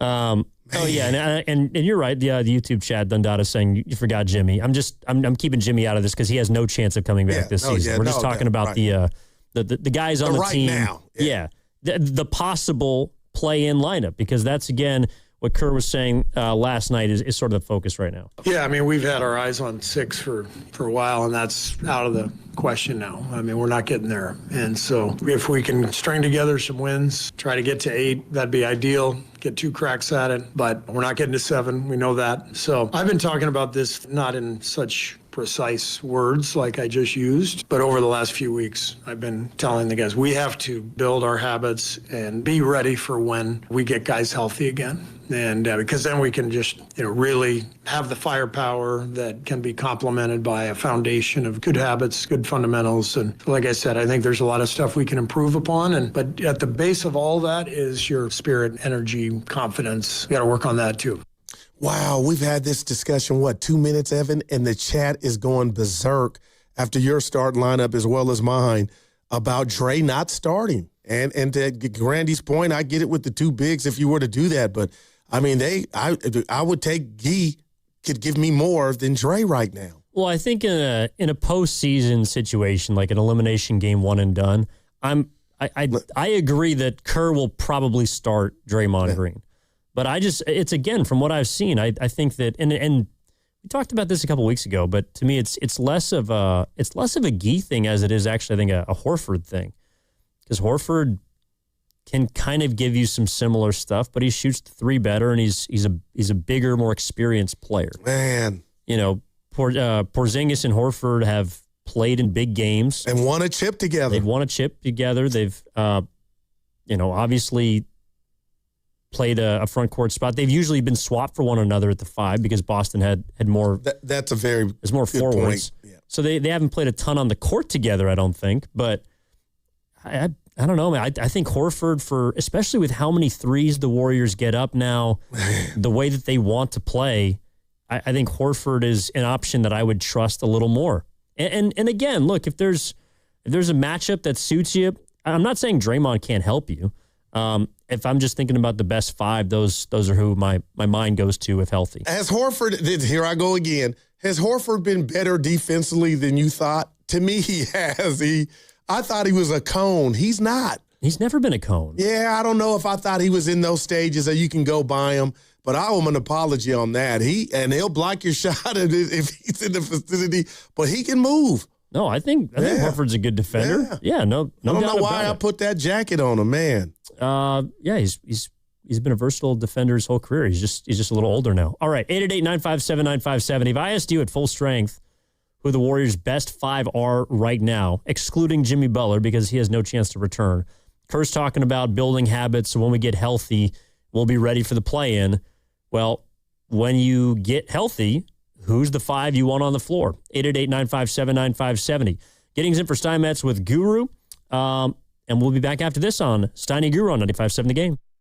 If you're thinking about a new Ford truck, but you've been waiting for the best incentives, you're probably asking, when is Ford Truck Month? It's here, it's now, and it's at Ceremony Ford. What's up, Bay Area? It's Joe Shasky. And this right now is the best time of the year to buy a new Ford truck. We're talking about special incentives across the entire lineup. The F-150, Super Duty, Ranger, the Maverick. But let me zero in on the big dog, the 2025 F-150. And right now, get 0% APR financing for 60 months. Plus, $1,000 in truck month bonus cash with a 0 down payment and 0 payments for 90 days. That's power, that's value, that's timing, and you can drive it today and not make a payment for 3 months. Ford Truck Month doesn't last forever, so go to Ceremony Ford right now off of 280 in Colma, Daly City, or shop anytime at ceremonyford.com. Stacked inventory, serious savings. Ceremony Ford, the Bay Area Ford dealer. This is the sound of Lucy, staying on top of her spending. You see, even though she's buying a new pair of jeans, she knows that it fits within her monthly budget. Because Wells Fargo will send an alert if her balance drops below her set amount. Yep, nothing gets past Lucy, or Wells Fargo for that matter. However you make money work, Wells Fargo can work with that. Wells Fargo Bank, N.A., member FDIC. What if you could have the most reliable Wi-Fi? And get this, what if you could keep it at the same price for 5 years? That's the Xfinity 5-year price guarantee. Just 5 years of fiber-powered Wi-Fi that boosts speeds to the devices that need them most. That finds and fixes problems before you even notice them. Like super intelligent Wi-Fi with a 6th sense. And that keeps you gaming in the fast lane, even when the whole family's banking on bandwidth. And here's the best part. No annual contracts, no hidden fees, and our best equipment included. Plus, get online in minutes with same-day Wi-Fi. Hey, let's face it, a lot can change in 5 years. Kids grow taller, dreams grow bigger, but your Wi-Fi, it would stay reliable and the price would stay put. The Xfinity 5-year price guarantee. Lock in your price and unlock the possibilities. Xfinity, imagine that. Select plans only. Restrictions apply. Powered by fiber, connected to the premises by coaxial cable. Actual speeds vary. This is Larry Flick, owner of the Floor Store. This month marks our 40th anniversary, and our anniversary sale has been so popular, we're extending it for another week. So now to March 23rd, everything in every store will be 30% off. That's carpet, hardwood, laminate, waterproof flooring, and much more, all 30% off. The Floor Store's 40th anniversary sale. There's just one thing. It ends Monday. Go to floorstores.com to find the nearest of our 11 showrooms, from Santa Rosa to San Jose. The Floor Store, your Bay Area flooring authority. Do you owe back taxes or have unfiled tax returns? The IRS won't quit until they get your money. Here's great news, fresh from those in the know. Major changes have happened at the IRS. If you owe more than $10,000, you may be eligible for a 99% reduction of what you owe. Haven't filed a return for a while? Their happy clients are talking. The IRS was going to levy my bank account, but Guardian was able to prevent that and fix all my IRS issues. Thanks again, Guardian Tax. Need relief from crushing tax debt? The IRS now has special programs. Guardian Tax knows all about them. Personal or business, this is the fresh new break you've been hoping for. We aren't the company you call when you need a hug because you're scared of the IRS. Guardian Tax is the company that wins when you need it most. Guardian Tax Service is really great to work with. They really help me out. I'd recommend them highly. Call now for a free confidential consultation. 800-494-7807. 800-494-7807. 800-494-7807. Bay FC fans, it's the first California rivalry match of the season on Saturday, March 21st at 5:45 p.m. Bay FC hosts Angel City FC at PayPal Park as they honor the players who wear the Bay FC crest and the Trailblazers on and off the pitch who paved the way. Grab your tickets now. Come into Friedman's Appliance in Pleasant Hill March 27th through March 29th for their once yearly Red Tag clearance sale. Take advantage of factory direct prices, one-of-a-kind opportunities, special pricing on floor models, and convenient financing. And save on new appliances from trusted brands like Miele, Bosch, Electrolux, LG, and Maytag. Visit Freeman's Appliance in Pleasant Hill for their Red Tag clearance sale March 27th through March 29th for the best time to save big on new appliances for your home. Joey from Vermont, a farmer trying to get through the winter. Adriana from South Carolina, a single mother living paycheck to paycheck. Liam from Ohio, an injured father struggling to provide for his family. Hi, I'm Shanola Hampton, and I support the Feeding America network of food banks because they help provide over 6 billion meals to people in need each year. Learn more at feedingamerica.org. No! It's just a golf lesson, champ. Loosen up. I can't. See that Hyundai Santa Fe? Yeah. I only paid to know. Finish up on your own. I gotta run. Deal's so right, it almost feels wrong. The Hyundai Getaway Sales Event. Get 0% APR for 60 months, plus 0 payments for 90 days on the Hyundai Tucson, Tucson Hybrid, Santa Fe, or Santa Fe Hybrid. Now, during the Hyundai Getaway Sales Event. Hurry, offer ends March 31st. Call 562-314-4603 for details. There's a difference between liking a house and actually getting it. Redfin is built to make up that difference and close the gap between finding and owning the home for you. Redfin agents close twice as many deals as other agents, so when you find a home you love, you're not a step behind when it's time to make an offer. That means less watching great homes disappear and more focus on the ones you'll actually move into and call home. Redfin helps turn saved listings into real addresses. Get started at redfin.com. Own the dream.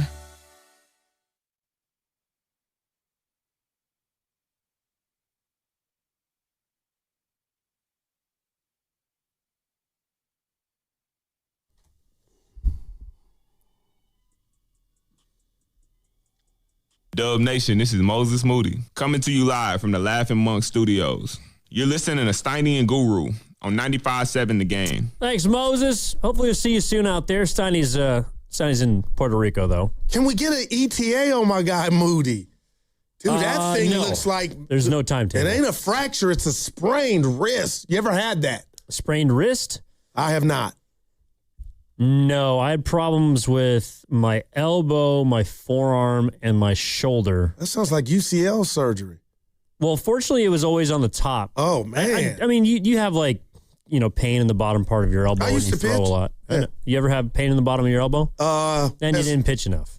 Well, as I got older. Yeah. Like it's like a tennis elbow sort of thing, turning a little bit too much. Like I can still feel it. If I throw a breaking ball now, I'll still feel the bottom of the elbow. A little tingle. So you avoid the knife, though. You got out just in time. Yeah, I probably should have got surgery on my shoulder, but never did. Yep. And gonna live with it for the rest of my life. Do you understand we only have 5 segments left together? 4 tomorrow of hours. Segments And then we got this last one before the guys come in. It's gone fast, E. It has, man. Anything really we has. haven't gotten to. We got to get to baseball tomorrow. Yeah, we'll get to everything. I got a couple things loaded up. Jambalaya, as my guy to. Zach used to say. Oh, and so next Wednesday, I got to tell Willard, but I'm not going to be able to make it because I have a. So you ain't going to CL? No, I have an engagement. I planned something and I forgot. We bought tickets a while ago. It's in San Jose. To what? Comedy? Yeah. We're going to go see Cam Patterson. Wow. Yeah. I'm familiar. So I think he's on SNL right now.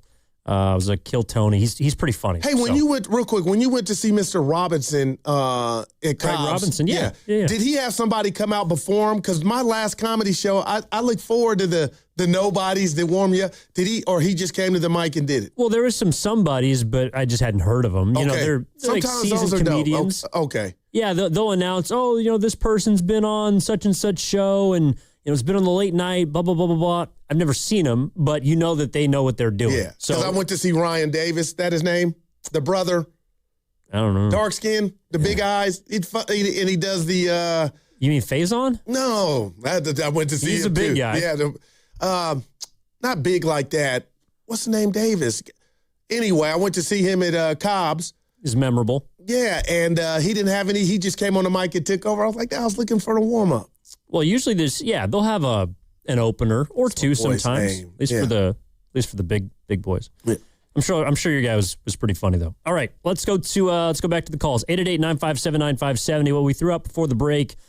If the Warriors have their health, who's the best five? Who do you want to see out there? That's kind of what Kerr was referencing in regards to building habits after last night's 120-99 loss in Boston. Let's start with our guy Flea in Oakland. Flea, what's up? How you doing? Our man, Flea. What's going on, man? You feeling in good for Steiny, too. Look at him. Thanks, Flea. I appreciate that. Feeling in good.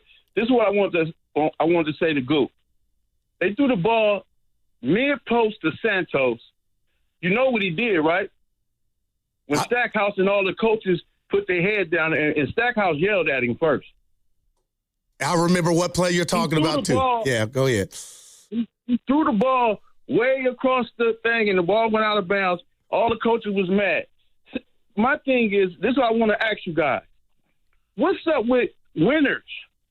It's like these guys are just happy to be on the team. Who is affecting winning? Which guy that in practice, when we was down 6 points, and because he was balling in practice and he showed that he's really elite, they can go get that bucket. We don't have that guy. Now, we know that Porzingis is a great, let's say, third in the pecking order if Steph and our other guy was there. He third in the pecking order. We talking about winners. Who's going? If we even went to the playoffs and we went with Steph and Porzingis, Draymond can't. He can't hit a three. Nope. We think Draymond gonna give us 25? Nope. We don't have guys that actually are winners. What's his name? Not Porzingis, but Pozinski. He had a chance with these when Steph was out, and he said he wanted to be like Steph. This was his chance to actually go get the wins, go get the buckets, lead us. So who is actually one of the guys that's on the squad that's actually a winner? Like, okay, Steph is down, let's go get these buckets. We don't have a guy. Well, we used to have him. People going to say I'm living in the past, Flea, but his name was Jordan Poole. Oh. But we don't have. Oh, you're going somewhere else with that. We don't have that guy, Evan. Say so. But Pods, here I go, Flea. They've been coming for me like I'm selling out, and I'm not. But up until the last couple of games, I like what I was seeing from Pods, but I never was telling you he's something he's not. But now he's not hitting the side of a barn. But to answer your bigger question, we don't have that guy. Well, but also think about it. When you had Jordan Poole, it wasn't just Jordan Poole. The team was better even without Curry. You had Wiggins. You had Andrew Wiggins who could score 20 points a game for you if you needed. But Evan, whose fault is that at the end of the day, though? Clay. I guess is what I'm asking. We are a collective, and I know exactly what you're saying and what Flea's saying, but somebody made a decision. They had to do the Rubik's Cube of, the worst case scenario, if Steph goes down and Jimmy goes down, what do we have that could keep us afloat? And right now we're drowning. And to Flea's question, we don't have that guy. Sometimes it looks like it's Pods when he has 25. Then other nights it's like, what are you doing? And it's not just Pods, it's down the line. If their contingency plan was, well, these guys will step up if Steph and Jimmy go down, then I just think they overestimated the talent on their team. You know, and I don't know if they thought that was a possibility, that Steph and Jimmy could both go down at the same time. I'm sure they had to, but maybe they felt like this was the best they can do. And again, I don't think they put this roster together for an 82-game season. I think they put it together for a 7-game series. And unfortunately, one of those big pieces will not be available. Evan, my guy in the chat, Chico Jake, says, Guru is lost. What could he mean? Well, what am I selling? Well, now I'm lost. Chicago Jason said Duke might cover. I hadn't looked at the score. There's no way in hell. I was like, they might be on a run. I didn't look. There's no way. That's not cheering them up, Chicago Jason. Don't get my hopes up right now, Chicago Jason. Evan, I feel like really he means it. I like it, Jason, but don't get my hopes up. He's trying to mess with me because he knows I'm not looking at the score right now. Neither am I. And I'm like, it's a commercial. Yeah, they're in a lot of trouble. But like, what am I selling? I agree with Flea. Well, you're selling hope, and I think that's what we're all trying to do in some way, shape, or form. No, that was Big Smooth with the everybody gets back, we might be a problem. I'm with that. But until that day happens, man, I'm with Flea on we don't have anybody to step in for Jimmy or Steph. That's what's abundantly clear, right? Well, especially no young guy. No, and that's where they. It was supposed to be Kuminga. Supposed to be Wiseman. Oh yeah, he's What's up with James? This is James Wiseman. You hear his new rap song? Yeah, this is how I judge rap and just musicians that I know. You ever have that friend, they're not good, and you can't tell them they're not good? You're like, all right, keep going. He's not the worst. James Wiseman is not the worst rapper I've ever heard. No, I don't think he's bad. But get in the gym. A lot of NBA. Is he a better rapper than Hooper? You can be a rapper and play basketball. Dame Lillard's done it for 15 years. If I asked you the worst sports rapper you ever heard, who would it be? The worst athlete rapper? Because Steven Jackson's my number one best rapper. That dude got bars. Can I dive out into different sports? Yeah, all day. He is one of my favorite athletes of all time. I love this man with every ounce of my soul. Who are you saying? But LaDainian Tomlinson might be the worst rapper I have ever heard. I'm picturing him at NFL Network when he used to do it. Evan, I didn't know he rapped. That's because he was Calipari. One and done. The first thing I do in the caddy is dial that up. Don't do it. It's called the LT Slide Electric Glide. I gotta check it. It's so bad. Was it a spoof or was he trying to have fun? No, he was trying. He was. I don't know if you want to consider it rap, but it's just like that song is. It is. Evan Duke's down 2. Who cares? With 14 left. Don't tell me that. You got action. Don't tell me that. Look at him smiling, Chicago Jason. I love. They got to win by 30. Shut up. All right, don't talk about that. Leave him alone. All right, let's go to. Oh, this was all right. Let's go to Brentwood. Talk to our guy Anthony. Anthony, appreciate you helping us out with some of the shows this week, man. How you doing? Anthony went viral. Yeah, what's going on? You got to bring him on. Hey, Zach. Hey, Zach. Hey, Zach. Hey, Zach. He don't got his headphones on. Are you serious? Yeah. Hey, these are demerits. Can you bring on Anthony and Brentwood? Anthony and Brentwood coming up. Yo. Anthony went viral, baby. You're a star. You're good. You're good. I did not know that, and I appreciate it. I have to tell my wife to find out because I had no idea. But the last caller, first of all, how are you guys doing? Oh, we hanging in. We trying to figure it out, Ant. Oh, it's 85 degrees out. I'm doing great. Evan got Duke minus 26. It's tied. It's 89 out here. Yeah, it's hot.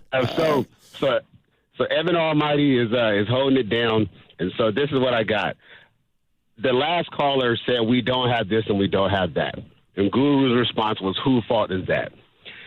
It's none other than Steve Kerr's. The reason why it's Steve Kerr's is because Steve Kerr is the one who told upper management what he could win with and what he couldn't win with. And it's time for people to stop acting so not smart or naive. Steve Kerr does not have a system. Stephen Curry is his system. Steve Kerr doesn't. He has failed to coach towards the players that he has. He's still trying to run the read and react system with guys that would be 12th and 13th man on other teams. And he pointed out, what Guy Santos did was Guy Santos got into the key. His game is not that where he can, where he would know what to do in that area. He threw the ball away. You think about the other thing about Steve Kerr. He's convinced everybody that we needed to get old. I don't know any sports, anything in life where you get better as you get older, especially in competitive sports. It's just not a real thing. So to convince upper management that we needed to go get older guys that are also, I wouldn't even say injury prone, but they've been injured over the last couple of years of their careers, it's a fool's errand. So when somebody says, why don't we have young guys to put the ball in the basket? Steve Kerr was the one that wanted the team to be built like this. And you got to think about it. So Evan said, wait a second, you were going to expect Steph and them for these guys to step up when Steph and them, went out? No. And you also weren't expecting Steph and them to stay healthy for a full season. So last time I checked, that was a net negative. Like, if you don't have guys that can put the ball on the basket and keep you afloat when your big guns aren't firing and your big guns happen to be older and more susceptible to injuries that will keep them out longer than normal, what sense does that make? Like, think about that. Really honestly ask yourself, what sense does that make? So it's Steve Kerr, and there's nothing wrong with calling it out, because just because his resume is immaculate, it doesn't mean that he is above criticism. And right now he is not doing a really, really good job. And, obviously Guru mentioned, Jordan Poole. And Evan said he also had help. Exactly. He did have some help, but he was the focal point of when Steph was out. We were having pool parties. I got his bobblehead on my TV in the garage right now. So it was a real thing. But the bottom line is we are not built functionally, and everything has still been built around if Steph stays healthy. And last time I checked, you don't win games with if. You don't go like since when does fandom and critiquing sports teams start with if this happens, if that happens, if this person is healthy? What are we talking about here? We have to go with what we are seeing in front of us. We're not good enough. I got you, Anthony. No, appreciate the call, man. I want to get a couple callers in before we hit this segment for the. I will say this, Anthony. Thank you, though. If Steph Curry comes back fully healthy, let's see.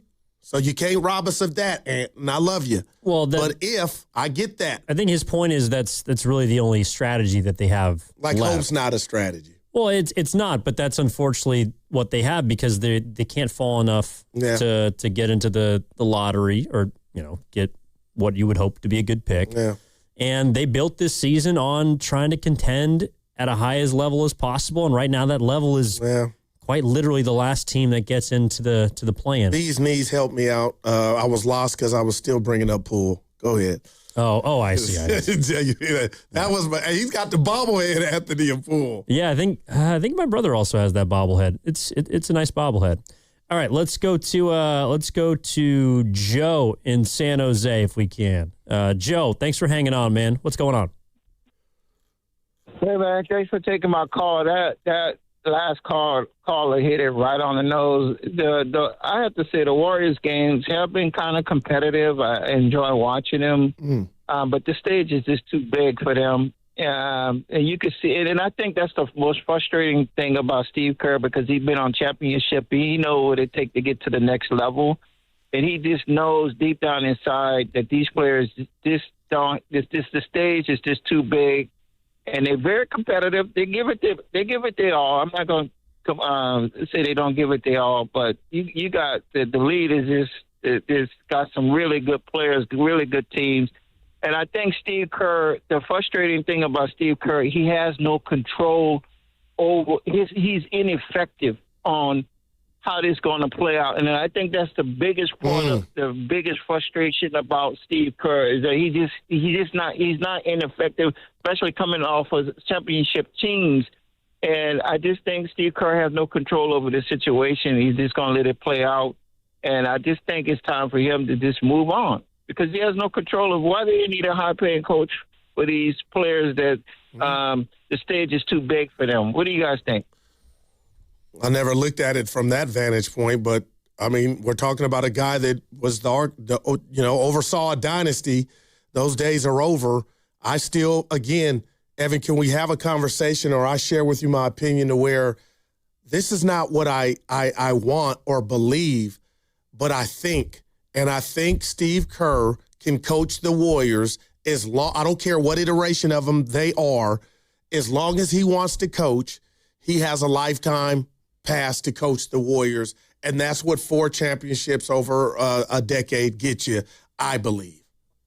And maybe that's, well, like, even the Patriots told Bill Belichick to kick rocks. You know what I mean? Yeah, they did. Not actually kick rocks, but I'm saying they eventually split. I think a lifetime contract is always a little too much. But what I do think is that if and when Steve Kerr is no longer the head coach, they'll probably come out and say it was a mutual decision. Yeah, no doubt. And I think, to me, whether he was, not retained behind the scenes, but that's they what it's going to be on. if it happens. What you just said, mutual decision. Well, to me, that's what he's owed. I think it's what Klay Thompson was owed. It is what Draymond Green will be owed. It's what Steve Kerr is owed. Is at least the PR that. Nobody was fired. Nobody got fired. All right, I got you. Even if that was really what happened behind the scenes. You know what? Flea got me thinking, and I'm not going at pods, but how many Warrior players Sunday night on that forum on Sunday night basketball at the Mecca, at the Garden, would have made, Steph Curry would have made that shot 11 out of 10 times, down 1, shooting a 3, with Reggie Miller, Crawford, everybody watching. So I'm not coming down Pod's Rose for missing the shot, but how many dudes on the Warriors not named Steph hit that? How many drain that? I'm thinking of Clay. I'm thinking of Durant. I'm thinking of Poole, but not too many guys now. Durant hit some big shots for the Warriors. No, that's what I'm saying. Durant. I'm saying he would have made it. But that was Steph's shot, but unfortunately he's hurt. But Flea got me thinking, how many dudes, Pods definitely didn't make it, but how many dudes, maybe Moody makes it, or are you looking at me like, "Goo, come on, he probably wouldn't have made it"? I mean, he might make it. I don't know. I didn't think that Buddy Hield was going to score 30 points in Game 7 against the Houston Rockets, but he did it. Oh, that was Austin. I think it was Austin, yeah. I mean, that's what we talked about last year. It's like, they were a hamstring away from the Western Conference Finals. They were also a Buddy Hield Game 7 away from blowing a 3-1 lead, and then we would have been looking at this year, I think, a whole heck of a lot differently. All right, let's go to let's finish up with Devon in the Uber. Oh, one of our favorites. Yeah. What's up, Devon? How you doing? Bang bang. What's going on, my guys, man? How's it feeling to drive a CD? Well, I'm holding on for dear life, but I got my guy Goo riding shotgun. So we're chilling. Man, Goo, man, I don't have it as seat chair A, chair B. I got it as 2 chair A's, man. You the guy, man. You the guy. That's all. Yeah. You can do these reads going into the next break, Goo. There you go. Hey. but I do have a gripe with you, Goo. Before I'm gonna get to the gripe after, I do want to answer each question. I think the if healthy, if we talking healthy, the 5 Warriors that I would have on 2K, I'm probably putting Steph. I'm gonna go Moody. Although Melton could be there, but I'm probably going Steph, Moody. I'm going Jimmy. I'm going Al Horford, and then I'm going Kristaps. And that's to be able to create the spacing that's necessary. That's going to save Draymond some energy later, And Al, Al is a good defender on the perimeter and in the interior. Even though he's a little older, he was better, obviously, but that's what I would go with. I do, secondly, want to agree with Ant. Like, I've been thinking how Anthony's out of Brentwood been thinking. But my gripe with you, Goo, is this. Earlier, you said something about KD, and I've been holding on to it for a few hours driving. KD, I don't like how you blame KD for the Brooklyn Nets situation when his team was injured. Like, if you notice, when KD leaves teams, it's not him. He's not the reason they don't win. It's his team falls apart. They crumble. They get hurt. Something happens, and we're not going to forget that he almost willed that trash team to beat the Bucks. The Bucks ended up winning the whole thing that season. I won't even interrupt. D, I hear you on that, but you know why? You know why I do that just for him? He left. He didn't tough it out. That's all he did. Just like the bride that runs from the wedding, he left. If I get what you're saying, D, it could be unfair, but he left. He could have stuck it out and said, you know what, my flag's in Brooklyn. This was bad. Let's build around me. But he took the easy way out again. And D, he left. Because you know when you leave, it's the easy thing to do. He left. And now look at him in Houston. He'll probably leave because it's not working.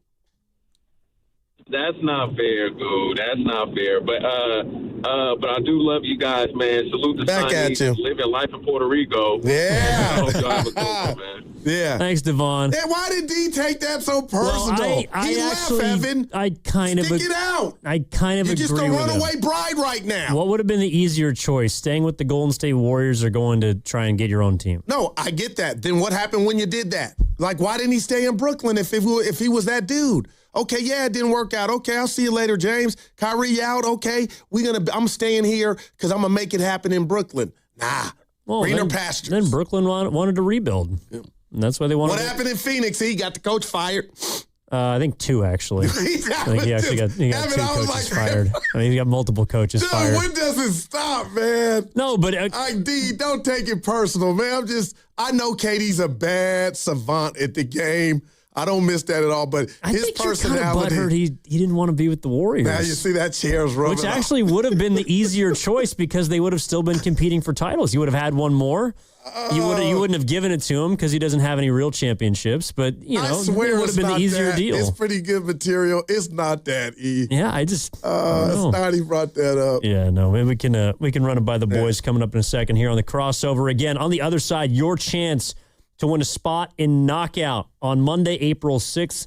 In the next 30 minutes, we're giving away 2 spots, 2 questions, 2 answers, and again, 2 spots. For more information, 957thegame.com. Knockout presented by Beam Law, because it's not whether you get knocked down, it's whether you get back up. Beam Law, they've got your back. Bay Area. Evan Giddings in for Matt Simons with Gerald the Guru Johnson. Willard Dibbs coming up next. That segment sponsored by the Inn at the Tides of Bodega Bay.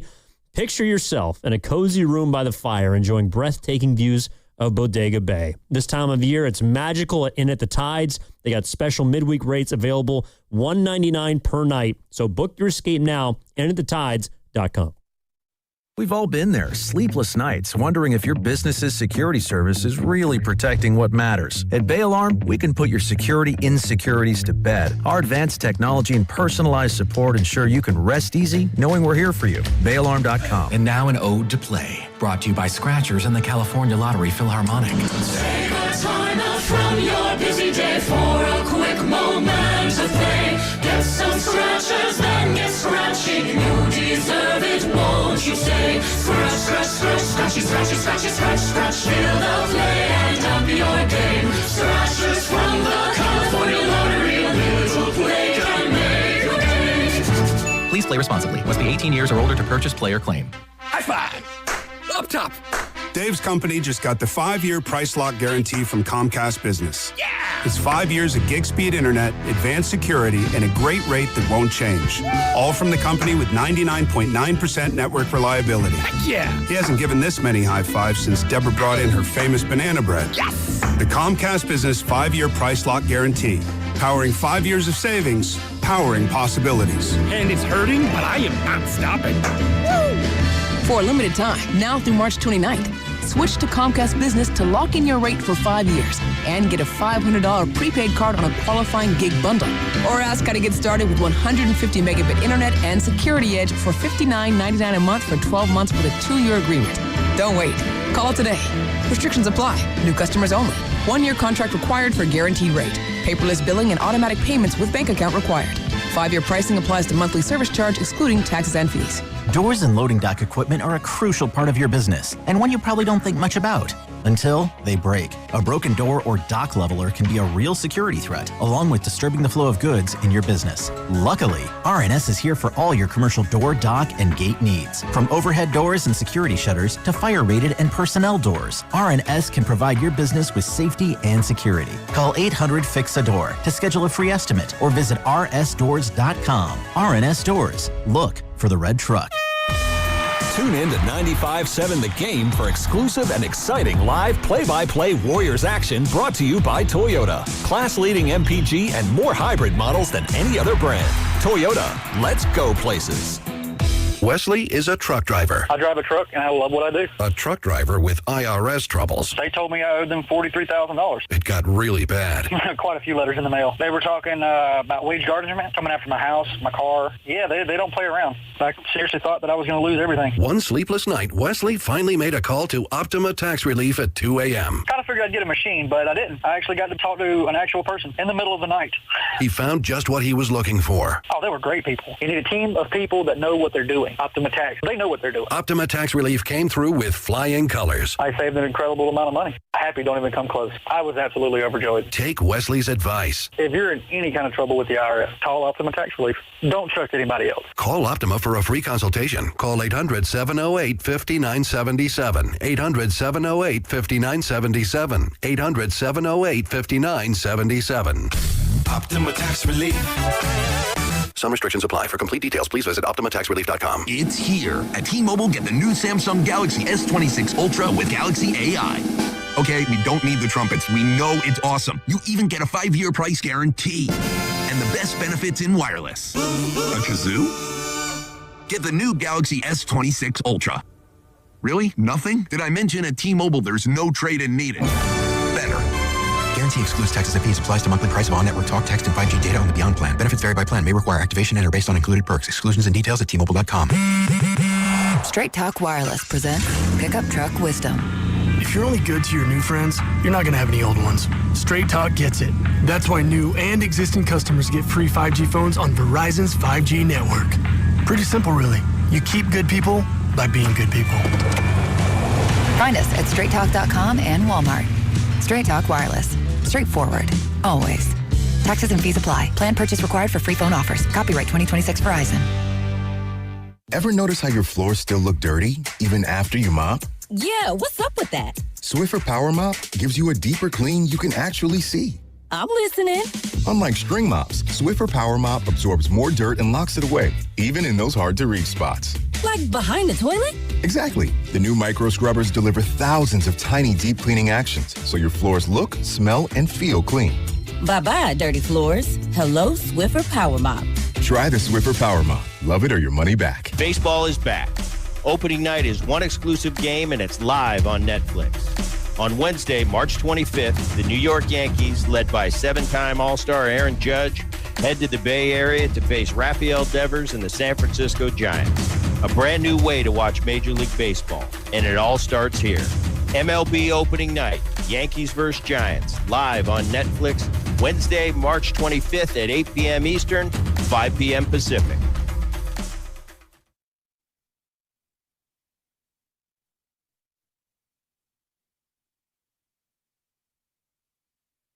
Now, back to Steiny and Guru on 95.7 The Game.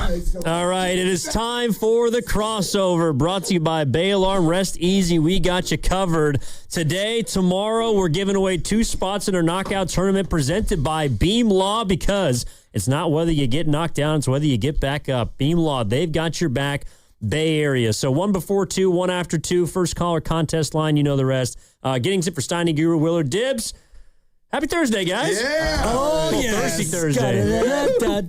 Evan, you're not mad at me, are you? It's not just happy Because I just Thursday. blurted out your bet for Duke, but the listeners know, but I share with our brothers. But at this point, I'm rooting for him to lose. Yeah, Duke minus 26 deals. Who would have thought? Well, I actually did a little 4-point teaser, and so I teased it down, I think, 22. Teaser? That means we're in trouble. All right, help us out on that for the people that don't know the bet. You can do a 4-point teaser where you get 4 points to your side on any number of teams you want to do. 2 is the minimum, 6 is the max, and so you go ahead and tease that thing from 26 down to 22, but you're still in trouble. Oh, it's over. It's over. Barely up by a score. You were talking like there was some light it's over. It's over. Yeah. But and then you bet the under, thinking they're going to win 80. I got Duke winning 82 to 45. I'll never live that down. And then you shouldn't. No, It's and like- next the week best you get to thing run it ever. back. It Don't- seriously yeah, is the please best don't thing run ever. it down. We're doing our Giants predictions tomorrow, yeah, by the we got way. So baseball tomorrow, keep it baby. locked in. It's here. Yeah, It's rock here. solid. Yeah. It's here. It is. Wednesday. 6 days. A Wow, game man. that counts. Wow. Weather's going to be incredible. Netflix. Incredible, yeah. Selfies for Goo. New hats, and you were Yeah. rocking the new Gigantes hat. Mark went out there for the Taste of the Giants preview. Okay. Open house. Yeah, I saw that. That was awesome. Yeah. How was the food? Oh, gosh. It's great. They had some loaded fries. They had a burrito-filled grilled cheese sandwich. Ooh. Monte called me on his way home. He said, y'all chopped it up. Yeah, He we said, hung out I a saw little bit. Willard. I Yeah. said, yeah. Wait, Yeah. so That's good stuff. I saw the Mets are doing this. So the Giants doing this too. Are you guys familiar with the 999 challenge? No. Okay, so the 999 challenge is in 9 innings, you must consume 9 hot dogs And 9 beers. And 9 beers. Yep. I'm out. I'm out. Well, you will be out by 9 about beers. the 7th inning. That's 2 months for me. 9 beers. The point is, we the doing? Mets, and I wonder if the Giants are doing this too, they're setting up a 999 plate. So it already comes with 9 hot dogs and 9 beers. I'm assuming it's not just for one Okay, person. all right, You I can got you. share All them and have them for your crew. It depends on what you're trying to achieve. Right. Well, I mean, I won't be doing it on Wednesday, but I've invited some listeners to try the 999 with me. Y'all think you could do this? Back in college, a group of friends, we used to try to, I think I've told you this story. There was a place in Pismo Beach, I don't think it's there anymore, called the Pierside Cafe. All right. And they used to have something called... Ricky Pierside Cafe. That's a 3. It's playing as much as he is right now. But anyway, That's a 2. they had something called the Pier Pounder. And if you were able to finish it without puking... Oh, boy. See, I'm out. You get your picture in a like you go on the wall. Yeah. Wall of Fame. Did you inside ever the make restaurant. No, I tapped out. Okay, I let me tried see it. it. I've heard a decent amount of I tried bars. it one time. Yeah, they have their own version of this. Let me tell you what it is. The reason it's called a Pier Pounder, it is 1 pound of meat. So it's 4 quarter-pound patties. Yeah. On a pound of bread. So massive. A pound of bread? It's 1 hoagie roll. Can you soak the bun, Joey Chestnut? I mean, I didn't ask questions. I just tried to eat it, okay? But it's 1 big hoagie roll with 4 quarter-pound patties lined up and then a pound of French fries. And if you can eat that. Sounds like something from Man vs. Food. Man. I got just past the halfway mark. And you're an eater. Right, and I could have gone further, but I was like, but I'm not going to get to the end, and I'm not hungry, so why? So I tapped out. I tapped out at about 60% of the way there. But you've seen people do it. I know a guy who got salad first and dessert after. That is, man. Oh, my And that's God. because he knew what a lot of us didn't. Like, which is? Everybody starves themselves all day so that they're super hungry. It's exactly what you can't do. Exactly. This guy would expand his stomach. He would start 2 days ahead of time and just pig out for 2 straight days, and he would get there and stick a napkin in his shirt and a smile on his face, and he looked at those people like, go ahead and clear another spot on the wall. What type of build was this guy? Was he a big guy, fat? Big, but no. Middle-ish? Okay. Like he has a little bulk to him. So he had the science But to he went, it. oh, yeah. Well, and think about Joey Chestnut. He goes about 5'11", 190. Yeah. He's not Eric Badlands Booker, who's like 385. But Joey what he is Chestnut has not- figured out the science of it. It's all about, like Mark said, stretch the stomach and the musculature of actually going through and eating that much. I'm trying to come for you, Dibs. What he is not, because I know you're about to react. He's not an athlete. Eating a hot he's dog an is athlete, not- yes. Evan, I mean, the guy's got him. I was just going to say our boy Kobayashi, Tsunami Kobayashi. He's the other like big gotcha. eater. Yeah. He ain't that big. He's tiny. Yeah, he's a small fella. But he put him down. An athlete, that's an oxymoron. You don't eat at the gym. It takes hand-eye coordination to eat. You need nutrition. And you have to be able to take the food and like bring it to your mouth. And so if you want to talk about other things that are like, are you an athlete if you play billiards, for example? You can like smoke while you're playing and you can just like put your belly on the table and then like waggle the stick and hit the ball. Are you an athlete? Well, golf, you can drink beer with not during your swing, but I get... You could drink beer during a baseball game if you're a pitcher. Well, you're right. Or but if you're Nicholas Castellanos. Yep. You can have I a beer in just the can't dugout. sign off to the eaters being athletes. That's all. I know there's a science, Dibs, but come on. I mean, it's a competitive event. It involves musculature. Is it a sport? It's a sport, absolutely. There's competition, there's a score, and there's a clock. What is the definition of sport? Is it just competition? I wonder what people would think. Like, I don't know. For example, darts. I mean, that's a sport. You have to be able to like saunter up to the line and like pop, three. Elbow, throw 3 darts and things like curling and all the rest of it. Shuffleboard. Like, I don't know if it involves you and your body and there's a competition. For me, it's a sport. I mean, they have the World Cornhole Championships on ESPN 6. I don't know. I fell in love. Yeah, see, that's kind of the same concept. You're just chucking it and hopefully it goes in. It's a game of skill. I would say competitive eating more of a sport than poker, for example. Yeah, poker's not a sport. Right, poker's a game. Yeah, I mean, it involves your mind, which is it's a muscle. Your brain is a muscle. You can't get hurt playing poker. Oh, you can, just not your body. It's more of a that's a good point. more of a mental. You can go broke. There's no doubt about it. All James, right. I got it. Oh, go ahead, E. No. I was just going to do our first question here. Yep. So I was told to tell the listeners that today's trivia questions, they've taken a step up in difficulty. So you're gonna want to stay locked in today, obviously for later, but also for tomorrow. All right, two questions. The contest line is 415-523-4652. And the trivia question is, yesterday, Willard told us that in college, he used to host watch parties for what TV show? First caller to the contest line with the correct answer wins. 415-523-4652. First caller with the correct answer wins. Not easy. I know the answer. Yeah, that's this one I actually did remember. Yeah, I do too. It's the most challenging show. So? It's the most challenging show day of the entire year. Oh, there's no doubt. Evan's been talking about it. I tried to do the last today and said we got to focus today. You can't do that. I heard your pep talk at 10:04, and I was just I can't focus. Just got back from dropping off my daughter, and all I could think of is I'm not supposed to be here today.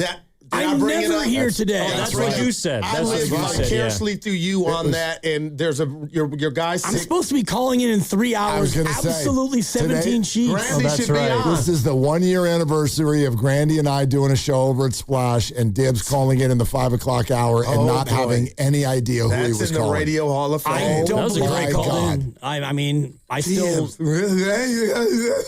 I mean, you're doing me justice.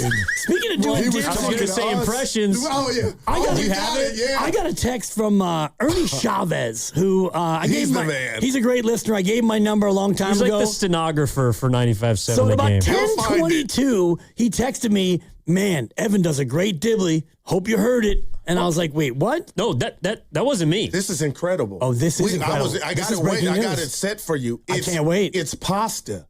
Yeah. Pasta has He's the best so good. Dave Fleming. He's got a good Willard. But His Buck you Martinez guys both have is unique emerging. voices. Bravo! But I've never heard the Dibbers, anybody attack the Dibbers and do it the way that he did. No, attack them in regard to trying to recreate the voice. Yeah, try to take that on. So this is a 9. The show stopped, but if you can, Grandy, play it for us. I got it right here. This is Pasta's impression of Dibs' garage door commercial read.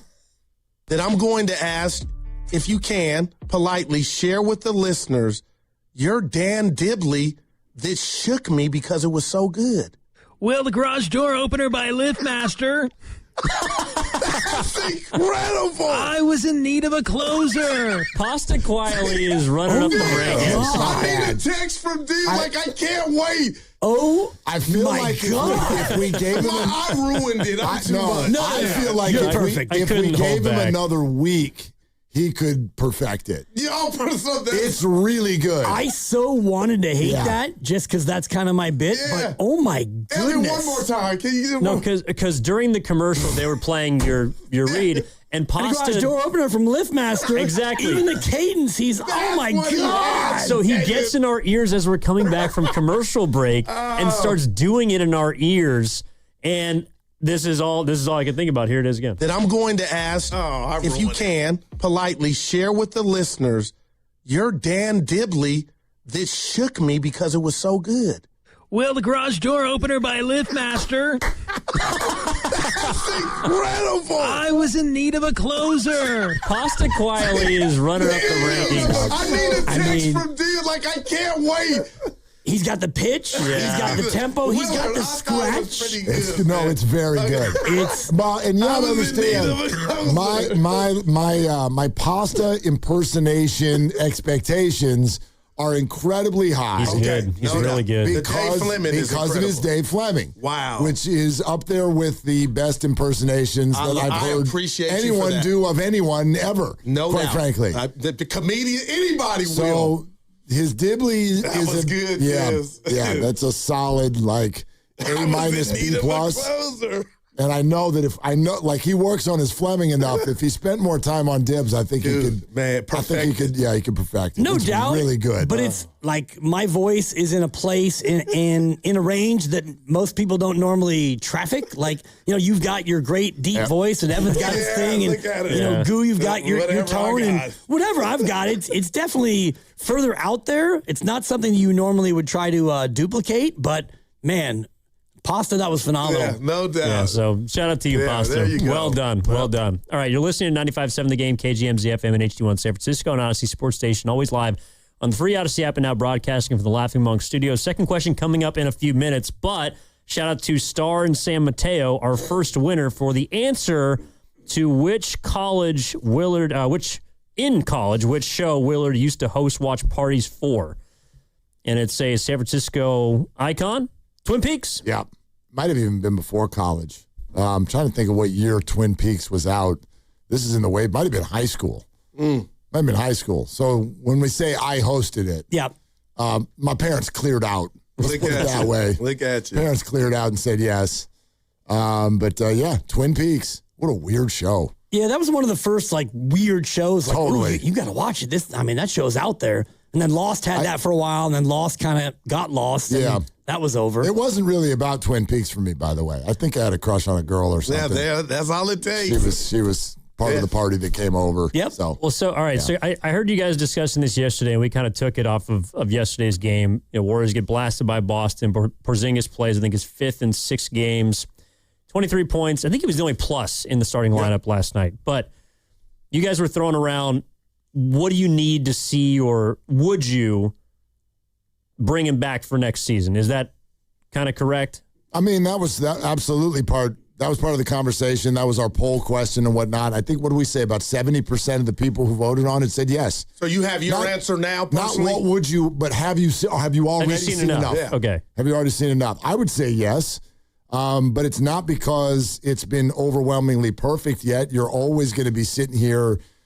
wondering, is he going to play tomorrow? Because the basketball, check the box for me. It's the Pots. Right. Can he last the... It looks like he can, but it can happen anytime. So yeah, not Potts. I mean, confirmed. Steve Kerr misspoke, and whatever it is, as long as he's able to get out there and play. And my thing is, if you believe in Rick Celebrini, and it hit me today, guys, just thinking about the Warriors and their medical and their training staff versus the Niners. The Niners, all we hear is these guys are always hurt. You've got this substation that's either a thing or it's not a thing, and then now you've got Kristaps, who came in sick and hurt, and he's been, kind of sick and kind of hurt, but now he's actually starting to string games together. So maybe we all underrate how important that job is to all these teams. Now, real quick here, I thought Kerr misspoke because there's audio of Porzingis talking about his life with Potts.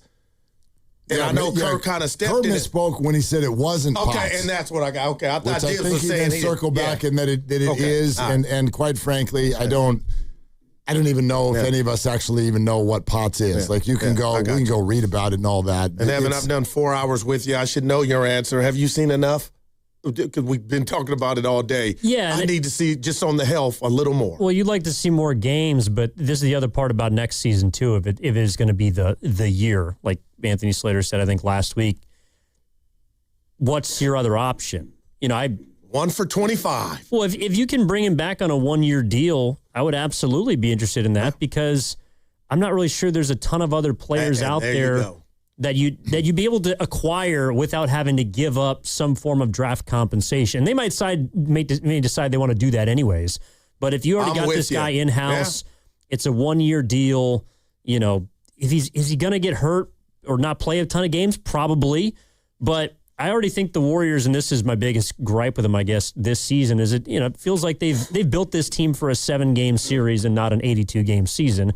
and that's kind of why that's why they're in the position they are. For sure. And I think you gotta get he there. fits into the 7-game series. I don't know about the 82-game. I mean, it's still, and this might be completely just moronic to even, because we may never get to see it. But I still look at this roster in this moment and fantasize about them all being healthy at the same time. Who would be your 5? We talked about it. If you had to put your 5 this year, everybody healthy, Evan and I and the listeners were taking a crack at it. When do you mean Butler or no? No Butler. No Butler. Just this year for the play-in game at Portland, who would Willard's 5 be if everybody's available, not named Jimmy?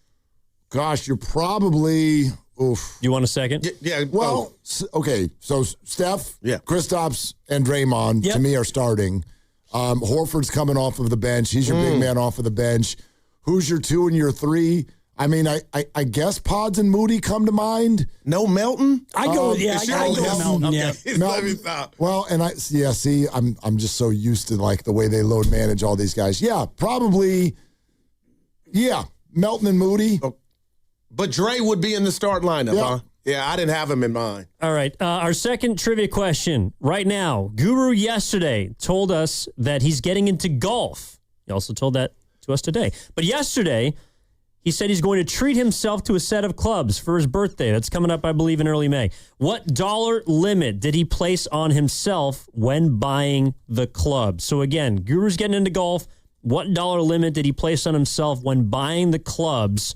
When he's going to buy his clubs. First caller to the contest line with the correct answer wins. 415-523-4652. Again, 415-523-4652. I had Horford over Draymond in my, but I guess I kind of thought about it from just a best 5 standpoint. And I think you're right that Draymond would probably start in a scenario like that. Steve Kerr is always going to go with, who he's rode in with, and Draymond is one of them. But from what I've seen this year, I feel like when he's been healthy, Horford's been a better two-way option than Draymond Green. But with Kristaps on the floor too, that's what I get excited about. You can get excited about it, but I feel it's. I would rather kind of break it up. I'd rather kind of stack those guys rather than necessarily put them out there. And again, I do think most, not all, but most of the frustration that we've directed at Draymond has been how he's looked when those other guys are not on the floor. If Steph and Kristaps are out there, you're going to, at least to some degree, hide Draymond's problems. You're going to highlight what he does well, and you still need him on the defensive end. Yeah, you still want him over as there. a one-way player. Then in that lineup, you can totally tolerate it when you've got Steph and Kristaps. Who's your 5? It would be exactly what he laid out. It would be, Kristaps and Steph, and it would be Moses, and it would be Melton, and then Draymond. I mean, for me, and it's always about the finishing lineup for me more than it is the starting lineup. And so, you come off the bench with Horford and Pods and the rest of it. Yeah, I mean, I hear you, and I mean, hopefully, you get to the point. This is another thing too. It's like the 10th seed. Well, I was just thinking, can Porzingis play 30 minutes? Right. Are we going to get to the point this season where he is playing starter minutes? We hope so, for sure. I think so. He played 26 the other night. I think if this game was going better last night, he would have played north of 25 yesterday. What do you end up with, 23? Yeah, 22 and a half. 22 and a half, yeah. His unlimited range, block 2 shots early, like the basketball part. I've seen it. And did he say after the game he still feels he's at about 60%? Yeah. Yeah, feel like he's in overdrive. It's pretty alluring. His skill set is pretty alluring. I get it. I'm completely aware that you look at this roster and you go, this is ridiculous that we keep thinking we're going to see it at some point. But I remember feeling that way to a much, much smaller degree going into the playoffs 4 years ago when they won the whole thing. I'll never forget your interview with Steph. Yeah, oh, man. That was feels the like day that I looked right. I remember texting Dibs. And they won it. I go, he's in. And he's he ready. was hurt.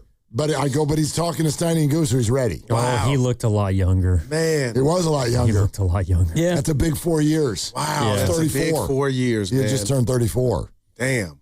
But I still think, I'm not talking about winning a series or whatever, but if what we just threw out there, if your 6, 7, 8, and 9 are Pods and Gee and GP2, and who else would you probably throw in there? Maybe a little Post. If I've got Horford and Kristaps, I'm not necessarily married to getting Post in there. Probably a lot. Will Richard. Maybe Will Richard. Maybe Seth is healthy and throws up some threes. I don't know. But if you had that whole group, I mean, that's a team. I'm ready.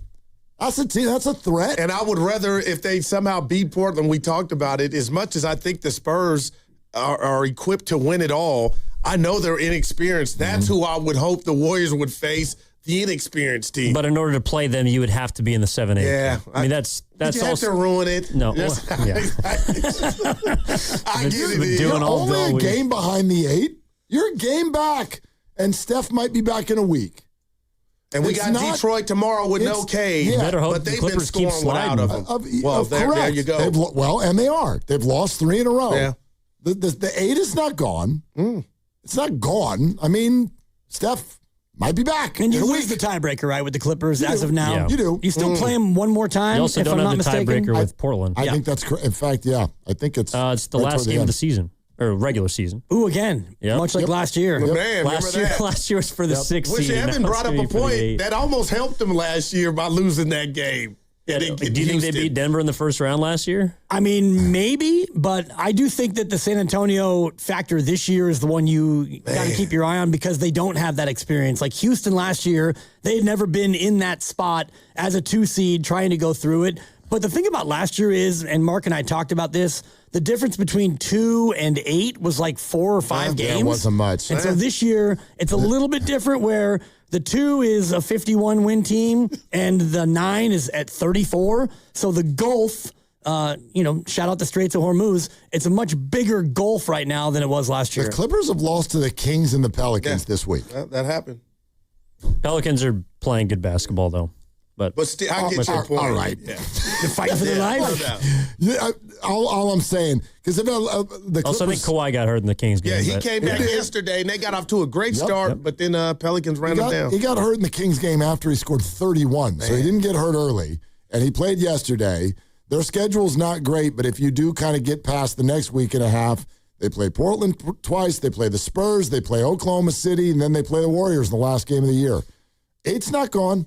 I'll tell you what, before we leave, I'm going to need security to get out of here, and Evan doesn't even know where I'm going. But Steiny and I, he's lost a bet to me with the Lakers in the top 6.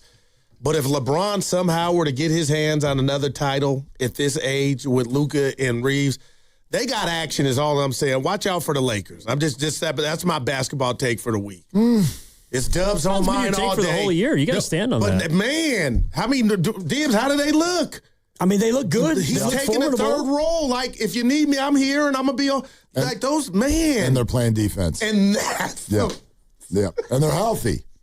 They're healthy. They're playing D. And based on the Cade Cunningham news, which I don't know if any of you guys have ever had a collapsed I was trying lung. to ask, I asked Evan, did he have it? I've had pneumonia, which is, it kind of feels like that, but he has a collapsed lung. So what does that mean? Hard to breathe? It hurts? Pain all You're breathing day? on one lung. And they say he'll be better in 2 weeks. Oh, They okay. think it's not like a really bad collapsed lung, but still. Wait, better or playing?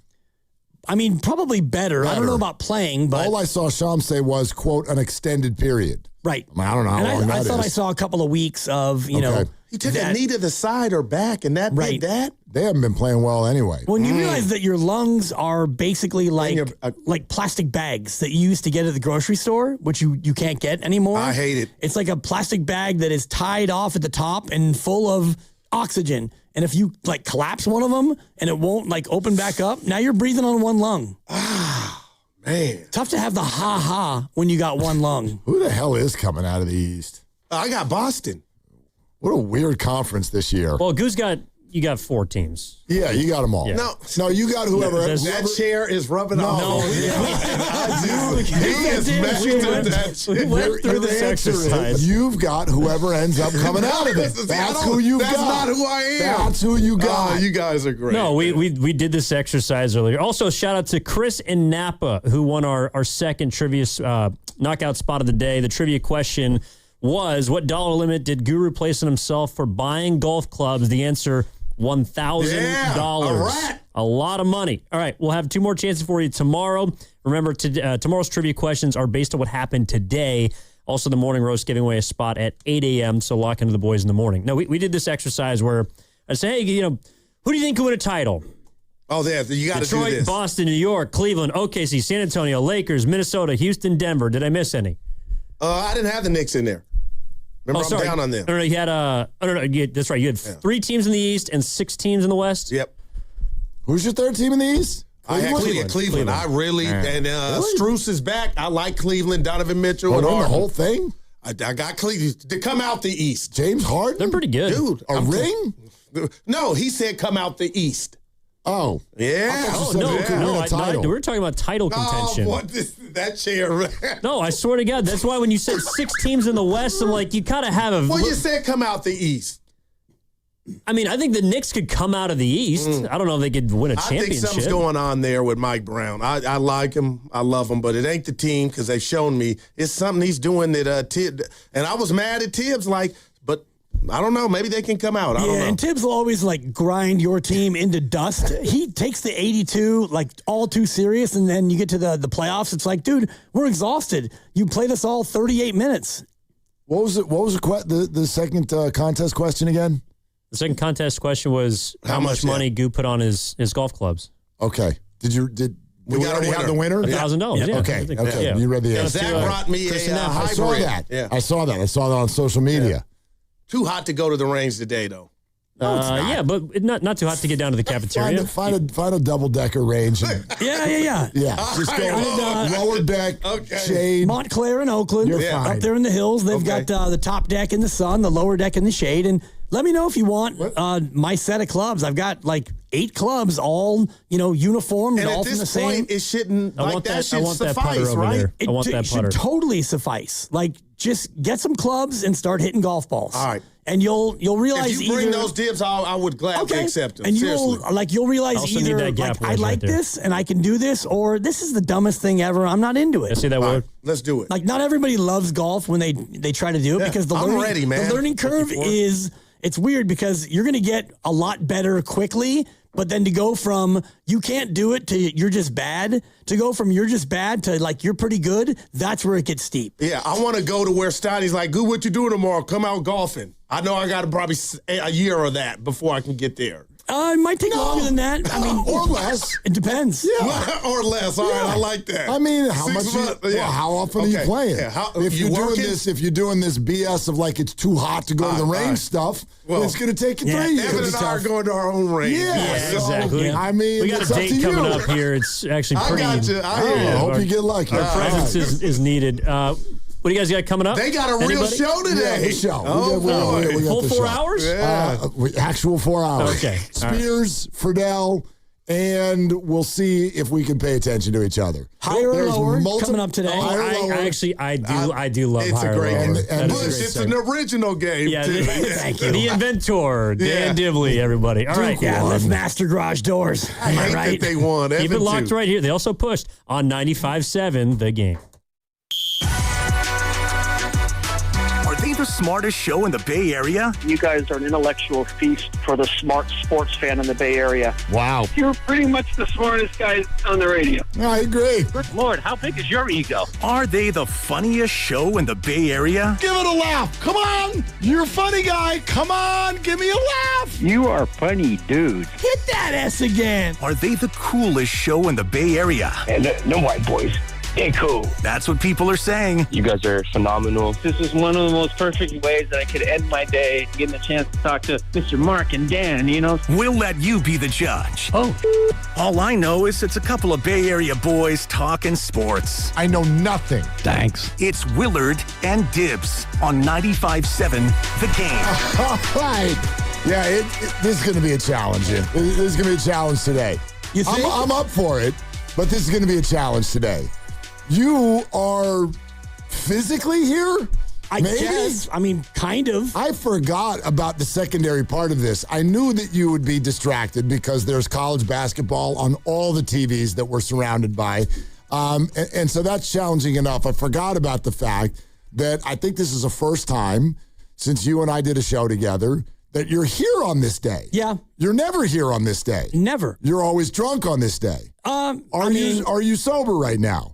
I mean, that's none of your business. You said don't ask me anything. I'd ask you that. Well, I can tell you that I did go to lunch before I came in here, and it was at a bar. Okay. But I had water. You didn't have a drink? No, I had ice water. And that is essentially a drink. Let's go to Dibs, half in the bag. It is a beverage, yes. It is. I had some wine at that open house yesterday. Yeah, good for I'm you. not afraid to admit it. No, nor should you. I was off the clock. That's fine. Clock. I was closing in on being on the clock. Right. But anyway, What kind of whatever. wine? Just a little red. Yeah. What kind? It was Pinot. Okay. They're doing a wine thing out there. They got like a little Giants wine club. The guy pitched me on it. It actually sounds pretty cool. And Christy was like, I'll have white. And then she's like, he won't have any because he's about to work. And I'm like, we're doing 45-minute show today. Go ahead and pour. Let's drink. Exactly. Pour me a red and don't be shy. I like that. Yeah. Did you try the Kendall Jackson yet, Grandy? I have not yet, but thank you so much for that, no, Dibs. Well, because the great Mark Spears, who joins us later today, in less than an hour, he gifted us, you and I, with 3 bottles apiece, and I gave one to Grandy and said, you know what? Drink up. Let's go to Grandy half in the bag for a change. Maybe this weekend, Dibs. I like it. Are you a wine guy, Grandy? Oh, yeah. Grew up in Sonoma County. Just because you grew up in Sonoma, most of the time, sister and brother-in-law in the business, get a bunch of real good wine. That's beautiful. But like my experience is there are 2 beverages that, and I know this has changed. This has really changed through the years, but there are 2 beverages that sometimes you need to get well past 30 years old before you really start caring about it. And it was coffee and wine. Then coffee had a thing, and that guy, whoever the hell started Starbucks in Seattle, made it so now, once you turn 15, you go to Starbucks every single day, and now everybody has coffee. But wine, the teenagers at the house beg me to have alcohol. Beg. And I'm like, here, try this. Ugh. Yeah. Ugh. They don't want any wine. They all want, White Claw. Exactly. So anyway, I didn't know if you were there yet. I'm there. Yeah, but I forget what an old soul you are. He's a totally old soul. Lucas has probably never had wine. Funny you say that about like teenagers and alcohol, because growing up, we would, not we, but my siblings, because I was younger, they would loot the liquor cabinet. And my poor old man, Dwayne, rest in peace, he would take the pen and draw a line on the vodka bottle. And they would, of course, take about 1.5 inches off of that and fill it up with water. And he didn't have it in the freezer, so it wouldn't freeze. But Mom's box wine, untouched. As it should be. Box wine. So Mom, after a long day. What's in the box? It's her wine. It's wine. Franzia is what it was. She'd work full time. She'd cook for the 6 of us. And then everyone would, settle down, and she'd go to the little tab. And that wine was not the sound wine whatever, but make. you know that little tab, and like no. you're dispensing wine out of a box. Yes, I get it. It's just not the sound that it's supposed to make. The point is, she didn't need to draw a line in the box because no one was going to the box wine. I'm sad right now. I'm really sad because my $1 million challenge is about to end. I hadn't lost a game yet. No.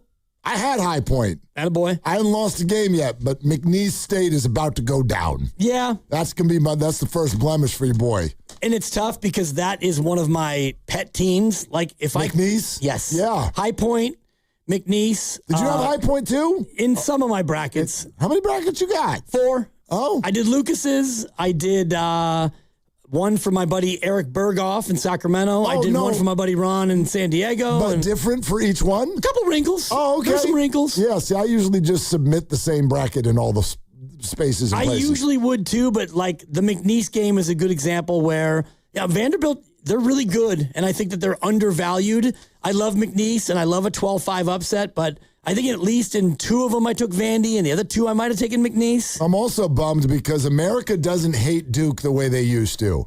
And I like that near miss, Duke just beat Siena, but that should have been more, that should have been a bigger deal. That should have been more of a thing. You and I come from a time when Duke was something that the whole world would gather around in a circle and root against them together. It was like Duke and Osama bin Laden, like there were things that everybody rooted against. And now it was just sort of like, that'd be kind of fun if Duke lost, like I didn't have them in the Final Four or whatever. Yeah. But it was just, I don't know, most of the people were like, oh no, I have Duke going really far. I'm like, that's not the way it's supposed to be. You're supposed to root against Duke. But what's hateable about them as opposed to what was hateable about them then, which was Christian Laettner and Coach K. The uniform. And Bobby Hurley. But it was also the people. Yeah. It was the people. It was Cherokee Parks. Snooty with McTootie. His rag top hair. It was Snooty McTootie, but it was also Christian Laettner. It was because of the Fab Five. They were like, what? The Fab Five was the anti-Duke. And Jalen Rose used to even talk about it. He'd be like, man, Duke, those were all the privileged kids. Those were all the kids that had everything all silver spooned and laid out for them. And we showed up and we were from the city. And Right. we had shorts down to our knees. And we like had bags of cash given to us from boosters just to try to catch up. So did the Dukies, by the way. But anyway. Yeah, I was into it. I was a Fab Fiver. What is hateable about this year's Duke team? Nothing. Like the Boozer twins? They're Duke. Right. That's what. John Shire, who is a former Dookie, he did his work and now he's the coach. They're Duke. Right. It's That's a uniform, what. I guess. Yeah. I mean, like, I don't hate CeeDee Lamb, but he's a cowboy. So that's it. You wear the star. Me no like you. Right. That's all. I mean, I kind of hate Duke for not covering the second half spread. So there's that. All right. 888-957-9570. It's going to be kind of like this today. We're going to dip into the bracket. We'll dip back out of the bracket. You dip into the bracket. You dip out of the bracket. That's what I know a lot of you are doing around the office today. But the Warriors did. They got it handed to them last night, which is not terribly surprising. But Steve Kerr said something after the game that caught my ear that I want to run by everybody, because I think that this team has kind of fallen into a little bit of a Steph Curry trap. I'll explain that coming up.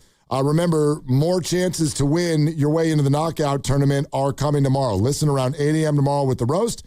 The crossover tomorrow, 1:45 to 2:15, your last 3 chances to get in. You'll need to have listened to today's crossover to win during tomorrow's crossover. Knockout is presented by Beam Law, because it's not whether you get knocked down, it's whether you get back up. Beam Law, they've got your back Bay Area. We're also sponsored by LifeSource Water Systems. It's Willard and Dibs.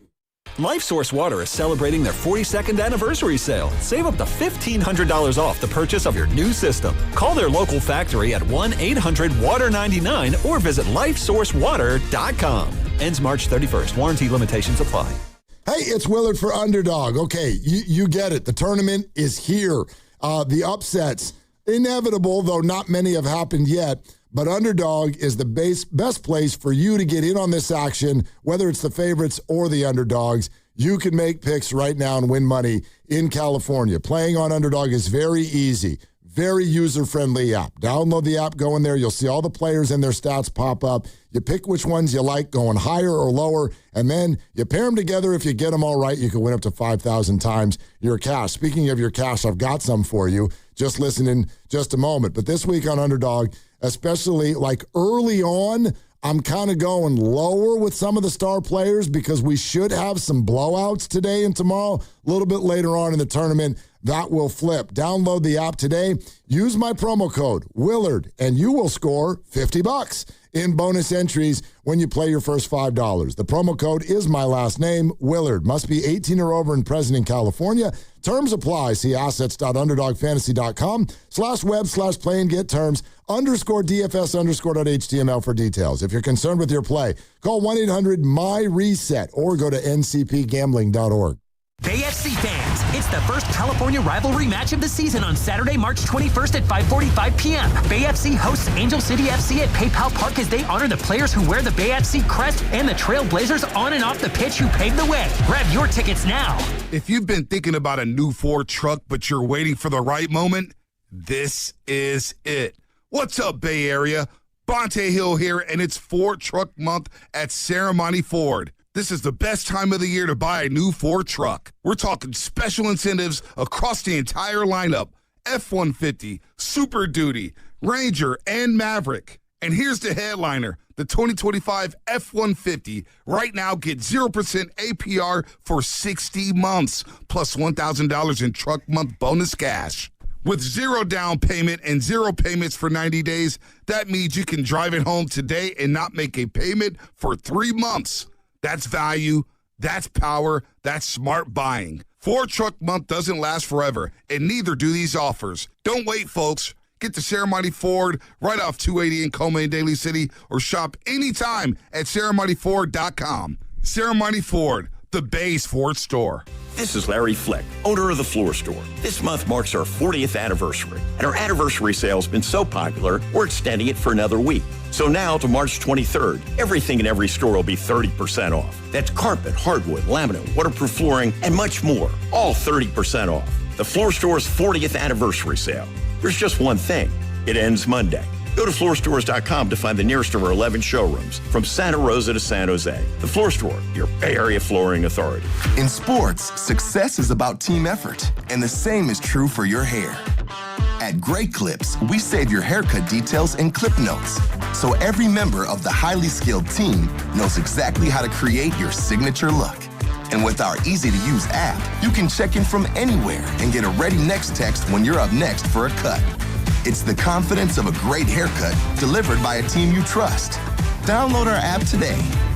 Great Clips. It's gonna be great. Visit Freeman's Appliance in Pleasant Hill March 27th through March 29th for their once-yearly red tag clearance sale. Take advantage of one-of-a-kind opportunities on floor models and factory direct pricing. Visit Freeman's Appliance red tag sale for the best time to save big on new appliances for your home.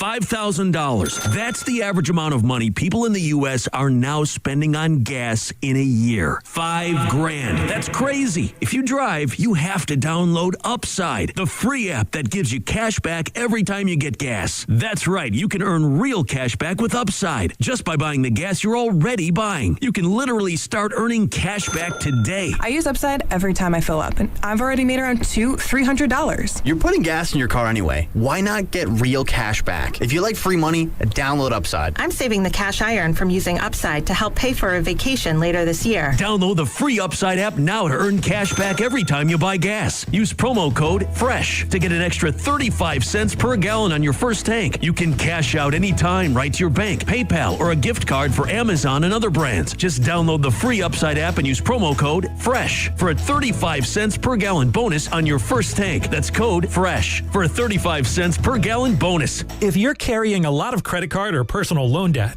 every month can start to feel the same. All those bills, all those due dates, all that stress. There's a solution that's designed to make it easier for you. National Debt Relief could put you on the fast track to paying off your credit card debt, personal loans, and even medical debt for less than you owe, with just one low monthly payment you can afford. And no, it's not bankruptcy or a debt consolidation loan. It's a real, affordable debt relief program that could save you lots of money. National Debt Relief has already helped over 1 million people with their debt and has thousands of 5-star reviews and an A+ rating from the Better Business Bureau. So if you owe $10,000 or more, don't wait. Call 800-300-4411 now to see if you qualify. That's 800-300-4411.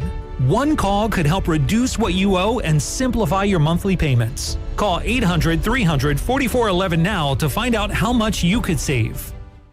Now, back to Willard and Dibs on 95.7 The Game.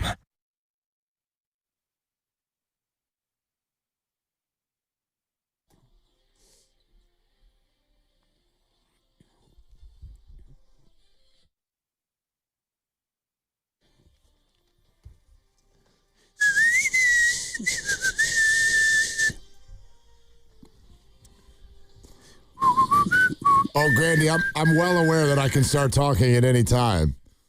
Ska-da-da-da-da-da. Certain songs you don't talk over.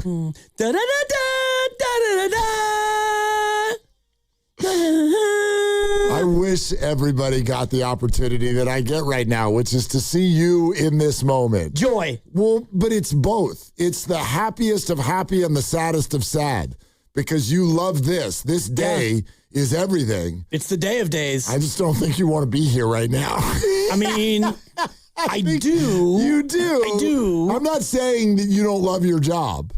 I just think that you want to be drunk at a sports book right now. It's funny because I was sober at a sports bar earlier. Okay. And I had that very moment. And I sat there and I was talking to a guy whose name I didn't get, but he's a listener. And he's like, I thought you sounded familiar. And we were just chatting about games and whatnot. And I said, and I was there for 45 minutes, had a salad and some water. And I turned to him and I said, well, I got to go to work now. And I thought to myself, I got to go to work and do exactly what I'm doing here, except with better friends. Okay. And so I'm going to go from watching these games to go to work and watch these games. So I had a moment of like, dude, slap yourself. Well, okay. And that's great. That's wonderful perspective. I caught so much of what you just said. So many different little thoughts came to my mind. Did you say that you went to a sports bar today and had a salad and water? Correct. Yeah. Yeah. You all right? I'm great. And, Okay. we're heading to Hawaii next week. So it's all about the beach body. Oh, you're trying to, shed those extra 5 or 6 now, Mark, because the shirt will be off. I mean, the shirt will be off. You would not want to go to Hawaii at your age and have a dad bod. You wouldn't want to do that. You can have a dad bod, but if you can get your moobs, your man boobs, if you can get from a C to a B cup by having a couple of salads and some water, then you're going to go ahead and reduce the moobage. What the hell is sports bars even got a salad? Yeah, it's called the Fourth Boar in Orinda. Okay. And I was the first one in, and, the bartender. Good on you. How early? 11 o'clock. Okay. I would have been there at 10 if they were open, but I was kind of like loitering outside at 10:50, peering through the window. Open. Totally. And finally you hear the lock and it's like, hey, and the bartender's looking at me thinking, let's go to Dibs, have the bag. Sir, what are you doing here? What can I start you with from the bar? Water. She's like, oh. Do you have any iceberg lettuce? She's, do you want sparkling or still? Just give me some water. Oh, gee. Let me get a Caesar salad. Boy, they were as disappointed as you were. Well, and then it's like... What was your bill? $8.78? 20, scoop salad. But then you go from that to, excuse me, ma'am, would you mind just giving me the remote? Because what you're doing in here, I don't want to be a jerk, but it's not okay. Yeah. I'm going to need High Point over here. I need South Florida over there. I'm going to need the end of that first game, Ohio State TCU over here. Let's go, people. We're going to get to Warriors here in a second. You're touching on a lot of stuff right now. Have y'all noticed this?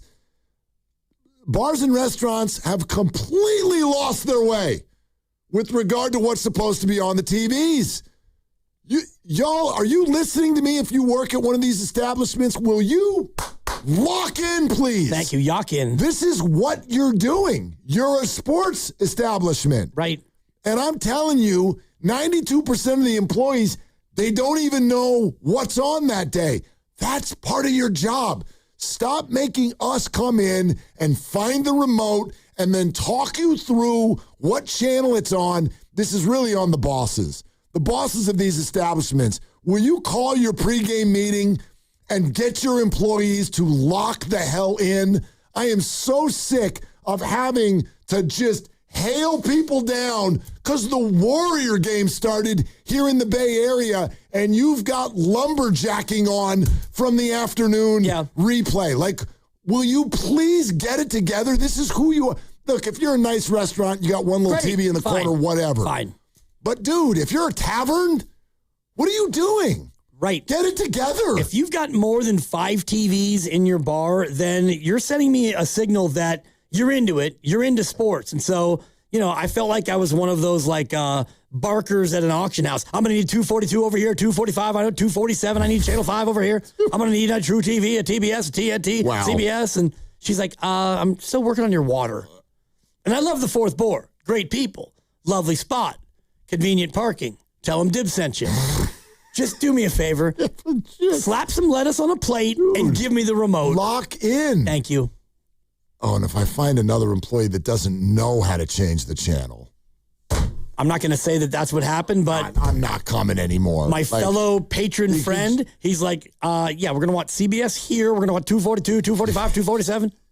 If you wouldn't mind, I've got to go find my manager. I'm not sure which one this Oh, my God. And he and I had a conversation about... You better be careful. About Xfinity, because he also is an Xfinity guy. And I'm like, well, yeah, it's kind of like my business to know the DirecTV channels and the Xfinity channels. Yeah, imagine that. Right. Because if it was at home, I had 705, at 735, at 731. Yes. But it's like, come on. Okay. Well, I'm glad I was able to do... I'm not going to be here tomorrow, so I was glad that I was able to do what's bugging you today. Yeah. That was mine. And you nailed it. Yeah. You could tell tomorrow, tell everybody in my absence, that's what I would have said. hey, Sports Tavern, let's get everybody together, know what's on today, and then teach your employees how to change the channel. Right. Like, am I asking too much? I don't think so. Okay. It would be like going to a concert and having them be like, some of the speakers are out. You're just going to have to listen really close. You guys just want, if you wouldn't mind moving over here, Right. This one works. Totally. Woo. Oh, anyway. Okay, I feel better. Have the Warriors become too Steph-centric? And I know the answer is no. Believe me, I am hashtag everything for Steph. But I noticed something yesterday. We could take a listen to what Steve Kerr said after this basketball game. I want to talk something out with you. This is first just kind of post-game, his overall recap of what happened. Well, they made a couple threes, got it back to 12-13, whatever it was, and we never really were quite in the game. I thought we did a lot of things well offensively, got a lot of good looks. It just was a night where shots didn't go down. I think we've got to be a lot better defensively, some game plan mistakes early, a lot of fouling at the beginning of the third quarter got us in trouble. And what I'm most interested in right now is can we prepare ourselves for the play-in? I mean, we're going to be in the play-in. We know that. And one way or the other. So we got to prepare. We have to be prepared for when we get guys back, when Steph's back and Moses and Al. If we're prepared when they get back, we can do some damage. We can go on a run. But we can't have game plan mistakes. We've got to build better habits, boxing out, taking care of the ball in transition, being more efficient in transition, that sort of thing. Our guys are playing hard. I'm really proud of them. Like I said, shots didn't go tonight, but what I'm most interested in is our process. And I thought it was lacking in some areas tonight, and we got to tighten some things up. That whole thing is so interesting to me because here's Steve Kerr literally talking about the Golden State Warriors the same way I hear youth basketball coaches talk to their team. We're reminding people to box out. Yep. We're reminding people about preparation. And I know a lot of people will say, hey, whose job is the preparation? Sure. Like some of what Steve Kerr is saying is in a backwards way, he's pointing the finger at himself. How on earth can the Golden State Warriors not be ready to play and not be prepared? I don't care if you lose to Boston. They're better than you. They're better than you. My concern in this moment is these players who are playing basketball right now have been so force-fed with the idea of, well, we might have a chance to be decent when Steph gets back. Are they being robbed of their confidence? Because I don't hold them responsible for you better go on the road and beat Boston. I don't think that they're manned in a way to do that, but I do think that they're NBA players, and for many of them, this is the opportunity of a lifetime. There are Warriors playing on a nightly basis right now that should not or would not be playing. But with all of these injuries, you are getting the opportunity of a lifetime. You don't need to have the most talent, but my God, you need to be ready. And I just don't know if their confidence has been zapped because constantly this whole organization is like, well, we don't have Steph, so we're just sort of like biding time until he's back. What I heard him say is game plan mistakes, where I don't think it's not that they didn't lay out what the game plan was. The players didn't go out, and maybe it's the younger players, but they didn't go out there and execute what the game plan would be. So if you're scouting Boston and you're like, okay, Boston's good, Tatum's coming back, and Jaylen Brown's having an MVP kind of year. So here's what we want to do defensively against those guys. Here's what we want to do offensively, and you lay out the game plan. That doesn't mean that they're not prepared. If they go out there and they don't execute it, it might just be that they didn't do what they were supposed to do, what they were coached up to do. I'm not trying to excuse Steve Kerr and his part in this, but what I heard him say was more about the game plan. Like, we lay out a plan, and you have to be able to take that and apply it and be more consistent and be better than you were, because that thing got away early, and I'm just looking at the box score right now. Jaylen Brown goes 8 for 9 in the first quarter. No, he was dominant. And so I don't know if the game plan was don't let him be so dominant or, more complicated than that. Like, maybe we want to double him here, or maybe we want to, not switch out on this pick and roll in this situation. But that's what I heard him say. Well, Steve wouldn't have said it that way if he didn't feel like, and this is where I always I get tripped up on coaches versus players and players versus coaches because people want to blame this side or they want to blame that side. And it's like all a coach can do is put a player in that player's best position to succeed. And then after that, you're a parent. You're telling them what you tell them. You're suggesting, hey, this is this is what we should do. And then if they go out there and they don't do it, well, what are you going to do? And so I think this is intricate because, again, I'm with you. I'm not going to sit here and require the Warriors to be talented enough right now to go win at Boston on the road. But if some of these players are getting the opportunity of life, either they're playing and they wouldn't normally be playing, or they're playing a lot and they wouldn't normally be playing a lot. It's both. Whichever it is, wouldn't you approach that with, I'm going to be perfect with the game plan. I might not be tall enough, fast enough, jump high enough. I might not be good enough to stay with Jaylen Brown and Jason Tatum. But man, I'm gonna be prepared. I'm gonna execute the game plan. This hit me, by the way, because this is the kind of ball player that I was in high school. I've got no good vertical leap. I cannot. Yes, I got white man's disease. But I knew where the hell I was supposed to be. And they called me floor burn. I was the preparation and the execution of what was trying to be done. That was perfect. The rest of it, not always. Yeah. Because there were better players than me. And it's not as easy as I know the plan and therefore I'm going to be perfect in the game plan. Sometimes life comes at you fast and you've got Tatum out there who's starting to get his legs under him. And if he goes by Porzingis on the exterior, now Draymond's going to help and you got to help the helper and maybe you sag off your man and it's pass and now they have an open three and it's Jaylen Brown who's left alone and maybe the defensive coverage was, all right, you don't help off of Brown, let somebody else help off of him or we just give up a Tatum too. I don't know if it's those little things, but defensively, when you're going up against a better team, you absolutely have to be completely buttoned up or you're going to get gashed for an 8 of 9. I mean, real quick. So I'm assistant coaching with Jude's Little League team for the second year in a row. And the lead coach, he actually brought this up this year and he was referring to last year and it reminded me of a scenario. And I think it might have even been his son, but let me just throw a scenario out there. In Little League, you get a lot of dropped third strikes, right? Okay, because not everybody, they're still learning how to catch and all that stuff.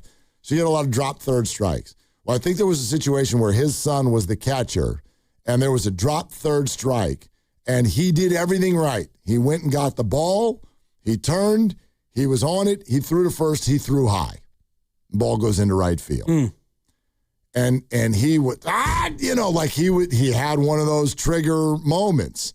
And I walked over to him, just real subtle, and I whispered to him, physical mistake, and then walked away, and it calmed him right down because to me, that is completely different than drop third strike, and I just lollygag. Yep. I didn't even think about the fact that I need to go get the ball and throw it to first. Mental mistake versus physical mistake. Physical mistake we can deal with. You're not a perfectly refined athlete yet. You tried to throw it to first and you threw it high. Well, even these guys are not perfectly refined, to your point. Correct, but what sounds to me like what Steve is talking about is the mental side. And that's where I would find concern, especially at the NBA level. You have a Hall of Fame coach sitting here talking about let's box out? Are you kidding me? Okay. Right. These are things that should just be there. You should never have to remind an NBA player to box out. But you've got 82 games, and you're not going to be perfect in all 82. Well, of course. And it might be a night where collectively 2 or 3 guys did just that. 2 or 3 instances where you didn't box out and you gave up an offensive rebound and a putback. And, stopping Boston once is hard enough, let alone twice on the same possession or 3 times. That's where it becomes frustrating where you get the stop and then you don't box out. You give up the offensive rebound and it's a kick out. It's a 3. And so instead of momentum, we stopped them. Now they get 3 more points and it's because of something small like that. And, too often this team this year, they dig first quarter holes. Yep. And so, again, yesterday, you dig that hole, and now you're down 10, you're down 12, you're down 13, and you're fighting uphill without your cheat code, Steph Curry, who can, whop, whop, whop. He can hit 3 in a row, and now 13 becomes 4 because he's the heat torch. Well, yeah, they're not very good. I don't have any issue with that. That's obvious. My gosh, just on the bench alone, it's almost more than half of what's on the bench right now is headed to the Hall of Fame. Oh, guys who aren't playing. Yeah. I mean, Steph Curry's not playing. Jimmy Butler's not playing. Al Horford's not playing. And then you start to throw in others like Moses Moody and Seth Curry and just all of this. Like, you have an actual NBA team, but not right now. And so then to hear things about preparation and game plan just sort of grabbed my ear. And I wonder if they've been fed so much with the idea of, hey, y'all just got to hang in there. He even said to us, how did he say it a couple weeks ago? Pick off a couple of games until Steph gets back. I just think it'd be hard if you're a Warrior right now to walk into an arena with any sort of swagger, because you've sort of been told you're going to be hard-pressed to win any games until your golden savior comes back. And I get it. I completely get it. But that's an easy trap to fall into. I'd love, and maybe I'm asking for too much, I'd love for Guy Santos and Brandon Pajemski and Pat Spencer, I'd love for them. They say they do. I want them to walk into the arena and be like, we are an NBA team, and we can go do this tonight. We're allowed to. You're allowed to go win. I'm sure they have that level of confidence, but when the first quarter goes the way it did and Brown goes for 19 on 8 of 9 and immediately you're down 13, it takes a little bit of the wind out of your sails, especially when you mention what you did about, how many Hall of Famers you don't have. And so when you go to the bench and it's a lacrosse GOAT and it's a second-round pick, Leon's, Yurtseven, and Nate Williams, you're not going to be able to come from a big deficit with that sort of weaponry. Totally. I was just thinking today about how challenging this must be, though, for all of the players. It sort of takes a special kind of thing to work your way through your entire life of basketball, get to the most elite of the elite. You arrive at the NBA. By the way, this is the Jonathan Kuminga story. It really is. You get to the most elite of the elite. You are now here. You've arrived. You are, whether you're a first-round draft pick, second-round draft pick, or whatever, you're here.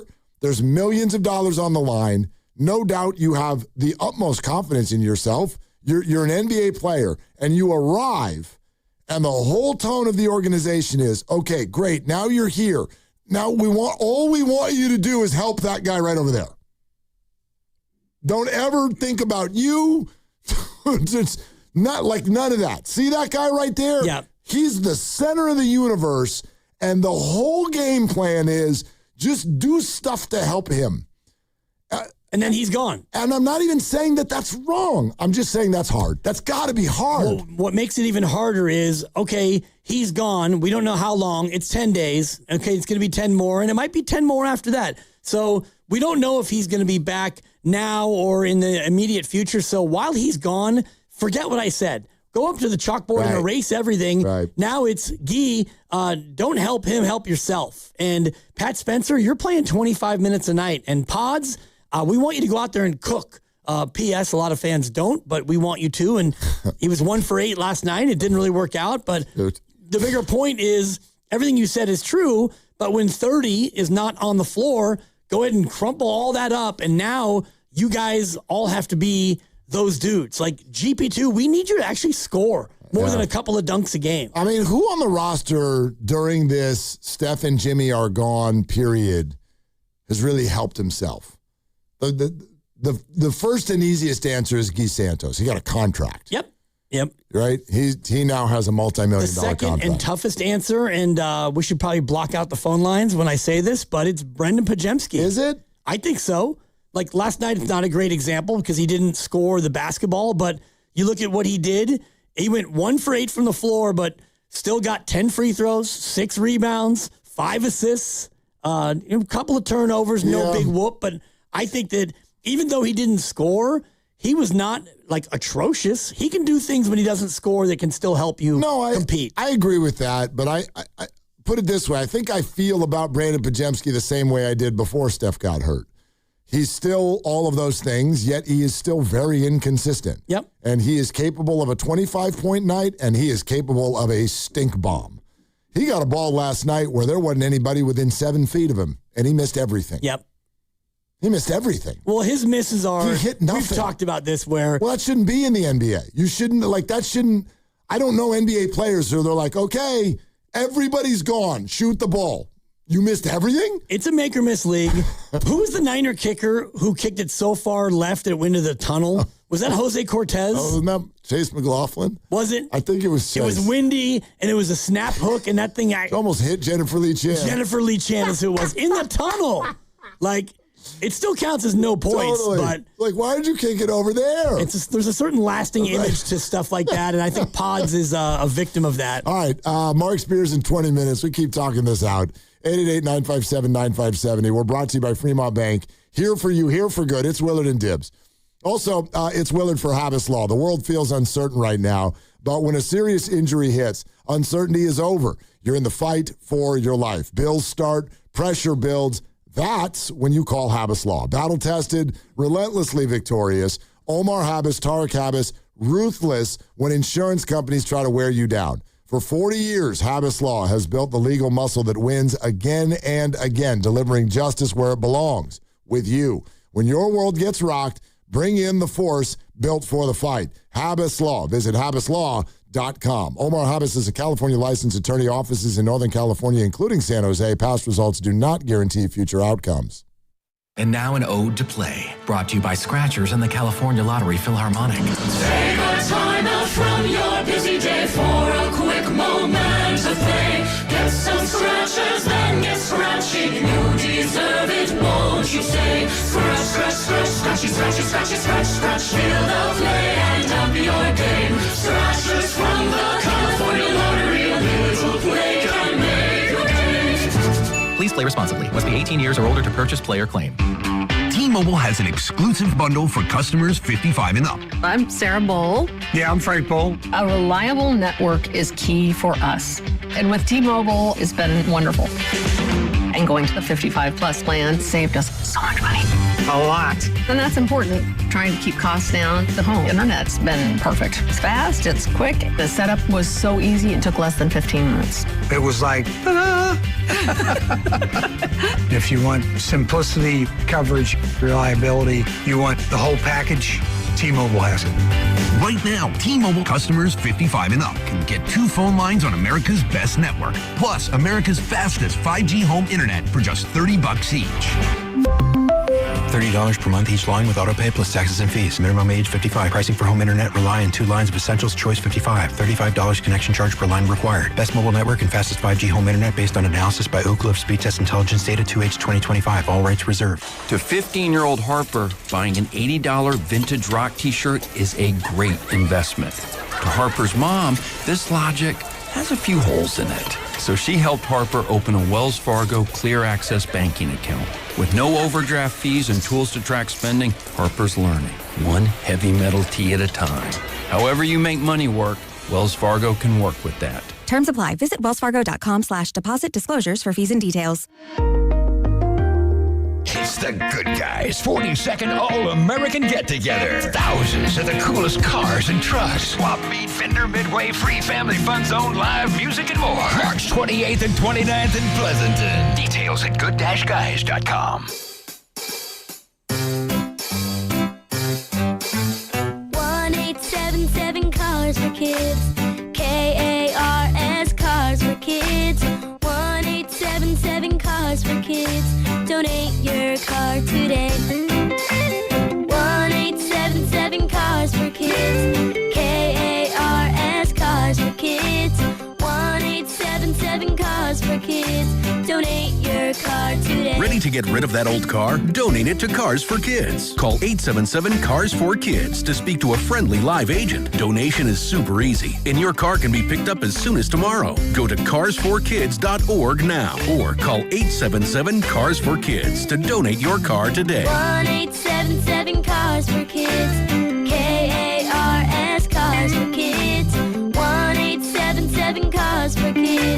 you know you can donate real estate too. Go to carsforkids.org. That's cars with a K. Tune in to 95.7 The Game for Warriors Live, 60 minutes before tip-off. Every Warriors game throughout the season as we get ready for the action. Presented by Xfinity, your home court advantage. Brought to you by Xfinity. Watch all your favorite teams all in one place. Xfinity, imagine that. There's a difference between liking a house and actually getting it. Redfin is built to make up that difference and close the gap between finding and owning the home for you. Redfin agents close twice as many deals as other agents, so when you find a home you love, you're not a step behind when it's time to make an offer. That means less watching great homes disappear and more focus on the ones you'll actually move into and call home. Redfin helps turn saved listings into real addresses. Get started at redfin.com.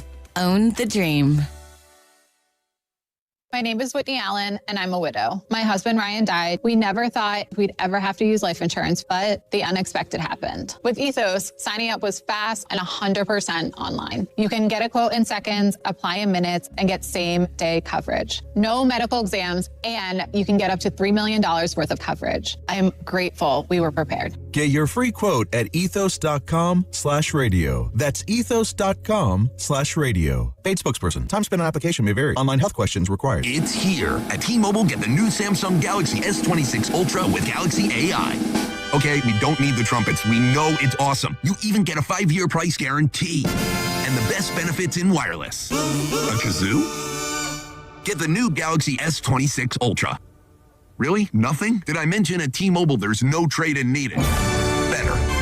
Guarantee excludes taxes and fees. Applies to monthly price of on-network talk, text, and 5G data on the Beyond plan. Benefits vary by plan. May require activation and are based on included perks. Exclusions and details at T-Mobile.com. I get in the car and there's something very wrong. There's empty cup holders with no delicious McDonald's drink to sip on. And with McDonald's beverage deals, I can get a medium frozen Coke, frozen Fanta Blue Raspberry, or wild cherry for just $2.89, whichever I'm craving. For the other empty spot, I can snag a medium French vanilla or caramel McCafe iced coffee at the same price. Just need to order ahead on the app and okay, now my ride feels right. Ba-da-ba-ba-ba. Prices and participation may vary. Cannot be combined with any other offer or combo meal. Coca-Cola and Fanta are registered trademarks of the Coca-Cola Company. You're listening to 95.7 The Game, KGMZ-FM and HD1 San Francisco on Odyssey Sports Station and the home of the Golden State Warriors and Valkyries. Always live on the free Odyssey app and now coming to you live from the Laughing Monk Studios.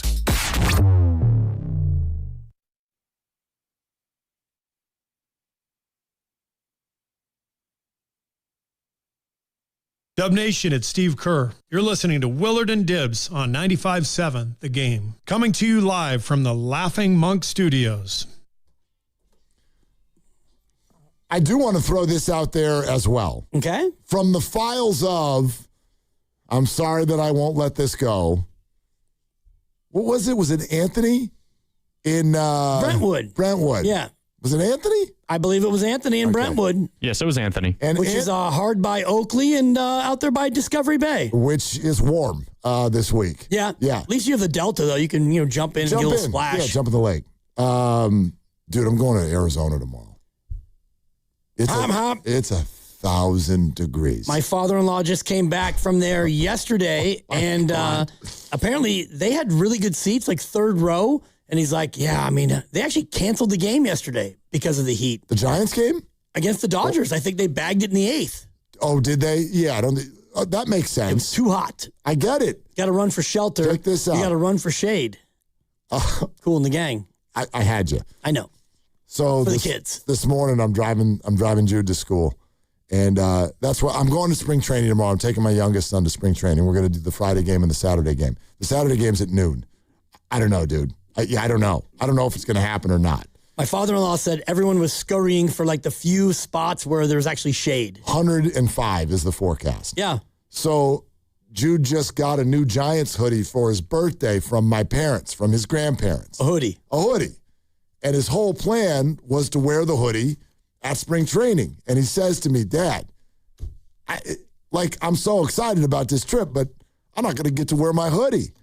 And I go, yeah, no, you're not going to wear your hoodie. He goes, well, in one of the games at night. I said, yeah, it is. He goes, well, so maybe late in the innings, maybe like the 8th inning, I'll be able to pull the hoodie out. I said, son, you know what? Let's go hour by hour on that forecast. Right. Let's take a look at tomorrow. Let's go to the forecast. Let's go to the forecast and check out tomorrow, The game starts at 5. Oh, wow. The high for the day is 105. I said, but by game time, it will have dropped to 104. Oh, okay. Not 105. No. 104. I said, but this game's going till 8 o'clock. So let's scroll down and check out what it's going to be at 8 o'clock. And I said, oh, man, you're right. You might need that hoodie. It's going to drop all the way down to 96 degrees. 96 degrees. No sun. No. The sun will have gone down. Right. 96 degrees. We will be there for about 50 hours. I scrolled through the entire hour by hour. At no point, middle of the night or otherwise, will it be below 70 degrees. At any point. I mean, that's not bad, though. Like 3 a.m., he could, stretch his legs and throw on the hoodie. Go outside for a hot second. Don't go far, but yeah. Right. Dude. No, brutal. We're going to die. My wife ran track at Arizona, and they had to practice at 5 in the morning. Sure. Because you can't be out there in, March, and the track would basically melt your shoes. Oh. Anyway, I'm sorry to keep bringing Anthony up. Actually, I think, Anthony, it's been a good week for you. You've gotten a lot of attention here on 95.7 The Game. But from the files of the Warriors aren't going to beat anybody. I mean, you're probably right. But here's March Madness, which for a lot of people is defined by the upsets and the surprises. The games that we're watching right now are usually a good team versus they're not going to win. No. But sometimes they do. Wisconsin today played a team called High Point. Right. High Point. You know where that is? Yes, it's in North Carolina, I believe. I don't even know if you're right. Sounds good to me. When you've seen me for the past, 2 or 3 months with my pencil and all my numbers. Yep. When you look at High Point as an example, you can just say, I've never heard of them, or you can actually do the homework and you realize that coming into today, they had won 59 of their last 69. And I know they haven't played anybody, but there's a certain amount of value at any level to actually winning. And that's where my cockamamie system of numbers and all the rest of it, teams that win games, you learn to win, it becomes muscle memory. Right. Just winning. This is a good team. Even if you're playing the Little Sisters of the Poor. And they trailed this game almost throughout, at times by double digits, and they were down with a minute to go. But High Point won this basketball game, 83-82. Their head coach's name is Flynn Clayman, which in and of itself is awesome. Flynn Clayman? Flynn Clayman. And Flynn, some coaches, you get into a moment like that, you got to do the post-game interview. They're super happy. But some want to pound their chest. And those moments to me are excessively fun. Here is Flynn Clayman after beating Wisconsin today. It looks pretty obvious to me that high majors need to play mid-majors during the season because they say we ain't played nobody. We played somebody now. How'd you do it? Feels unreal because I know how good of a team we had, but nobody would play us, just like they wouldn't play Miami, Ohio. But they got to play us in this tournament. Coach, you were down by 10 early on. What changed? We just settled in. We settled in. We got a hell of a team. We settled in. We settled in. And there comes his team. They put a towel on his head. He never said another thing. He just said we settled in 16 more times. I also love the, how'd you do it? It feels great. Right. He didn't even know what the hell he was great, baby. Sometimes it happens, man. It happens. And if you look at how it happened, they did it the way they've been doing it all year, which is we play fast, and somehow they don't turn the ball over. They had the 4th fewest turnovers in the country, which you don't normally see with a team that plays that fast, but you play fast, you don't turn it over, you hit shots, and you keep hanging around Teddy KGB, and all of a sudden, and Duke almost got victimized by the pucker factor. Oof. All of a sudden, you got 4 minutes left, and you were favored by 29, and Wisconsin was only favored by 13, but Wisconsin, they probably win that game 9 times out of 10, but not today. Was Wisconsin favored by 13? Actually, I think it was 10. Okay. Wow. 10. I'm surprised by that. And I don't know Jack. You know this. Yep. I don't try to act like I know Jack. You don't know Flynn either, but you do now. I spent a lot of last night reading. Not so much reading about teams I'd still never heard of Flynn Clayman, but I sort of was reading analytics. That's what I was reading. Went to kenpom.com last night. Love it. And we did we ran some analytics. And I came out of there with, we're going with High Point today. I'm not telling you they're going to win, but they might. Yep. They might, and they did. And I think today is a good day, Warrior fans, to remind yourselves, fall back in love with what brought you to sports in the first place. I ain't trying to sell you on crap like Warriors play in the play-in tournament. If they end up playing the Spurs or the Thunder, I'm not going to pick them. That's not what I'm saying. But I get triggered whenever I hear someone tell me that they know what's going to happen in sports. As Steve Kerr once said, no, you don't. No, you don't. No, you don't. A best of 7 is much more of a predictable outcome. No, you don't. But you've had situations, I don't know, such as the Golden State Warriors when they were the 8th seed and they took on the Dallas Mavericks, who were a 67-win team. Right. I'm Avery Johnson. I'm the head coach. And they went in there and they had the game plan. And they took it to Dallas and they beat them as an 8 seed over a 1 in a best of 7. So it happens, like 40 minutes of High Point versus the Scotty. That's much more of a it could happen Sure, thing. It's one game. It's one game. You know, as I said yesterday, if you do take on San Antonio or OKC and you go on the road for the first 2 and you happen to just, tick off one of those, you pluck one, everything changes. Or just whatever. You know what I mean? Like if 5 games, 6 games, value from it. In general, this is my way of arguing against the whole idea of, hey, just shut it down and see if you can go get a pick. I don't know what's going to happen next. And it is very, to the point of comical to me, how often we hear people speak as if you know what's going to happen in sports. You know damn well that this, that, or the other is not going to happen. It's like, no, you don't. Hell, a lot of people felt that way when the Warriors actually did last win a championship. I felt that way. Yeah, they didn't think they were a first round out, but a lot of people thought the idea of a title was laughable. Right, and things did break their way. Yeah. I mean, Phoenix did what Phoenix does. That's part of the point. That's right. And I was even thinking about more recent vintage and think about Italy in the World Baseball Classic.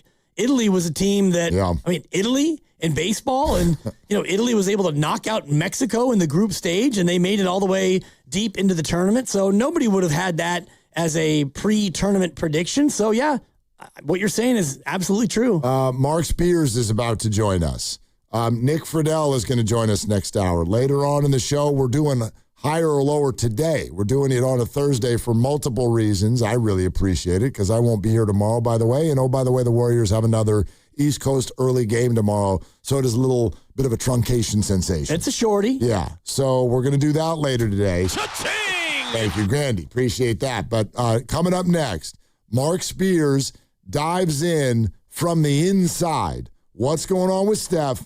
What's going on with Kristaps? What's the organization thinking? We'll get to that. And remember, more chances for you to win your way into our knockout tournament this week. Tomorrow, you can listen in around 8 a.m. to the morning roast or listen to the crossover for 2 shots between 1:45 and 2:15. Your last 3 chances to join us. Remember, you'll need to have listened to today's crossover in order to win during tomorrow's crossover. Knockout is presented by Beam Law because it's not whether you get knocked down, it's whether you get back up. Beam Law, they've got your back, Bay Area. Also sponsored by Kalshi. Trade on anything. This is Willard and Dibs.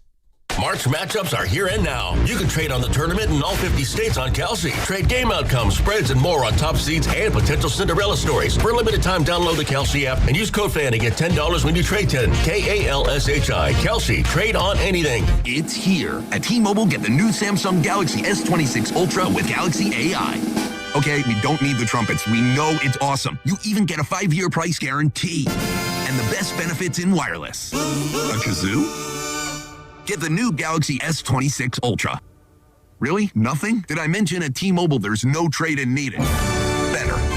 Guarantee excludes taxes and fees. Applies to monthly price of on-network talk, text, and 5G data on the Beyond plan. Benefits vary by plan. May require activation and are based on included perks. Exclusions and details at T-Mobile.com. We've all been there. Sleepless nights, mind racing, wondering if your business's security service is really protecting what matters. At Bay Alarm, we can put your security insecurities to bed. Video security, burglar alarms, fire alarms, access control, 24/7 monitoring, and more. Our advanced technology and personalized support ensure you can rest easy, knowing we're here for you, your people, and your business. Visit bayalarm.com to talk to a local security expert. Bay Alarm, we got you. If you're thinking about a new Ford truck, but you've been waiting for the best incentives, you're probably asking, when is Ford Truck Month? It's here, it's now, and it's at Serramonte Ford. What's up, Bay Area? It's Joe Shasky. And this right now is the best time of the year to buy a new Ford truck. We're talking about special incentives across the entire lineup. The F-150, Super Duty, Ranger, the Maverick. But let me zero in on the big dog, the 2025 F-150. And right now, get 0% APR financing for 60 months, plus $1,000 in truck month bonus cash with a 0 down payment and 0 payments for 90 days. That's power, that's value, that's timing, and you can drive it today and not make a payment for 3 months. Ford Truck Month doesn't last forever, so go to Serramonte Ford right now off of 280 in Colma, Daly City, or shop anytime at SerramonteFord.com. Stacked inventory, serious savings. Serramonte Ford, the Bay Area Ford dealer. If you owe back taxes, listen carefully to rule number 1. Never go up against the IRS alone. They're cracking down, freezing bank accounts, garnishing paychecks, canceling passports. Even your home or business could be at risk. But here's what they don't tell you. The IRS has powerful tax relief programs that could save you thousands if you qualify. That's why smart people call Optima Tax Relief, America's #1 tax resolution firm. Nobody knows these programs like the experts at Optima. Their team of tax attorneys and licensed professionals have resolved over $2 billion in tax debt for people just like you. The IRS is not stopping, so don't wait and don't take them on alone. For tax help you need, for tax help you can trust, call Optima today for a free consultation. Call 800-708-5977. 800-708-5977. 800-708-5977. Optima Tax Relief. Some restrictions apply. For complete details, please visit OptimaTaxRelief.com. All right, I need avocados, bananas, salad, steak. Wow, does your grocery list have multiple pages? No, but I skipped lunch, so now it's like my stomach is doing the grocery shopping. And besides, I'm earning cash back with Upside. Upside? What's that? Hold up, you haven't heard of it? Upside is a free app that gets you cash back when you shop at gas stations, grocery stores, and restaurants. And they added Lucky and Food Max stores, so we're pretty much covered wherever we go. All those stores? Yep, so not only are we getting a great deal on groceries, now we can earn cash back as well. Okay, downloading Upside. Now let me copy your grocery list. Great news! Lucky and Food Max are now on Upside. Download the Upside app and use the promo code SAVE9 to earn a 10% cashback bonus on your first grocery purchase. That's promo code SAVE9 for a 10% cashback bonus. Use promo code SAVE9. Offers vary by user and location at participating merchants. Go to upside.com for terms and conditions. Visit Freeman's Appliance in Pleasant Hill March 27th through March 29th for their once yearly red tag clearance sale. Take advantage of one-of-a-kind opportunities on floor models and factory direct pricing. Visit Freeman's Appliance red tag sale for the best time to save big on new appliances for your home. There's a difference between liking a house and actually getting it. Redfin is built to make up that difference and close the gap between finding and owning the home for you. Redfin agents close twice as many deals as other agents, so when you find a home you love, you're not a step behind when it's time to make an offer. That means less watching great homes disappear and more focus on the ones you'll actually move into and call home. Redfin helps turn saved listings into real addresses. Get started at redfin.com. Own the dream. Febreze. New Febreze Air Mist has 50% more odor fighters and up to 30% more fragrance than the old formula. So now you can take on 100% more stinky odors, like sweaty gym bags, greasy cooking smells, and the after effects of the dog rolling around in something. Just spray, and new Febreze Air instantly restores just clean freshness. Smell you later, odor. Breathe happy, Febreze, la la la la la. I need a little range, step to the range, come on, meet me at the Introducing the new Chick-fil-A Jalapeno Ranch Club Sandwich. With that juicy Chick-fil-A chicken on a buttermilk ranch bun, jalapeno ranch sauce, and pickled jalapenos, it's a little ranch with a lot of kick. The new Chick-fil-A Jalapeno Ranch Club with original spicy or grilled filet. Available for a limited time only. Order ahead on the Chick-fil-A app.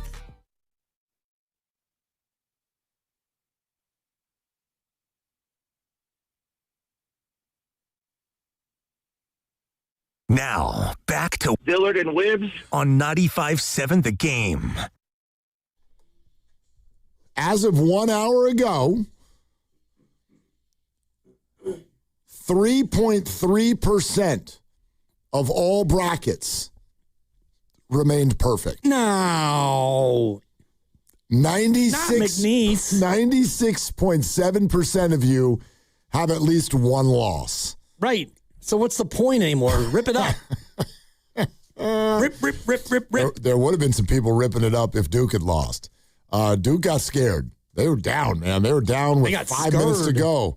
Sienna? Yeah. So whether it's college, pro, we're talking it all out, and we're going to do that now with our friend Mark Spears. Out to the River Islands guest line. Mark Spears is joining us courtesy of Kendall Jackson Wines, an official wine partner of the Golden State Warriors. Hello, Mr. Spears. How's your bracket?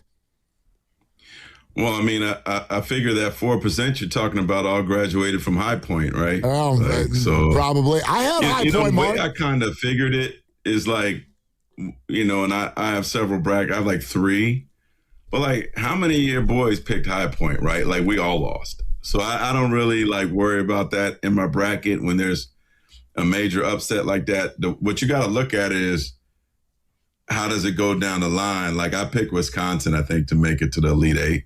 Oop. So Whoop. that's where you get hit. It's not High Point winning. It's like, how far did you have the team they're beating going? That's like getting a parking ticket, and you also get written up for having no registration. So you get like the 2 tickets on the window, and then you don't get back there in time, and so then they slap you with a third one. It's like, come on, man. It happens. It does, yeah. While we're talking about High Point, some people are thinking about this as a low point for the Golden State Warriors until Steph Curry gets back. There was an encouraging update yesterday, but we want to know, Mark Spears, what do you know? What are you hearing? What do you think the plan is for Steph's return? Yeah, I'm hearing probably not this weekend. Definitely not tomorrow. I think Porzingis plays tomorrow.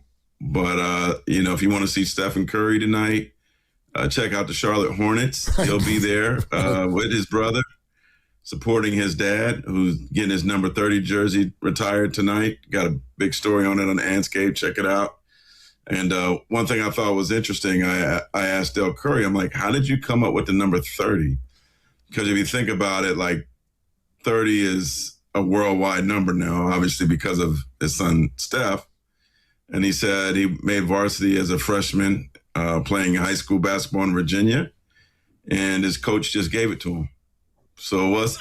There it is. So 30 was just like dumb luck from a coach giving it to him. And he said that after he played the McDonald's All-Star game, or when he did, he wore the number 15. So he thought about, when he got to Virginia Tech, wearing number 15 because he played good wearing it in the McDonald's. And a lot of people don't know that Steph didn't make McDonald's, obviously, and Seth didn't, but their dad did. And but he said when he became a freshman, there was a 5-year senior at Virginia Tech who was wearing 15.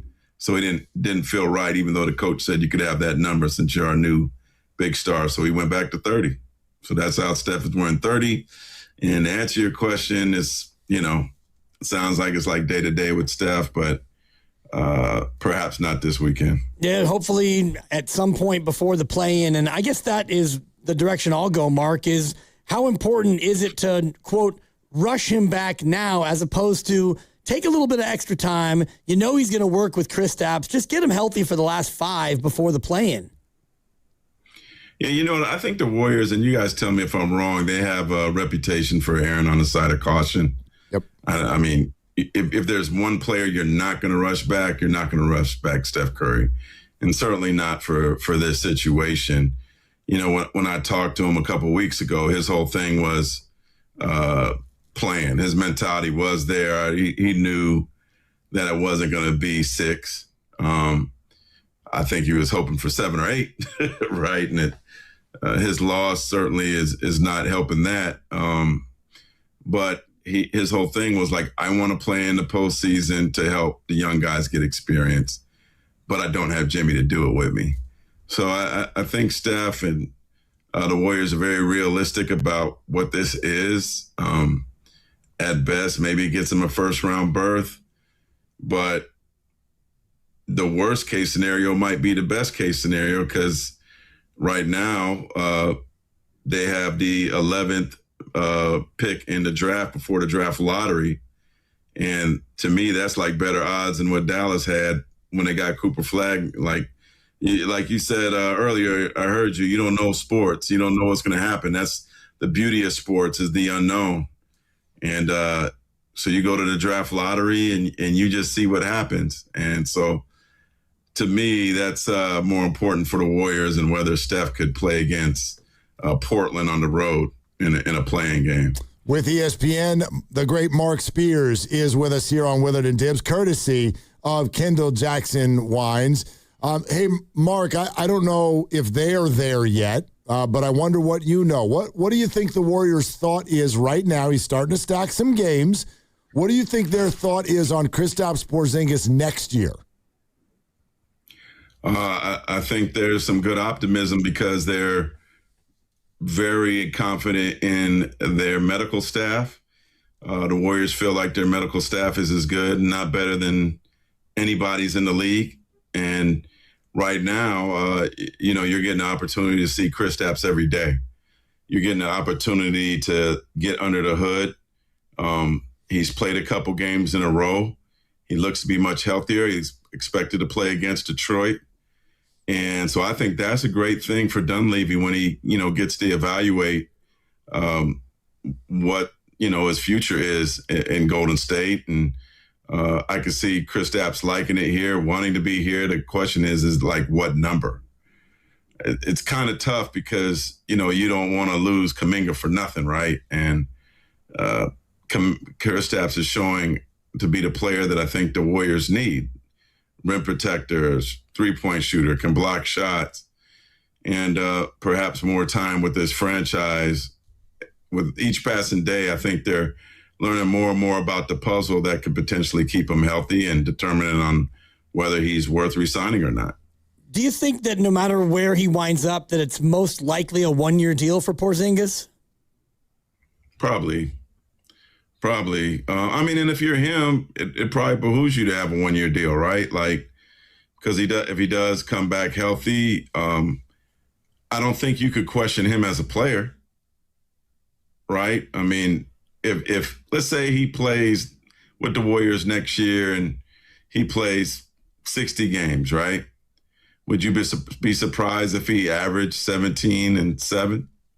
Nope. No, not at all. No, if that's your number 3 guy or number 4 guy, that's a pretty good addition. But does he get Kuminga money? Does he get something less? Like, what's the number? I think that's the thing that I think will certainly play a role on whether he's back or not. Or, but like, I don't know that teams are going to be just really beating down the door for him, but at least the Warriors can have an option to bring them back and know whether it's worth it or not. They've wanted to keep all of their, to whatever level they can, all of their contracts aligned with Steph and Jimmy. In other words, expiring next year. What do you think their willingness will be this offseason to talk to players about something beyond next year? And I'm mainly, for example, thinking of someone like DeAnthony Melton, who I've got to think right now is on track for a multi-year offer somewhere. Yeah, but I think Melton still needs to prove that he's healthy, right?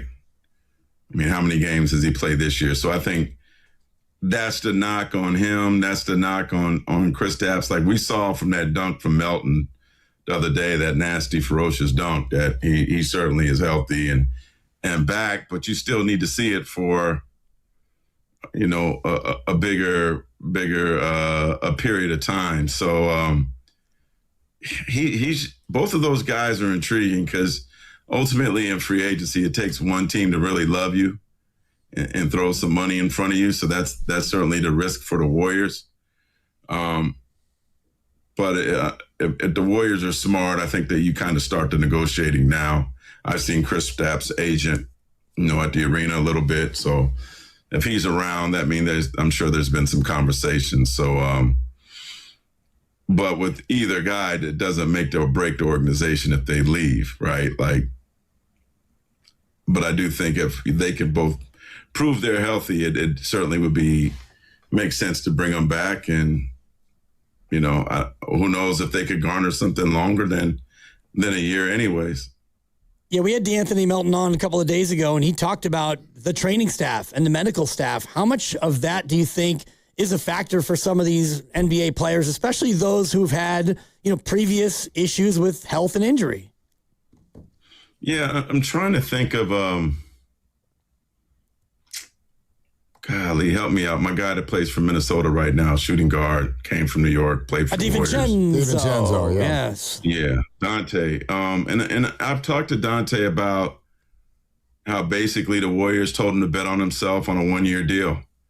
And that, if he played the way he was capable of playing healthy, that he would be rewarded. And he got rewarded from the Knicks, and now he's with Minnesota.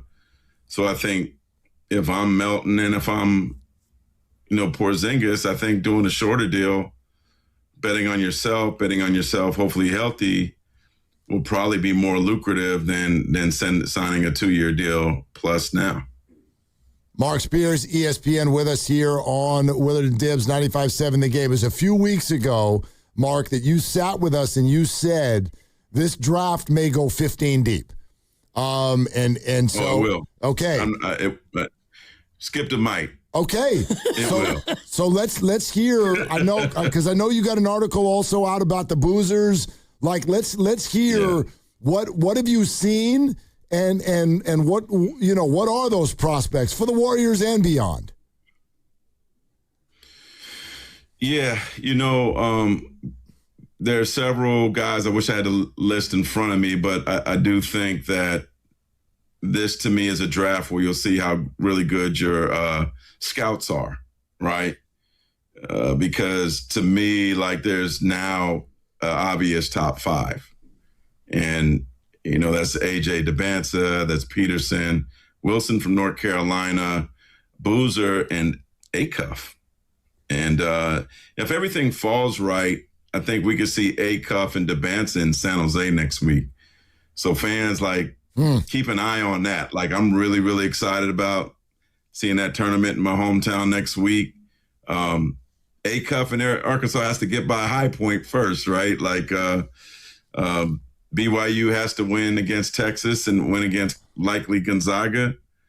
But if Arizona and Acuff and Debinca are there, there's going to be a lot of NBA scouts in the building. I'm sure the Warriors will have a few people, looking at talent.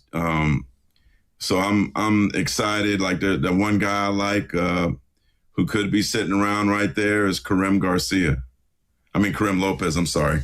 Going to be the first Mexican player not only taken in the first round, but likely the lottery. I could see him falling into that spot. He's a really, really tall, Pippen-like small forward. I could see somebody like that falling there. But like I said, I think this draft is going to be such where it's going to be like that draft where Clay gets picked in the early teens and, Kawhi gets picked right before 15. I think it's going to be a draft where you're going to land somebody, let's just say the Warriors pick at 11. There's going to be somebody there that can immediately come in and help. And then you'll hear some naysayers be like, well, will Steve play him? Right? Will he play the young guy? Would the Warriors play the young guy? But that being said, I don't think Nate Ament drops, but somebody's going to drop to 11. If it ends up being the Warriors at 11 or 12, I think somebody special is going to kind of fall into their lap. So this whole, is it real? I guess the question is is it, and I'll ask you guys this, is it worth it for Steph? Is it worth it? Right. To me, the reward is in the youth right now that's coming up in one of the most special drafts in NBA history this summer. Are these freshmen going to be able to step in and do enough to help? Because I can't help but think of the big kid from Michigan, Yaxel Lendenborg, who's a senior. Yeah. He's, kind of a stretch four, a guy who I think... Say that name again. Let me hear how you said it. Yaxel Lendenborg. I think he's more of a plug-and-play, ready-now player than a lot of these freshmen. Do you think these precocious young freshmen can step in and play with these OGs right away? They've been amazingly talented. Like when I watch Acuff play, he looks like he's bored. He just looks like he's too talented, right? Even like Caden Boozer, I talked to Carlos Boozer the other day, and the way he's playing, I think he might be playing himself into the late first round. Now that he's forced to start at point guard, there definitely is some intriguing talent up and down, and like I really think that somebody's going to mess up. And somebody's going to drop in that 10 to 12 range that could potentially be there for the Warriors. But another thing is, like, when you look at the Spurs getting the number 1 pick, what were their odds? When you look at Dallas getting the number 1 pick, what were their odds? 1%. Yes, these odds are small, but what if, man? What if? Tell Steph to show up in Chicago for the draft lottery, bring his lucky charm, and see what happens, because right now, worst case scenario is you got a guy 11, 12, 13 pick. But what if you get that lucky charm and you get in that top 4, right? Then you're potentially, to me, the fact that you could even, like the odds are small, but there's still so much to gain if you get lucky that to me, it makes much more sense to let Steph sit and see what happens in the draft lottery. But Steph is built in the same cloth as Giannis. And if Steph's able to play, he knows how important it is to every fan that buys a ticket to see him play. He'll come back. I'm glad you mentioned Giannis right there, Mark Spears. And for those listeners who don't know what he's referring to, Giannis is not cool with the Bucks wanting to shut him down for the year. He would like to still play. How does this controversy, Mark, affect what may happen with him and the Bucks in the offseason? Bro, I give up on guessing on the Bucks and them, man. Like I don't trust it. Like, do you trust it? Right? Like he was on the block, and then after it's over, then he was like, "Hey, I got a betting site that I work." You know what I mean? Right. I don't know how to gauge it, but I do know that Giannis cares about playing. I do trust that. But their team is so bad, I don't know how much it matters. Right? Like, is it going to turn the needle? They're not going to win anything. And that's the thing I think that allows Steph to take his time even more. Like, the best thing you're playing for is to get some young guys, some experience. And then you got to ask your question, like, well, which one of these young guys are going to still be around? Like, is it truly worth it? But I know in that draft lottery, I've seen crazy things happen. Go ask Spurs, go ask Dallas. Yeah, that's what I'd be rolling my dice on. Dallas 1.8%. The Hawks were 3% with Zachary Richachet. The Spurs 14% for Wembanyama. And just because you get lucky doesn't mean it always works out. I forgot about the Hawks. And I'm looking at the Bulls. When they got Derrick Rose, they had a 1.7% chance. You win the lottery, you get Derrick Rose, and his body basically exploded. But he was special. He was. Yep. Yeah. So, I mean, what if? Yeah. Wow, that sounded like an advertisement. That was really good. What if? What if? ... Yeah. What if? Hey, so they say there's a chance. There you go. There's always a chance, and the chance is not good for anybody, but somebody's going to get it. Yeah, like if we look at the Hawks and we look at the Mavericks, and that's 2 of the last 3 years. Now, who you pick after that is a whole different ball game, but I don't know, man. I'm gonna throw my hat in that raffle and see what comes out of it, rather than they're getting a certificate of participation for playing Oklahoma City or San Antonio in the first round. Mark, as always, man, great stuff. Know you're bouncing around and talk to a lot of these college youngsters and looking at this draft. By the way, which college youngster do you think is still going to be playing basketball in like 3 weeks? Well, first shout out to Langston University, my boys. HBCU out of Oklahoma, they made it to the Sweet 16. Let's go. I need to get a championship. They gave me a ring. I did a commencement speech. I'm an ambassador for them, so I hope for them. But Duke scares me. I think Arizona's going to be around. I think Duke's injuries are already haunting them.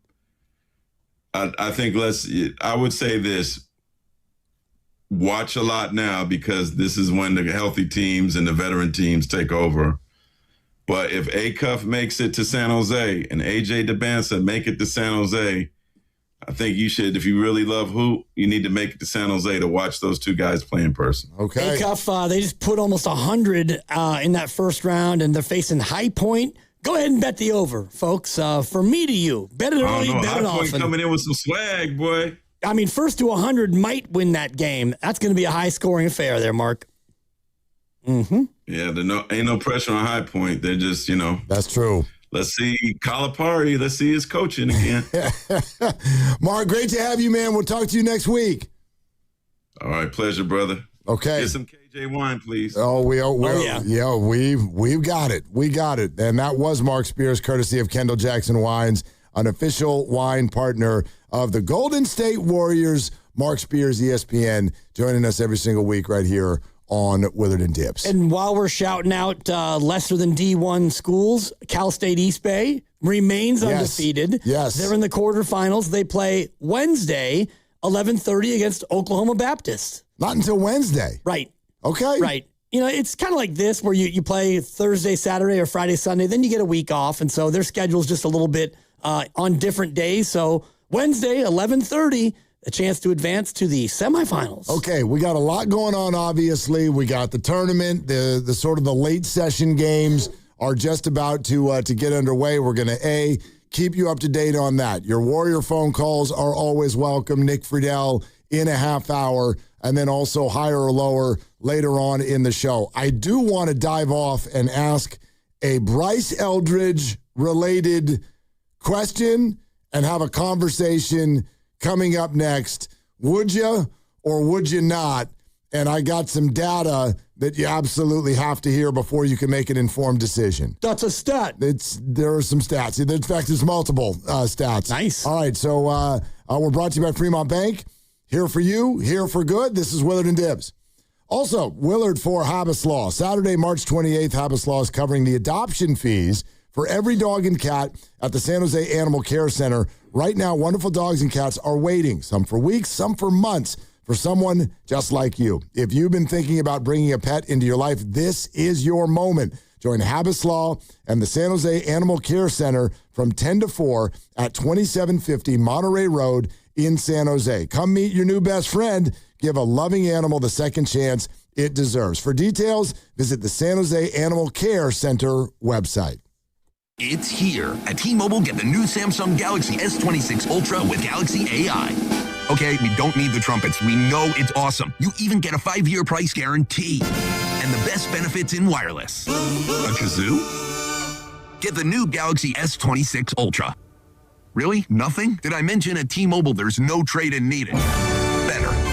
Guarantee excludes taxes and fees. Applies to monthly price of on-network talk, text, and 5G data on the Beyond plan. Benefits vary by plan. May require activation and are based on included perks. Exclusions and details at T-Mobile.com. This is Larry Fleck, owner of The Floor Store. This month marks our 40th anniversary. And our anniversary sale has been so popular, we're extending it for another week. So now to March 23rd, everything in every store will be 30% off. That's carpet, hardwood, laminate, waterproof flooring, and much more. All 30% off. The Floor Store's 40th anniversary sale. There's just one thing. It ends Monday. Go to floorstores.com to find the nearest of our 11 showrooms from Santa Rosa to San Jose. The Floor Store, your Bay Area flooring authority. Hey, Bay Area sports fans, get ready for game day with Laughing Monk Brewing. Whether you're watching with friends or heading out after the final whistle, Laughing Monk has the perfect beer for the moment.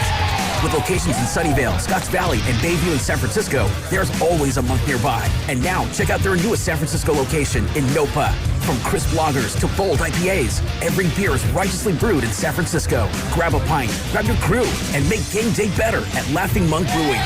Righteously brewed in San Francisco. There's a difference between liking a house and actually getting it. Redfin is built to make up that difference and close the gap between finding and owning the home for you. Redfin agents close twice as many deals as other agents, so when you find a home you love, you're not a step behind when it's time to make an offer. That means less watching great homes disappear and more focus on the ones you'll actually move into and call home. Redfin helps turn saved listings into real addresses. Get started at redfin.com. Own the dream. Pump up the volume. Business moves fast. Orders roll in, deadlines close in. When you ship with USPS Ground Advantage, you can keep up with confidence. Every package stays in our secure network from dock to door. And with nationwide reach, dependable tracking, and upfront affordable pricing, you get built-in peace of mind. You run the business. We run the routes. Visit USPS.com/Ground Advantage to learn more. Xfinity Tech Support, Matthew speaking. Hi, I live in a pretty remote place, like Jurassic Park remote. Wow. Will Xfinity Mobile work out here? Yep, the combination of reliable Wi-Fi and 5G makes it so that you can stay connected in all kinds of places. Plus, you get access to ultra-fast speeds and coverage, whether you're poolside or out live streaming with a T-Rex. Hold still, you're about to go viral.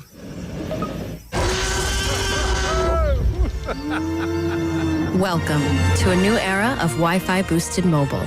Cut your mobile bill in half with 2 lines of unlimited.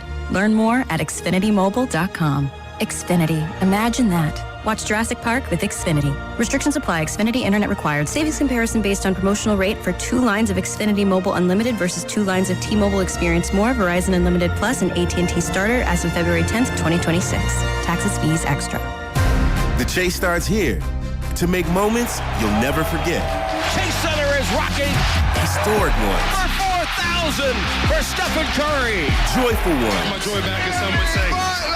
Winning ones. The moment needs you. To manifest it, to chase it, and put the opponent to sleep. It's going to be all the way down the floor. Chase the moment. Buy tickets at Warriors.com. I'm Mark Solinger, producer and one of the hosts of the Moth podcast. For nearly 2 decades, the Moth has brought live storytelling to stages around the world and to millions of listeners. These are real people telling true stories from their lives. Stories about a lost family recipe, about working to free a wrongfully convicted man, about realizing you need to leave your May-December romance. Stories that will move you, surprise you, make you laugh. Stories you can't forget. Join us. Follow and listen to the Moth wherever you get your podcasts. Checked Allstate first and saved hundreds on my car insurance. Really smart. Unfortunately, I didn't check if I took the gas hose out of my car's tank. Ooh, not smart. And I drove off while still attached to pump number 3. Yeah, checking first is smart. So check Allstate first for a quote that could save you hundreds. Potential savings vary, subject to terms, conditions, and availability. Allstate North American Insurance Company and affiliates, Northbrook, Illinois. Staples presents That Was Easy. So I opened a restaurant and needed everything. Menus, signage, catering brochures. Everything and then some. I went to Staples. They printed it all and even suggested takeout menus. One money pit with a side of fries. But now at Staples, you get up to $125 off custom print orders. $125 off. Now you're cooking. Brand your business in a big way at Staples. That was easy. Shop Staples in store, online, or in the app by 4/4 to unlock. Exclusions apply. Visit staples.com/print for details.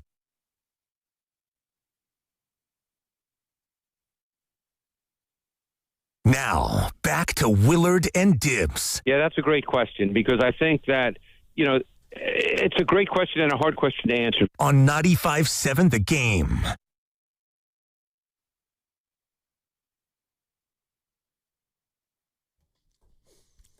How's your bracket? It's fine. I mean, not perfect. Only 3% of them are in the country. But when you have the Dukies advancing deep and they almost go Dookie, then you're in trouble, as Mark Spears said. And I like my analogy where you get a parking ticket and, oh, your insurance is expired. There's another one, and you don't get back to your car in time, and here's a third ticket. When you have a team going to the Elite Eight and they get knocked out early, it's like 3 parking tickets in one. There's a specific reason that I asked. Okay. This is what I feel like is part of a 48 to maybe 72-hour process where that's what dudes ask each other. You know, we're not great conversationalists. We don't know what the hell to say to each other at a party. This is what you do. You do this today. You do it a little bit tomorrow. You do it Saturday. And then usually by Sunday, everybody's like, hell. The whole thing. Just rip it in half and throw it in the trash. How's your bracket? Yeah. It's just a conversation starter. I guess. And it's a little bit kind of the contrary to what we do with fantasy football where, you know, you proactively tell people about your team. Oh, yeah, you know, if I could have gotten 3 more catches from CeeDee Lamb, I would have beaten my brother. And it's like, nobody asked you. Nobody cares. But in the brackets, it's like we all have them and they all basically suck. Somebody wins the pool every time. And it's usually, you know, Janice, who's down there, the assistant manager of the motor pool, throwing darts at a wall or whatever. Dude, last year, Lovely Christie went into the last game with a shot to win. And was it Houston versus Florida? It was that the title game last year? We went over to GG Tap Room, and Houston was winning the whole game. And then they didn't win. Dude, we were in the car before they were doing post-game interviews. Yeah. She was not pleased. Get my coat. Yeah. She was not happy. Coat. She hedged, but she still wasn't happy. We talked about that, I remember. It was your suggestion. We talked about the hedge. Yeah, it was your suggestion. Yeah. You got to hedge at some point. I got a little 5-teamer going right now, and if I hit the How's it going? I'm 2-0-1. By the way, I'm actually interested. Yeah, I don't know why, but I am. I'm interested in this. I want you to win money. It'd be great. Yeah. It's one of these like I put $8.50 on a 5-teamer to win $213. Okay, but $213. Yeah, but that's a mood changer. It's not a life changer. Right. It's not a day changer. I like that. It's a mood changer. Unfortunately, Duke pushed, so that payout's going to go down a little bit. It's not a loss. Yeah. It lives. That's okay. But we're 2-0-1. Like if I do an underdog thing and you and I and Guru and sometimes the other guys, like we'll fire each other screenshots of underdog and prize picks. Now, Guru is a crazy person and will do like an 11 pick. So he's like, shut up. Yeah, no. This is a compliment. $4 to win 700. Right. So that's exciting. Like I'll get, as he says in his open, mentally invested because he's like, I put down $5 and I'm about. Oh no. Yeah, I'm about to win a G. Now that's something that even if I'm not, I'll sit down and root for that. I'm normally over here on Underdog with like I pick 3 players. Yep. I put $10 or $15 on the thing, and I might win $80 or $95. And I get very excited when that happens. It does not change the day. Mood changer. But it's a mood changer. It might be an hour changer. Like for an hour. For sure. You feel good about it. Well, and it gives you something to do. You know what I mean? Yeah. I go home, you're cooking dinner, you're checking in on the games, how we doing.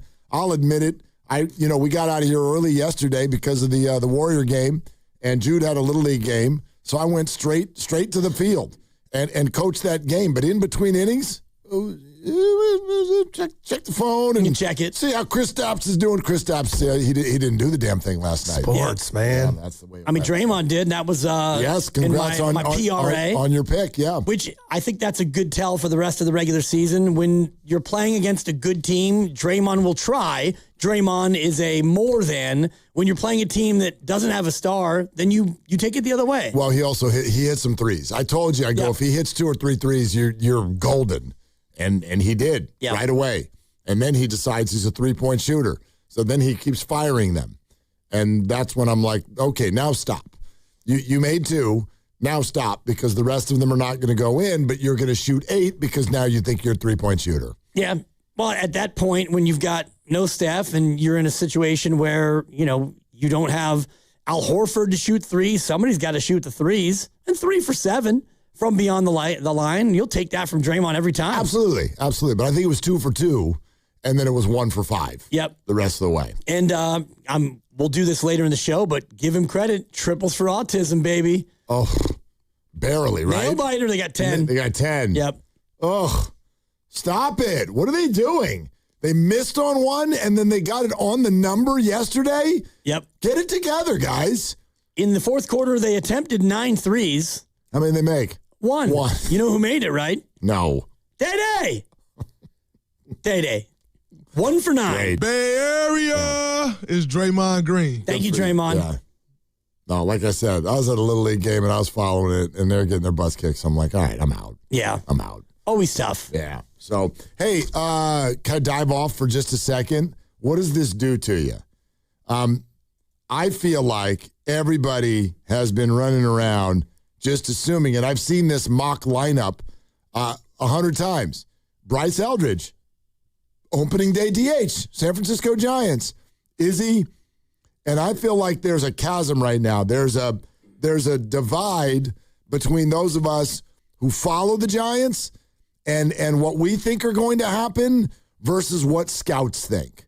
And so I want to throw something at you, and you tell me, just based on this data, what would you do? Y'all can call to, text whatever, 888-957-9570.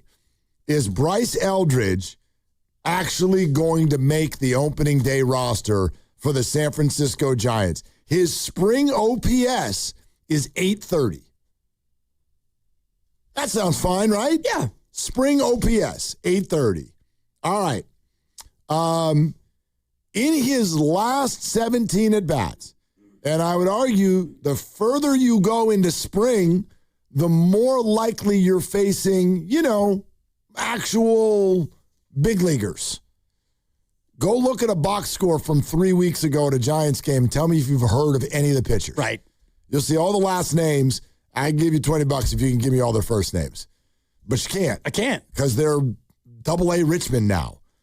So in his last 17 at-bats, Bryce Eldridge, in spring don't count games, has struck out 11 times. Okay. In 17 at-bats. In 17 at-bats. Yeah. Okay. And he has 3 hits. One of them's a double. Right. And this is against the supposed or presupposed major league caliber guys. Yep. In a very hitter-friendly time of year in the desert where it's warm and ball's jumping off the bat if you hit it. And he has hit the ball very hard when he has hit. But he strikes out a lot. Yeah. I'm just looking at 19 punchies and 40 at-bats. That's too many. That's 1 in every 2. And he's got the 1 home run in the spring. So OPS of 830, that's great. And there's not a lot of guys like Matos is at 811 and, Jesus Rodriguez, 964, my guy. They just sent him down. Yeah. They sent a lot of guys down. Yeah. So, and Bryce, I think, is going to be a guy who I believe will start down in AAA. And my thing has always been, if you're not going to give him absolute regular at-bats, and I do think that you want him to get regular time at first base as well, unless you're just going to pigeonhole him as a DH. I don't think you want to do that. And he's been good over there. Right. He looks really good defensively. So if you want to have him be your starting everyday first baseman, okay, then Devers is going to be your DH. Well, and every day I don't mean every single day, but Devers is going to be the main first baseman. Right. Bryce, if he were up, is going to be the main DH, and maybe you give him a game here and there, a game a week or something more like that over at first base. Yeah. Well, if that's the case, and I believe what you're saying, and I think that is the plan, if that is the approach, then I'd rather have him be in Sacramento for a month or 2 and just play first base. Get more first base time and go ahead and, make us bring you up again. Force your way in here because what you just laid out about 11 strikeouts and the fact that he strikes out every other official at-bat and the power numbers really aren't there. Not a lot of guys are launching the ball out of the park anyway, but go play first. Go ahead and, not be in a pressurized spot.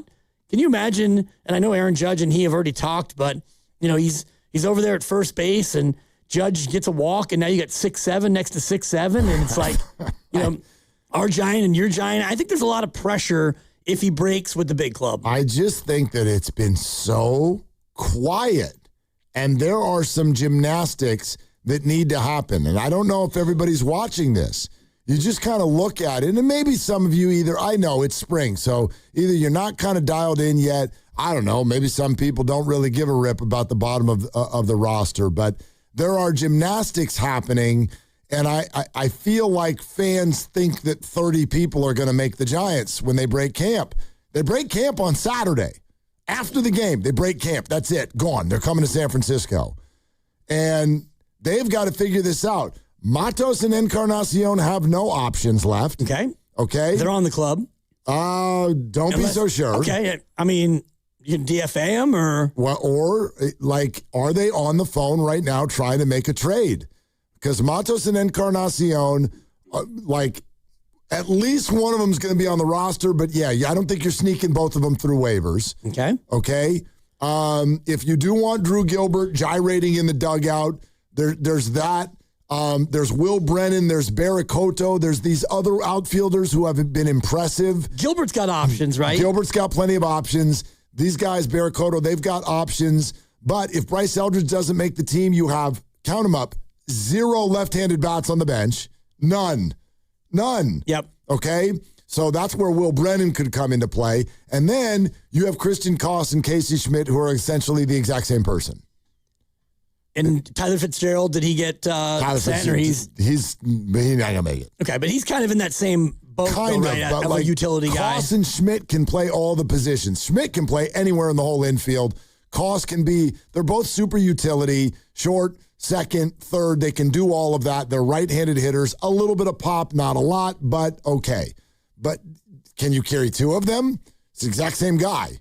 Probably not, especially if you're looking at, you mentioned Encarnacion or Matt Matos. You'd love to have one of them to have a pinch-hitting, right-hand hitting bat. And I think Drew Gilbert probably gets sent out just based on the numbers game, and he hasn't had a great spring. But as you start to whittle it down, you get 25 guys, right, on the roster. You get 25, and so early in the year, you tend to keep an extra pitcher. So maybe you're only talking about, 13 guys on the position side, or 14 at most? Because of the scheduling quirk, they could mess around with pitching staff, at least out of the gate, because they play on Wednesday, and then they play on Friday, and then they play on Saturday. 2 of your first 5 days are off days. So you can mess with the starting rotation a little bit if you want, and that might provide you an extra bullpen arm or whatever, so you can maneuver, but you're going to need to, all that does is delay things a week. Right. And who's your backup catcher, would you say? Well, probably Susak, but there's two guys going for that behind Patrick Bailey. But Susak's a Rule 5 guy, so if he doesn't make the team, he's gone. He's going to be on the A's again. Gotcha. So that's probably who's going to make that position. A little roster gymnastics, and big time. Especially when you deal with guys who are out of options, guys you'd like to sneak through waivers, but probably won't make it. Well, and then the Eldridge thing is, here's what I would say. If he was, and I know that maybe they didn't know, but if they want more seasoning and they wanted him to start the year in Sacramento, they probably should have done more to lower the excitement and expectations of the fan base. You can make people lean a certain way. And so every interview, well, Bryce looks great. We know Bryce has an amazing future. We are absolutely open to him being here on opening day, but we have no need to rush this. And Bryce is going to be a big deal in this organization for a long time. And so you come away with a conversation where you're like, ooh, okay, maybe he'll make the team, but I'm kind of expecting him to not. And I think that the way they've talked about him at times, I do think that they've said stuff like that, but at times they haven't quite done enough to tell the fans, like, I don't know if he's going to make the team. Right. Because everybody is starting to do their mock lineup, and he's in it. And I don't know if he's going to make the team. I really don't. It'll be fascinating. Yeah. I mean, you have until Saturday, right? So 2 more days, and then you go from there, and you all of a sudden turn around, and it's Wednesday, and maybe he is in that opening night lineup against the Yankees down there at Oracle Park. That'd be exciting. I mean, I would love it. I would love it, and I will tell you that some close to the org have suggested to me that he's going to make the team. But that was about a week ago. And is it on merit or is it on PR? Well, I mean, all things are on everything. Right. I mean, if it's close. He is their best. You know what I mean? He's one of their best players. He's just very raw. Right. He's 21. But he's a game changer. He can be. Like when he hits the ball go far. Right, and fans are excited to actually see him as a gigante.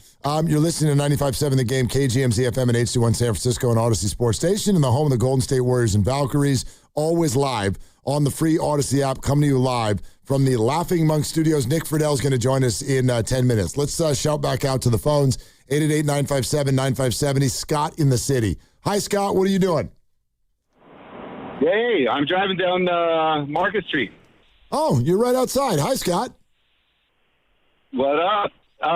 Hey, do you guys watch European soccer at all?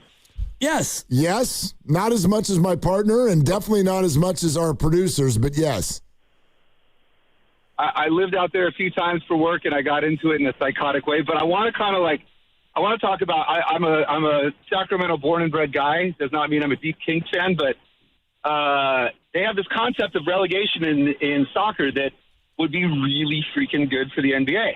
Now, the owners, of course, would never go for it, but check it out. Like, basically, the last 3 teams in every league get bunted down to the G League, or the equivalent, right? And then they battle out for a season in the G League, and the top 3 teams get promoted into the top league. And we would not have to have the Kings doing what they're doing, man. And it would be good for the Kings to go down to the G League for a season. And you could have the Cleveland Browns and the NFL do the same thing. It would be good. It would be good. But why? Like, because then they would have to try. Is the point? Oh, a couple reasons. Yeah. One is because you can't lay down and you can't just take a season off and still be guaranteed a spot in the top league. And then 2, when it's the last month or 2, English, Italian season, whatever like that. It's exciting. Like the bottom 6 teams, like there's blood fights going on, and it's much better than, there's a top fight for winning the league, but then the bottom is equally exciting too. So Scott, I'm going to agree with you in the sort of fantasy world, right, in terms of it would be fun. It might be something that helps make tanking kind of go away. I understand all of that. I think you do realize though the logistical issues with what you're talking about, simply because the league is not built that way. Like you're not going to send an NBA team to the G League. Wouldn't it be great?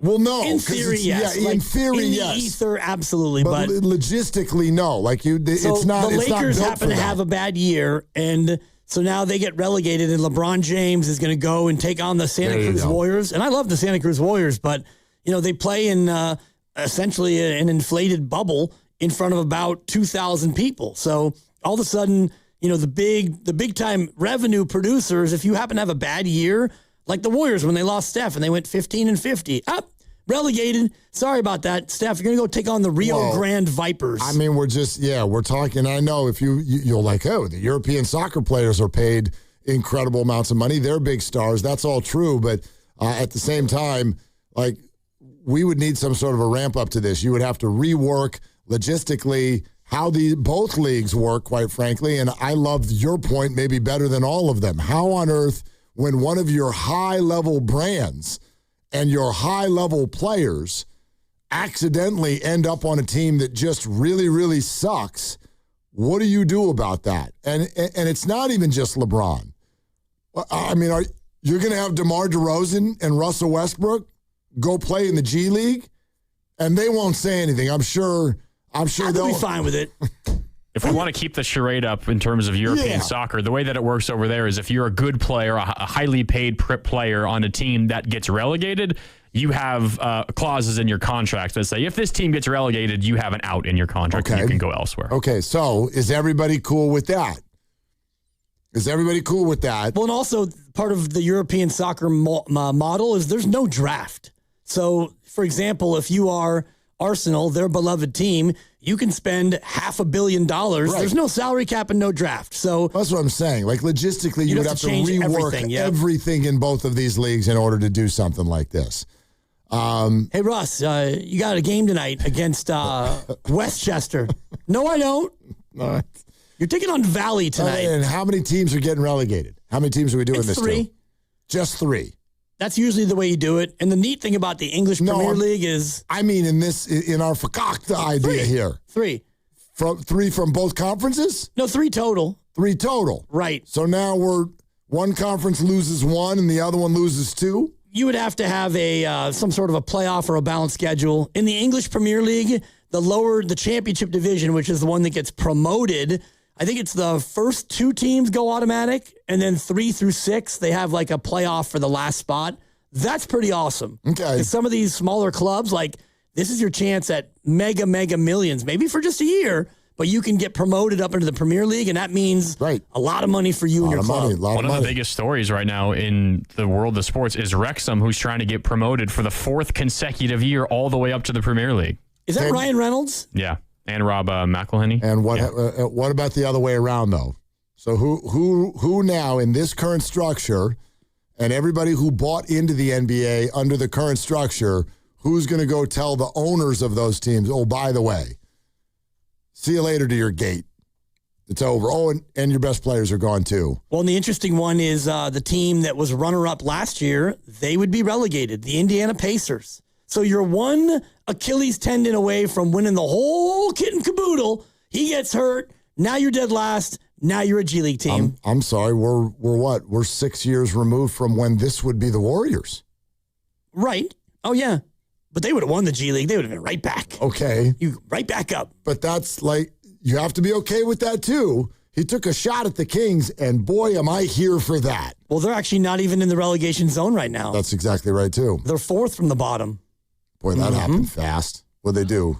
Do something stupid and go They've win won a couple 5 games? of 10. Yeah, they've won. They're hot. They beat the Clippers for the Warriors last weekend. That's so nice of them. Yeah, it's adorable. Yeah, it is. Relegation would never happen over here. The larger point is, though, that with relegation, motivations of teams would change. So of course. Indiana wouldn't go through the season they went through. They still would be challenged to be a playoff team, but they wouldn't be eagerly trying to lose games like they are right now. No, and I get that it was just kind of a fun idea and a comparison, and everybody right now is trying to think of how to get rid of tanking and everything. So that's cool. Like, yeah, no bad ideas, but you can't just introduce that into a league. I mean, honestly, if they were to bring that up and I was an owner of a basketball team, I would say immediately I would sue that I made a purchase under false pretenses. You can't, like, how the hell can you do that to their ability to make money based on what they bought into? And to even go down that road, and I love your use of fakakta, because but it's a fun conversation. You first would have to de-affiliate all of your G League teams, because right now you've got the Magic are in 2nd in the G League, and so they might throw games to avoid going up and the other Magic coming down. You'd have to de-affiliate. I don't even know if that's a word, but I'm going to go with it twice now. Yeah. So you'd have to make them truly independent teams and clubs in order for this fakakta idea to even work. Nick Friedel is affiliated with us, and that very good. So that's why he's going to talk to us coming up next about Warrior basketball and beyond. Higher or lower still coming next hour as well. We're sponsored by Ceremony Ford. Waiting for the best time to buy a new Ford truck? It's now. Ford Truck Month is here at Ceremony Ford. On the 2025 F-150, get 0% APR for 60 months plus $1,000 bonus cash with 0 down and 0 payments for 90 days. Don't wait. Right off 280 in Colma and Daly City or at ceremonyford.com. Ceremony Ford, the Bay Area's Ford dealer. Nick Friedel joins us next on Willard and Dibs. Visit Freeman's Appliance in Pleasant Hill March 27th through March 29th for their once-yearly red tag clearance sale. Take advantage of one-of-a-kind opportunities on floor models and factory direct pricing. Visit Freeman's Appliance red tag sale for the best time to save big on new appliances for your home. It's here. At T-Mobile, get the new Samsung Galaxy S26 Ultra with Galaxy AI. Okay, we don't need the trumpets. We know it's awesome. You even get a 5-year price guarantee. And the best benefits in wireless. A kazoo? Get the new Galaxy S26 Ultra. Really? Nothing? Did I mention at T-Mobile there's no trade-in needed? Better. Guarantee excludes taxes and fees. Applies to monthly price of on-network talk, text, and 5G data on the Beyond plan. Benefits vary by plan. May require activation and are based on included perks. Exclusions and details at T-Mobile.com. Come on, kids. We're almost there. The map says straight ahead. One-a-day 50-plus multivitamins are made for your overall health, with nutrients to support your brain and muscle function. Because don't you want to make the most of each day? So even on the family hike, you're not just keeping the pace. Hey, Dad, wait up. You're one step ahead. One-a-day 50-plus. The one for you. This statement has not been evaluated by the Food and Drug Administration. This product is not intended to diagnose, treat, cure, or prevent any disease. And now an ode to play, brought to you by Scratchers and the California Lottery Philharmonic. Take a time out from your busy day for a quick moment of play. Get some scratchers, then get scratching. You deserve it, won't you say? Scratch, scratch, scratch, scratchy, scratchy, scratchy, scratch, scratch. Feel the play and up your game. Scratchers from the California Lottery. A little play can make your day. Please play responsibly. Must be 18 years or older to purchase, play, or claim. I get in the car and there's something very wrong. There's empty cup holders with no delicious McDonald's drink to sip on. And with McDonald's beverage deals, I can get a medium frozen Coke, frozen Fanta Blue Raspberry, or wild cherry for just $2.89, whichever I'm craving. For the other empty spot, I can snag a medium French vanilla or caramel McCafe iced coffee at the same price. Just need to order ahead on the app and okay, now my ride feels right. Ba-da-ba-ba-ba. Prices and participation may vary. Cannot be combined with any other offer or combo meal. Coca-Cola and Fanta are registered trademarks of the Coca-Cola Company. All right, I need avocados, bananas, salad, steak. Wow, does your grocery list have multiple pages? No, but I skipped lunch, so now it's like my stomach is doing the grocery shopping. And besides, I'm earning cash back with Upside. Upside? What's that? Hold up, you haven't heard of it? Upside is a free app that gets you cash back when you shop at gas stations, grocery stores, and restaurants. And they added Lucky and Food Max stores, so we're pretty much covered wherever we go. All those stores? Yep, so not only are we getting a great deal on groceries, now we can earn cash back as well. Okay, downloading Upside. Now let me copy your grocery list. Great news! Lucky and Food Max are now on Upside. Download the Upside app and use the promo code SAVE9 to earn a 10% cashback bonus on your first grocery purchase. That's promo code SAVE9 for a 10% cashback bonus. Use promo code SAVE9. Offers vary by user and location at participating merchants. Go to upside.com for terms and conditions. High five! Up top! Dave's company just got the 5-year price lock guarantee from Comcast Business. Yeah! It's 5 years of gig speed internet, advanced security, and a great rate that won't change. All from the company with 99.9% network reliability. Heck yeah! He hasn't given this many high fives since Deborah brought in her famous banana bread. Yes! The Comcast Business 5-year price lock guarantee. Powering 5 years of savings, powering possibilities. And it's hurting, but I am not stopping. Woo! For a limited time, now through March 29th, switch to Comcast Business to lock in your rate for 5 years and get a $500 prepaid card on a qualifying gig bundle. Or ask how to get started with 150 megabit internet and Security Edge for $59.99 a month for 12 months with a 2-year agreement. Don't wait. Call today. Restrictions apply. New customers only. 1-year contract required for guaranteed rate. Paperless billing and automatic payments with bank account required. 5-year pricing applies to monthly service charge excluding taxes and fees. Okay, I have to tell you, I was just looking on eBay where I go for all kinds of things I love, and there it was. That hologram trading card. One of the rarest, the last one I needed for my set. Shiny like the designer handbag of my dreams. One of a kind. eBay had it, and now everyone's asking, ooh, where'd you get your windshield wipers? eBay has all the parts that fit my car. No more annoying, just beautiful. Millions of finds, each with a story. eBay. Things people love. Spring is here, and the shopping list is long. Time to make a Lowe's run. Buy 3 bags, get 3 free of Stay Green 1 cubic foot garden soil. Plus, right now, members can earn 4 times the points on an eligible purchase. Start spring off strong with these deals and more. Our best lineup is here at Lowe's. Valid through 3/25 while supplies last. Soil offer excludes Alaska and Hawaii. Loyalty program subject to terms and conditions. See Lowe's.com/terms for details. Subject to change. Point boosters subject to exclusions and more terms apply. One-time only offer. San Francisco, 71 and sunny. Tonight, we're going to drop down to 50. Weather brought to you by Duke's Mayo. Welcome to Duke's Mayo Country, where the mayo is so smooth and creamy, it makes every bite better. Duke's Mayo. Look for the yellow lid.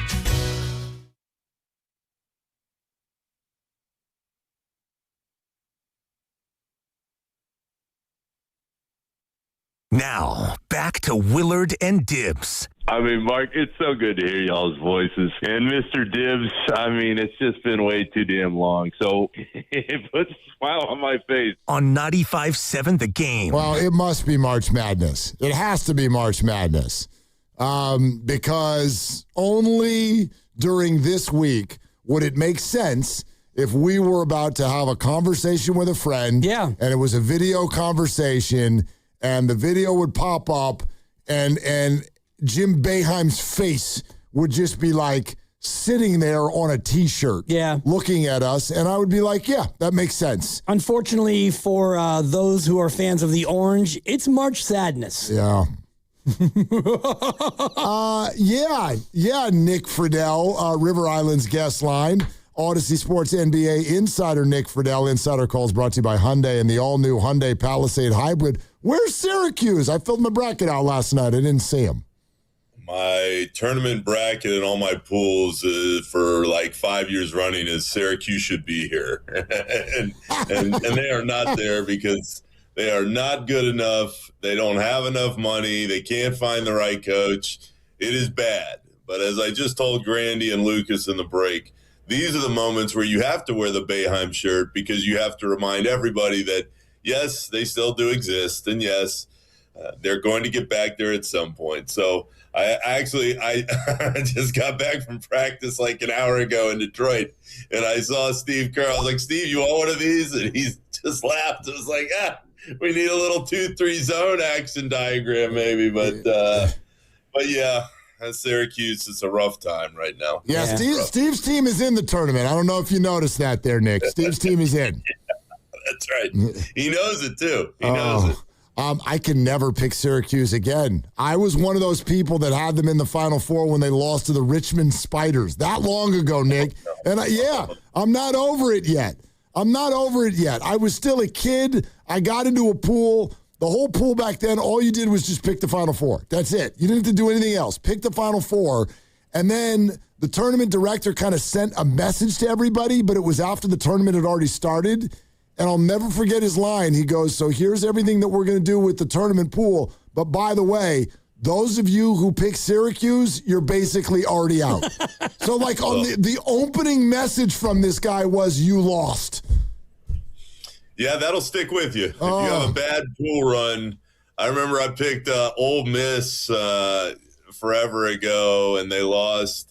It was the Ansu Cisse team, and they lost at a buzzer beater. It might have been the Valpo game. I don't remember which one, but I'm with you, Mark. I can't pick them ever again. I get it. Bryce Drew and his dad, Larry Drew. Bingo. I think it was the Bryce Drew That little game. running three. Oh, that was a great buzzer beater. That was a great slob right there, too. Sideline out of bounds to win it. I've never heard it called a slob before. There's the slob and the blob. That's why they pay you the big bucks, Mr. Dibbs. That's right. There. Yeah. If you have a good blob, then you can get a bucket. That's the baseline out of bounds. Slob and blob, everybody. I'm into it. Kind of like how I'm into Detroit. So are you in a Detroit hotel room right now? Is that true, Nick?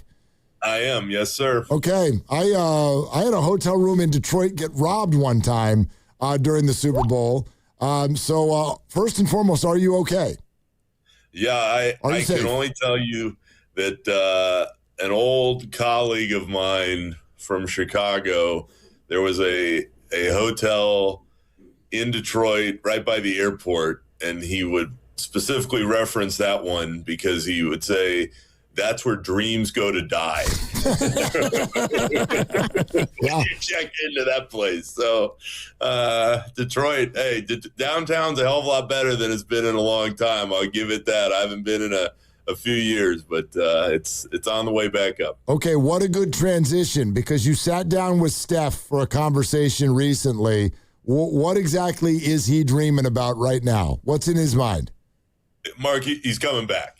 If that knee is good, he's going to play. And I know there's been so much conversation as to whether or not he should or they should tank their way out of, I mean, they're not getting out of the play-in, but losing the play-in, have the 1% chance or whatever it is to land somebody in the lottery, a la the Mavericks from last year with Cooper Flagg. I talked to Steph for a couple minutes the other night in New York City. He's going to play. If that knee responds, and he continues to ramp up his progress, and he got some shooting in Boston last night. We watched him run around for about 30 minutes, and runs too strong, but he was getting a lot of different shots up the way he usually does. He's going to be back. Exactly when that is, that remains to be seen. But the question of, there's nothing on the line in this season, let's just sit him. No. He's playing. Steve Kerr is hopeful that he returns in, whenever that knee feels right. But we can erase that they're going to just sit him because there's nothing to play for. The only reason Steph would not return this year is because that knee still isn't right. But the feeling and hope within the organization right now is that it will be, and we'll see him at some point in the next couple weeks. And from what you've seen, just in the amount you're able to be allowed to see, where is he in the ramp up? Is he still not yet to the 3-on-3, 4-on-4 scrimmage part? Is that still to come? Where is he on the arc of getting all the way back? It doesn't feel like he's in the portion where he's playing with everybody else yet, Dibs. And I think that's crucial, obviously, because you need to take some physicality in practice. You need to see how that knee responds. But I don't think it feels like we're too far away from that point. So I don't think there's any chance on this trip or in the next week or so. But the other part in talking to Steph is he wants to have 5 or 6 games. He wants that runway to play your 20 minutes, and I'm sure he'll be on a minutes restriction whenever he does get back. But this is also not, hey, we're going to sit him till the play-in, and then we're going to run him back for the play-in game, whether it's in Portland or otherwise, and he's just going to play and he's going to be all right. That's not going to happen. If we don't see Steph here in the next few weeks, then we can start talking about, all right, there's not enough time and let's pull the plug. But I still believe he's going to be there. And Dibs, I think in the next, it feels like week, we're going to get that email that says, hey, he started to do more in practice. He's going through some scrimmages, and he's getting real close to being there again. Nick Friedel is with us, Odyssey NBA Insider. Insider calls are brought to you by Hyundai and the all-new Hyundai Palisade Hybrid. Learn how it makes every day epic at HyundaiUSA.com. Nick, did you guys get into his future at all when you talked to him, or does he not want to do that right now? He doesn't want to do that. Okay. I don't think either guy wants to do that, frankly, Mark. Steph or Steve Kerr. Okay. Because there's still so much uncertainty about all of it. I can tell you with Steph, he had a sit-down with his dad, Dell, with my friend and colleague Marcus Thompson on The Athletic, and he said the only thing that makes you think about the end is if health gets in the way. And I think that's why everybody's kind of taking a deep breath with all this runner's knee stuff, because you start to go, if that's starting to pop up, are there going to be potentially more problems down the line? Again, I can only tell you, having talked to Steph and Kerr, that they don't believe that's the case. They believe that once he gets through the rehab now, that it's not something that's going to linger and linger and linger in time. Only time will tell, though, how that responds. But as we sit here today, my educated guess, Mark, is that Steph still wants to play a few more years. I've got no sense at all from him or anyone else that we're anywhere close to the end is very near. I don't think that. I think he wants to be out there. I think he wants to do everything he can to stay out there, make sure that the product is still good. And I'd only tell you, in that conversation that he and his dad had with Marcus, it was Del Curry who said, play as long as you can and then play one more year. And in knowing Steph and how close he is to his dad, I'm sure he's thinking that's a hell of a good way to go. And he's now played more seasons than his dad, and he signed for one more, and it's not out of the question for him to extend that even more. Knowing what you do about Steph, and I'm going to ask you to take an educated guess here, but if they came to him and offered him an extension below what he's actually worth in the interest of signing other players, is he the kind of guy, in your opinion, who would take less to have more around him? I believe he is, Dibs, but that's just my opinion. I can only go off the conversations and in time and what he's kind of hinted at through the years. That's why I think the next year, guys, and this summer is so interesting, because everybody was kind of locked in for the 2 years, and now it's 1 year, and there's so much uncertainty with Jimmy and when he returns off the knee injury, although we did talk to him the other day in D.C., and he'll be back at some point next year. It's just nobody knows when. But, Dibs, to your question, if they came to Steph and said, look, we can get player ABC here and we can try to make something happen, but we need a little more space in the cap, yeah, I can only guess that he would take a little less because he still wants to have a product that they feel can win every night. And again, there are so many ifs in all these equations. I can only sit here and tell you, especially as I watch Porzingis the last couple of weeks, that guy fits. I mean, he just fits. If he ever gets on the floor with Steph and they're both healthy at the same time, I think everybody's going to go, oh, okay, there's a lot of space all over the place. Jimmy Butler fits. Jimmy Butler hurt his knee. You know, that is a huge issue and it sets everything back. But from a broader standpoint, I understand what the Warriors were going for, because if Steph is healthy and if Porzingis is healthy and if Jimmy and his knee are okay, they're pretty damn good. The problem, and anybody, any naysayer out there will sit there and go, well, yeah, that's a lot of ifs for a lot of old guys and who have health concerns. Yeah, I get it. But I see what they're thinking, at least heading into next year, assuming that they find a way to bring Porzingis back and they get Jimmy back and they get this knee right with Steph. Have the Warriors made up their mind about what they want to do with Kristaps beyond this year? I don't think in any way, certainly officially, but Mark, I don't think for certain yet, because they're waiting to see, like the rest of the league is waiting to see, can he stay out there? Can the health concerns and all the illness and everything that has been built up the last few weeks since he arrived from Atlanta, can he be on the floor?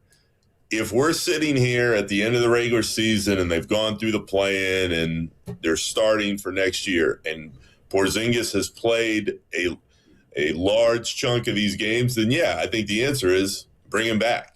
You know, find a way for a year, maybe a player option on the second year so he feels a little freedom, that they can see why it would work. They can see that it's going to work if Porzingis is out there. But I don't think any kind of decision has been made for sure, because they are waiting to see, like we all are waiting to see, can Porzingis be out there night to night, and can you count on him? Is DeAnthony Melton playing his way out of town? In other words, is he playing too well for the Warriors to afford to keep him? Well, in the theme of who's taking less to stay, I don't think we need to start with Steph, Dibs. It's Melton, because that's really the question. There's only so high they're going to be able to go because of the deal, not only that he's on, but the lack of room that it would appear that they're going to have, especially with whatever they decide to do with Porzingis. So that's really the question. And I know that you guys talked to him the other day, and Mark, you asked him, and he didn't answer it. I don't necessarily so blame I tried him. again, and then he didn't answer it again. Yeah, he didn't answer that one either. So I think that the proof will be in the pudding as far as Melton goes. He really likes it here. The training staff has really helped him. He said as much many times. He feels comfortable on the floor. Okay, are you going to take less to stay? We'll see. But if we were trying to answer that question right now, I think absolutely. Will there be a team or teams that offer him more money than the Warriors can? Yes. So the question is, how much does he love it, and how much does he want to be here? And time will tell us that as well. All right, Nick Friedel with us. You know the ins and outs of this team and the injuries it currently faces. So is this pie in the freaking sky to say, well, look, in that play-in tournament, if Steph Curry, Kristaps Porzingis, Draymond Green, Al Horford, Moses Moody, Pods, GP2, Guy Santos, DeAnthony Melton, if they're all healthy at once, that's kind of a little bit of a squad. So the idea of them all being healthy in 3 weeks is what percentage chance? Let's go with 60. Oh, that's a big number. Just because everything, Mark, as we well know, centers around Steph. And I'm sitting here telling you I believe he'll be back at some point in the next few weeks here. So, okay, Steph's back. I just watched Moody go through a little bit more of a workout. That wrist is still bothering him. But if you're asking me, do I think he's back at some point in the next couple of weeks? I do. I think he'll return. Horford is gone. We haven't seen him. He's not on this trip, so who knows there. But Melton seems to be in pretty solid shape. Draymond, to each their own as far as which side of that conversation you're on. But Draymond in a one-off or a two-off playoff game, I'd take my chances with what he can give you. Okay. So, and then it's Porzingis, really. I mean, and Mark, who knows? I don't know. I mean, Porzingis continues to say he's feeling much better. He said last night he's 60% of where he wants to be. I said, can you get to 100? He said, oh, no doubt by the end of the year. So, yeah, I understand where the Warriors are coming from. If you get everybody healthy, there is no reason to think they can't get out of the play-in games. You win 2 games, you go into a first-round series, you take your chances. There is nobody in the world that wants to see Steph in a 7-game series because they know, in theory, what could happen. But I get it the more I'm around them. This team has a standard. This team wants to play out the string as hard as they can, and there's just no way that they're going to sit there and be like, forget it. It's not worth it. If they get everybody back, that's the whole point. They feel like they can still make whatever noise they're going to be able to make down the stretch there. And when you talk to Steph, what was he saying about playing with Kristaps? Does he automatically think it's going to be a great fit? Is he super eager to get out there with him? What were his thoughts on that matter?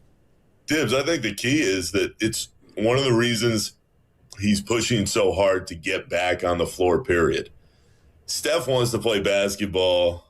Steph knows what he represents to so many people, and he wants to be out there. I think what's gotten lost in this a little bit is he got hurt at the end of January. The other part, guys, is nobody who's doing any kind of craft wants to sit for 6, 7, 8 months and not do anything.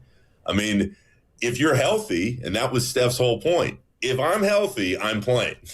So one of the reasons I think he's pushing in this rehab is that he wants to see how it looks with Porzingis. He knows that it can be really solid, but I think that got lost in the discourse a little bit. No one who is as competitive and as talented as Steph Curry wants to sit on the sidelines for months going into another year. There is a huge difference, guys, between sitting and icing yourself from the end of January and being done at the end of April. That's a big gap. And I think that's what he's kind of focusing on. But there's no question, Dibs, that when you look at Porzingis and you're watching him, you're seeing a guy that Steph Curry really wants to play with and thinks he can succeed with down the line. What do you know about being iced for 6 months in your craft anyway? That was my question. I know a little bit about the icing of 27 months. Okay. Ice, baby. Yeah. That's cool. Yeah, it was quite the experience being iced. Yeah. That was something. That was well played. Well played. Hey, Nick, any chance the Warriors catch the Pistons with their pants down tomorrow because of the whole Cade Cunningham thing? Having seen what I've seen in the league, Mark, I don't think there's any doubt that it is at least in the realm of possibilities. The reason I would hesitate with the Pistons is their identity is so solid. They're just going to try to knock you out every night. The defense is there. But when you lose your guy, everybody kind of goes, ugh. And the heads go down and you realize, uh-oh, how does this look for the playoffs? If he doesn't come back for the playoffs, yikes, what happens? So, yeah, the Warriors play really hard. The Pistons got dealt a tough emotional blow, at least in the moment. But with the way the Warriors are playing, the only game I was sure on, anyone was sure on, was that Wizards game. The Wizards are the closest to the awful tanking Sixers, the process Sixers, as anything I've seen in the league in the last 10 years. That is an atrocious team that doesn't want to be out there. The Pistons are one of the best teams in the league. They've got a lot of proud guys, but in the very immediate aftermath of the Cunningham news, I think it's possible. Pistons up 19 right now against the aforementioned Wizards. It's the first quarter. Oof. So there you go. Wow. It could be 49 by the time we get off this interview. True. It could be, which is not quite yet, by the way, because I want to sneak this in. Is there any chance Kristaps plays on a back-to-back? That one would surprise me. Okay. All right. So is he picking tomorrow night? Are they picking tomorrow night? Or do they want him to go head-to-head with Jonathan Kuminga on Saturday night? Yeah, I'm hopeful for what we do, Mark, that it's Saturday. I don't know for sure. They haven't made that clear yet. But I can just tell you, having lived this all year, lived this the last few days, everyone is aware of Saturday. They know what it is. Really? They get that the fan base is intrigued. They get that the league is intrigued. What I would say, and we've gone through the Kuminga stuff so many times over the last 6 months at this point, they really do, at least in my opinion, they want the best for him. They want him to be successful. And I think that is telling in that the relationship, as bad as it had gotten at various points, it had never deteriorated to a point where players, coaches didn't sit there and go, hey, we want the best for this guy wherever he may land. And as far as public divorces go in the NBA, this one was rough, but I think there was a human element here of, hey, we saw this guy when he came in when he was 18 years old, and we tried. Everybody wanted him to succeed, and he still wants to be a star, and it was just never going to happen in the framework of a team with Steph and Jimmy a year ago and Draymond and Clay when he first got here. It wasn't going to happen. But nobody's sitting there going, we hope this guy never succeeds and never plays well. So that is a long way of saying when you have Saturday and you have the possibility of Kuminga versus Porzingis and Kuminga versus his old team, I think there are a lot of people, even in that Warriors locker room, they're looking forward to seeing him and looking forward to going against him in that moment. I thought his shot selection from 75 feet sucked last night. That's just my, what on earth are we doing? But anyway, Nick, enjoy the rest of that trip. Thank you so much. Guys, it's always good to be with you. Always good to have you. Indeed. There goes Odyssey Sports NBA insider Nick Friedel. Insider calls are brought to you by Hyundai and the all-new Hyundai Palisade Hybrid. That was a pass, right? That was a pass. It was a pass. Yeah, he was just trying to throw a long pass and yeah, from behind the free throw line on his own end. On the other end. They put it as I think the fifth longest shot made in the play-by-play era. Since they started charting the distance, it was about a 75-footer. Kaboom. Nice shot. All right.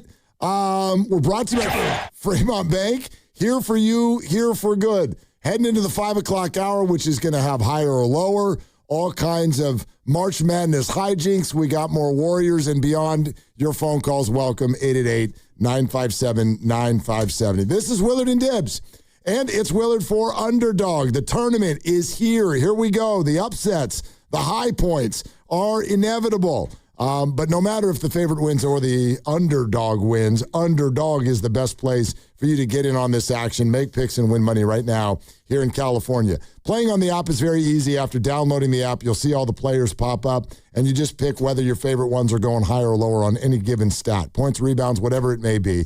Get all those picks right. You can win up to 5,000 times your cash. This week on Underdog, I'm kind of leaning in these early games to going lower than on a lot of the star players' points because, a lot of these games get out of hand early. Keep the minutes down a little bit, but that's early and only early. Download the app today. Use my promo code Willard. You'll get yourself $50 in bonus entries when you play your first $5. Again, the promo code is Willard. Underdog, make picks, win money. Got to be 18 or over and present in California. Terms apply. See assets.underdogfantasy.com/web/play and get terms _DFS_.html for details. If you're concerned with your play, call 1-800-MY-RESET or visit ncpgambling.org. It's here. At T-Mobile, get the new Samsung Galaxy S26 Ultra with Galaxy AI. Okay, we don't need the trumpets. We know it's awesome. You even get a 5-year price guarantee. And the best benefits in wireless. A kazoo? Get the new Galaxy S26 Ultra. Really? Nothing? Did I mention at T-Mobile there's no trade-in needed? Better. Guarantee excludes taxes and fees. Applies to monthly price of on-network talk, text, and 5G data on the Beyond plan. Benefits vary by plan. May require activation and are based on included perks. Exclusions and details at T-Mobile.com. This is the sound of Jack, buzz cutting his way to a small fortune. To Jack, every time he cuts his own hair, that's $50 right in his pocket. If Jack sees DIY buzz cuts as a saving strategy, Wells Fargo is right behind him. And with their mobile app, tracking his savings is easy. Oh, ouch. However you make money work, we can work with that. Mobile carriers' message and data rates may apply. Wells Fargo Bank, N.A., member FDIC.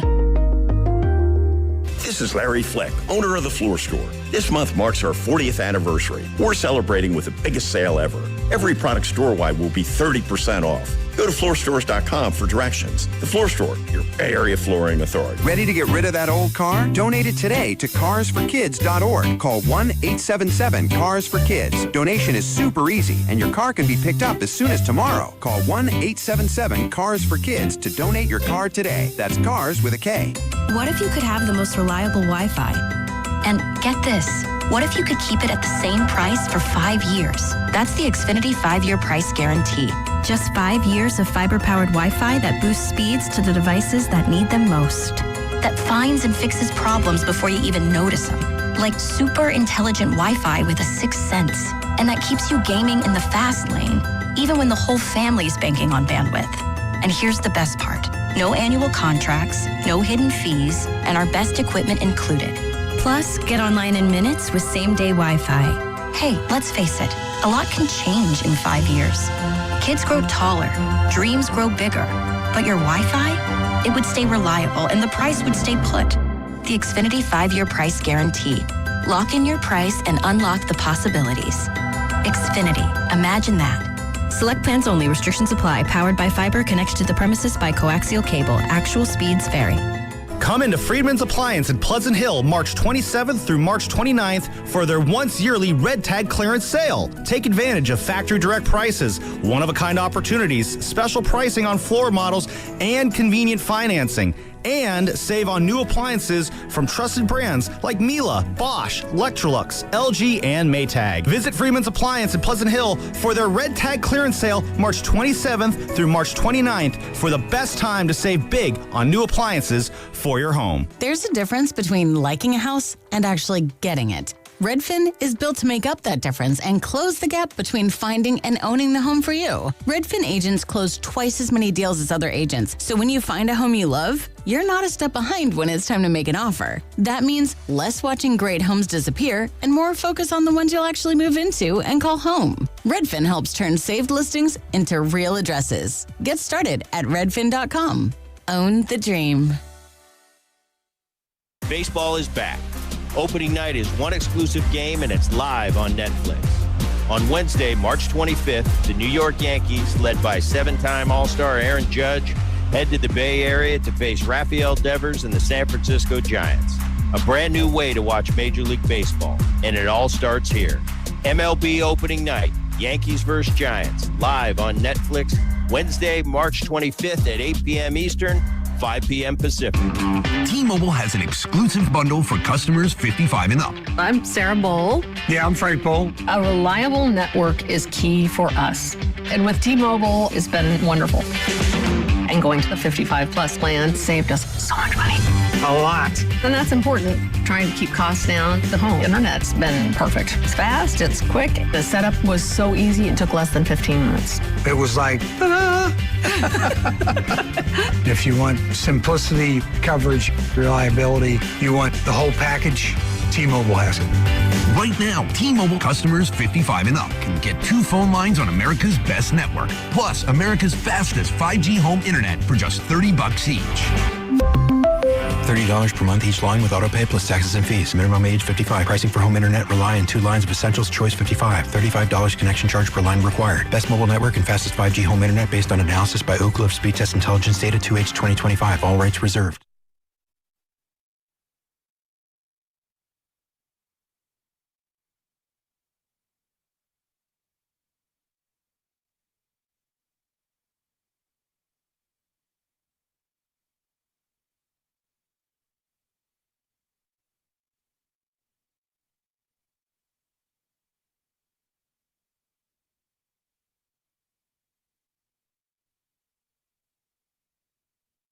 Dub Nation, it's Steve Kerr. You're listening to Willard and Dibbs on 95.7 The Game. Hey, Dibbs, your picks stink.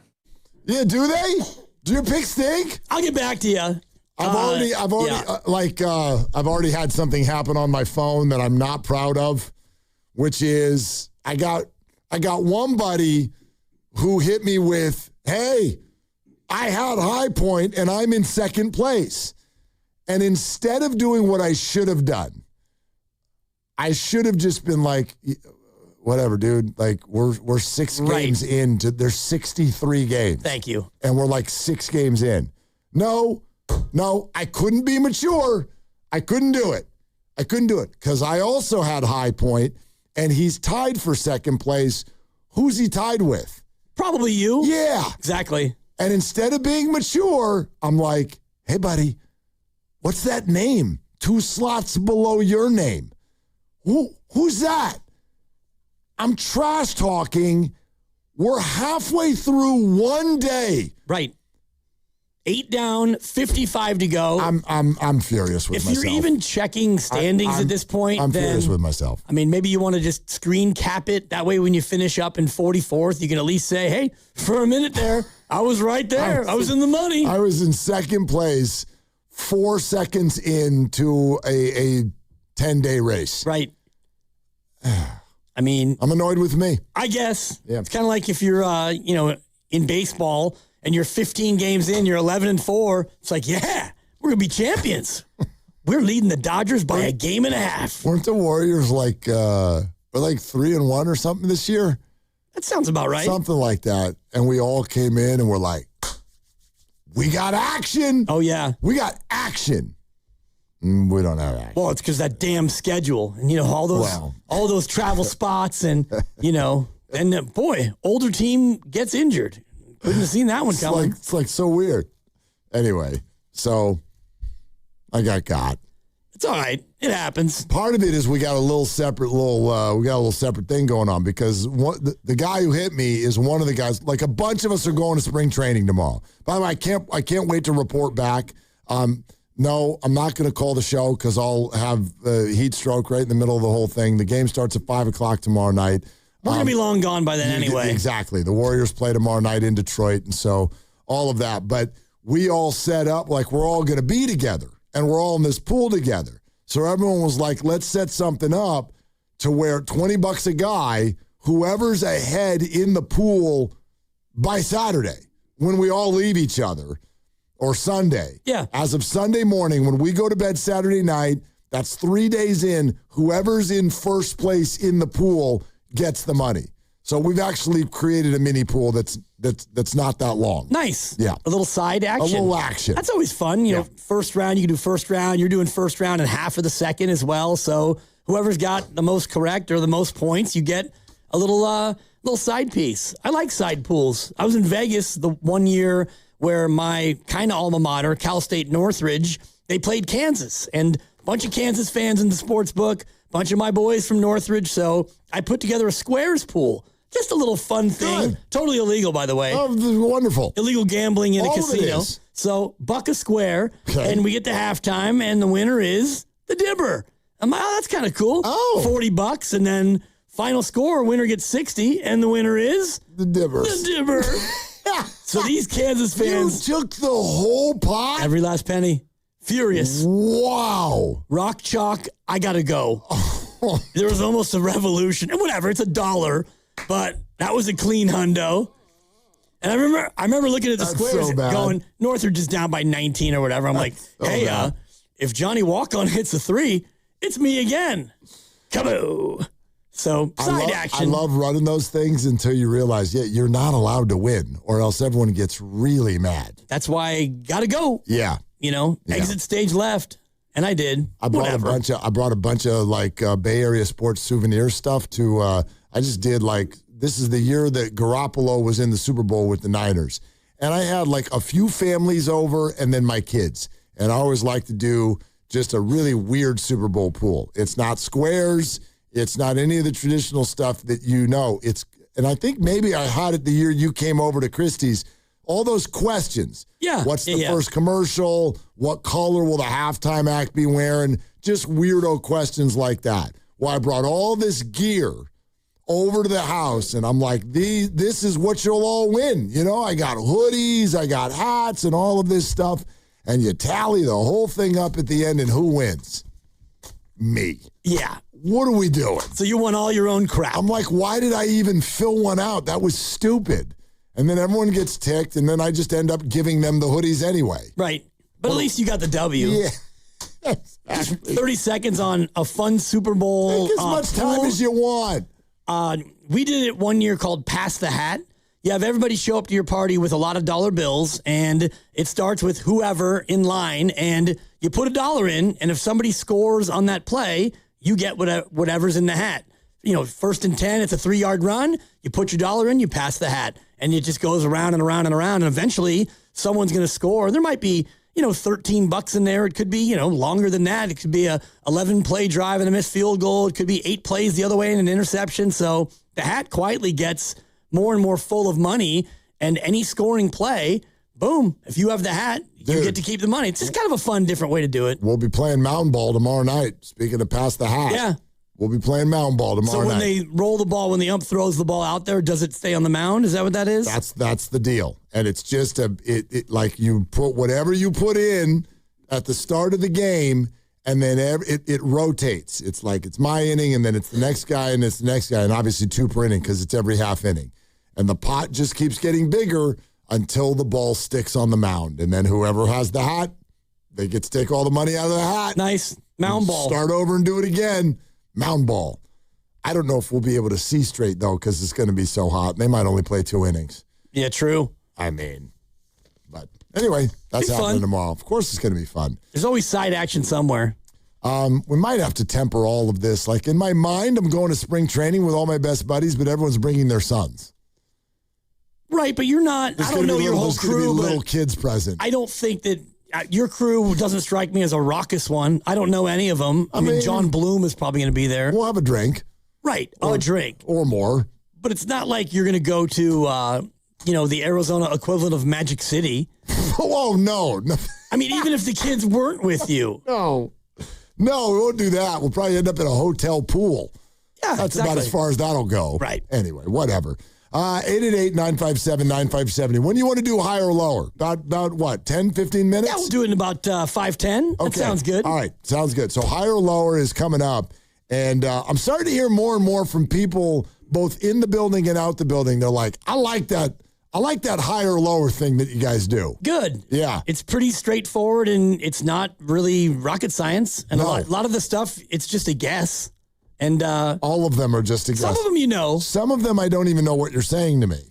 I'm looking at But I still got a 50-50 shot of getting it right. Today's is pretty straightforward. There aren't a lot of like the one I did with how many islands in the Hawaiian archipelago. That was one that threw you. There was a word where I'm like, I don't even know what you're saying, but I'll go higher, Dan. Last week was air miles between San Francisco and Reykjavik. Right. Unless you know, you're probably guessing. So Not too many randos in today's. Look at Grandy. He gets nervous when higher or lower is about to happen. He's looking for title number 10. I know he is, but he's like so ramped up. No, there's just a lot going on back here. It honestly has nothing to do with that. I'm worried. I don't buy it. You're not worried, but you're like nervous. You're not nervous. It's just anxiety. You're just eager. Yeah, something. You're just on a different you're running. I just got too much work to do. You're running at a different speed than everybody else. Do you know what I mean? Might be true. Yeah. You know what you are in higher or lower?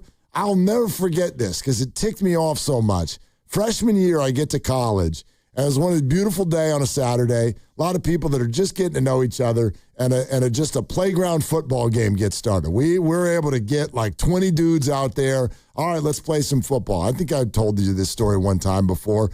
This dude, I'm like on defense, and I want to rush the passer. We're like, all right, whatever. You want to do 7 banana, or you want just whatever. And then this dude starts the game and puts gloves on.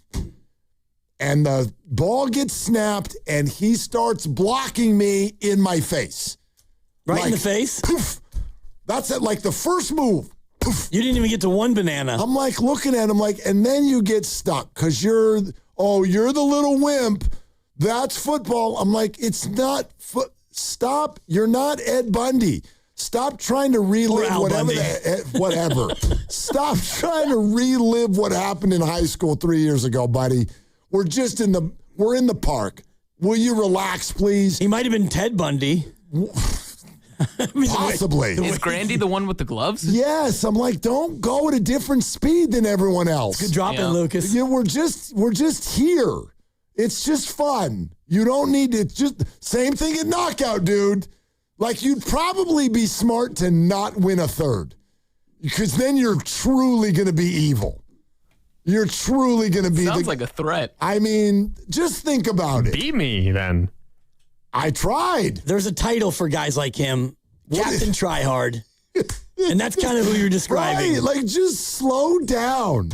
Don't slow down so much like Guru where you shoot the ball and then just stand there and act out. like nothing's, but shut up. Will you just calm down. It's okay.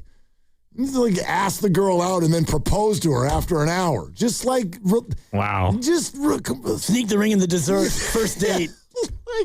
I did that once too. Really? Well, it was like one date, and then I'm like, all right, so where are we at? What do you mean where we're at? Go home. What do you mean where are we at? Like, yeah, we're still seeing other people. Oh, that's where we're at. You're ready to go 0 to 100 real quick. Take care of that. Yeah, just come on. Take it easy. Just do what everybody's doing. That's all I'm saying. Yeah. All right.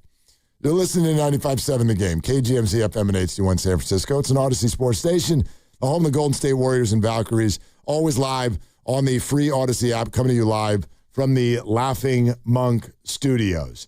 All right. We started off with a little bit from Steve Kerr yesterday, which I thought was, it was interesting. The tone of it, I'm trying to figure out what Steve was trying to get at. You lose a game to a really, really good team. Obviously, you're building toward when Steph is going to return. Sounds like that might be kind of soon-ish. It seemed like Steve was very pointed in trying to, for the first time, let everybody know, even though we all already knew this, but really let everybody know we're going to be in the play-in tournament.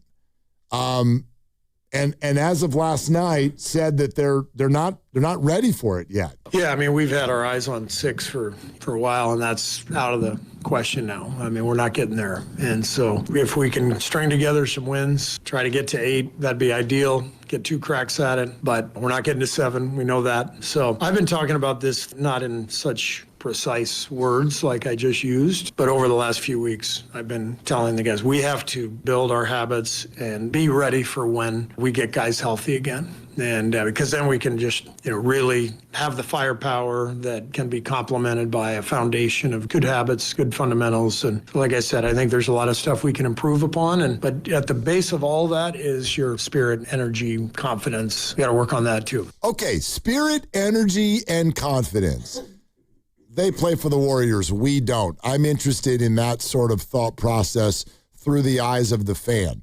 Nick Friedel just said to us a short time ago, 60% chance that the Warriors are essentially full strength. Outside of Jimmy, yeah. Outside of Jimmy. Full strength by the time they get to the play-in tournament. And I want to know, what does that do for everybody?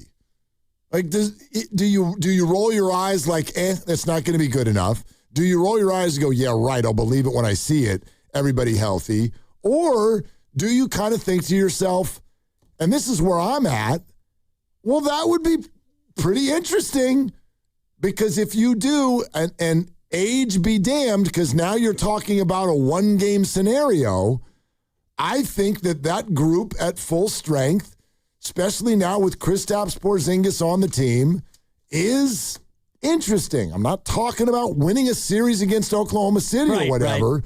I just think viable. That's the word that I think is fair. Viable. Interesting is good, and viable. Can you win 2 games, and it might be 2 on the road with that group? Sure, I believe that you could do that, and it wouldn't be a back-to-back. You'd have a night off in between, but I'm more in the second group of an eye roll with, I'll believe it when I see it type of thing, because I don't know, with Al and his injury, and Moses Moody hasn't played, and Steph's fighting to come back, and Porzingis' status, I do think 60% was a little bit hot as far as Nick Friedel saying, 60% chance is the way he sees it, that they could be fully healthy outside of Jimmy for the play-in. My number would be lower than that, and I thought he was going to play the cynical, sarcastic answer and just say about 1%, and it's higher than 1%, but I thought 60 was, wow, really encouraging. Incredibly encouraging. And part of that is centered around, and I think that this was his answer, is that Steph Curry, and they've told us this every which way. I think it's only out here in the world where this debate is even happening. It's not a debate. Steph Curry is going to be there. Steph Curry is on a current ramp up. I think is it Saturday that they're doing the official? Saturday is reevaluation announcement day, right?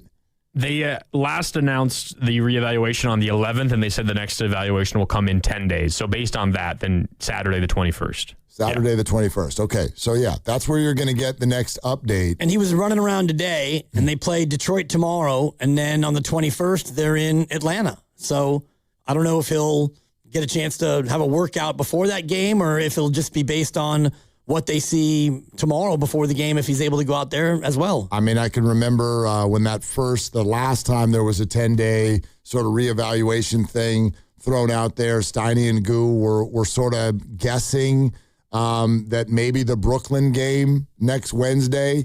And I do think that that's a possibility. Maybe it's the Friday game. Washington comes to town. That'd be a nice kind of an easy landing spot to give Steph 15 or 20 minutes.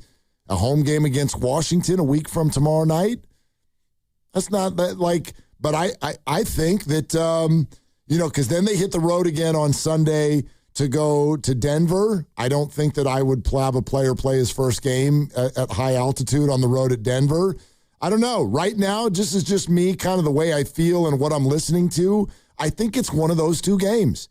I think it's either Brooklyn next Wednesday or Washington next Friday. Makes sense. And those are games that, and again, I could say, you should be able to win without Steph, but we've seen a bunch of those that, in fact, they don't win without Steph. And I'll refer you to Utah and, of course, the game against Chicago as well, games that you probably, quote, should have won. So you're not just going to kick a game to have Steph play if he's not ready. But those are games that, Washington especially, they're a team that is just dreadful, and Brooklyn's not necessarily great. So those are great spots. And you only have, I'm just looking at it, you've got 2 more back-to-backs the rest of the way.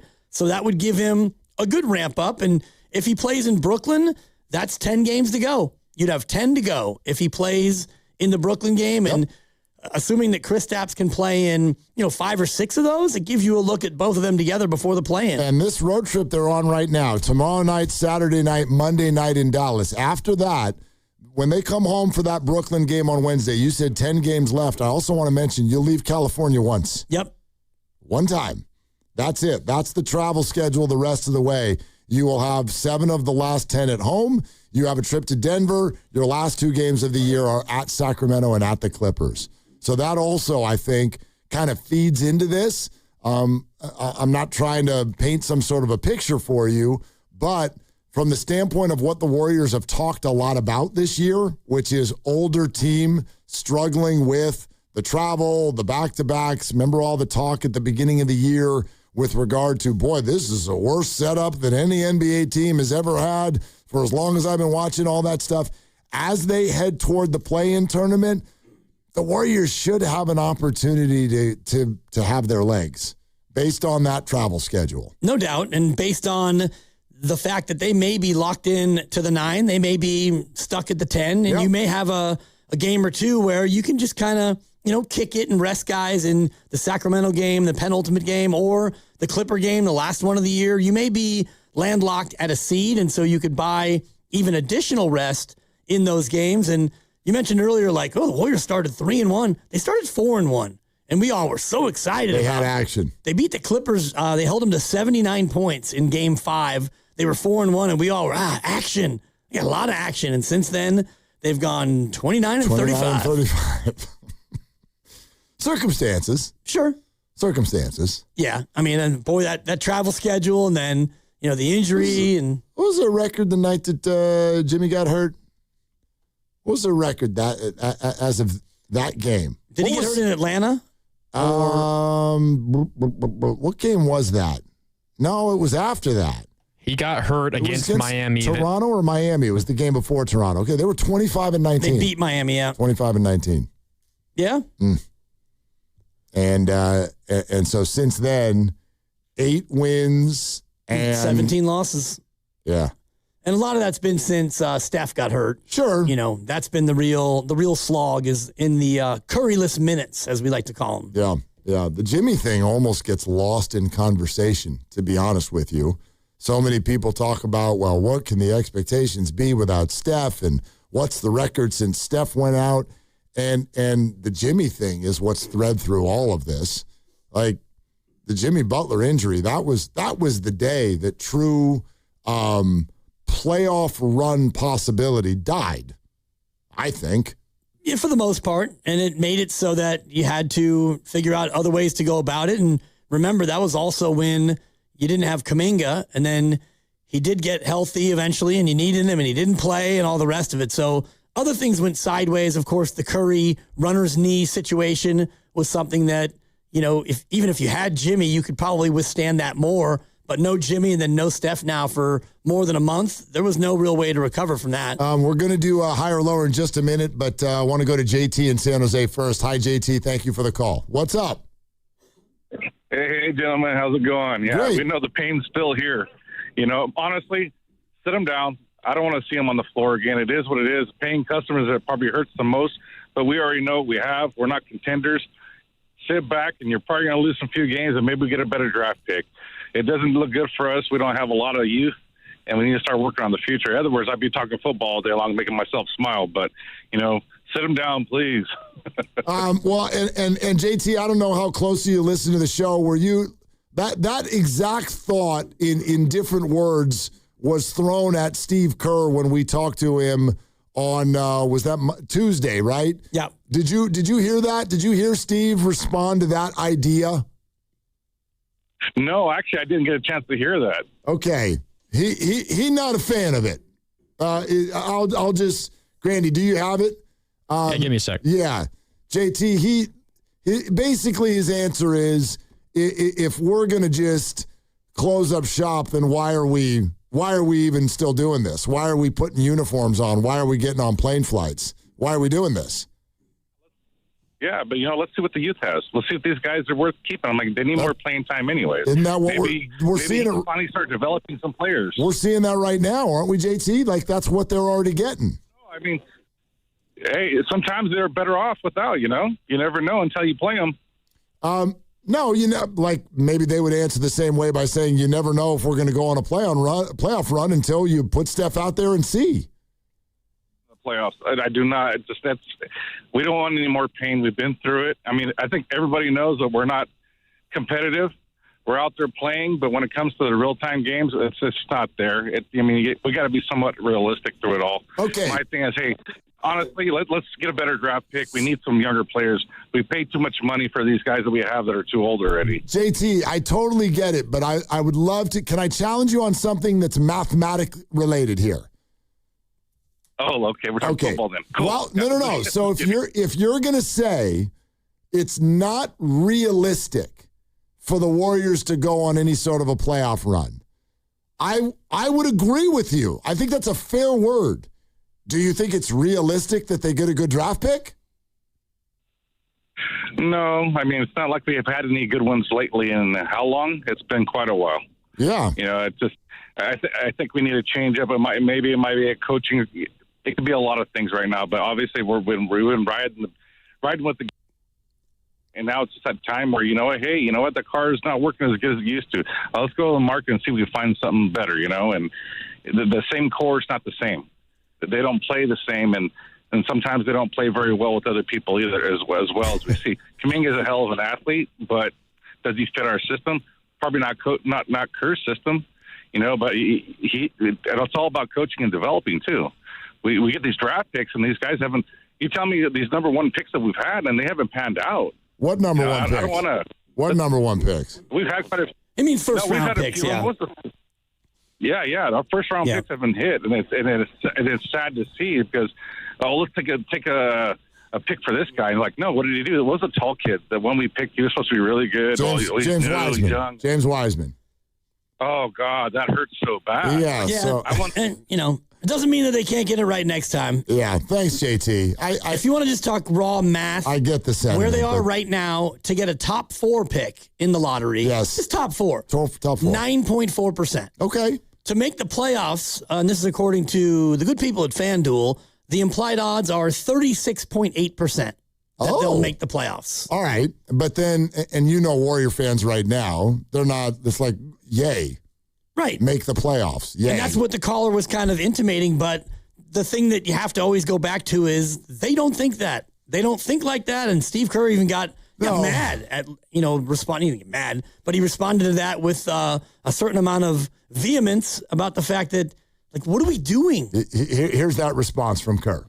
What is the point of what we're doing? It's competition. We're playing to compete and to go and see what we can do and give ourselves a chance. Like, I don't understand the concept of, I don't think we can beat any of these teams, so let's just not try to win. Like, what is that? That makes no sense to me. Are we advocating to tank and get in the lottery? Is that, give me a thought. Give me the counter to hey, let's go compete and do what we've trained to do our entire lives and compete and give ourselves a chance. Like, what's the point other than that? You tell me, what are we doing this for? Okay, so what you're asking... I gave him the counter. I know you did, and then he got even more ticked off, and then... He made a noise. Then he gave up and just went, okay. So, all right. Anyway. 10-2. So the point is that right now, in this moment, it is better than 90% that the draft pick, because you said top 4, but if it's not top 4, well, then you just fall in line. So the pick the Warriors would be getting would be in the early to mid-teens. I think they're 11 right now, according to records. Okay. And yes, it's a good draft. And so you can get somebody good there. However, you go into the play-in tournament and let's say you lose in the play-in tournament, or let's say you win. But then you get knocked out in the first round. Well, now what's your draft pick? I think 15. Okay. 15 or 16, depending on who gets knocked out in the East. So we're talking about like what you lose would be somewhere between like 11 or 12, or you could go to 15. Three spots later. And if this is as deep a draft as we're being told, then the difference between 11 and 15 is negligible. It might be nothing. Right. You might find a better player at 15. And it's not like there's Cooper Flagg waiting at number 1. Now, you can think DeBonsa's that guy, but the difference between him, he's not even a consensus number 1 overall. So depends on what your need is. And there's players out there for any team that has a need in this draft. Yeah. So like that's the risk for going for it. Unless you want to buy into the less than 10% chance that you could end up in the top 4. And that's attractive to some people, but that's Johnny Cueto at the plate. Wow. Hitting 094. Right. Like, I didn't think he was going to get a hit. Did you think he was going to get a hit? That's actually really good. I'm going to look it up because if he hits, I mean, if he's batting 094, then it might be even lower. I mean, that's impressive. Might be even lower. Okay. 888-957-9570 is the number. Normally we do this on Fridays. Tomorrow's a little bit of a different show. The Pistons and Warriors are playing at 4:30. I'm going to be out at spring training for the San Francisco Giants. So instead, let's do higher or lower right freaking now. Let's do it now. Well, after you apologize to Johnny Cueto, career hitter 101. Oh, actually, that's pretty close. It's very good. Very close. But okay, we move on to higher or lower. Today, the theme in honor of the NCAA tournament that gets underway is how many teams made the field, and that number is 68. NCAA tournament teams in the field, 68. I will give 10 items. Our contestants have to decide if it's higher or lower than 68. It's time to meet our contestants. We start with the defending champion. He's won 9 times overall. He is your career leader in wins. It's Mark Grandy. Hello, Mark. Hi, Dibs. How's it going? I'm doing great. And Willard's mind games about him telling me to, slow down a bit. They ain't going to work. I'm going for the back-to-back wins. Yeah, Grandy ended the reign from Mark Willard, who had gone back-to-back. He's got 8 career titles. He's my partner, and he's heading off for a nice 3-day weekend. How you doing, Willard? I'm doing great. Yep, you're right. I'm in weekend mode. I'm getting ready to disrobe soon. It's going to be 105 degrees tomorrow. Fantastic. Our third contestant has not won in the last 6 contests, although he has won 6 times overall, and he might sneak up on you. It's the director of sports, Lucas Alexander. Yeah, I'm here, Dan, and boy, could I use a win. Yeah, no doubt.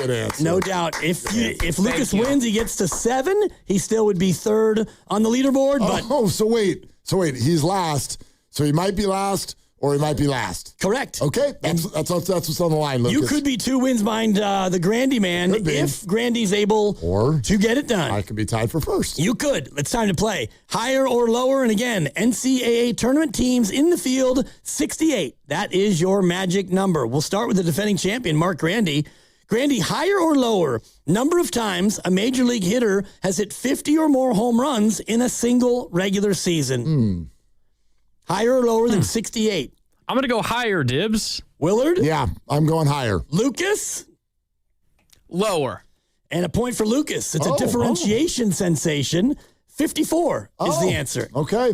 Good 54. for you, Lucas. Thanks, guys. Lucas in the lead. Lucas goes first. We're doing higher or lower than 68. 68 teams in the tournament field. Lucas, with you. Higher or lower than 68. Career regular season coaching wins for David Fizdale as a head coach. Friend of the program. Correct. Career wins. Fizdale regular season as a head coach. Lower. And Grandy. Higher, Dibs. And Willard. Lower. It is higher. 71 wins for Fizdale. Take that for data. That's right. That's a nice, good answer, Grandy. too. Good Yeah. Grandy job, won. Grandy. Lucas won. And Willard yet to get on the board. We start with Grandy. He got the last one correct. Higher or lower than 68, Grandy. Total regular season rushing and receiving touchdowns for Terrell Davis. Hall of Famer. Regular season? I believe I said that. Scripted it. Read it. I'm going to go lower, Dibs. Lucas. Higher, Dan. And Willard. Lower. 65 is the answer. Yes. It is lower. Grandy 2. Grandy 2. Willard 1. Lucas 1. It's been the week of weird noises on this show. Lucas had the lead momentarily. This is higher or lower, everybody. Good higher times. or lower. 3 down, 7 to go. And today's theme, NCAA tournament teams in the field. The number is 68. Come on, St. Mary's. We'll go with Grandy. Higher or lower than 68, Grandy. Total number of counties in the state of New York. Oh, God. Oh, for the love of it. This is just a pure guess. I'm going lower. Willard? That sounds fun. Let's go higher. Lucas? Sure, higher, yeah. It is lower. Oh. Yes. 62 counties, and the 5 boroughs count as counties as well. So 62, Grandy 3, Willard 1, Lucas 1. Okay. Grandy's got a little stranglehold on this one. Yep. Higher or lower than 68, Grandy, we start with you. Career points scored by Steve Kerr at Arizona in the NCAA tournament. Sorry, Lucas was screaming at me back here. Could you say that one more time? No, the rule is that he only says it once. I know it's something about Steve Kerr at Arizona. That's all I heard. Yep, that's all you get. Wait, really? It's a bad beat. You have headphones on. He's screaming at me. Good job, Lucas. Fine, I'll guess, and I'll still get it right. Higher. Willard? I legit don't know what it was. I have no clue. You know what, Grandy? Neither do I. I actually agree with Grandy. I'm going to go higher. Lucas Alexander. Perfect spot to go lower. Yeah, it is, unless you're wrong. It's higher. Yeah. Career points scored by Steve Kerr at Arizona in the tournament, 73. I love Steve Kerr. Beautiful. Yeah. Thank you, Lucas. I can't believe. Will you let him know next week that you bet against him, Lucas? Go ahead. I didn't even know what I was betting. Well, it's your fault. Well, let's everybody put on your listening caps. We're halfway through. This is higher or lower. Lucas, shut up. It's NCAA tournament teams in the field. There are 68 of them. That is the magic number. Lucas is now holding his headsets like he's recording We Are the World. We are the children. Yeah. Anyway, go ahead. Grandy's in the lead with He 4. doesn't even know what that is. Willard's got 2. Lucas has 1. I demand order in the court. Grandy, we start with you. Unlikely. Higher or lower than 68, Grandy? Lowest round by Max Homa at the 2025 Masters Golf Tournament en route to his 12th place finish. Higher or lower than 68? Ooh. Max Homa's best round at last year's Masters. Ooh. Hello, friends. It's a good question, Dan. Thank you, Lucas. Max Homa, great golfer, Dibs, but I think it's higher. Willard? This is a tough one. God. I'm going to lower. Lucas? I got to get one right. Lower. Yeah, you do kind of have to get one right, but you didn't. Yes. Higher. Max Homa shot a 69 as his best round. He finished tied for 12th. 67 is really tough at Augusta. Am I right? I know. 67. Grandy 5. Willard 2. Lucas 1. Remember when Lucas was up 1-0? That was about 5 items ago. Yeah.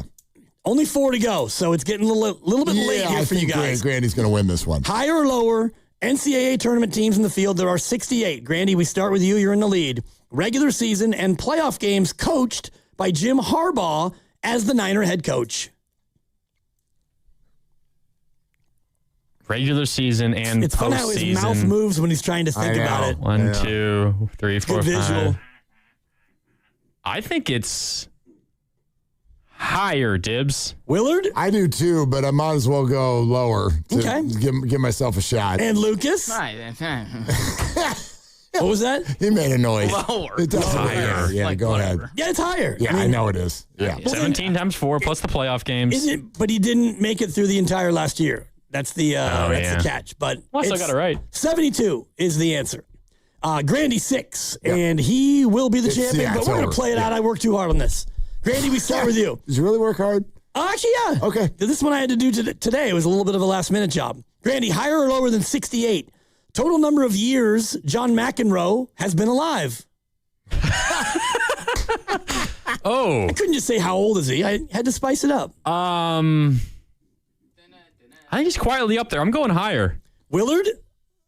I'll go lower. Are you Googling over there? I already lost. It doesn't matter. Lucas Alexander. I trust that Willard Googled. I'm going to get it right. Lower. Yes. He's just turned 67. Yeah. Exactly. Let's go, Willard. We win. 6-7. Cheaters. Yeah, it's already over. It's over, dude. Who 2 to cares? go. Grandy had a chance to set the record. Now he can only tie. I didn't get in the way of that. And also for the listeners out there, maybe they're playing against the other person in the car. Yeah. Can we just have some sensibility here? Probably not. You're right. Don't all look at me. Yeah. It's Baby Friday for Willard you. started this segment by saying he already took his pants off.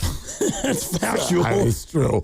Higher or lower than 68, which is the number of teams in the tournament. Grandy, we start with you. Number of consecutive games won by the USF men's basketball team from 1954 to 1956.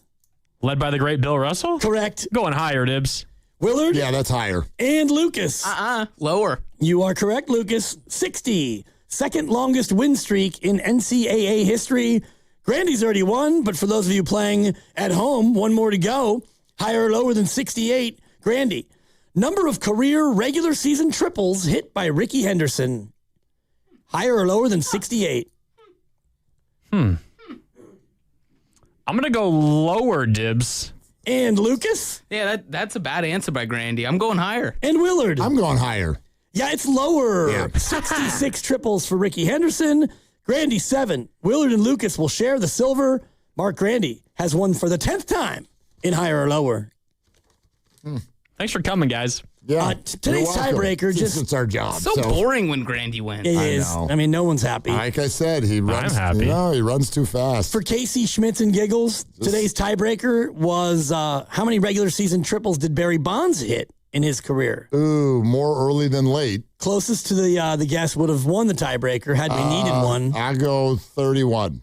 I was going to say 37. Lucas? 42. 77. Oh, damn. Wow. More than Ricky? Yeah. That's weird. Interesting. Super interesting. Yeah. And actually, quietly, he had more triples with the Giants than you would think. Well, he played at Oracle Park. Right, but I don't remember him like bursting out of the box very often. But it's like you got to. They call it Triples Alley. There's a reason they call it Triples Alley. Yeah. Don't try to lecture me when you say 31. Don't let it go under the radar. Don't raise your voice. Yeah, but he wasn't. But he didn't run fast when he didn't try. Right? Well, he would hit it, and he'd have to take off 7 pieces of armor wear. He was like the opposite of Grandy. He wasn't like trying everywhere he went so hard when everyone else is just kind of in chill mode. Congratulations, Captain. Yeah. Thanks, Dibs. Feels great. Captain Tryhard. Where were you earlier in the segment? Yeah. Yelling at Grandy. Feels like losers are the people that say other people are tryhards. Yeah. It might feel like that. But I mean, or it could be a guy who doesn't understand that it might be better for the station to let a listener win every now and Sounds like again. something Captain Tryhard would say. Seriously. Oh, gosh. Tell me you hate the station without telling me you hate the station. Yeah. Okay. Listen, but that guy the captain, all he does is win. I did that one time when I was still in high school, but I got a job as a counselor at a sports day camp. It was one of my first jobs. So I was probably like a sophomore in high school. And but you're a counselor. So it's like a bunch of little kids that show up. And but then you got other counselors out there too. So I can remember like we all played a big 5-on-5 basketball game in the gym at Aragon High School in front of the whole camp. And I am a current like San Mateo High basketball player. So I had all my attitude, was all ready to roll. And they tipped the thing off. And I think I stole the ball from like a 9-year-old and ran the other way and laid it in. And I was like giving the business to the other counselors. And they had to pull me aside at halftime. And they're like, so we're going to need you to slow down a little bit. Right. We're going to need you to calm down. And I nicknamed that guy Grandy. That was when I was Gotcha. Grandy. Yeah. We're just, You make it sound like I'm beating a bunch of 8-year-olds. Well, your words for the listeners are your words for the listeners. But calm down. That's rude, Grandy. Yeah. Seriously. Especially as much experience as you have now shooting on that floor, you have an unbelievable advantage. Good point. Oh, please. Like, Hoosiers, Dibs. Are you tying your high tops really, really tight that day? No. Are you? I don't know how many times I've told you this. It's just another day for me. It was supposed to sound that way. Yes, I get it. No, Cackles McGee in the background is what makes that every time. It's the best. And it's always 2 chirps. It's great. Yeah, it is. All right. Anyway. I'm going to do next week's higher or lower will be 5 questions about the Willard family and 5 about the Alexander family. That's what we're going to do. Really? We're going to stack the deck. How the hell do you know about the Willard family? Everything is Googleable. Or the Alexander family. Wow. I mean, your dad tried to kill me. That is true. At that little softball outing. Unsuccessfully. I was pitching, and he goes right back up the middle with a laser. Laser. I said, dude, don't laser me. Alexander family, isn't that a wine? Is that a wine? Is there an Alexander Vineyard? Vineyard? That sounds right. Yeah. There'll be a Jason Alexander question in there for sure. All right. We should do something else. I guess. How's St. Mary's doing? We okay? Are they in it? How we doing? They are. Yeah, they're in it. Down by 11 at half. Oh, God. Yeah. I mean, why every time St. Mary's? I know. Why? And I love Randy Bennett, and his program's phenomenal, but they're always like Ken Pom, top 30, and they get a good seed. But why isn't them? It's us. I don't know why we do stuff like this. oh, I'm going to root for them because they're from here. Like, did you pick St. Mary's and Santa Clara? Did you, yes or no? I think I took St. Mary's, not Santa Clara. Okay. I took them both. And I do this every time. And then you wake up the next day and you're like, what? Why does that matter? I'm out here trying to win money. It doesn't matter geographically where these teams are from. I want to root for them. I want to root for them. I didn't do it based on the geography. You look at their resume, and it's always good. They always beat Gonzaga at least once, and they always, from a metrics standpoint, pop, and then they go up against whatever big conference team, and they tend to struggle. And it's the old banana in the bracket again. The bracket in the tailpipe. We had a conversation a couple hours ago that has proven to be quite prophetic. Fire away. 95.7 The Game breaking news. San Francisco Giants have sent Bryce Eldridge to AAA. So he will start the season down on the farm with Sacramento. Grant McCray and Tyler Fitzgerald will be on the same bus with him as he is heading out to Sacramento. Bryce Eldridge will not start the season with the big club. That would suck if it's a bus from Scottsdale to Sacramento. You know what I mean? That would be pretty spiteful. The proverbial bus. The proverbial bus. I get it. Yeah. I'm not surprised. I actually think it's the right move. I do too. Take a little pressure off him, and that way he can go down there and play some first base and force his way back. Isn't that what they always say? Like, go down there and force us to recall you. Absolutely. Go hit 9 home runs in the first month and have an OPS of 1,000, and then we can't help but bring you back. Well, and as you even pointed out, it also allows him to play first base every day. They're interested in him playing some defense, and the only way you can do that is to get more reps and all of that. So, look, there's no two ways about it. It's disappointing from the fan perspective with regard to the excitement that has been built around this player, but he's 21 years old. He's a pup. Every single scout that all of us have talked to have said there's very, very little doubt in their mind that this is going to be an impact bat at the major league level. But there's two things to say here. One of them is there's just no freaking rush. There's absolutely no rush on that, and you don't want to sort of stunt whatever's going on by forcing him onto the big club for popularity or PR reasons. This is the beginning of the year. The Giants have a pretty hard schedule out of the gate. They would like to get off to a good start. And so, yeah, you're not going to put somebody there at 6th or 7th in the lineup that's going to strike out 50% of the time. And if you have him up here and he struggles, and maybe he takes the struggles into the field when he plays first base at all, but he comes out in the first 10 games, he is 4 for 39 with no home runs and 3 doubles. Well, now you're either going to sit him or ship him, and now he's got that scar tissue. I'm not saying it's going to permanently scar him, but that's not the way you want his year to start. If he goes to Sacramento and he struggles, well, you're in Sacramento. Figure it out, kid. And when you figure it out, then you can come on back. It's not as, well, you're not going to send him to Sacramento when he goes 4 for 39, and then you're going to ship him to AA. Like, that's not happening. No. Oh, no. He'll be a sack. Right. So if you're going to struggle, and I'm not saying he will, but if you're going to struggle, go struggle in Sacramento for a while. No, the over-under for me is like May 1st. Honestly, I don't think this is going to be terribly long. Didn't he tell us, you asked him about when that first splash hit's coming, when we had him on the show, and he said before the All-Star break is what he said. Is that what he said? I believe that's what he said. I don't remember what he said. Yeah, did he? Okay. So maybe he knew. He also, he said he was ready. Of course, that's what a player's going to say. Could the Giants have waited one more day so my kid could get an autograph first? That's my only disappointment here. Could we have waited one more day? One more day. That's all I was asking. How many more days do they have down there? 2. So I don't think that they actually... They play 2 more games down there. Are they going to send him now, or are they just making this announcement so when they break camp, he'll go there? You know what I mean? He might still play because... No, what else is he going to do? I think they go. When they go, I think they go. I could be wrong on that. I know when you get cut earlier, or you get shaved off the big roster earlier. Yeah, you're not going to get at bats right now. But with a guy like that, wouldn't you want to keep him around for a couple more days of maybe getting some at bats? I don't know. I think to me, when you've got 2 days left, you're starting to now get into your cadence of what your lineup's going to be. Logan Webb pitches tomorrow night. Now you're getting into the actual strategy of setting your players up for exactly what they need to be ready to hit Max Fried next Wednesday night. So I don't know. I'll tell you what, though. I will I'll get that answer for you tomorrow. Okay. I'll try to get that answer here during the break.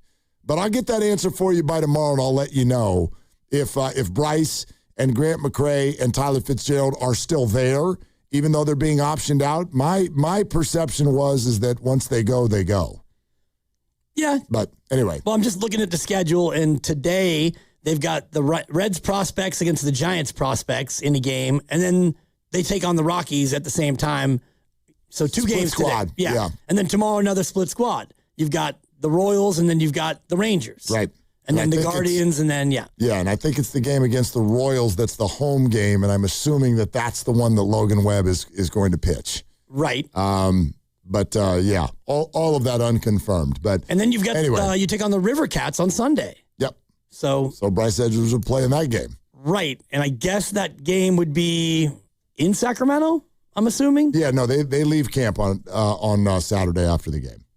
That's why it's a day game in 105 degrees. Right. And odd to see no Bay Bridge preseason series, even though there is no Bay Bridge series anymore. Right. Who's going to get that hunk of concrete, Shout out Brody Brazil. Exactly. So anyway, Bryce Eldridge is being optioned to AAA and will start the season in the minors. Get a little more seasoning and obviously continue to play first base every single day.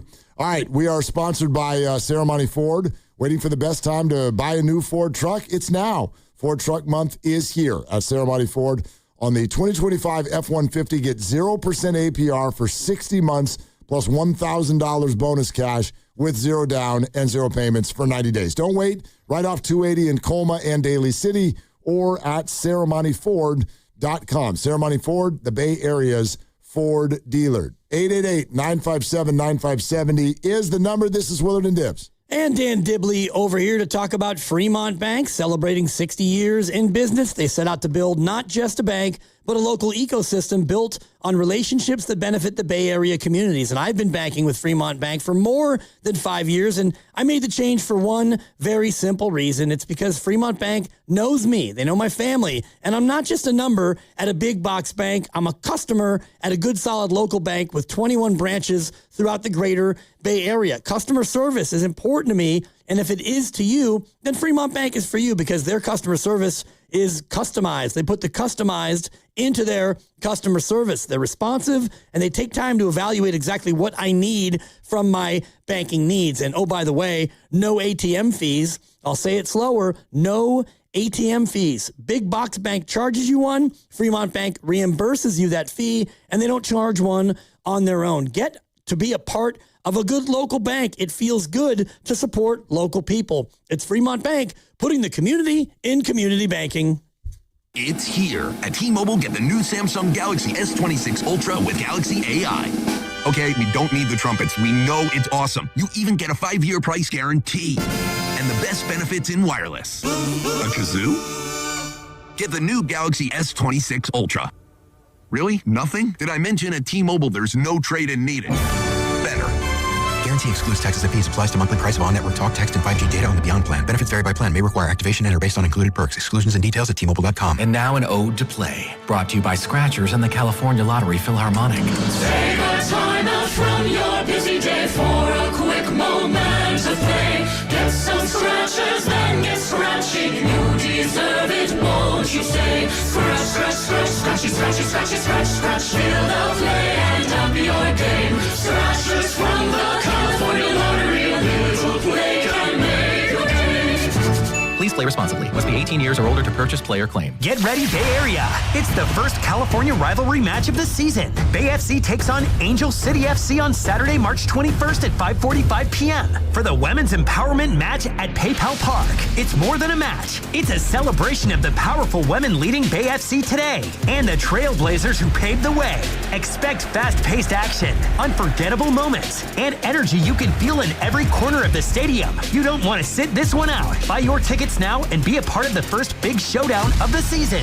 I get in the car and there's something very wrong. There's empty cup holders with no delicious McDonald's drink to sip on. And with McDonald's beverage deals, I can get a medium frozen Coke, frozen Fanta Blue Raspberry, or wild cherry for just $2.89, whichever I'm craving. For the other empty spot, I can snag a medium French vanilla or caramel McCafe iced coffee at the same price. Just need to order ahead on the app and okay, now my ride feels right.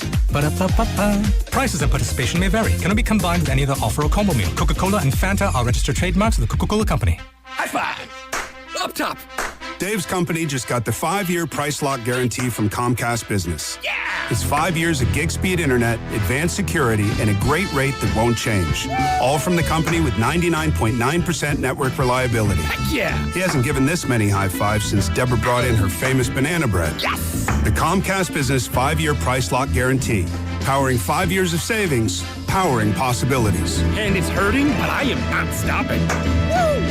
For a limited time, now through March 29th, switch to Comcast Business to lock in your rate for 5 years and get a $500 prepaid card on a qualifying gig bundle. Or ask how to get started with 150 megabit internet and Security Edge for $59.99 a month for 12 months with a 2-year agreement. Don't wait. Call today. Restrictions apply. New customers only. 1-year contract required for guaranteed rate. Paperless billing and automatic payments with bank account required.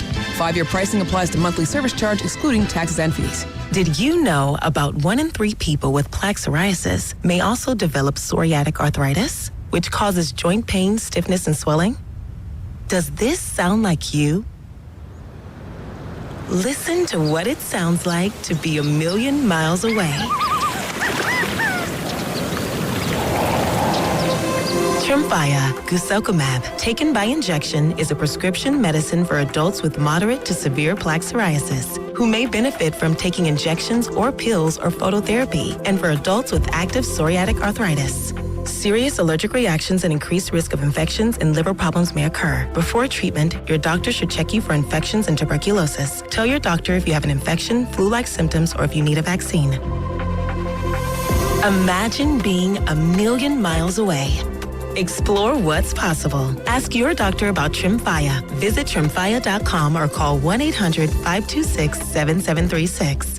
Hola, amigos! Brad Evans here. Check out this booming voice and Pat Boyle on BetMGM tonight, covering the biggest sports stories from coast to coast, live and interactive on the free Odyssey app, discussing NFL offseason news and getting you ready for the madness in college hoops. BetMGM tonight with me, Brad Evans and Pat Boyle, live and interactive, Monday through Friday night starting at 6 Eastern, presented by BetMGM. Always live on the free Odyssey app and watch on YouTube at BetMGM tonight.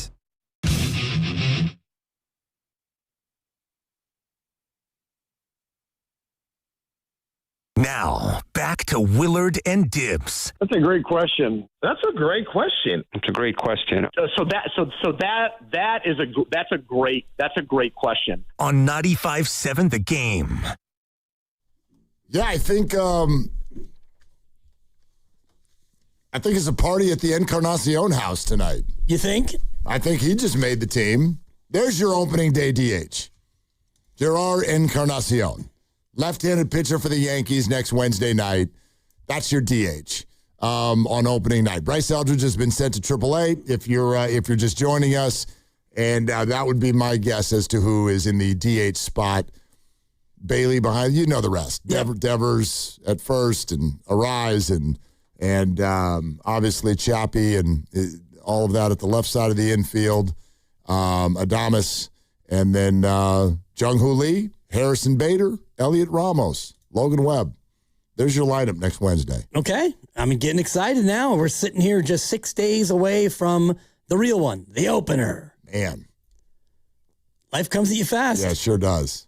It sure does. But it's kind of the fun, natural evolution of this time of year, which I love, where there's football, it ends, there's profound sadness, but hope springs eternal, and pitchers and catchers are stretching and towel snapping, and then you get to my favorite, the madness, which leads into baseball, and then the tinkling of the piano is not too far away. Hello, friends, the Masters. And then, you start to roll in the NBA playoffs, and as much as the fall dominates because football is phenomenal, there's a certain cadence to the spring that I like, because you get, one event. A lot of different stuff. It kind of rolls out, and then you get the U.S. Open in June, and next thing you know, it's the summer. Yeah, and then you even get the first half versus the second half. I don't know if there's been a lot of upsets today, but there have been a lot of games where you're like, oh, that one team is absolutely dominating, and then they come out in the second half, and it goes exactly the other way. Dude,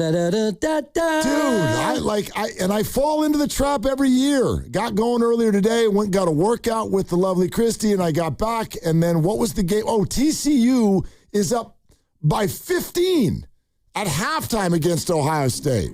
And your boy did the little green check. Oh, boy. There's one. And I mean, they came out and they barely scored a point for 15 minutes in the second half. That's right. It's just what the hell happened? Now, they held on. They held on and they won. They lost the lead. They lost the lead, and then they came back and won. But, man, the game of runs that we're seeing right now in some of these is pretty wild. North Carolina's had complete control against VCU for the better part of an hour and a half. And now it's a 4-point game. It just was 2 a moment ago. 2, yeah. But they got no answer for Visar, the big kid from North Carolina. Yeah. We're hoping the game ends like this for those of us who are on under 152.5. Under 152.5? I don't like my chances. They're at 144. 2 minutes to go. Only 2 minutes to go. But we're getting into fouling season. Yeah, I hear you. We're also in Triples for Autism season, which is brought to you by Petnelli Financial Partners and the Autism Society, San Francisco Bay Area. Warriors made 10 3-pointers last night, just enough for another donation from Petnelli to the Autism Society San Francisco. Thank you, Draymond, who made 3, couple apiece for Pat Spencer and Kristaps Porzingis. That is the 67th donation of the season for Triples for Autism in 69 games. So only twice have the Warriors not hit 10 3-pointers. We really appreciate your help here as well. If you'd like to donate or get involved, go to sfautismsociety.org. That was Triples for Autism, brought to you by Petnelli Financial Partners and the Autism Society, San Francisco Bay Area. Petnelli is here for you, offering financial guidance and support throughout life's milestones. Go to PetnelliFP.com. And it's big time thank you, Draymond, because they made 1 in the fourth quarter to get to 10, and it was Draymond who made the lone triple in the fourth quarter. Yeah. And then, oh, by the way, knockout tournament is coming. Do I have this right? Is it 2 weeks from Monday? 2 weeks from Monday is knockout at Chase Center. When the NCAA tournament is over, that's the day that knockout is. So that would be, 2 weeks from Monday. That sounds about right. Yeah, 2 weeks from Monday. And so much talk has gone into this, so many giveaways, so much fun, so much thought, and we love this event. And we have had nothing but great reviews from those of you who have had a chance to get out there. So I wanted to take this moment to just say thank you to each and every one of you that's tried your butt off to get into this event. And those of you who have been successful, very, very excited to meet you there. Those of you who have not, once again, thank you for trying so hard. You're not done yet. There are 3 more openings. Of all of the openings, we got 3 more left, and they're coming at you tomorrow. So this starts around 8 a.m. on the morning roast tomorrow, and then the last 2 will come in the crossover between 1:45 and 2:15. And hopefully you listen to today's crossover, because the way we've been doing it is during the crossover, we're asking questions about stuff that was said the day before. So to win on tomorrow's crossover, you probably would have had to have listened to today's crossover. And Knockout is presented by Beam Law, because it's not whether you get knocked down, it's whether you get back up. Beam Law, they've got your back, Bay Area. Go to the Odyssey app and use the rewind feature and go to 148 today and listen to the crossover. That's a great idea. And that's all you have to do. So if you missed it. Yeah. And even if you caught it, I do a little refresher. See what stands out about the conversation, because something, if not 2 somethings, will be plucked from that and it'll be repurposed. Yeah, absolutely. All right. And then I think we might be down to as few as, it seems like we're kind of thinking maybe 3 or 4 more Steph-less games. And so that's what we'll be ramping up next week. Next week's a hell of a week. No doubt. It is a hell of a week. The Giants and Yankees are playing on Wednesday at Oracle Park.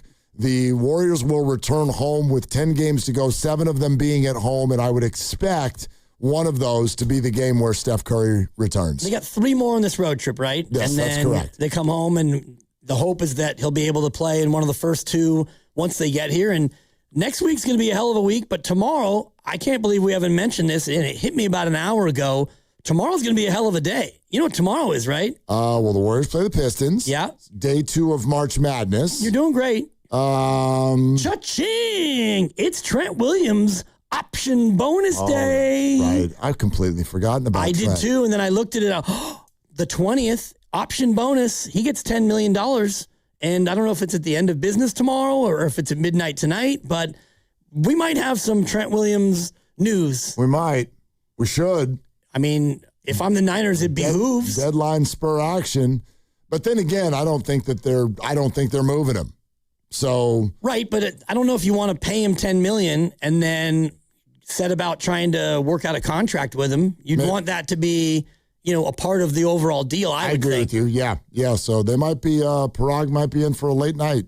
Might be up late talking this one out. Yeah, might be. And then with me not here tomorrow, go ahead and roll your eyes if you want. I just want to throw this out there and see, does this do anything to you? Saturday night, Warriors and Hawks. Is this a thing for you? It's funny because I really, Jonathan had a nice game last night. He had that 75-footer that was a pass and it went in. You should go see the highlight if you haven't. But something happened to me this week where I was like, you know what? This is officially put to bed. And I think maybe it's because they're both playing and they're both playing relatively well. Kristaps is in. He's playing well. Jonathan's back from his injury. He had a couple of whatever games. He had a 2-point game. He had a 7-point game. But last night was another good game. And I don't know, if you had asked me 2 weeks ago, I would have thought that we were building toward this. Warriors and Hawks, Saturday night, Kristaps and Jonathan. And I went, I don't know, man. I think the wound of all this thing is finally just healed. I don't know if that's the right word. I mean, for you, but I think it's still a thing, and it's going to be a bigger thing when he comes here next year. Yeah, but that's true. If when he they comes both here. play in Atlanta, no guarantee that either or both will play. No. But there's going to be a certain amount of head-to-head, your guy, our guy, this was the trade that was made. So I still think it's a thing. It's dissipating. Every time Kristaps plays, it dissipates a little bit because at least you can say, we got something. We got something. Yeah. We got more than just a contract slot. Right. That's all. Grandy, what's about to happen on the radio? What are you doing here in a little bit? You guys caught up with Mark Spears of ESPN and Nick Friedel of The Athletic. So everything Warriors, even some draft-related stuff with Mark Spears, all coming up. Yep. Okay. So that's the best of the game with Mr. 95-7 the game champion guy, Mark Grandy. That's my name. Yep, coming up here throughout the 6 o'clock hour. So make sure you stay tuned for that. Mr. Dibley, would you like to do it again tomorrow? Not with you. Okay, fine. I want to do it with the champ. All right, that's fine. You do that. I will be sweating in Arizona and thinking about you guys. Not really. All right. Here comes Grandy. That's brought to you by Fremont Bank. Here for you. Here for good. For Dibs, for Grandy, for Lucas, I'm Mark. Shoot your shot. It's all you.